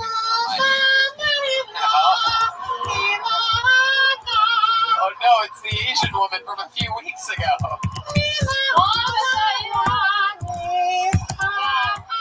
Just like home. You can't get mad at them for the Asian stereotypes and be like, I like karaoke. Yeah. It's actually, I feel like it's mostly white bearded men that suggest karaoke. Is it I don't know, is that not a thing? What do you mean white bearded? I only learned. It's like a thing. It's like the white bearded men love to go karaoke, sing John Everybody Lennon loves songs, karaoke, but nobody loves karaoke more than Asian people. Well, we did invent it, so. What's your song? Yeah, what's your go-to? I like to sing a screamo version of From the Bottom of My Broken Heart. Can you say it? Can you say that not in Japanese or a screamo version? No, From the bottom of my broken heart. What is that? It's a deep cut of Britney. Oh, it is. Huh. Man, I don't even know that song. Did you sing part of it? No, I can't. I'm not a very good singer. Not even like a line? Okay. Okay, Alright, I'll do it.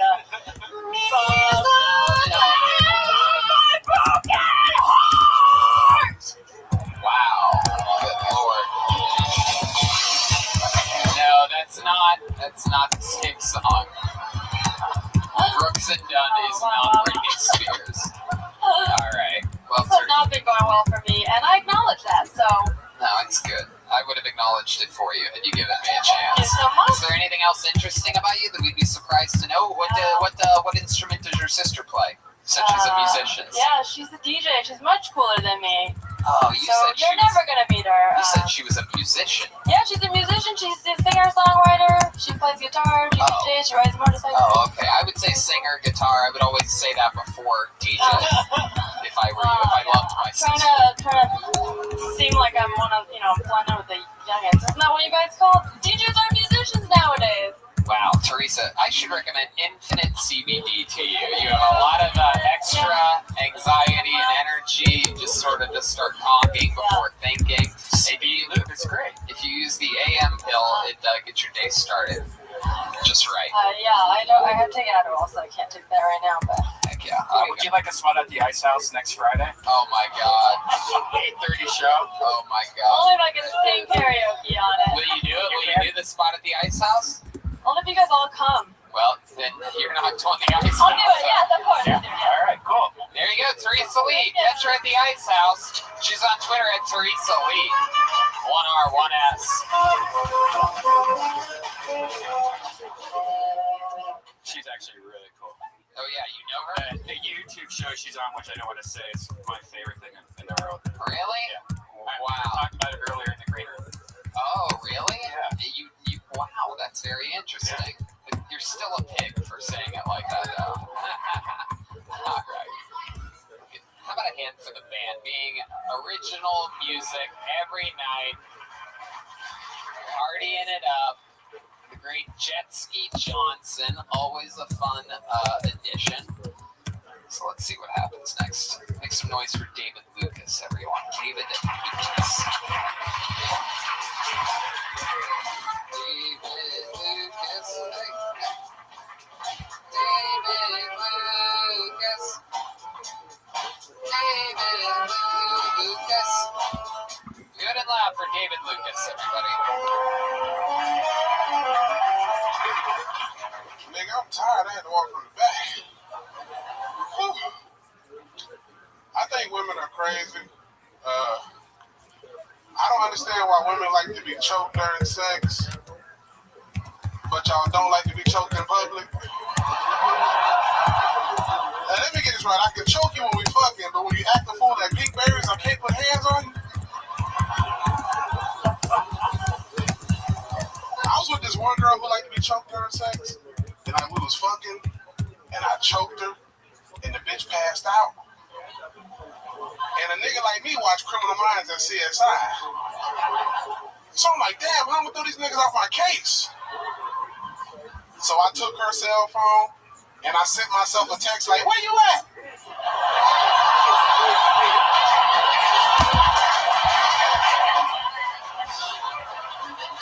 Then I replied back like, hey, bitch, I told you I'd be there in 2 hours. That's what time. Boom! That is exactly how it's done. This is something that I always acknowledge is one of my favorite things on this show is when one of the people that have been doing it forever, you've been coming to this show at least for what, 5-6 years off and on? Nah, nigga. 4 years? Like 8-9 months. 8 or 9 months? Really? I ain't got no time like that. You motherfuckers ain't got no life, huh? I be on the road, nigga. Are you fucking with me? No, I have not been coming to this motherfucker 6 years. How long have you been doing roast battle? I've been doing roast battle for 2 years. 2 years. So now we're getting close. There we go, Tony. You know. I've judged a lot of your roast battles, right? Yeah. Tony, my nigga, man. It's only been 2 years? 2 years, bro. I had my first battle about 29 months ago. I sound like a white woman talking about her kid. Oh, shit. But you've been on the show a few times. One other time. Oh, okay. Anytime I'm in town, I try to come out here. Audience. Hey, what's up, y'all? Cheap towards them a little bit. I loved your set. Very fun. Ended with a big bang. My favorite part was right in the middle. You can choke a bitch in the bedroom, but you can't choke her at a pink berries. The plural that you put on pink berry is incredible there. I could never pull that off. If I said that during a set, this is acting a fool at a pink berries. I'd have 10 white people come up to me afterwards and go, you know it's a pink berry, right? But not you. I get away with a lot of shit being a big Italian black man, you know what I'm saying? Heck Like, yeah. niggas dare not question me. Absolutely. Not knowing I grew up in an all-white school, you know what I'm saying? That's right. That's right. Yes. That's right. I'm probably whiter than you, Tony. You probably are. Music and everything. You probably are. Not only are you running this room right now, but a lot of people don't know you also like to run the jewels. Is that correct? Run the jewels? What the fuck that mean? You know who Killer Mike is? Who? Killer Mike? You're right, I am blacker than you. Absolutely. You just proved it. There you go. I know who Killer Mike is from Atlanta, the Purple Ribbon All-Stars, you know what I'm saying? All day I dream about sex. All day I dream about sex. Yeah, I know that. Heck yeah. You're wearing a Rocky shirt. Is that because the road is your favorite type of... Look at Tony looking like a nigga that Michael Jackson touched. Oh shit, oh shit. Here we go. Here one of these... Tony, we can do this all day, man. Don't you start with me. Alright. You son of a bitch. Right, I know this your shit, but nigga, this my time. What? What'd you say? This your shit, this Kill Tony. Yeah. But right now it's David fucking Lucas. You know what I'm saying? Alright, absolutely. Absolutely. That's David Lucas funny on Instagram. Alright, Looking for a David, what do you think you're on? Agent. Fuck all that Wait, he shit. is black. I He need is an black. agent. I need an agent. I need a manager, man. Oh my Stop god. doing these black companies. To manage what? Your weight?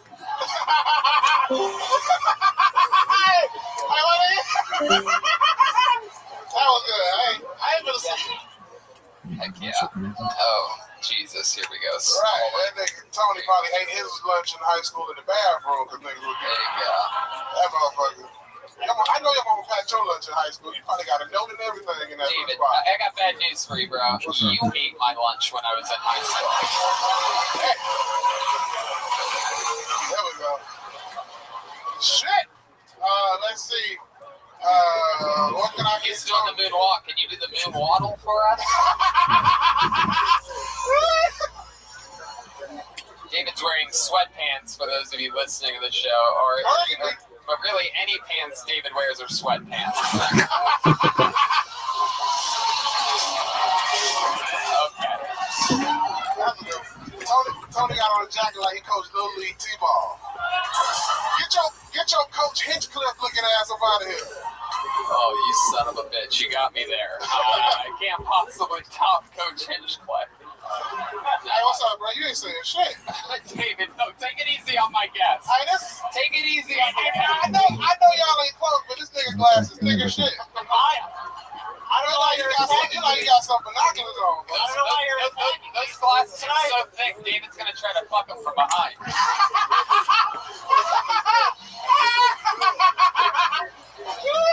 Hey, that shit is funny. Hey.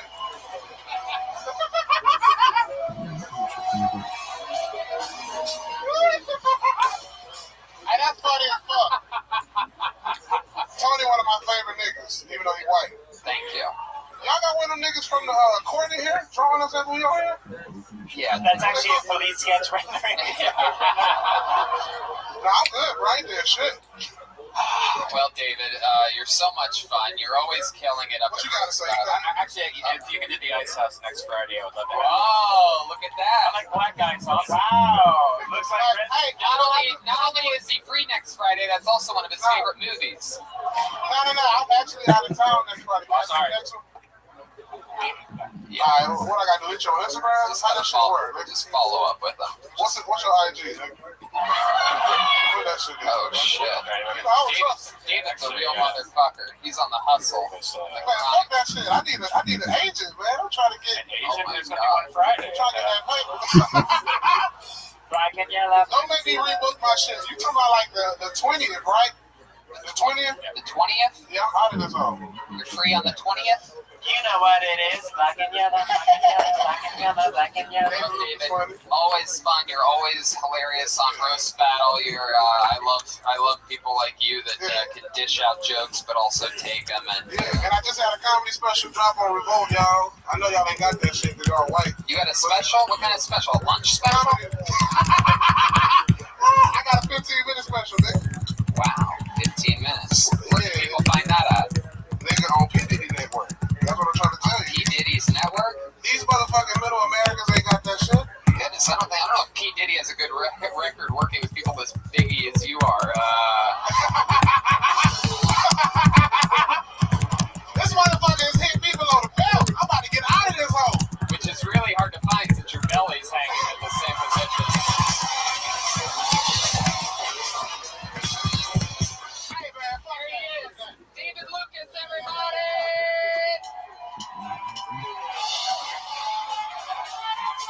Yeah, man. Amazing. David Lucas is on Twitter, and all one word, David Lucas funny. David Lucas funny. Love it. Since we have so much momentum in the show right now, why don't we just do something special for this audience that came out on a normal, average old fucking Monday. We have a former regular here, one of the legends of this show and its history, who's here to do a brand new minute for you. Ladies and gentlemen, make some noise for the one, the only, the great and powerful Malcolm Hatchet, everybody. He's in the house. Here he is. Come on, everybody, it's Malcolm Hatchet.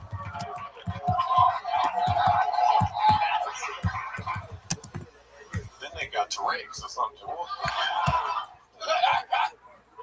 Somebody was punching him in his head. He needs some ice. I hate taking the Uber. I take Uber now because I don't have my car no more, and my bus swipes, they don't go through when I get on the bus. So I have to take Uber. And every time I take Uber, like late at night, it's always like a weird driver, so they make me like chase the car. Yeah, they like keep driving. And just put it like this, I ran to the Comedy Store today from the Valley. I guess the nigga knew I was in shape.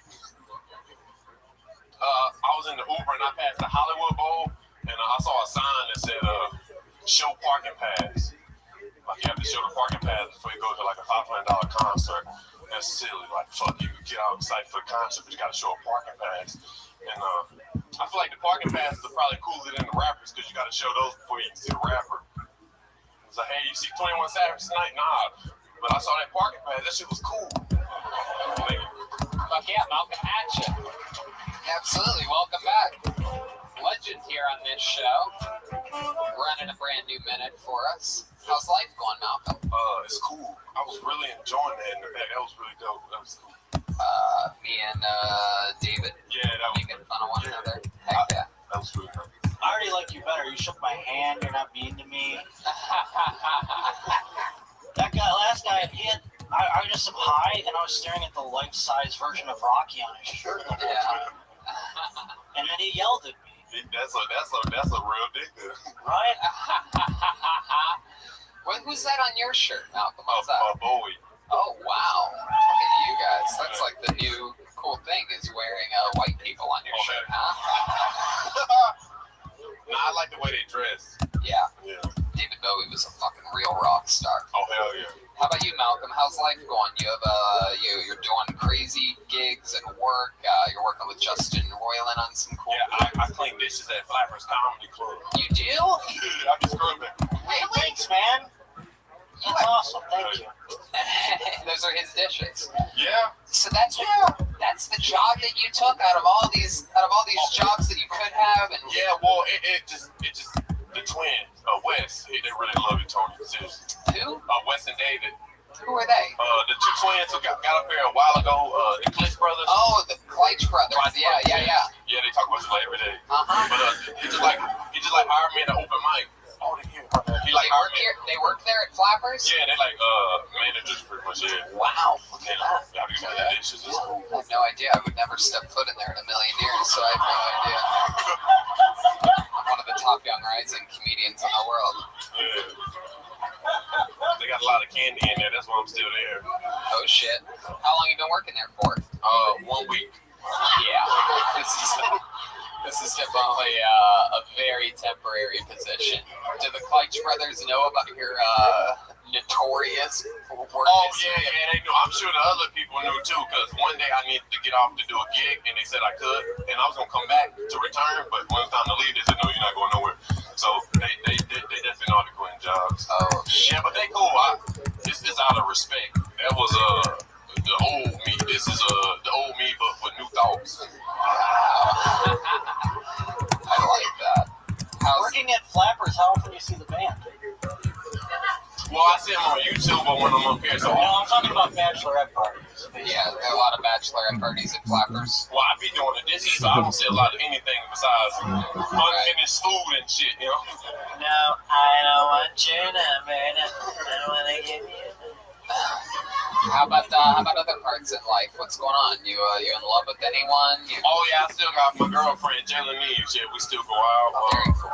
You still? What's your living situation? Oh, well, I don't have a carnival. Oh, I'm in the crib now. Yeah, I be earning my clothes and shit. You have an apartment? Well, I stay with my girl and her roommate. So yeah, I guess I can say it's mine because I pay some of the rent, but it ain't mine. It ain't mine. What's her roommate like? She cool. I don't really talk to her because she got cats. She got two. She got two cats. Cats are nice, but like my neighbors had cats growing up, and when they do that shit's scary, bro. Right. Yeah. Cats are nice though. I just. Right. Only on the internet. Yeah. I'll double tap. The roommate ever flirt with you or anything like that? Nah, because I be meditating, so I know how to brush that stuff off, man. I just walk right. All right, meow, two cats. 1 minute up. What's your? You really meditate? Oh hell yeah! Every day? Every day. I run a lot too. So to start the day? To start the day while I'm sleeping on the toilet. I know how to meditate. Wow. Yeah. Meditate while you're sleeping. Yeah, I just. How do you know it's working if you're sleeping? Because I wake up and I feel like an angel. Wow. Look at that. All right. Well, Malcolm, that's fun. You been do any fun gigs lately? I've been doing a lot of. Oh yeah, I've been performing at the Improv a lot lately. Yeah, that's nice. Yeah, you did the Tony Hinchcliffe and Acquaintance. Yeah, that was cool. You got to see Neil Hamburger.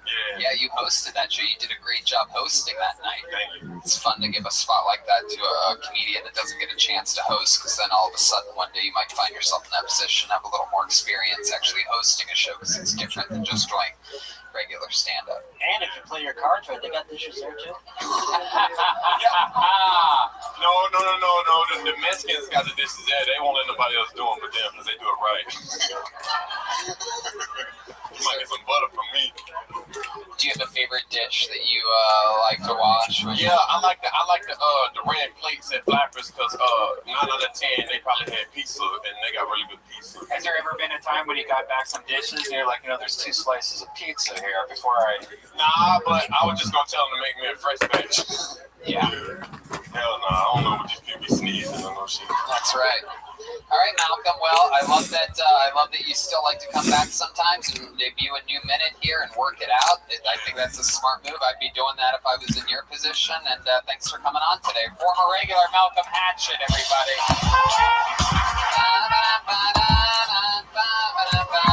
Hey.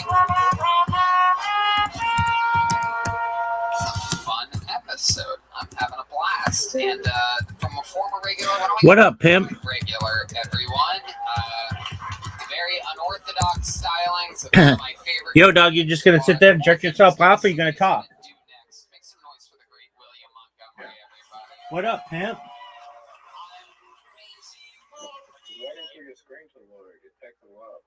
All right. Well, is that an issue for me, or is that an issue for you?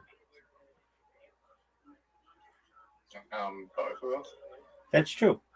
All right. Are you gonna call Riser?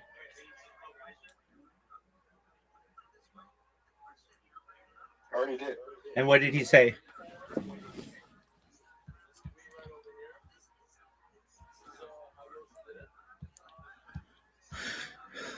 What did he say?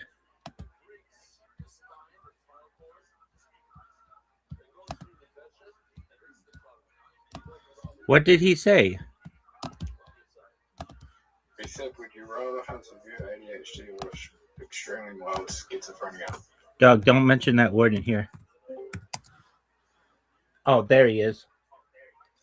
What up, pimp? Riser, how you living, big dog? Yeah. Yo, Me. Zoot, that's amazing. Zoot, I gotta tell you, our man Riser is like a modern day Parker brother. This motherfucker put together a sick ass Scrabble game that have you made it 3 players yet, Riser? Bro, I sent you a screenshot of that. Just now? Did you even examine this? Not earlier. Oh, I was okay. like, yo, I added some features that you like. Oh wait, no, oh never mind. I didn't send you it. Oh, okay. I did tell you about it, but yeah, the dictionary's there and 3 players there. Diagonals like working, mything. I haven't fully tested it. I think you did send it to me, but I didn't see like or maybe something. Okay. Is it? Oh, yeah, no, there's also even distribution if you want to make it like super fair. That's baller as fuck. Equal. Does it have a thing for Riser or for Zoot? It's 3 player. Let's do it right now, baby. Bravo, have you ever seen A Bridge to Terabithia? Baby, everybody's seen that. What the fuck are you saying? You like it? Is it a good movie? No, no one knows what you're referencing. In the history of humankind, A Bridge to Terabithia. A Bridge to Terabithia. Yeah, nobody Have you knows ever it. seen it? I don't recall. The person who makes the lobby goes first, by the way. Okay, well, how about you? Did you send me a link, bro? Do you want to go first? You send me a link. Actually, no, I'll send you the link to it. Just send me Just on go- Telegram. Yeah. What phone do you have, Luke? Android. Okay, let me know how it works on Android. I haven't tested it on there. Did you make this? Yeah. All right, Rabbi, do you want to create the game or shall I? You shall. All right. 3 player. Did you use AI to make it? Timer. No, he just coded it all day. 90-second timer. Okay. Word. That's good. All right. You didn't use AI? Oh, I totally used AI.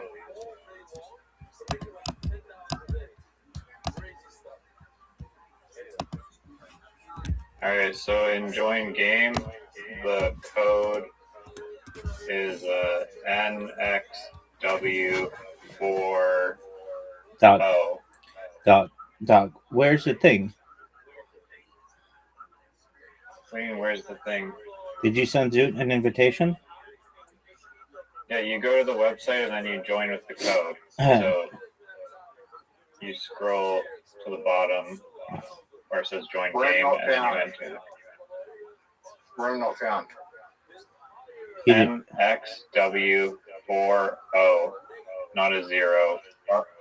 I got the W and the X around the wrong way.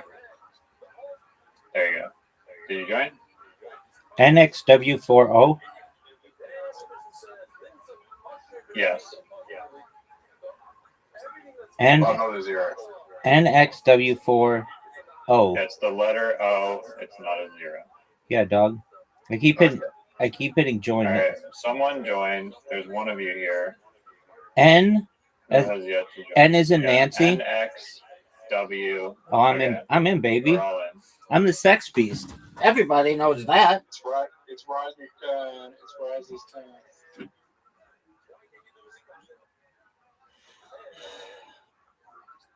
Well, Riser, aren't you going to tell them how this differs than any other kind of thing? How's it different? On 3 player, I had to make it like the same thing for a two-player player, but like whenever me and Rabbi were playing each other in Scrabble, whoever would lose, even if you win sometime, you're just like saying how like the tiles are cursed and rigged. And so usually it's like lopsided where someone gets more high value tiles or blank tiles or S's in the first one. It's just unfair. So I was like, yeah, we need to just stop that from happening, and then no one can complain about having unfair tiles. And so that's basically what prompted it. You got 10 seconds to make it down. Yeah, I was just getting you the backstory. Why can't I use? Oh yeah, in order. What's the problem, Zoo? Why can't I use that tile? Yeah, if you want to place a tile on the board, you hit the tile in your rack, and then you tap the square you want to place it on. No, it won't let me place one of the tiles. Did you select it in the tile rack? No. Okay, click on the tile you want to place, and then it'll highlight it, and then you can plop it down on the board. What's up? Fucked up.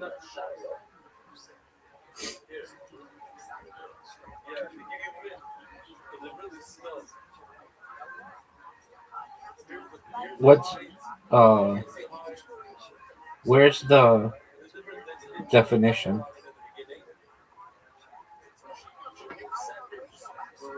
It's in the gameplay log. Oh, tight. Player play date, which is the fruit of a date palm phoenix.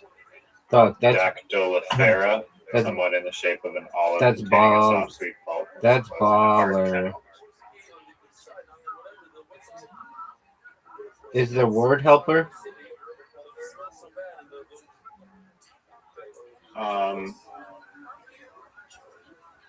No. If you're not sure that the word that you're playing is a word, then you can search it in the dictionary. That takes forever. So you're the one who's like, I guess I could add that feature. I probably should add that feature to it.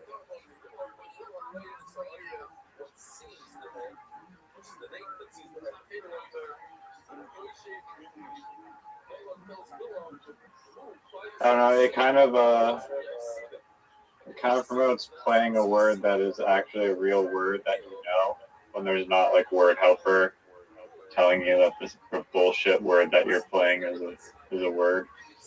Like, you definitely can't shuffle the tiles on this one. I think that's why I was like, why is this so much harder? Am I just really bad or something? And then I was like, oh wait, it's a lot harder to shuffle the tiles here. It's like impossible. You cannot rotate tiles and just get lucky. Can I have a turn back? Yeah, but Zoot has to also wait. You had 90 seconds. Why didn't you play? Because I'm listening to what you're saying. Okay. Well, Zoot, you have to pass. So just hit the pass turn button. No, you have to pass because just pass, and then you get your. Didn't go, so you got to press pass. You'll get to go again. Zoot, please press pass. There you go. Thank you. Can Rabbi not be shit again? Well, I'm listening to what he's saying.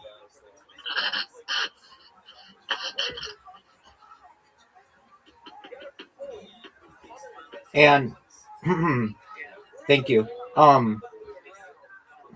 I think that, especially because we're using a different dictionary, that word helper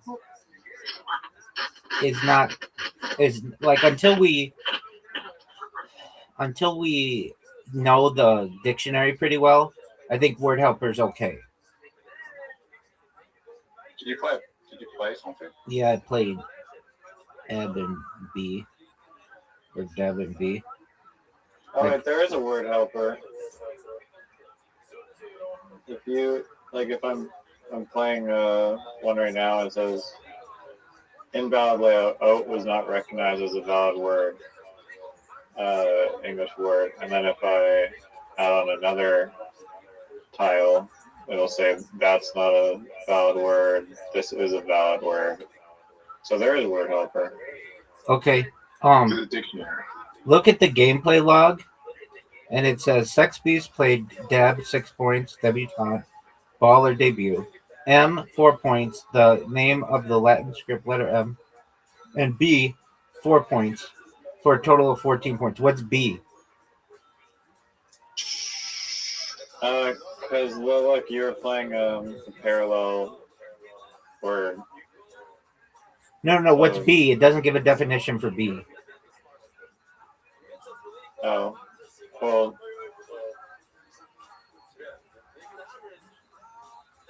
that wasn't your main word. The main word that you played was Deb. Why don't I have any points? You do have points. Mine, it says scoreboard 0. Yeah, it says you played a total for a total of 14, but yeah, you're right. Oh, there might be a glitch in the game where it's not tallying the points correctly because it didn't tally the points for 3 people. I have not tested this out at all, so it might be there might not be any code in the game to calculate 3 people's points, but I can go add that in. Okay. Oh, no, you just played. Now it gave you 16 points. So I have no idea why your other ones do not count.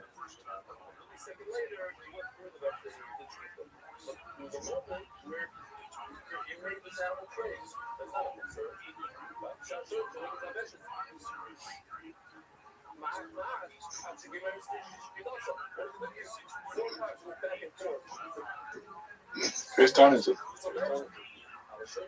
It's my turn. I don't have an 8.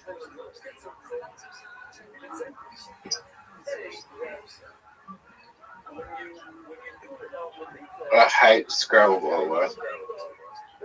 Dude, you said at one point it was your favorite game that we were playing. No, my favorite game's Cluedo. Cluedo? Cluedo. What's Cluedo? Clue. Okay, why do you call it Cluedo? Because in Australia we call it Cluedo. Okay, why would you do such a thing?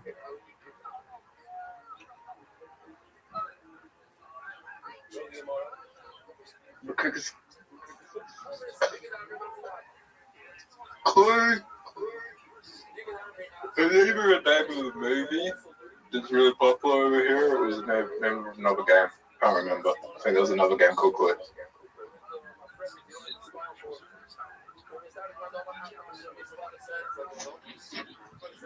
You know what we call call Where's Waldo? What do you call Where's Waldo, Zoot? Where's Wally? That's the sickest thing of all time. Why? Didn't you know that? Nobody knew that.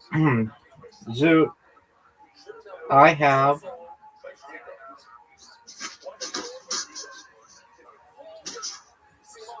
You didn't know Where's Wally's Where's Waldo in Australia? Sorry, Where's Waldo's Where's Wally in Australia? Nobody knows that. Nobody. I think it's like in the UK as well, in like multiple countries they call it Wally. You haven't met many Americans in your life, have you? We only care about one thing and one thing only, the good old USA, usually.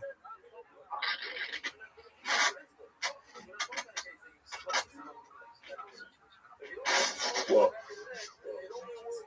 Zoot, you're up.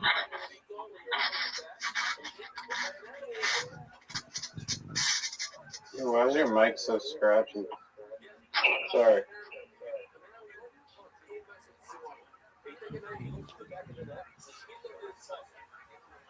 Zoot, isn't this amazing that Riser made this? I mean, anyone could make this and use AI. Dude, don't put my man down. This is amazing. Zoot's so negative. I could say anybody could make jokes about pedophiles at buses if they Fucking use Tweety AI. Bird. Orgies at Mormon orgies or Amish orgies.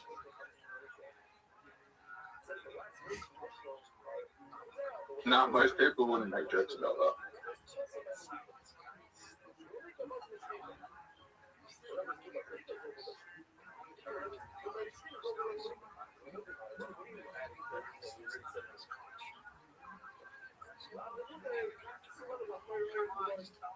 I'm gonna use the dictionary lookup for the first time ever. Some of the jokes I came up with, Rabbi would get so like offended by. I think any good-hearted individual probably would.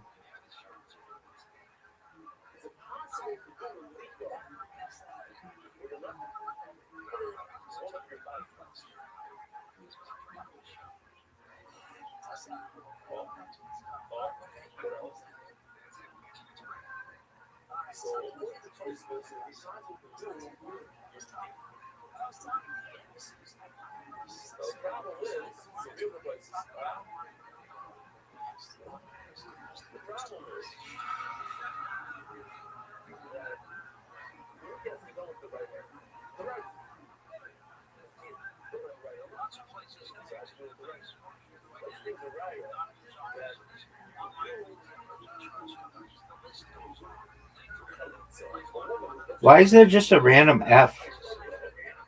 Like it took a. Oh, never mind. Apologies. Hey, Rabbi, What up, pimp? what did Donald Trump and Jesus have in common? I don't really know that much about either of them, so you tell me.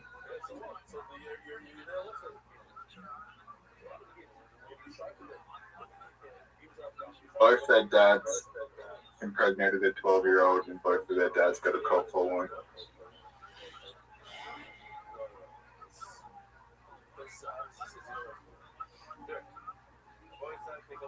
Riser, I hope everybody's aware that I have more points than what is showing. Yeah, you're at 17. Yeah, I'm probably at more. That was 14. Almost 14, almost certainly at more. Third.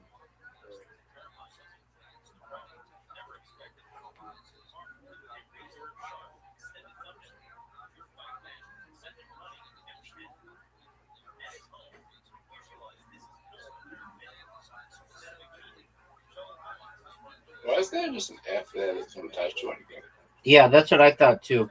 Scoot the thing over and you'll see it. Is it not Fox? Oh, sorry. I thought the same thing. That's what I was like, what is going on here?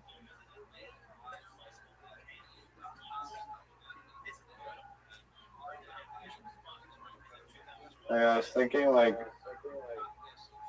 this could be possibly the first 3-player Scrabble game ever. I don't know. Maybe people have done it before.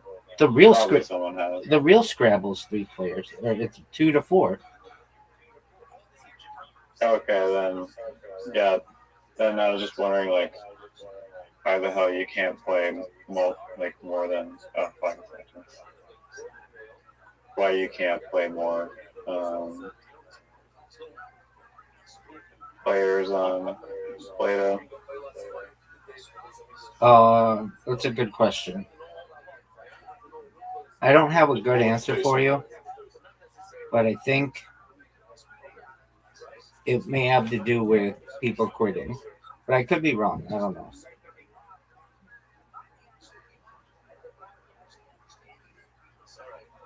No, I have the developers just think put it in now.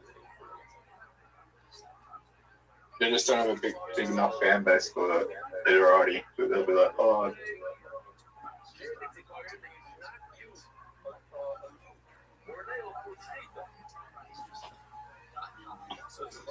I mean that stupid game, that app has 50 million downloads. So. feel like they'd have enough people. 50 million doesn't mean 50 million players.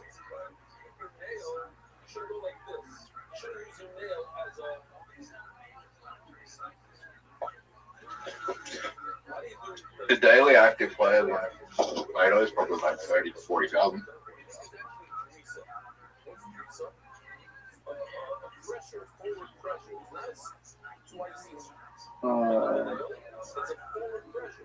You think it's 0.001% or 0.1%?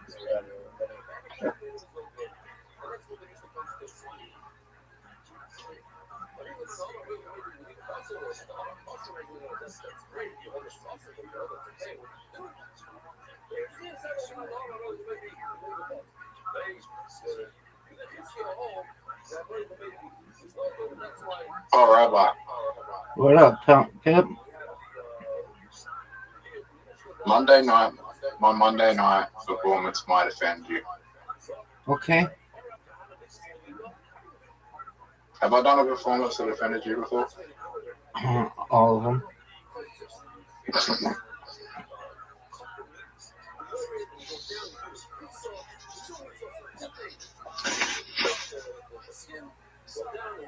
Oh, Rabbi. What up, What's the Pimp? most offensive? What's the most offensive comedic performance of all time? Depends who you ask, big man.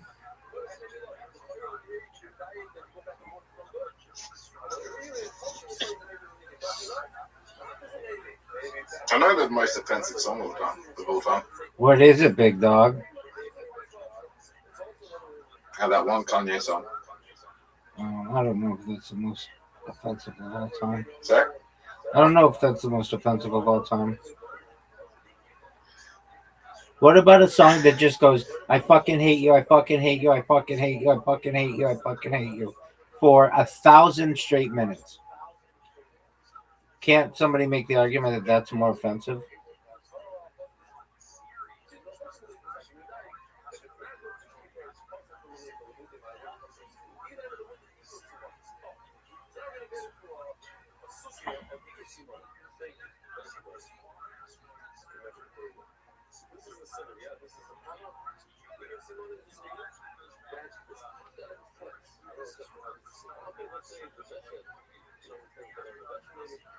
I mean, depends on you are.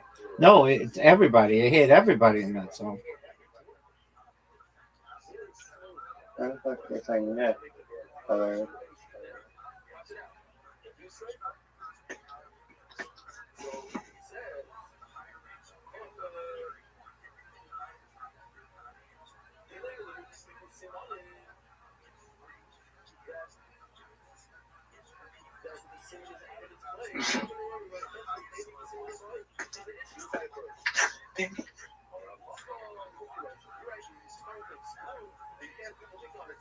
Riser, what is a gin? Did you not read the definition? Dog, I'm reading it. You tell me. Riser. Yeah. What's the most offensive song of all time? Don't worry about that right now. Look up what a gin. What's a gin?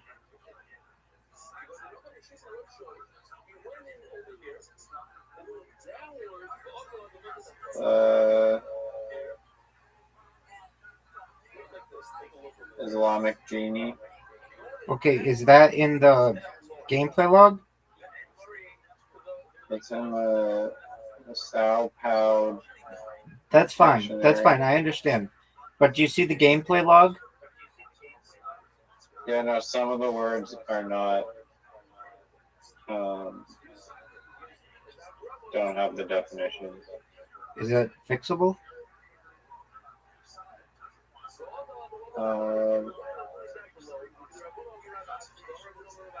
I mean, everything's fixable. Tight.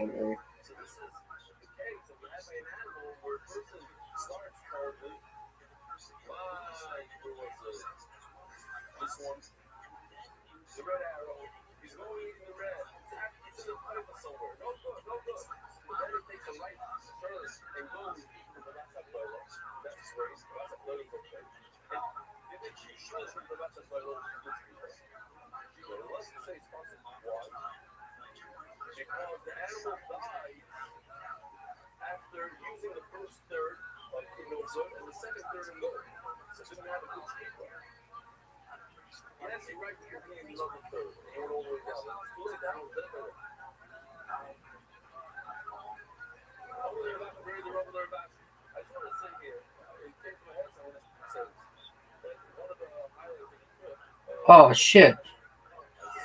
Fuck.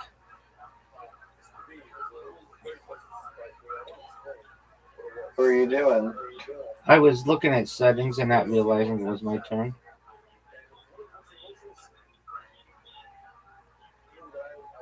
Do you need it back? No, it's okay. This doesn't count. We're still doing quality assurance. And I should have gotten 14 more points, so I don't really feel like we're just testing it. But I appreciate it.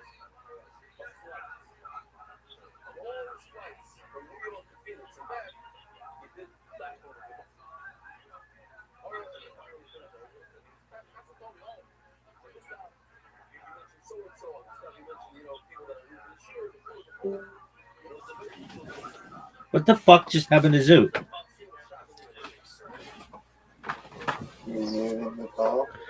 Dog. What the fuck is that? That can't be right. How's that not a word?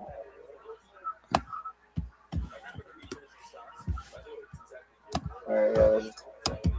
No, can't spell.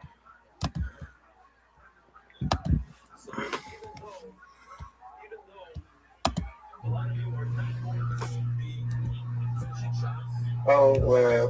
Oh, damn it, I ran out of time. Fuck. Can I have that back? I mean, isn't it Zoot's turn? Yeah, but I was trying to play something. Because I wasted like 20 seconds asking you if you want. Okay, but isn't it Zoot's turn? I guess technically, and it doesn't matter, so yeah, whatever.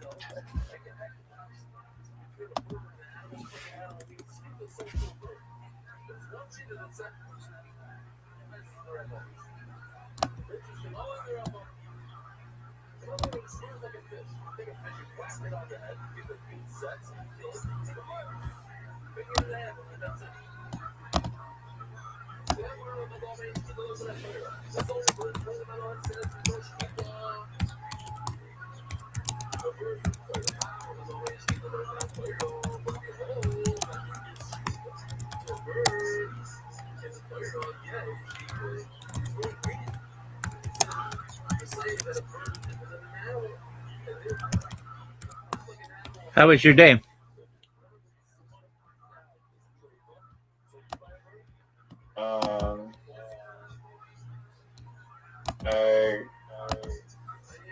I got up at like 4, and then I was up to like 12 a.m. and then I fell asleep. I thought I was gonna fall asleep for a long time, but then I only slept for like 5 hours, and I've just been a little bit hazy, but overall not that bad.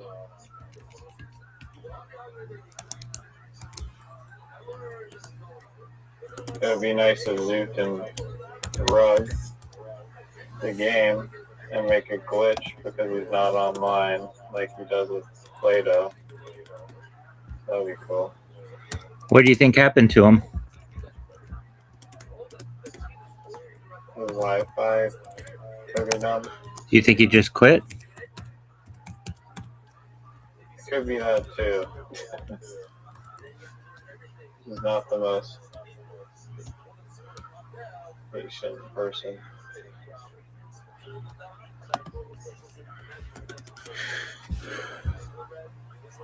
Is it glitching for you? What do you mean glitching? Like it says it's Zoot's turn, but his timer's just stuck at 0. Probably because he's not in the game anymore. Yeah. Let me check that, big man. Yeah, it just says it's Zoot's turn. Great. Dude, it's still really good.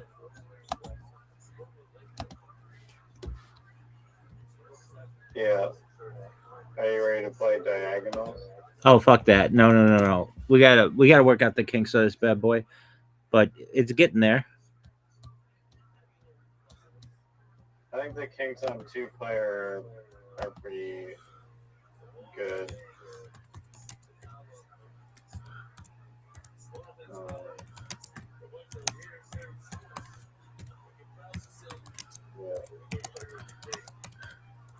I'm going to play. Note to fix that.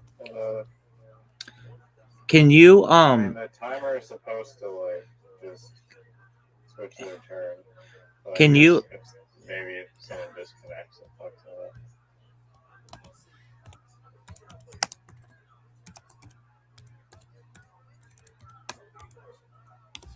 Can you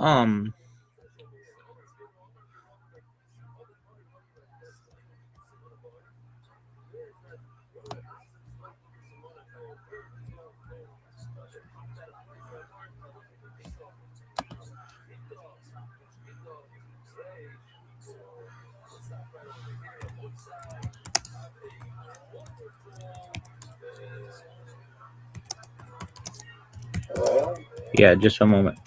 Can you take if you don't want to do this, that's fine, but notes on how this can improve? Yeah, no, I mean, you should have seen the amount of screenshots I was sending to try and get the diagonal to work right. Okay, are you ready? Sure. Okay, first thing. So just tell me them. Don't just rush or whatever. I'll go slowly. I'll go slow. I'll go slowly. Are you ready? Yeah. Okay, first thing, the timer should always be on the screen. It is on this, on my phone, I can clearly see the timer. No, it should always be like, even if you scroll down. Oh, make it tracking. Yeah, there you go.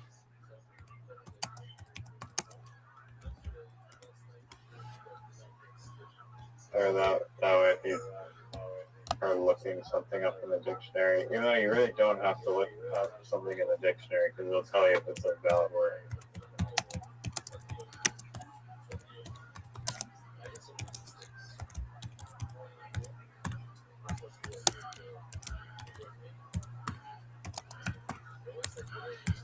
Okay, let me know when you're ready for the next one. I think I should be able to sue Zoot civilly for the amount of emotional distress and rage quitting causes. My ADHD is going off the charts now because he left the game and I want to finish it. Or OCD.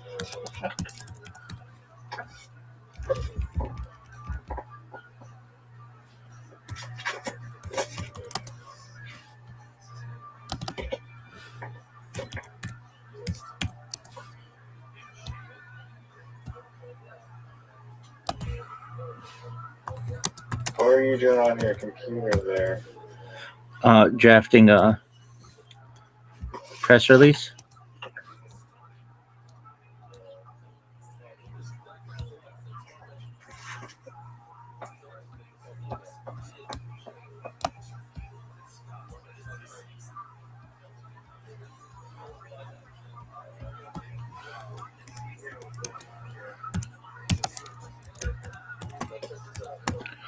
Are you ready for the next thing?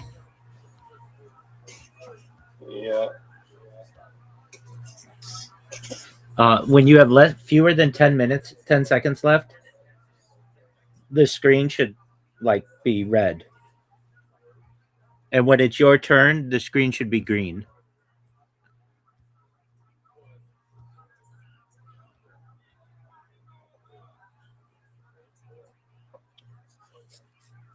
I don't know. I mean, the timer is pretty clear to me. Dude, just make it super clear. Keep it you've got to make this so that not just you or I do well with it, but like Zoot.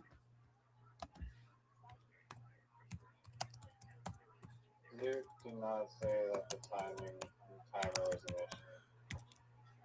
Dude, he just left.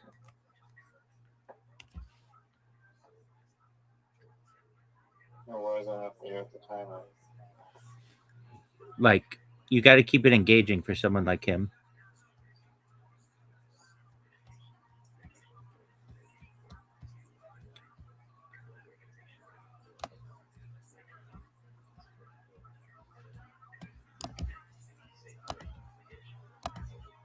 And the literati timer doesn't flash green and red. You're making a better game than Literati.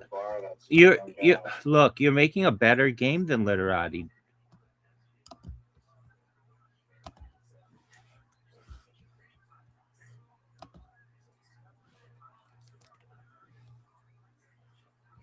Yeah, and the timer is better because you can literally. You want both. Wait, do you not understand? You want both. You want the timer, and you want the thing when it's your turn, it's green, and then when there's a fewer than 10 seconds, it starts red. Like that tells somebody. Then you don't have to do so many. Oh, can you pass back? I didn't see.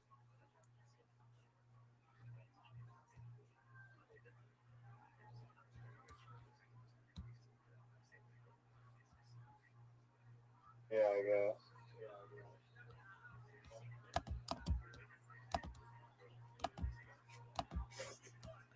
The information that I give you for this is going to turn this game into something that you could sell if you wanted to.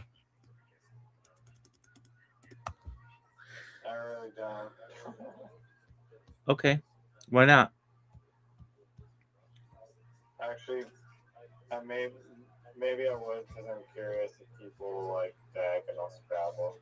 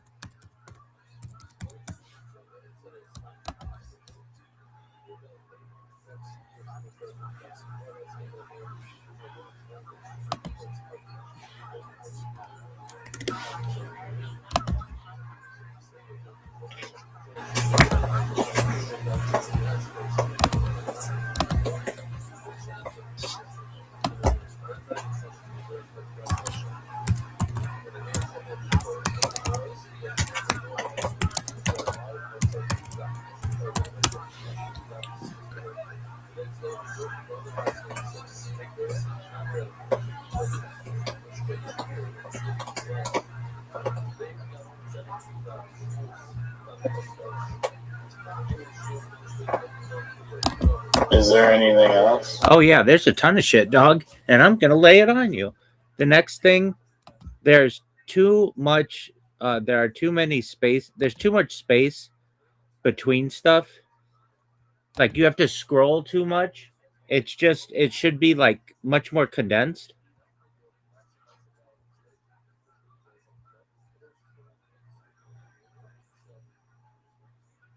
I think the dictionary should go, or sorry, like the game settings should be below, like at the bottom. I agree with you. There, that's too high up. And then possibly the dictionary. Or, I don't know, the scoreboard's pretty important, but the scoreboard could probably be moved on to the top there. Same with literati.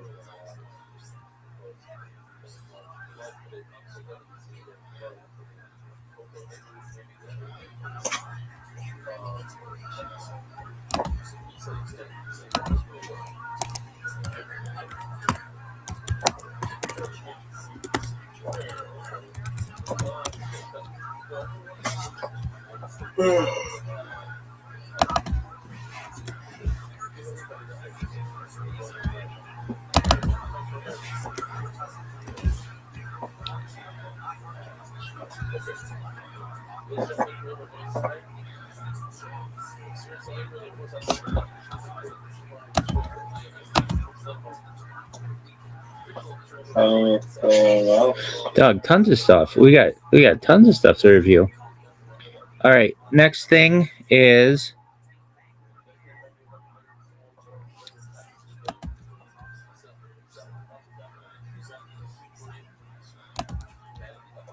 the scoring has to be accurate. So I don't know like how you make it so that it double checks.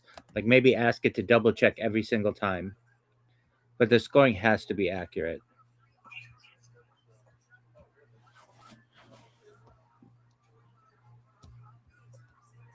Yeah.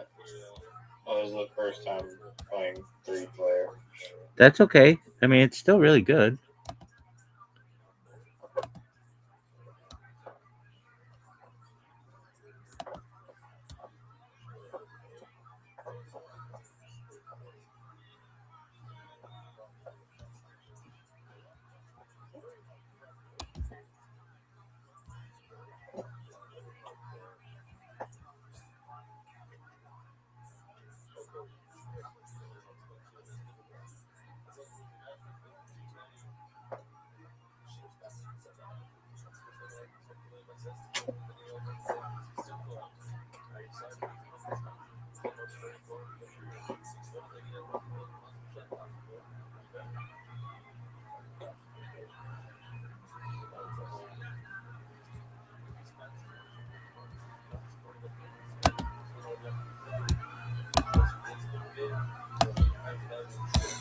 Are you ready for the next thing?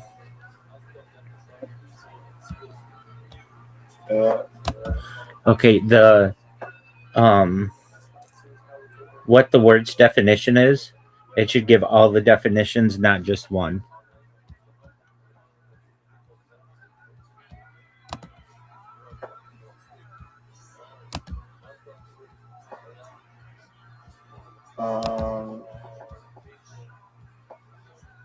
I feel like it would just take up a lot of space and make the game long. That's fine. People can scroll as much as they want.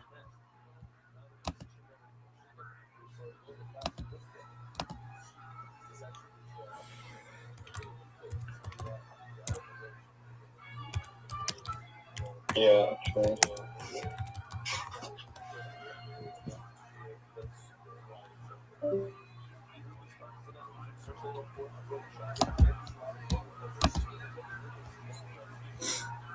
Let me know when you're ready for the next thing.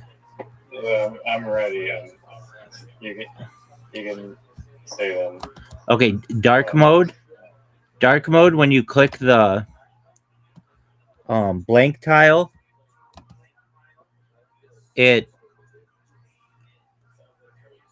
can't see the tiles really well. Like the letters in white and the tiles in white. So it just looks blank. Right.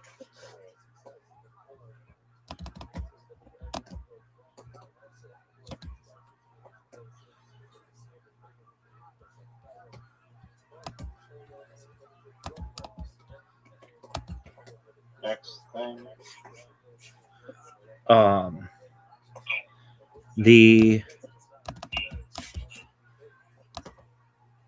You sometimes have to click the button on the stuff twice.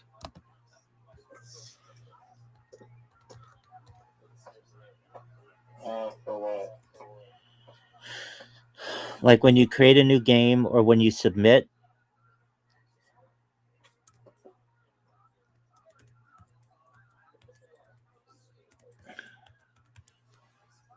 I don't think I've had that happen to me.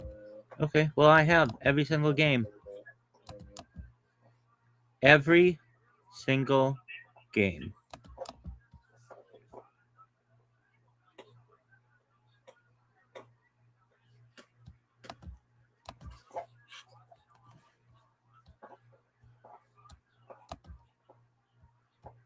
Okay. Anything else? Oh, yeah, tons of shit, dude. I've got so much, it's gonna blow your fucking mind, dude. All right, next thing is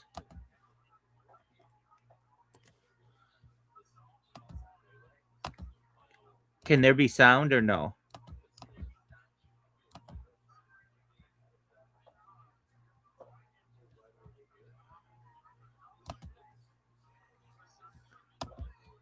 And there be sound. Yeah.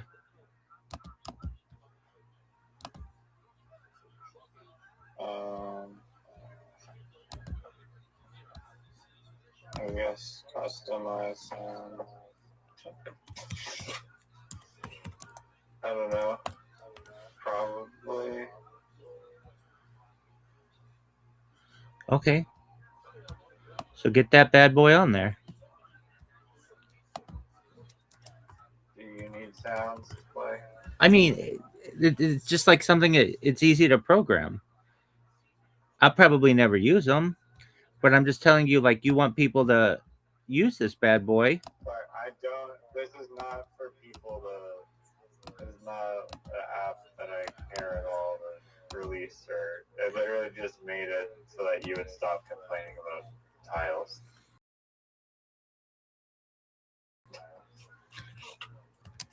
Publish it. I never said that. That was your suggestion.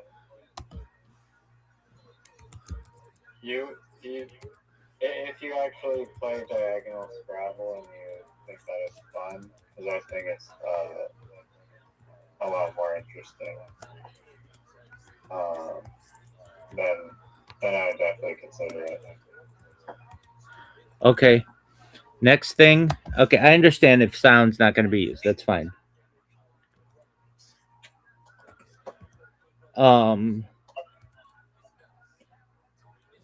There should be a thing for word helper, especially at the beginning when we don't know, like, because it's not really fair. We at least for short words, we've got a certain dictionary memorized, and then I think you're not looking at the screen. I can show you what appears on my screen. just can you just make it if it This word is invalid, and then if I play a correct word, then it shows like the word and the amount of points that it's worth. I get that, but can it just have a green square around it that says yes, this can be played here, or no, it can't, like in Literati? I thought you didn't want the word helper. I do as I'm learning the dictionary. Okay.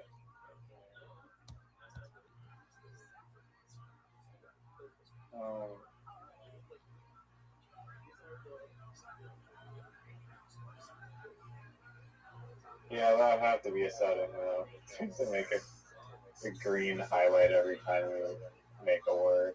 Or whatever. Literati doesn't do it like that. It's like the scoring thing likes that green or whatever.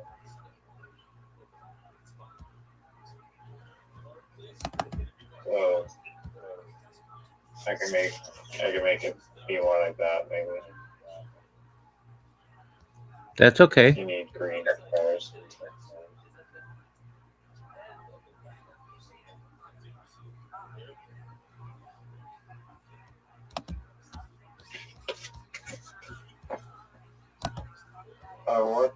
What are you so distracted with? I said I'm making a press release. Oh, on what? How amazing I am.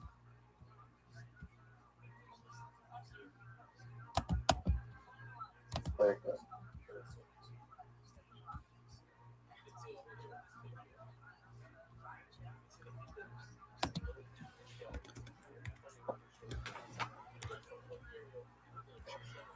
Okay, next thing that you can do to improve this.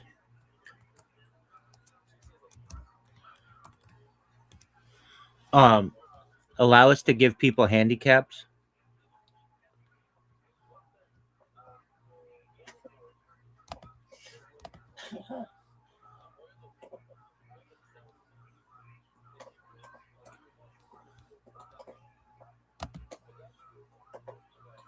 Do you think we would use that in our games?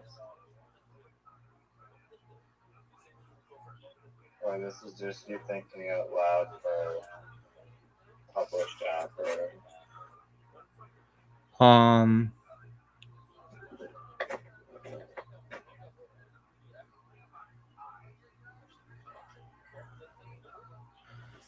I would think we would do it for Miss Aquarius.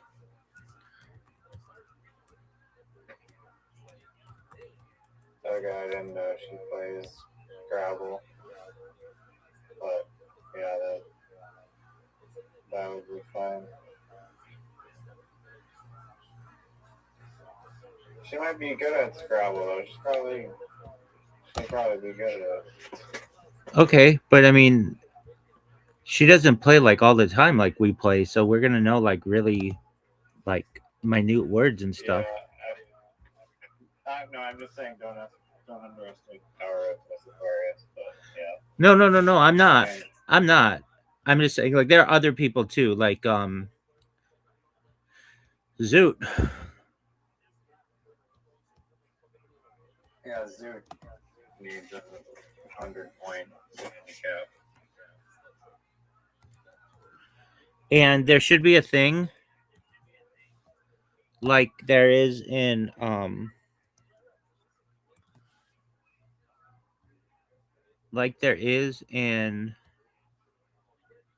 that one thing in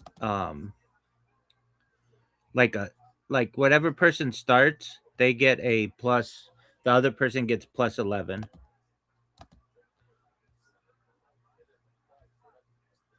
No, I don't know about that. Okay, why not? Because it's based on statistics and it doesn't apply to every game. There's like that'd be like the solution for like overall that like averages out, but on an individual game basis, depends on which tiles you draw and the sequence that you draw them and what you're able to play and stuff. And I don't know. If you want to make it even, just do the sum of 2 games and total the score or something. Are you serious? Because then people will blame. Then if you lose, I can already picture it now. You're gonna blame it on the handicap. No, I'm saying that I'll beat you if I have to go second by more than 11 or whatever. But I'm saying it's an option at the beginning.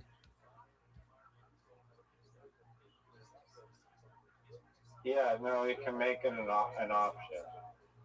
But for our games, no, I don't think the handicaps don't need the handicap. Like,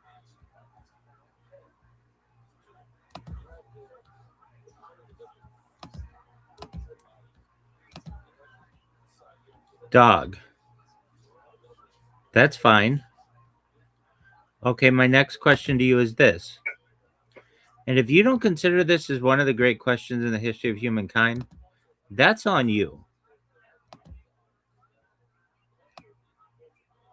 Are you ready for this? I don't know. Hopefully.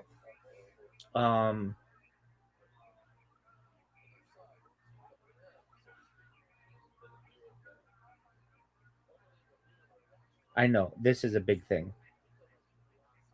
It's cool that you can hit plus, and make the board bigger, but the rack, at least on my phone, I have to scroll left and right. Is there any way to just make it so that there's like a fit to screen? Yeah, no, I've made a note of that already. Okay. And Same with I don't know if you know, like the board, there's like a plus minus thing to like, zoom out the board. yeah, I saw that. But Sideways to align it properly, and that is also could be better.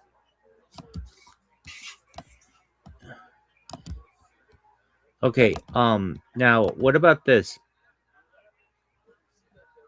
And if you don't think this is a good idea, I mean, that's on you. But the possibility of having a thing, okay, we may argue over this, but maybe there's a thing that tells you what what has been played and what's available.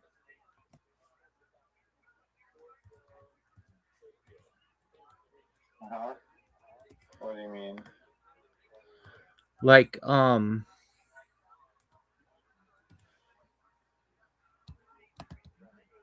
if we're playing against each other, I should be able to look and see what letters are still available. I don't know, maybe not, but maybe. What are your thoughts? I mean, the Pro Scrabbles already do that by just keeping track of the tiles and basically like keeping a spreadsheet of it. Yeah, so okay, so they already do that, so then we should do it.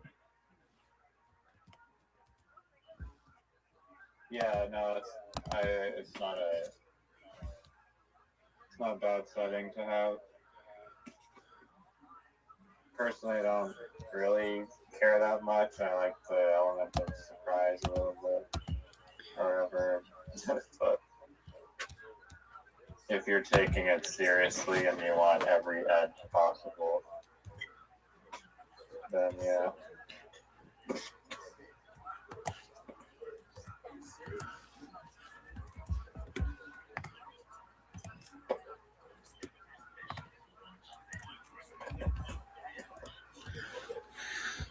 Okay, I have another idea, and you may not like this, but okay, so you've got the thing that tells you like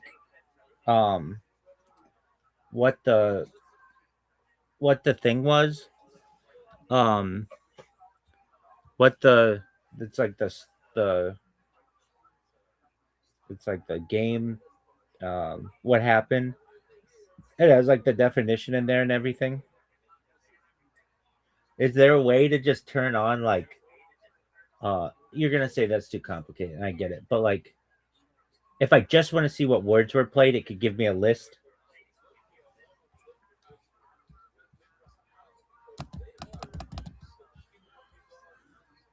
I mean, it's possible, but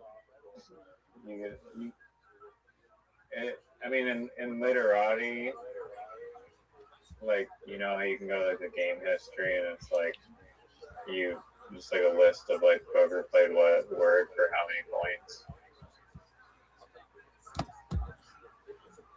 You know what I mean? I do. So basically, it's like that feature that you want. Yeah, exactly that.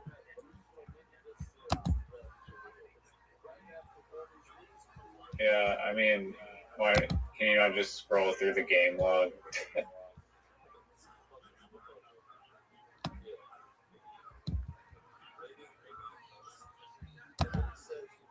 I think you could.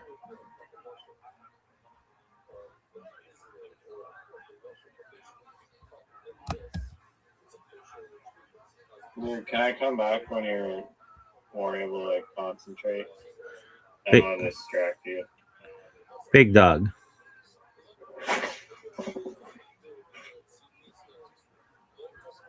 Yeah, you can't.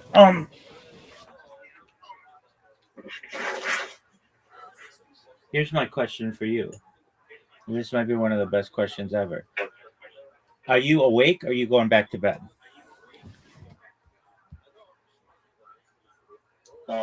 Probably awake until I fall asleep, which I don't know. Probably won't be that soon. Okay, so here's my question. Are you ready to watch?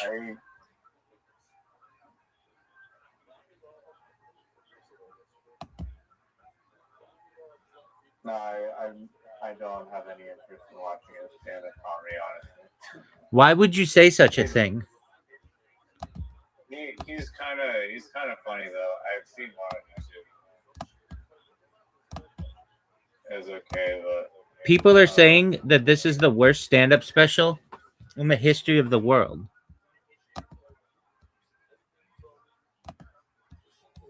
no, I don't think it was that bad. You don't Did he think? perform in Austin? Did he perform in Austin? He recorded. No. Do you want to know where he recorded it? Like LA or New York. Incorrect, dog. Incorrect. Where? He recorded it in Phoenix.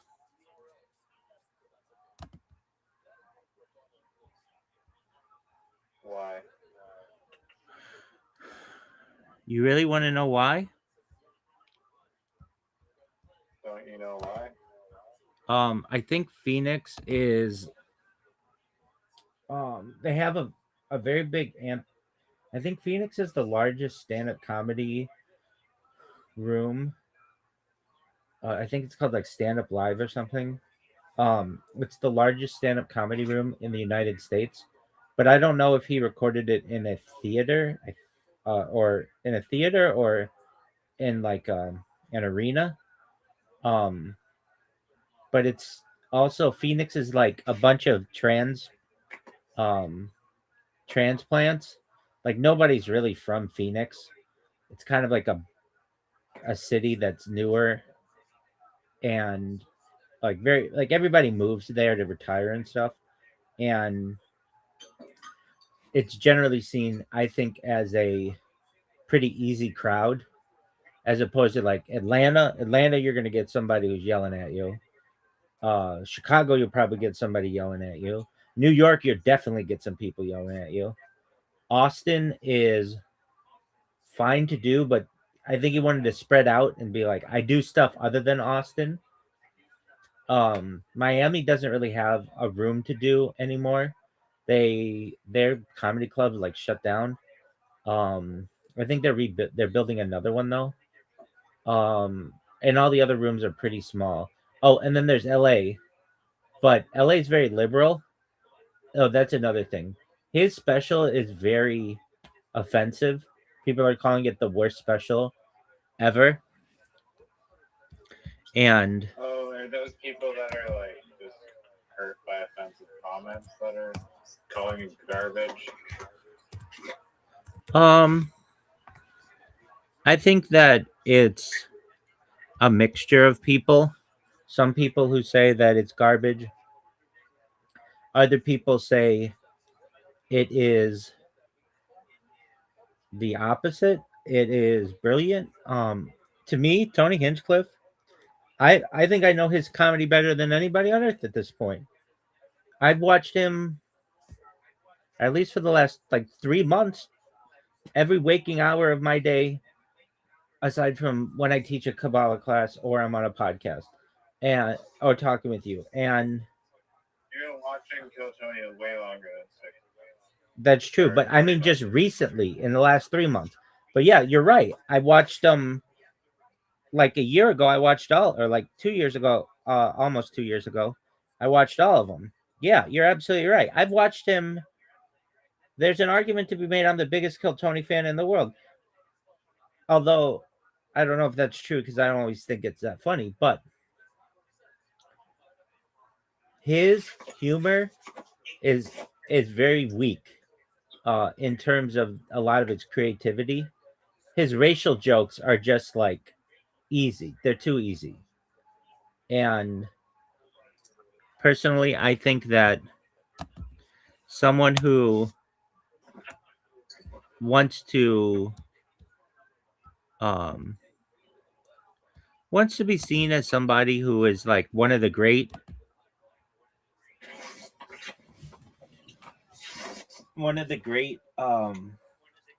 stand-up comedians of global history needs to have like more than just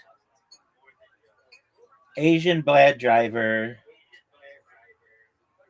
black people can't swim, Jews are greedy, Italians are loud, Mexicans got here illegally kinds of jokes. Like they're just lowest common denominator, easiest kind of like stereotypes. And I think he wanted to be seen as like an enemy to some people. Like Frankly, and I don't know about that. I mean, I don't think he cares about hurting people's feelings.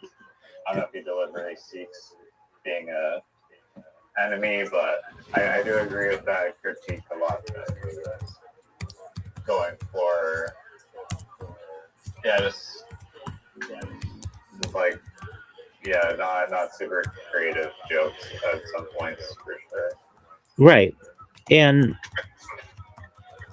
I've got to tell you, Riser, he's probably the stand-up comedian that I've seen the most of, that I've never seen his stand-up.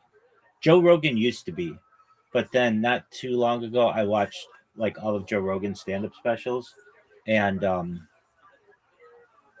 some are better than others, but I wouldn't consider him one of the best comedians of all time. I mean, not like top 10 or anything, not even close. And All right, who would you rather watch stand up? Joe Rogan or Tony Hinchcliffe? Joe Rogan. I think he's going to have more intelligent takes. He's also older, more experienced, and wiser. He's been doing stand-up comedy as a professional. He was already a professional stand-up comedian for a decade before Tony Hinchcliffe even came to LA. So, like, he has way more experience in being a stand-up comedian. And Joe Rogan had this one bit. It's one of the bits that I think is the most genius of his bits. It's somewhat controversial, but it's my favorite Joe Rogan bit. And that's about formerly Bruce Jenner, who became Caitlyn Jenner.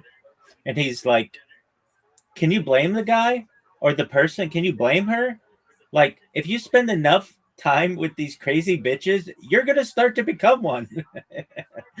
And with the Kardashians. And I just always thought that was a funny fucking take. Like, you are literally around glitter and lipstick and high heels and skirts and tanning and all kinds of stuff 24 hours a day with these girls. Like, all of them. Not just your stepdaughters, but your daughters as well. They're all models. They're all in plastic surgery and stuff. If you're around this enough, maybe you just want to experiment with it. And I just always thought that was just a hilarious, absolutely hilarious take. And I sort of, I don't know. I just think that, like, that's one of the funniest jokes I've ever heard him say. And yeah. I was thinking of, dude, Nice. That is funny. There's this Ron White joke that is, in my opinion, it's so simple, but it is so funny to me. He goes, you know who Ron White is, right? Yeah. You know, he's like this hard-nosed, blue-collar drinking kind of, almost cowboy-esque kind of a guy who's lived a good life, but a hard life in some ways. And he'll say something like, yeah, I got pulled over the other night after being at the bar for too many hours, and the cop comes up to my window and says, have you been drinking tonight? And he's like, I think that's a biased question, because maybe I was drinking water. How am I supposed to answer that? What he's really doing is doing a test for drunk driving. I think we all know that. But you know what the best test for drunk driving is? Drunk driving. Get in the passenger seat, and I'm going to run around the block, and we'll see how good of a driver I am. And I was thinking about that joke. I was watching a chase, a high-speed chase. There was one like 2 nights ago. And this guy's driving all through LA, fucking up all of LA's traffic, fucking up all of Orange County's traffic. And I'm like, you know, our tax dollars and our time is better spent than just like chasing this motherfucker all around. And he was just suspected DUI.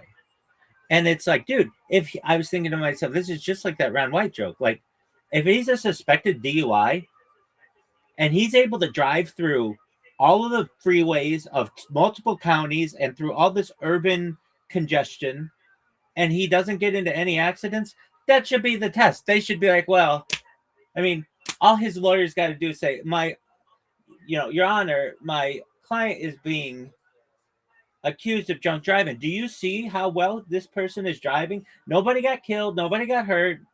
This is an innocent person. And by the end of all that, you know that they are sober anyway. So it's like you can get them for all kinds of stuff. There's another thing that I always thought was interesting for these high-speed chases or whatever. Why they, like, I've looked this up. Okay, so let's say a cop pulls you over. I don't know how it is in Canada, but in the United States, it usually goes like the cop comes to your window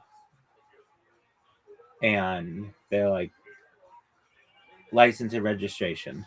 And if you run, then the cop runs to their car and they start chasing you.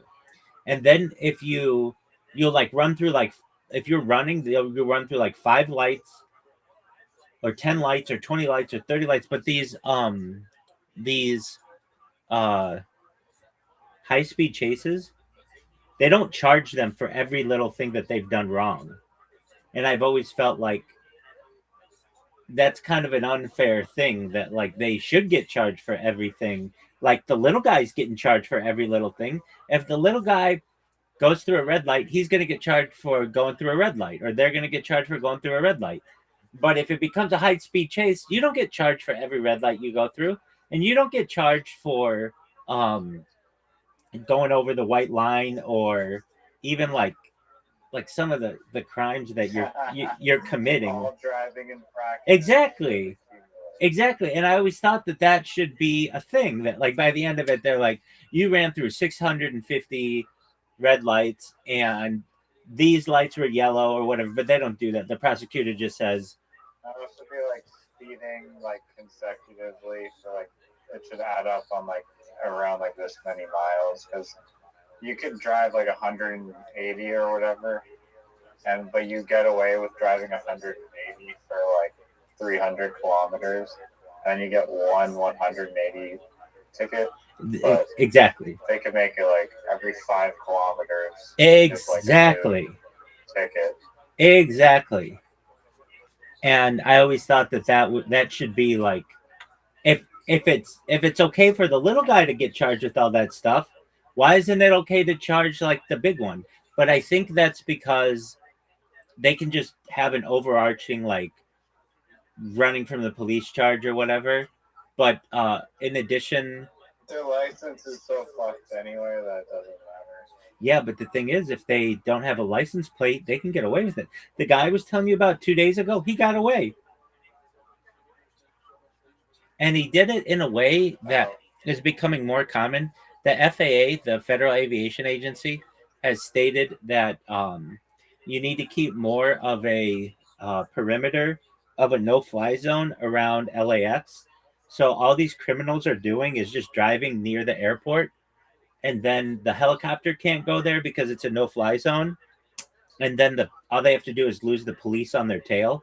Like it's easier to lose the police on the ground than it is the helicopter. The helicopter is basically impossible to lose. But if the helicopter has to stay like 3 miles away, they'll zoom in on you. But at a certain point, especially at night, they lose track of them. And this guy the other night was just like smart and just went within that range and got away. And another thing was, I think have to be somewhat close to the LA airport, though. Yeah, well, I mean, it's 3 miles, and 3 miles. It's not like you like pre-plan your high-speed chase. No, they don't. They don't. But once they start getting chased, they know this, and they do. They come to the Long Beach airport. They come to the John Wayne International, which is Irvine's airport. They go to LAX, and they go to Burbank. There are 4, and then there's also Ontario. There are 5 major airports within the LA regional area, and all you have to do is get within like a few miles of them, and then the helicopter can't be on you anymore. And that's not just the television helicopter. Police have like drones or something. It's still a no-fly zone because of planes.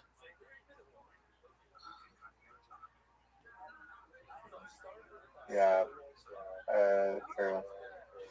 And that's how these guys are getting away. And whenever I watch them, I'm always like, I go back and forth. I want the guy to get away, but then I want him to get caught. But then I want him to get away, then I want him to get caught. But at the end, I love when they get away. It's like, unless they did something to really hurt somebody, but like a DUI, I'm not cool with people driving under the influence, but you could have been innocent for that. Or their test could have been calibrated incorrectly, or the cops just being a dick. Like, that's different than, like they kidnapped a child or something like that. Like that, I don't want them to get away, obviously. But I was watching this chase, and they have something called the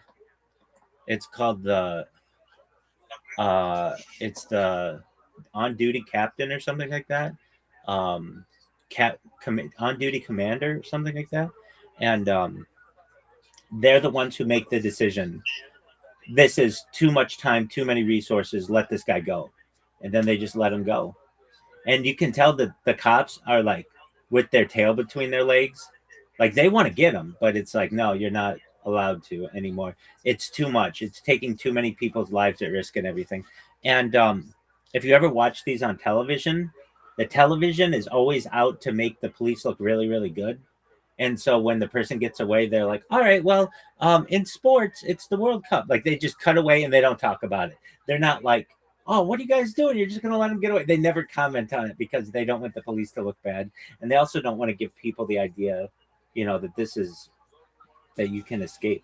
But isn't there like SWAT cameras and stuff that would like track people's vehicles and shit, and like footage from public sources that would catch people even if they got away? If they don't have a license plate, and I don't think this guy had a license plate, then it's tough to be able to track What kind him. of maniac drives around without a license plate? That's a good question. They also have license plate flippers as well, though that's much less common. And then they have a thing that will tint your license plate, that you can use your phone to tint it while it's going. I don't think he had any one of those, but I was also seeing in the comments, people were saying what you're saying, like, hey, if they have this person's license plate, it's over. But if it's a stolen vehicle, then it's not really relevant. But if they do have the person's license plate, then all that person, I mean, it depends if they were going to charge him with a misdemeanor or a felony. But if it's a misdemeanor, they just have to lay low for like a year, and then nothing's going to happen to them. And with a felony, for 5 years. Now, I'm not saying that that's like definitely going to happen, but then the argument is too, how do you know I was driving? So I gave my car to a friend.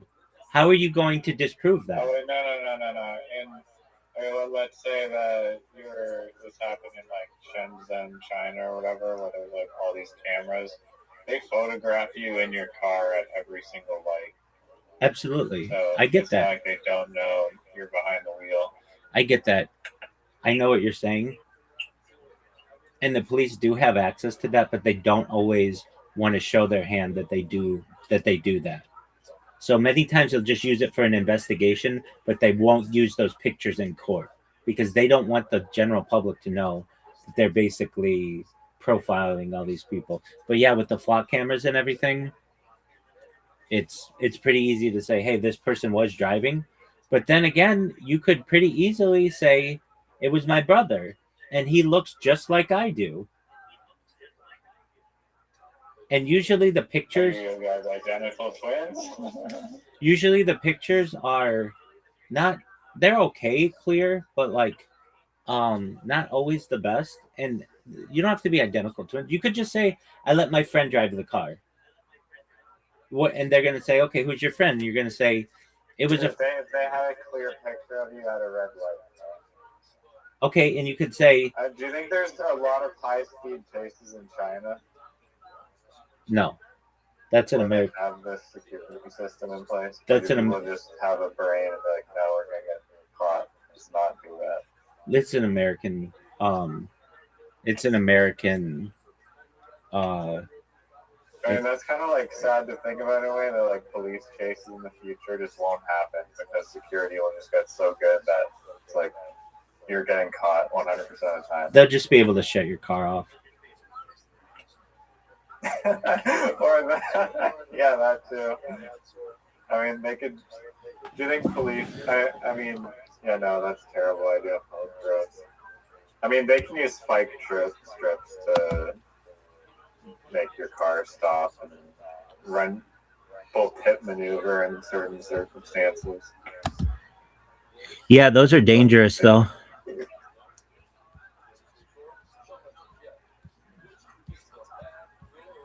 Those are dangerous. Yeah, no, pit maneuvers, you're literally risking. You could kill the person probably doing that, or the cop. Right. And that's why they don't. That's why they avoid it at all cost. Avoiding it on all costs would mean never doing it. Well, no, it would not mean that. It would mean they avoid it unless they really have to do it.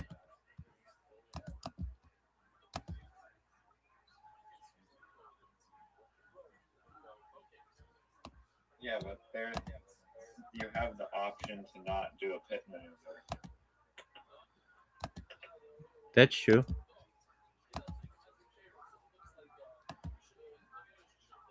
They do have the option to not do a pit maneuver.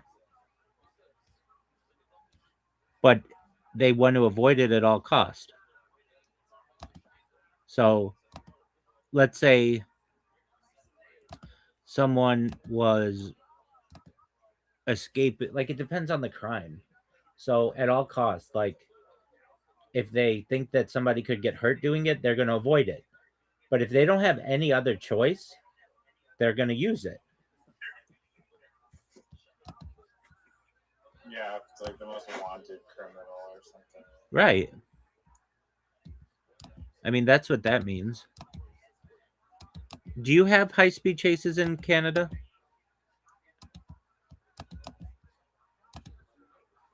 Yeah, why wouldn't we?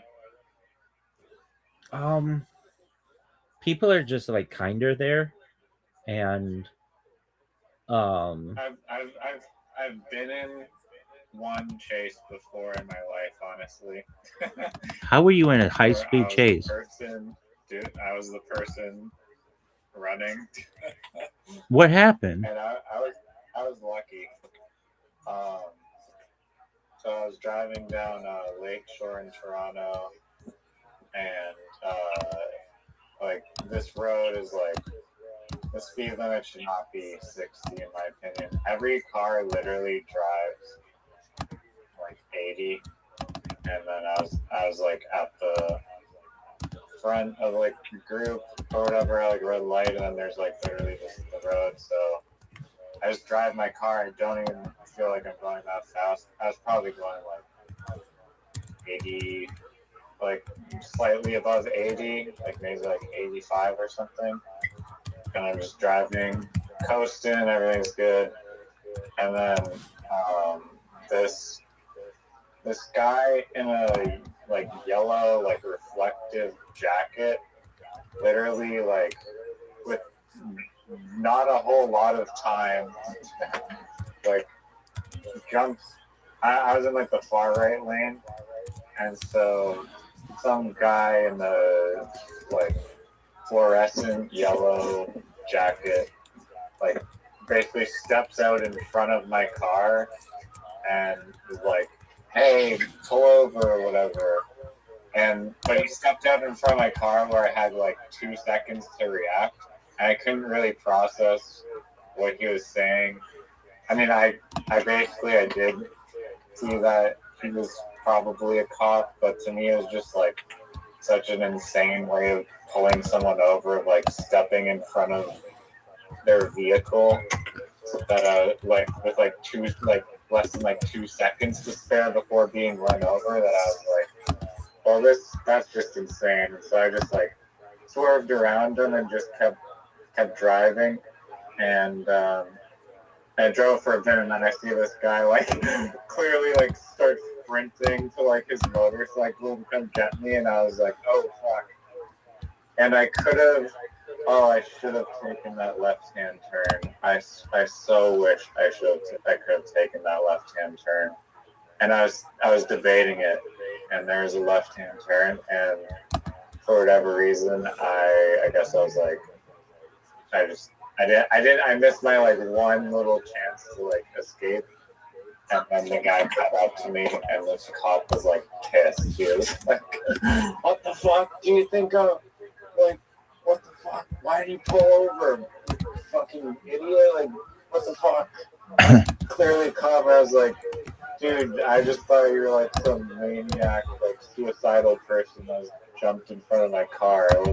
I didn't see that you were a police officer." And then he wrote me a ticket for speeding, and he didn't actually. I'm pretty sure I didn't have a charge for trying to evade, because I feel like I would have remembered that. But I had like a ticket basically, and then I just went to court, and they negotiate your ticket with you in court to just get the line moving, which I didn't even know until I showed up to court. Like everyone's there with like their speeding tickets, and then like the people are there, they're like have like a 50 over ticket, and like the attorney's just like, okay, plea deal 20 over. They give people like good deals, and then everyone just accepts the nice plea deal. So I got like a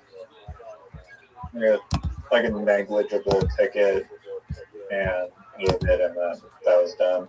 Wow, that's a wild story. Yeah, no, I think that was not a good way of pulling someone over at all, by just stepping in front of their car, but as I'm driving and almost run them over. Absolutely. You got really fortunate.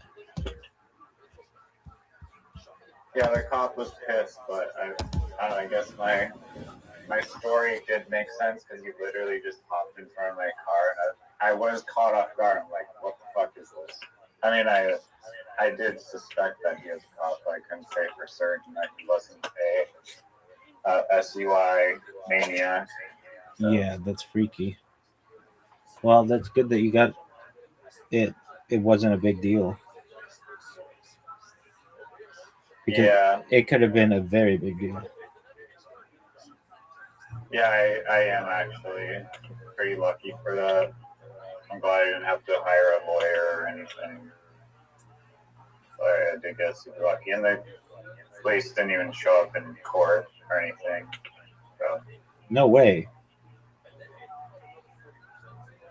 Yeah, no, I thought he was gonna be like a see you in court type of guy, but yeah, that day I did get pretty lucky. It could have gotten way worse. Way worse. I mean, I saw some guy on like a motorcycle video on YouTube, and he was like a 19-year-old kid, and like the title of the video is like, "Stupid teenager on motorbikes just like ruins his life in like minutes." And so he was basically just like fucking around on his motorcycle, getting into police chases and like taunting police, and he just like racked up like so many charges. He only got, like, despite all the chaos that happened and having like 14, like a whole like county of police officers chasing this guy with like everything, like helicopters and shit, he got like multiple evading charges and whatever other like reckless whatever. But he only got, aside from probably never being able to ride a motorbike or anything, which not being able to drive transportation is a really terrible idea. Or sorry, a situation. But yeah, he only got like 6 months in juvie, which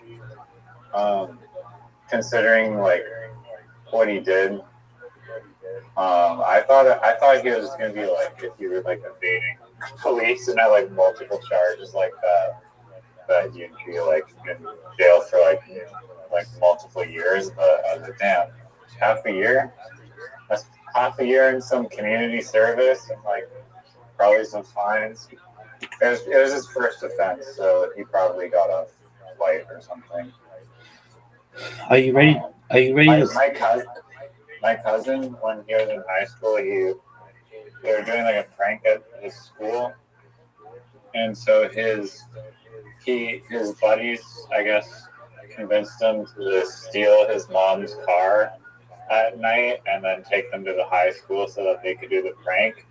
And Buddy got pulled over by the police, and he didn't have a license. He was like 16, and he like literally like stole the car. So it took him like ages of not being able to drive, and his insurance was just through the roof. Like years and years and years of like not being able to drive a car because of that one stupid idea.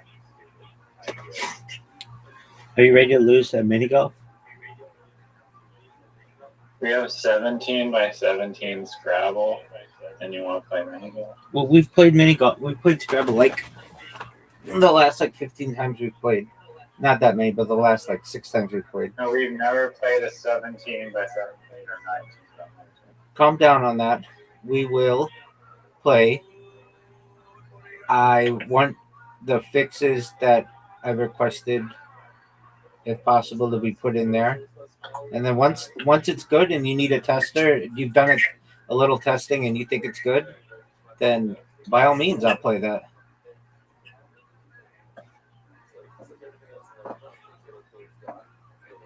Word. It's really good, man.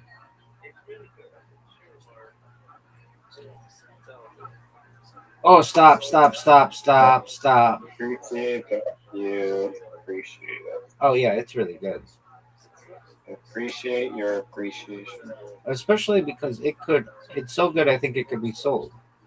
That's a miss. That's devastatingly bad.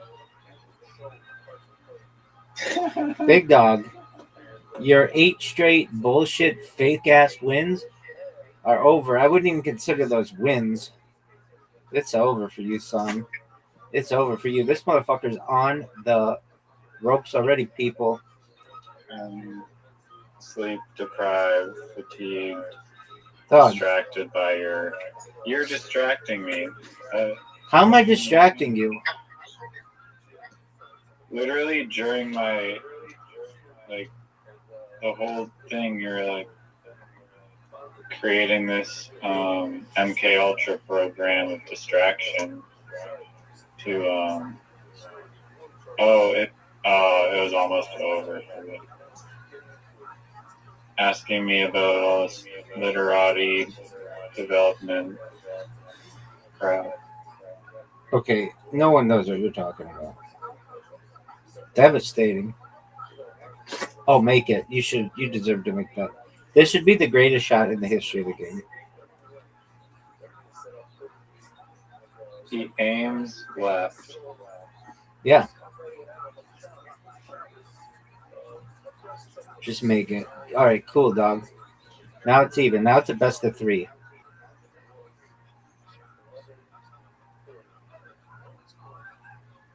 Easy. This is the best shot you've ever seen. Best shot you've ever seen. This whole like, I mean, I guess you can memorize the percentage or whatever, but yeah, you didn't even hit it to the right spot.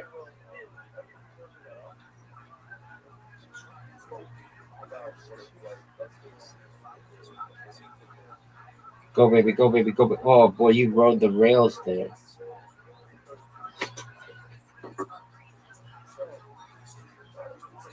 Oh, no. No. Oh, thank you, Tree. Oh, thank you.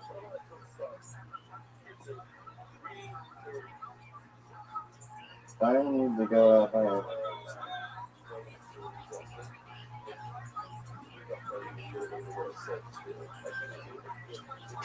I need to win 2 straight.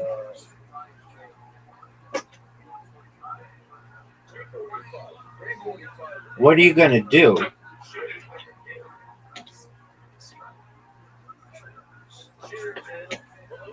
I know you're going to steal these tactics and then.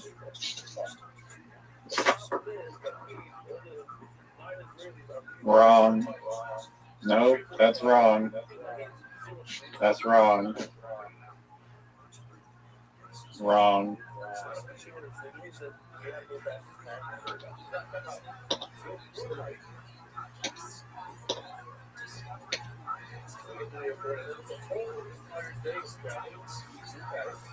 Stop.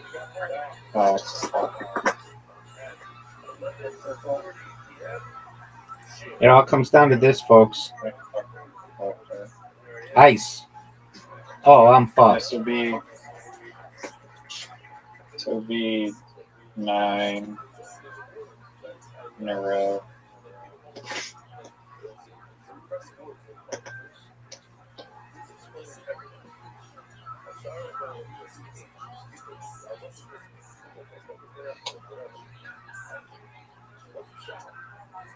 That's it.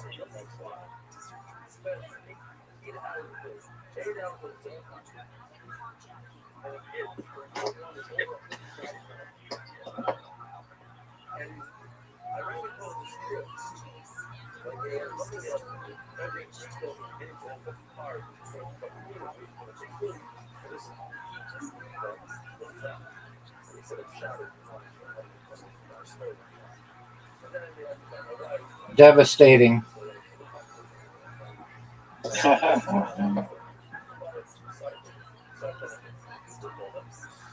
No. Oh. What an amazing shot. Oh. Wow, skin the cat there. Give it to me. Oh, no. No. What the fuck? Oh. Hit my ball. This is a tough shot. Okay.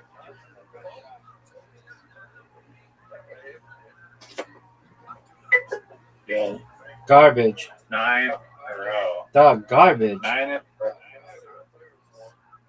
a row. Garbage. Not even in a flow state yet. Warm-up game. You and I That both. was a nice stuff at the end. Dude, I had to think about it. I was like, well, I just gotta hit his ball. And it'll be good. Hey, do you know what I think of your flow state?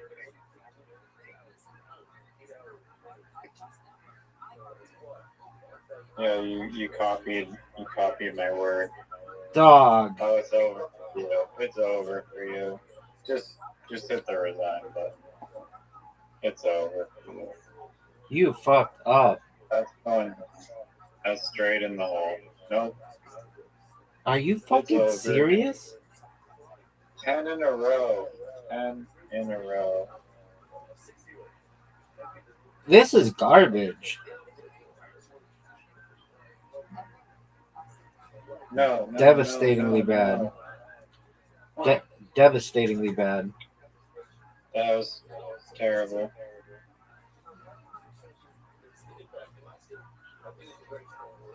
Luckily, I'm really good at this game.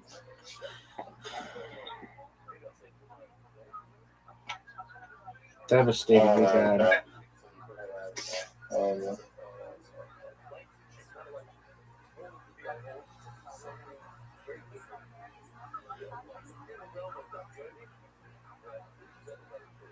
Terrible shot. Oh no.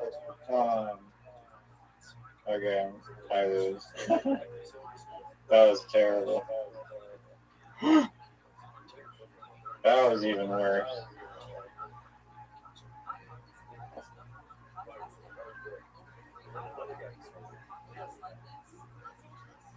Oh, I don't know why I did that.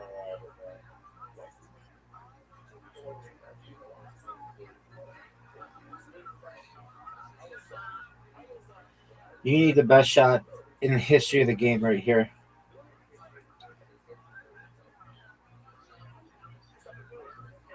Make it. You could make it. Oh. But you didn't, son. And I just tied this bad boy. I know I tied it. You know I tied it. That was terrible. Jeanette McCurdy knows I tied it.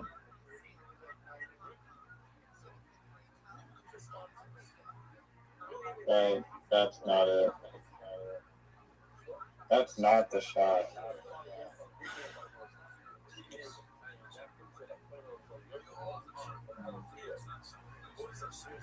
Want to see the real shot? Yeah, I want to see the real shot. Let's see it, big dog. Devastating. That was way better than your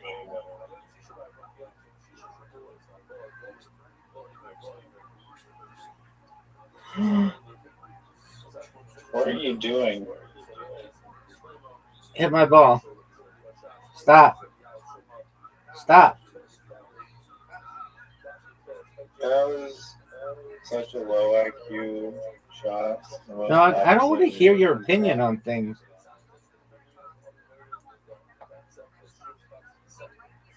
Get there. Perfect. Oh, what the hell? The hole's straight? What?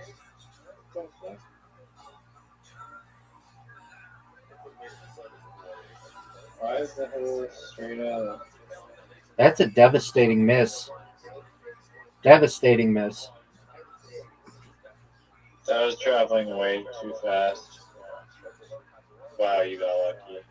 You got incredibly fortunate. I'm guaranteed 10 in a row.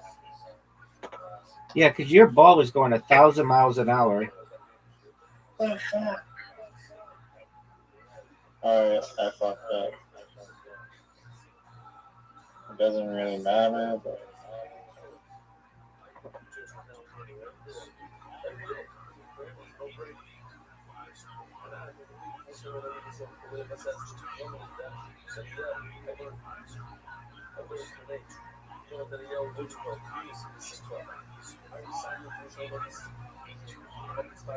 Oh,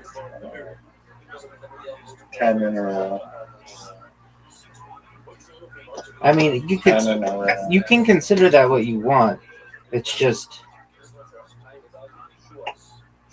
what? Consider whatever you want. I mean, it's not like you want straight up. I consider it 10 in a row. I mean, consider whatever you want.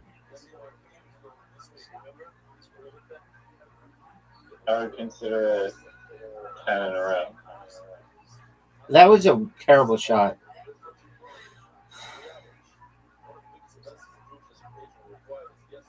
Yeah, it's like you've never played a hole like this before. That's not what you want to do. That's a terrible shot. No doubt. One of the worst shots I've ever seen. Don't stay in my way, though. Are you fucking serious, dude? That is not. That's not it. That is not it. Except you. I fucked you. Hit the corner.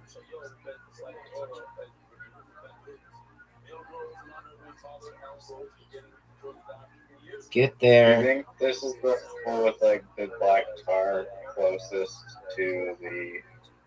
Are you fucking serious? Devastating shot.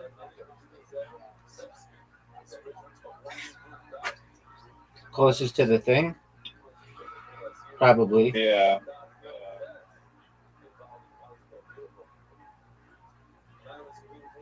This game sucks.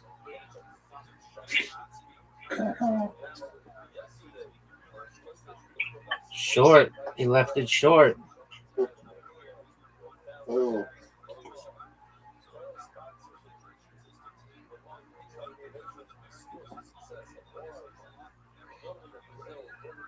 Short. Go.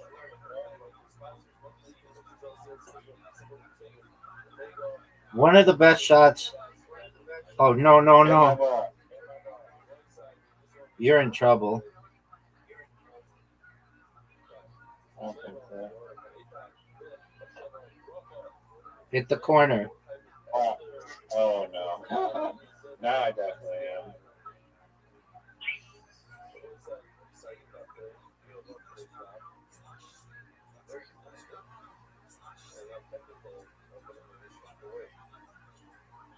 Oh no.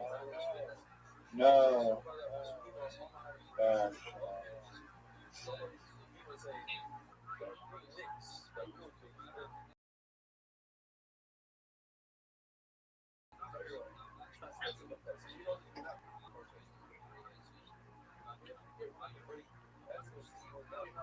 Hit it off the ball.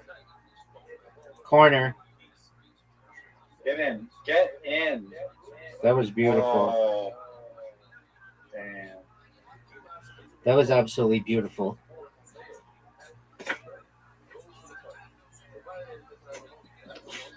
Thanks. What was this backwards shooting crap? That's just not how you do this hole. Okay, well, let's see how you do it, dog. That's terrible. Just garbage shot. That is an amateur shot, and I'm going to show you a pro strategy. Pro.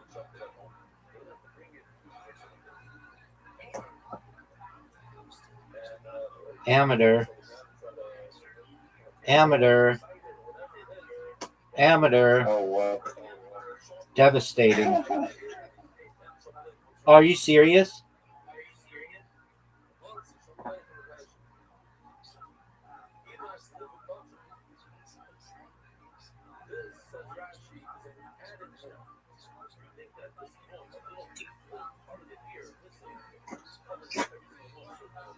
Stop, stop, stop, stop.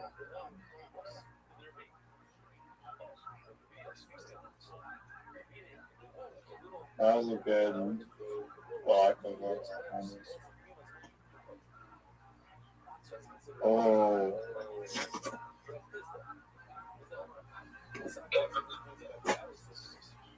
Are you? Are you serious? Amateur. Amateur. Amateur.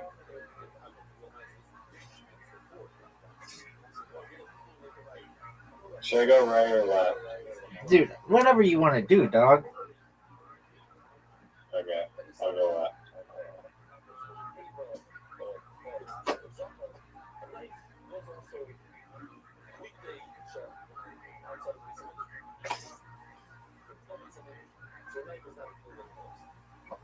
Oh, I'm gonna enjoy this hole.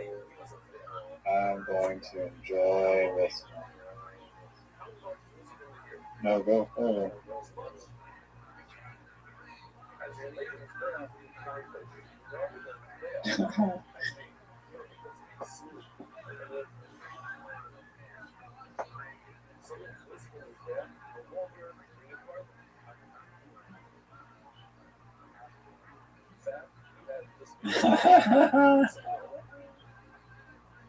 He gives up. He gives up. He's defeated. He is defeated.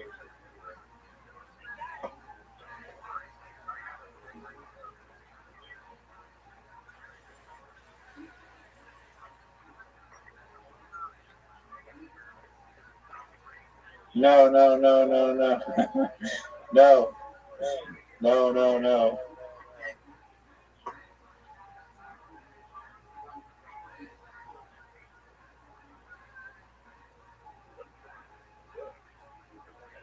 Oh, wow. Dang. It's way too easy to block that hole. I'm guaranteed 11 in a row. That is crazy. I've let you. I'm distracted. I've got distractions I can't even discuss. I've got dog. I got distractions I can't even discuss. I'm fatigued.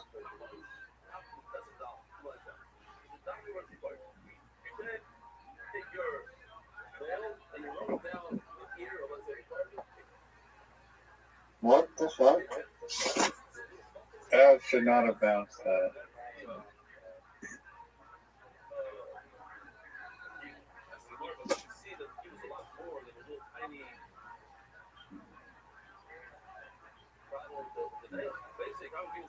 Oh no.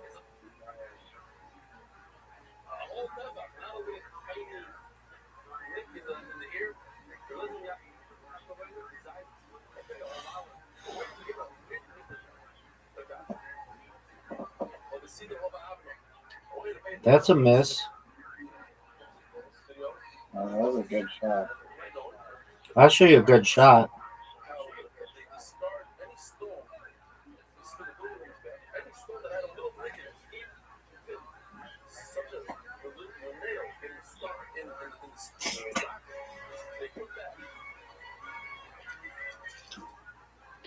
Champ is here.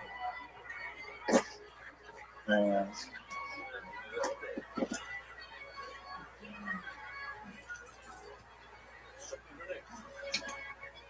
Everybody's awaiting you. That's a garbage shot. Do you think he'll ever win? Garbage shot. That's a miss already. That's way up at the top as a miss. Stop, stop, stop, stop, stop. Are you what? Garbage shot, Riser. Garbage shot. Hole in one. Can you say hole in one? Water. Water. I can say water.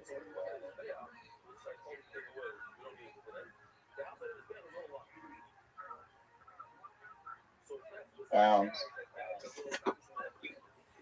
That was one of the most BS tee shots I've ever seen. I mean, here's the thing. Here's the thing. Here's the thing. 11 in a row. You don't get to chirp. You cannot chirp when you hit 11 in a row. Baby. Let's see what you're going to do here. That's garbage.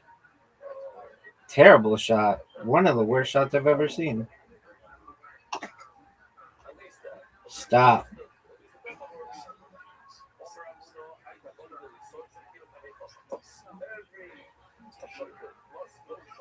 That's a miss. Miss. That's going in the water. Thank you for going in the water. Dog. Thank you for giving me this win. I'd like to dedicate. I'd like to. Yeah, after 11 in a row, I was like, this guy needs the win. Doug, ready for the best hole? Oh, you can get a hole in one on this one. I know you can, and I'm ready for you to do it. Let's see it. That's a miss. Garbage. Garbage. Garbage. Oh. Nice miss, dog. Water. You can definitely get a hole in one.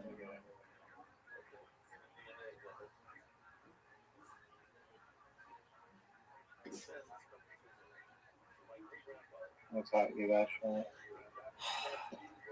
I don't know why you think this. That's a miss. Not even the best shot. That hit the side, dog. You're hitting the side. Everybody knows that. Hitting the side. Hit the side.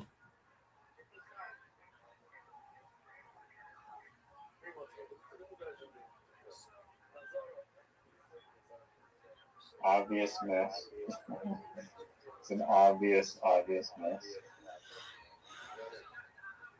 I'm in the perfect position.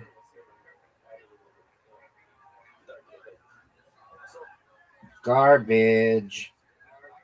Why did you take that shot? I was trying to block. Baby, baby, baby. Wow. Nice. Did you like that? Did you like that? Did you like that? Oh, I got through. Yeah, you did. Wow, you got lucky there. It was skill, dog. You got lucky.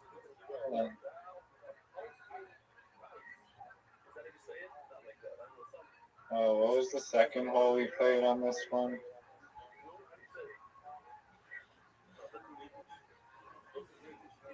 First one was a pinwheel.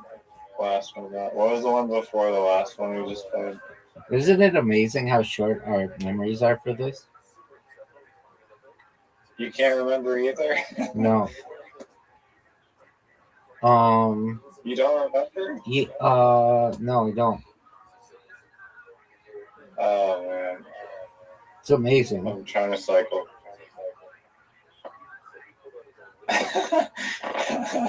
Oh, now I remember. seriously got I that? remember. It's the one that if you do it, it has water.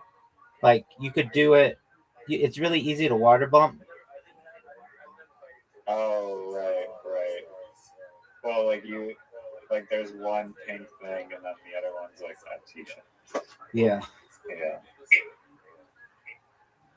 This is a dangerous shot.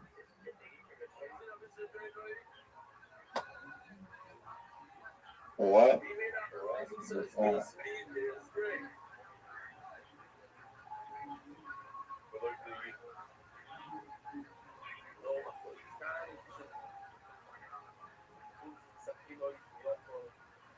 Help me out, Tim.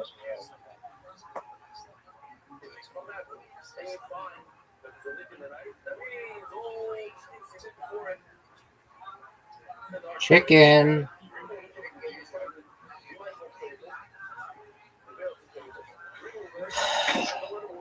One in a row. Actually, 3 in a row.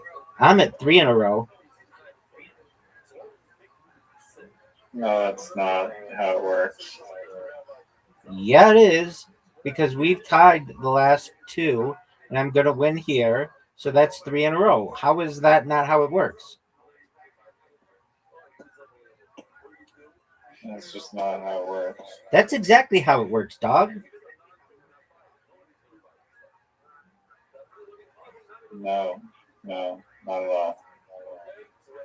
Not even close. It's not even close to how it works. You wait, but in reality, if you get 11 in a row or whatever your garbage statistics are, then I'm at 3 in a row.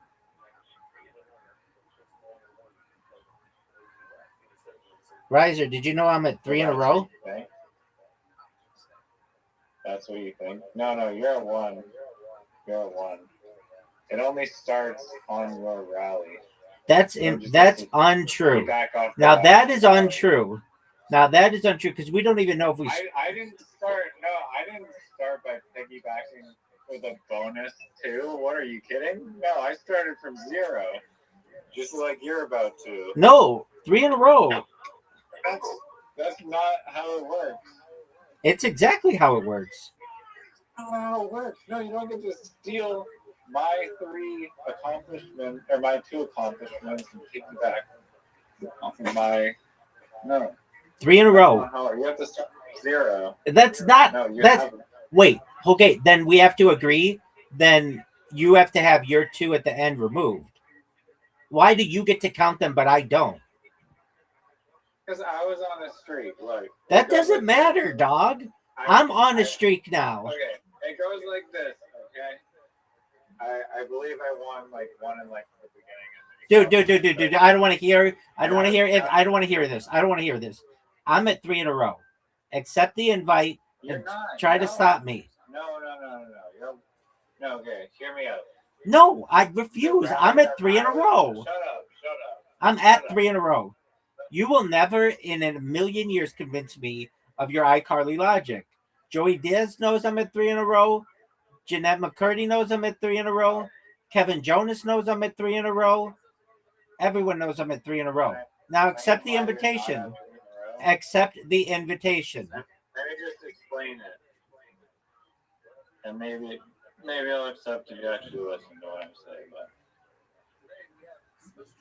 But when I was on my streak against you, I was counting however many games it took for you to just outright win. That means either not, like ties are not your exclusive wins, and my wins are not your exclusive wins. So that sequence of 11 games represented 11 games in a row that you did not have a solo win. And I started out from scratch. Now, you have to see how many games in a row that I won't get a solo win. Okay, right now you haven't gotten a solo win in 3 games. You haven't gotten a solo win in 3 games. Do we agree on that?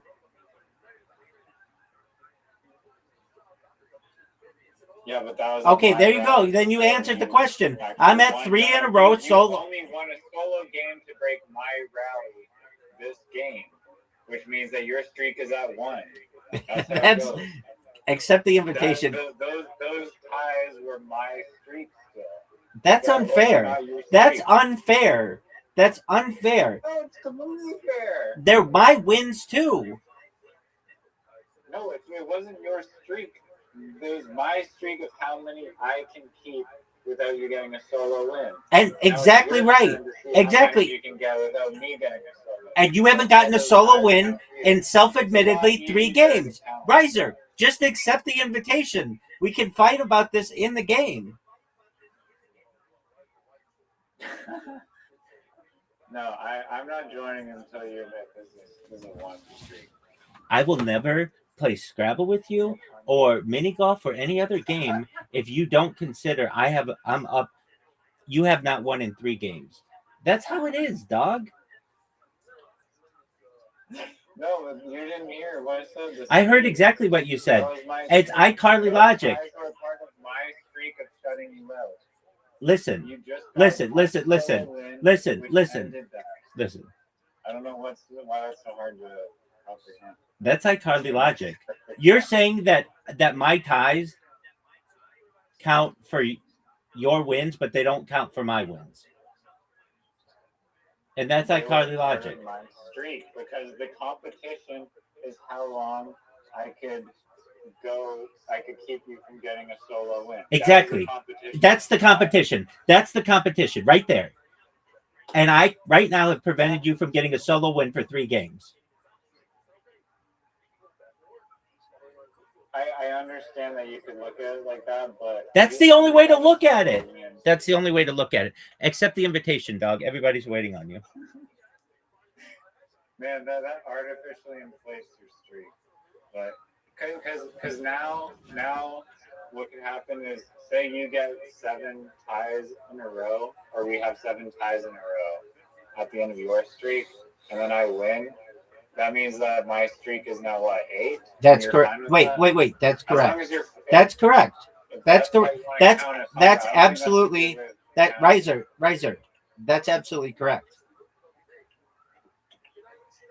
If that's how you want to count it, but that seems like that is how we count it. I don't like that. That is how we count it. That is absolutely how we count it. Now accept the invite.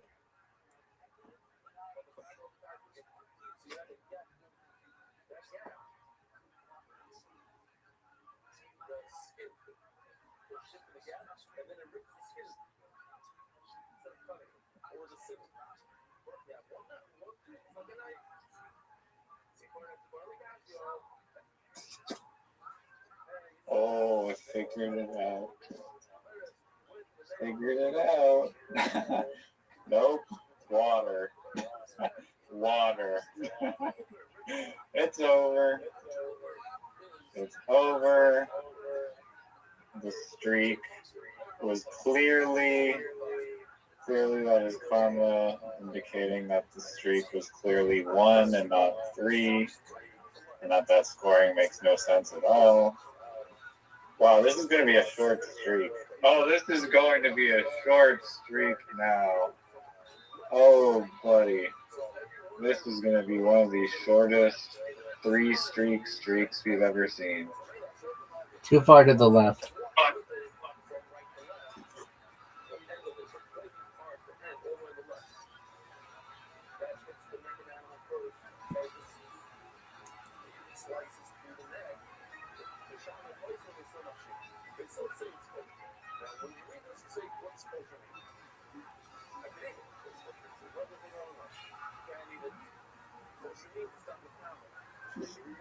No.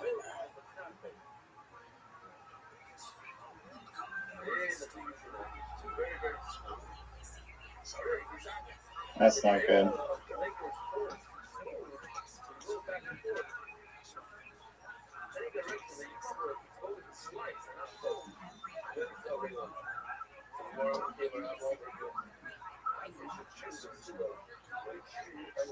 That's not good. Should have just gone the long way.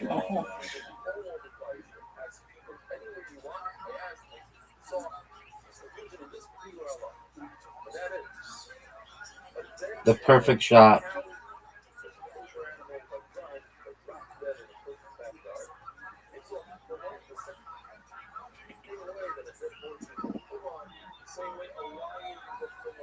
I thought you were going with the sheep. Are you fucking serious? Why didn't you go through the sheep?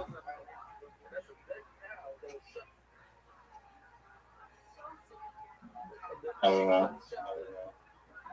Probably should have. Couldn't have been any worse than that.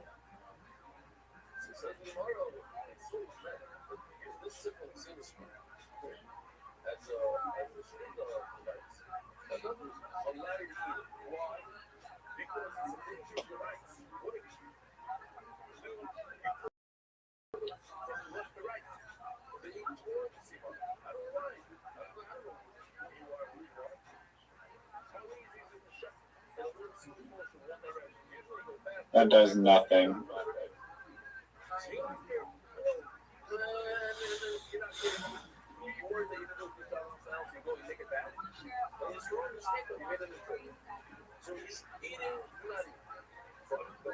Fuck. What do you mean it does nothing? I don't know.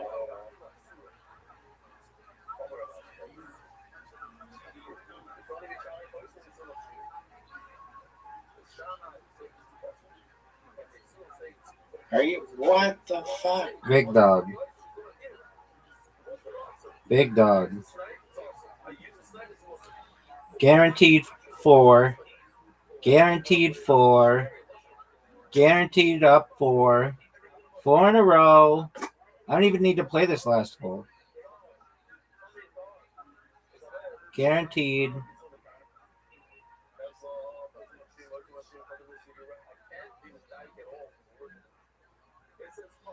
Guaranteed 4 in a row.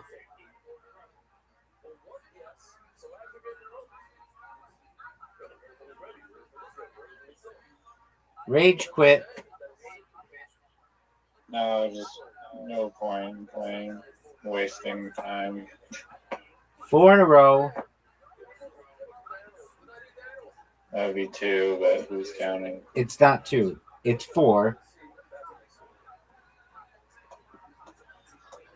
You know it's 4. I know it's 4. Jeanette McCurdy knows that goes in the water. Obviously in the water, and then the pink shit. Water and pink shit. Hey.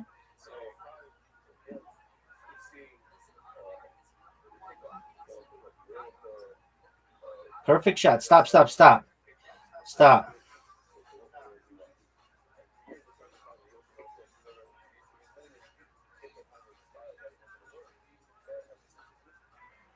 Give me it. Oh, shit.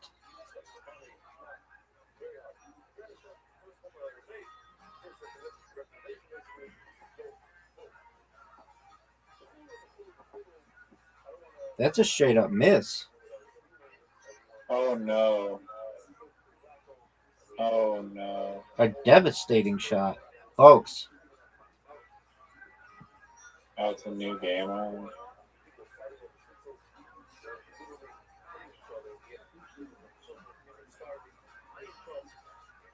Get there. Look how good this shot is, Riser.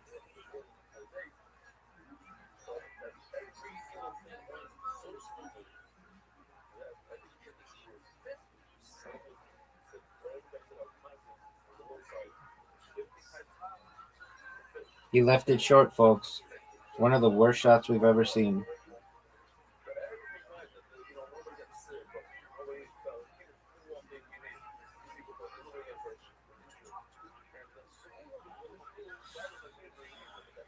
I've got this bad boy blocked pretty well.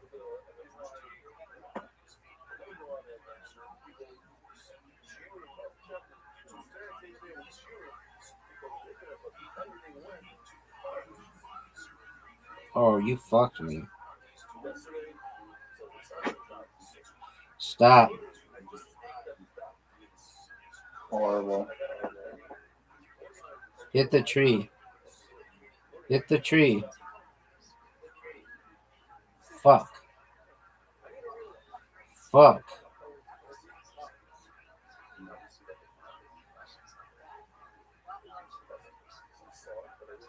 Give me the best shot ever of this hole. Ever. Garbage. Terrible, dude. Awful shot. Hit my ball. Up.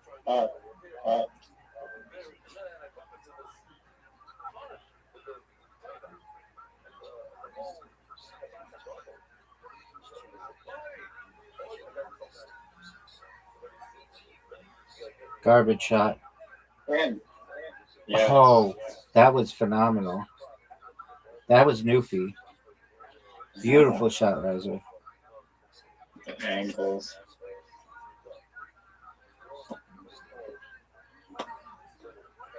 Hit the wall. Drop down, drop down, drop down. Oh no.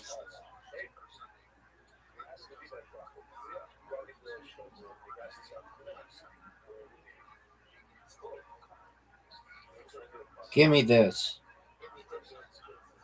Give me this. Get right in between his ball and the wall. Fudge.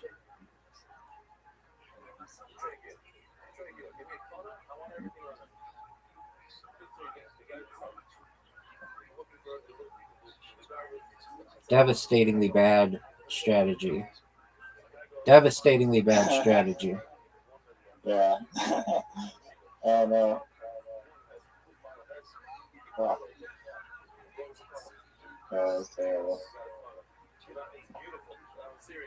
Oh no. That backfired so bad. That was terrible. I don't know why I did that. Guess I'm just bored. After losing 11 in a row, I just got bored. Oh, I fucked up.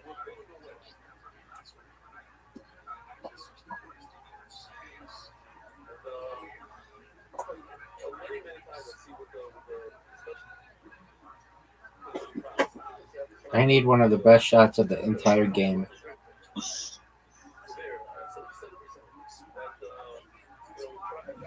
Oh! Oh!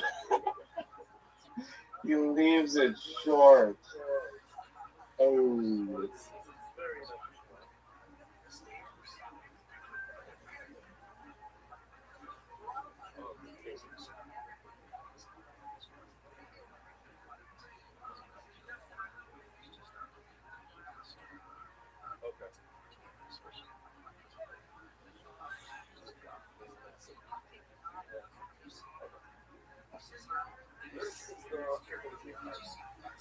What is this? Hey. Warm up.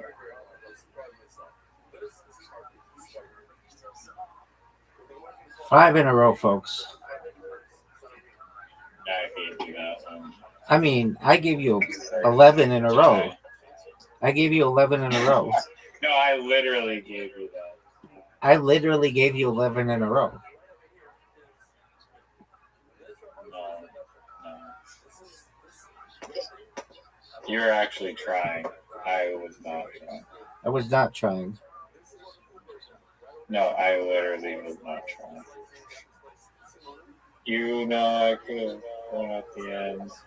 Off of our nose. What do you think of this shot? So, Do you think that shot sucks? Your shot's terrible.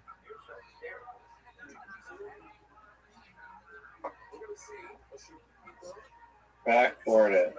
Fuck.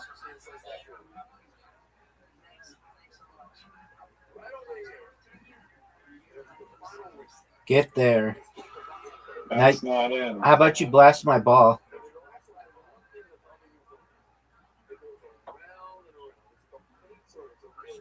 Phenomenal. Phenomenal Newfie shot. Phenomenal shot. Folks, that shot will be studied in the realms of history. It's one of the greatest shots I've ever seen. Just phenomenal. Absolutely phenomenal. Give me one of those with all the arrows. Garbage. This whole sucks. Phenomenal shot, Riser. One of the great shots in the history of the game. Thank you, fellow Mickey. Would you rather have your shot or mine? Yes or no? I'll wait. That's not a yes or no.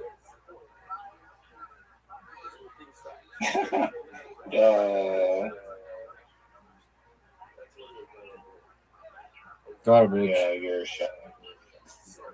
My angle is not good. Oh, no. I mean, yeah. You have a backboard, dog.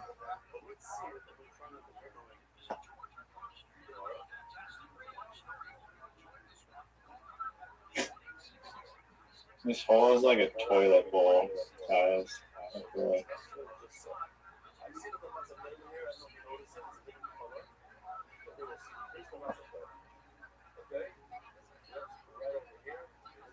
Amazing shot.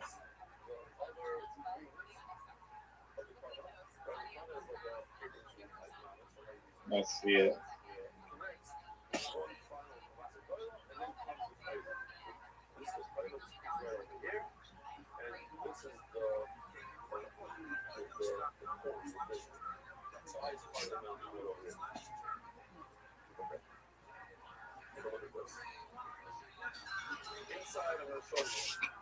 Oh, if it stopped right at the front there.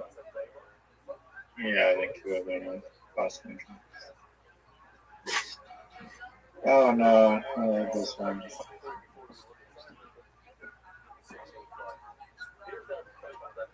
It just ends up in the water even if we hit a good shot. That's in the water, big dog. No doubt.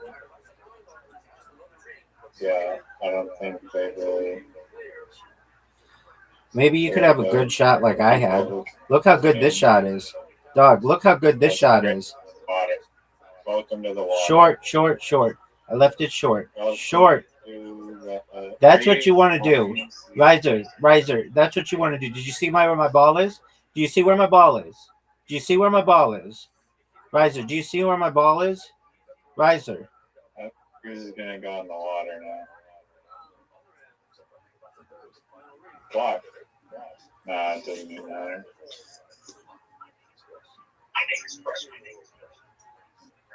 Oh. That was full shot. Oh, nice. I forgot this one. Stop. So bad. So incredibly bad. It's incredible.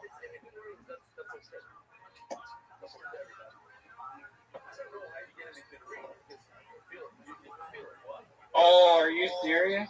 Oh, yeah, we're serious, dog. Oh. Mine was actually close to going in.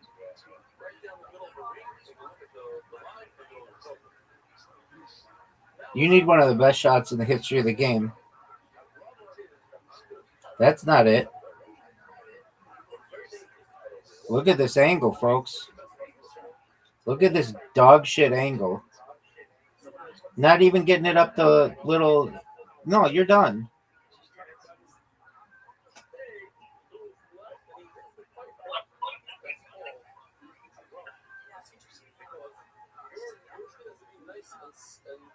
Stop right there. Right No, there. no. Right there. Now, what are you going to do?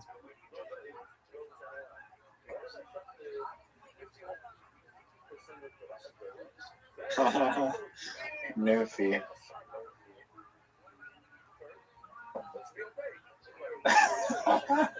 Oh, wow. Shit. Oh.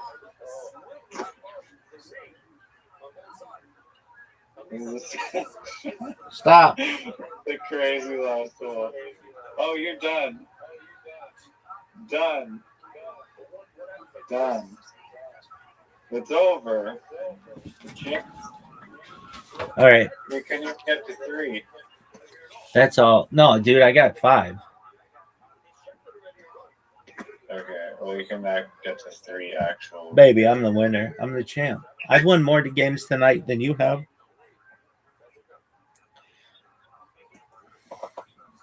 No. You know I'm the best.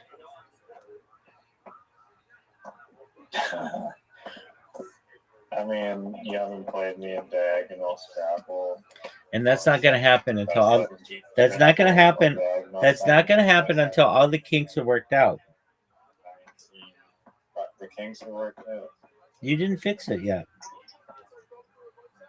It's playable enough. No, Alright. absolutely not. Just fix those things. I'll wait here.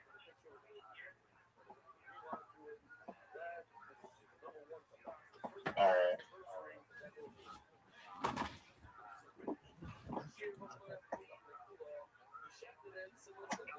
Peace out. You're not gonna fix it. No, I don't want to touch it again. I have a question for you. I focused on that for like 10 hours. Has it taken that? Was it that long? Yeah. Well, I think it's pretty amazing. I'm impressed with it.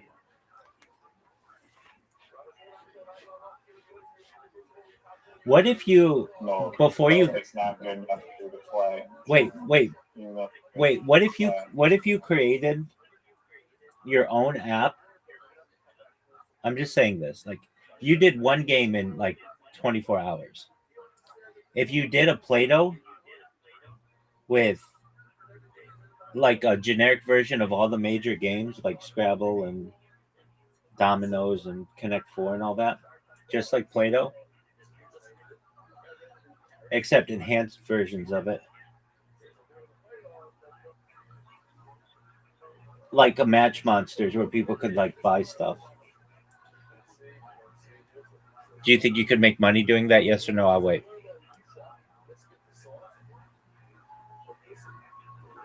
I don't know how to market an app.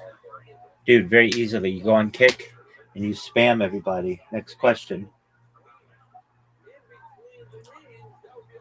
Yeah, I don't think that'll work. Okay. Sweet dreams, big dog.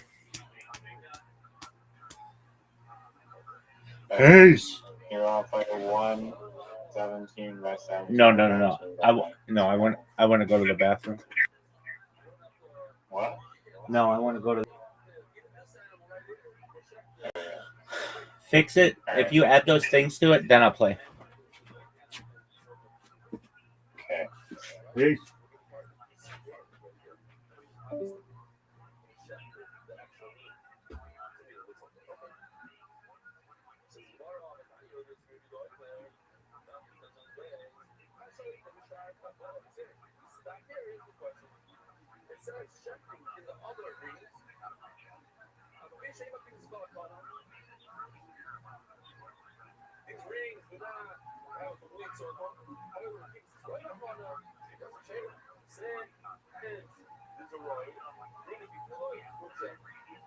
Over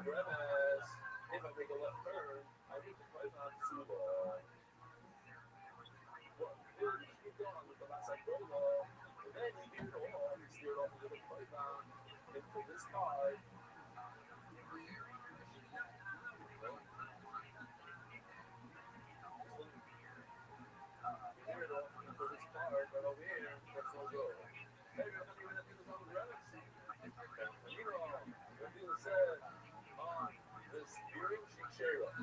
says Rashi.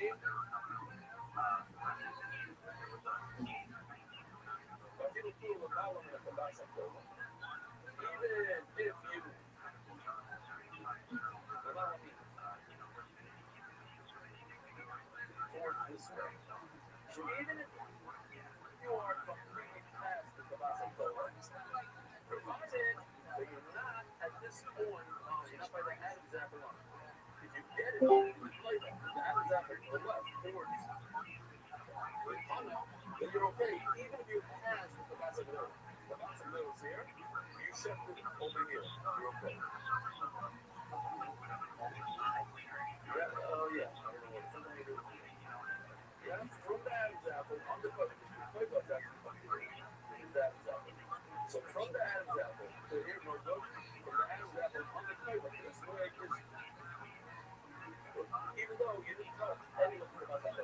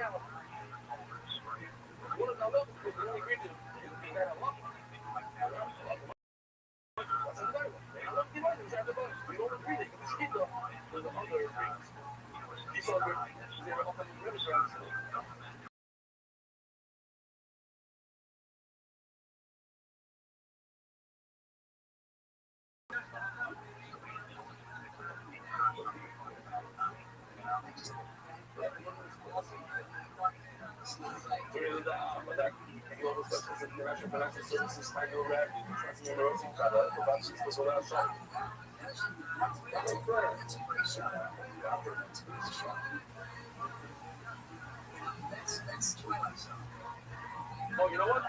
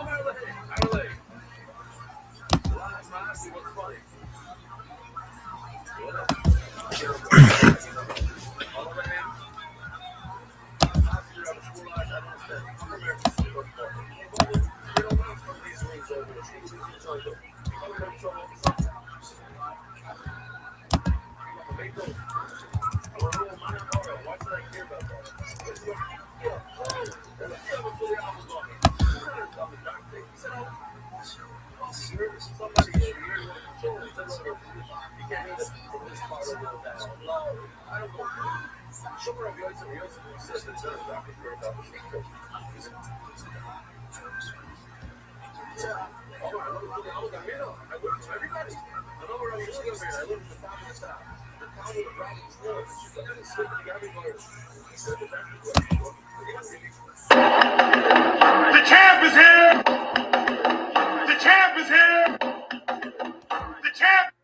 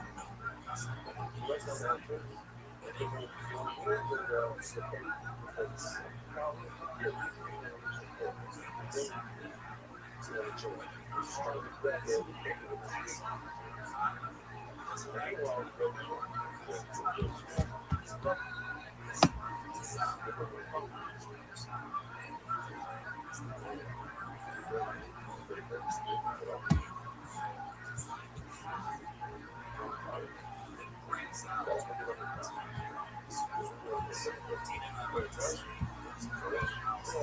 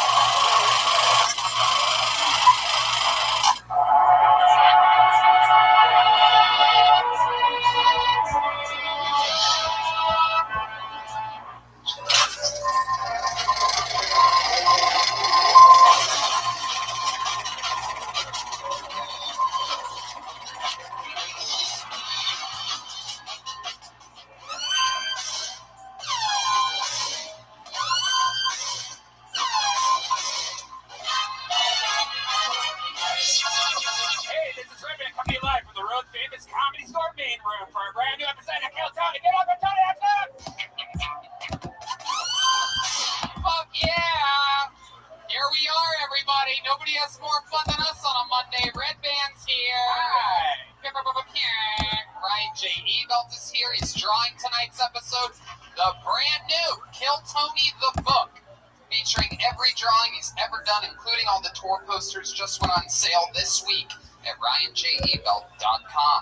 So pick up the new Kill Tony the Book, a necessity for every diehard Kill Tony fan. This is very exciting. Right? Yep. So that's important. You hear it? Okay. All right. Set. Okay. I guess we're just going to keep moving along without making adjustments to that.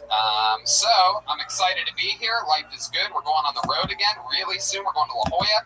Second show added. September 22nd. That's a Sunday night in La Jolla. So all you San Diego kiddies, come out for a nice night of fun.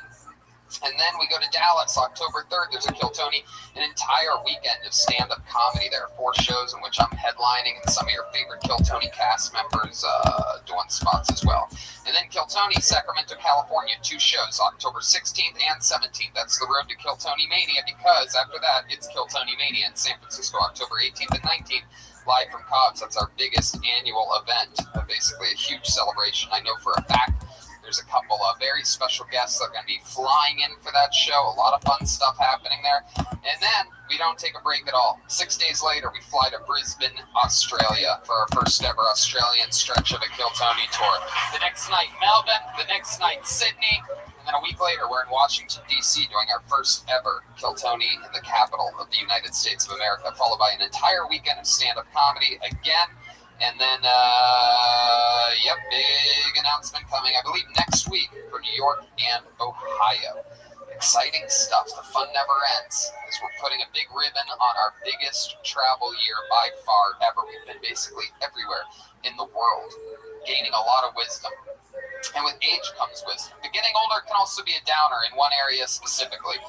40% of men by age 40 struggle from not being able to get and maintain an erection.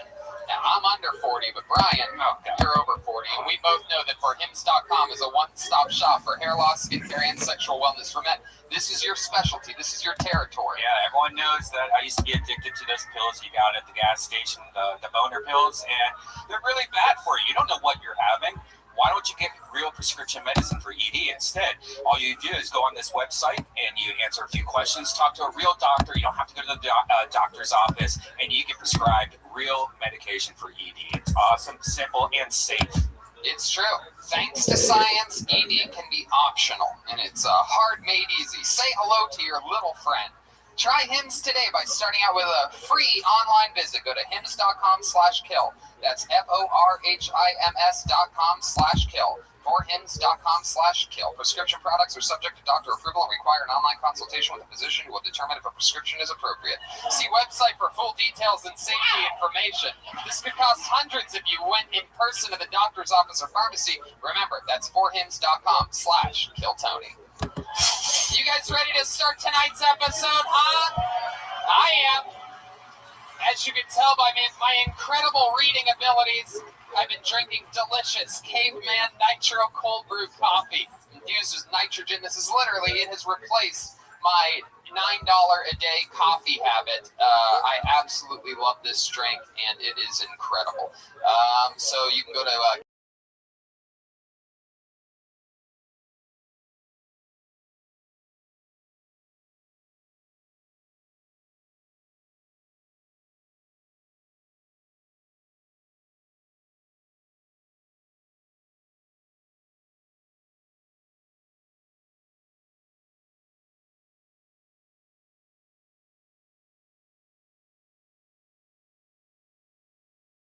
is one of our most successful and favorite regulars, built here on this show starting at the age of 19 in the show's history. So I present to you the great Doug Benson and Ali Makovsky. Wow. This is exciting. Ali, right here. That's good. This way we can keep a little baby right in the middle there.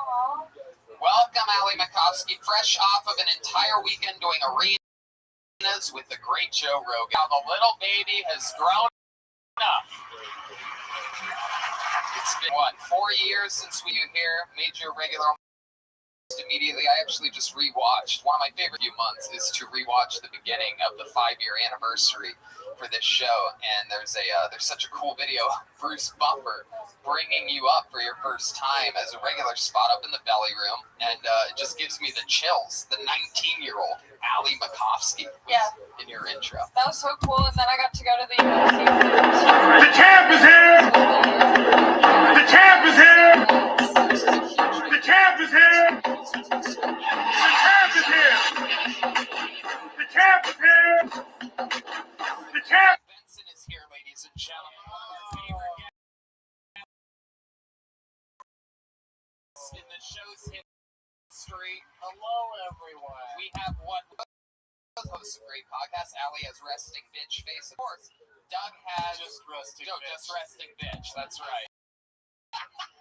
That's right. I added face to that because it makes me so happy that who gives a fuck. And Doug, of course, the host of Doug Loves Movies, Getting Doug with High, so many great shows that I love participating being guests on. How's it going, Doug?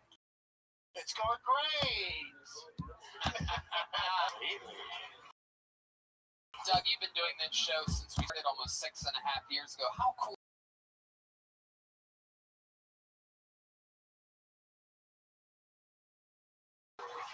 I'm sort of excited to be here. I can feel a little bit of excitement there. Not really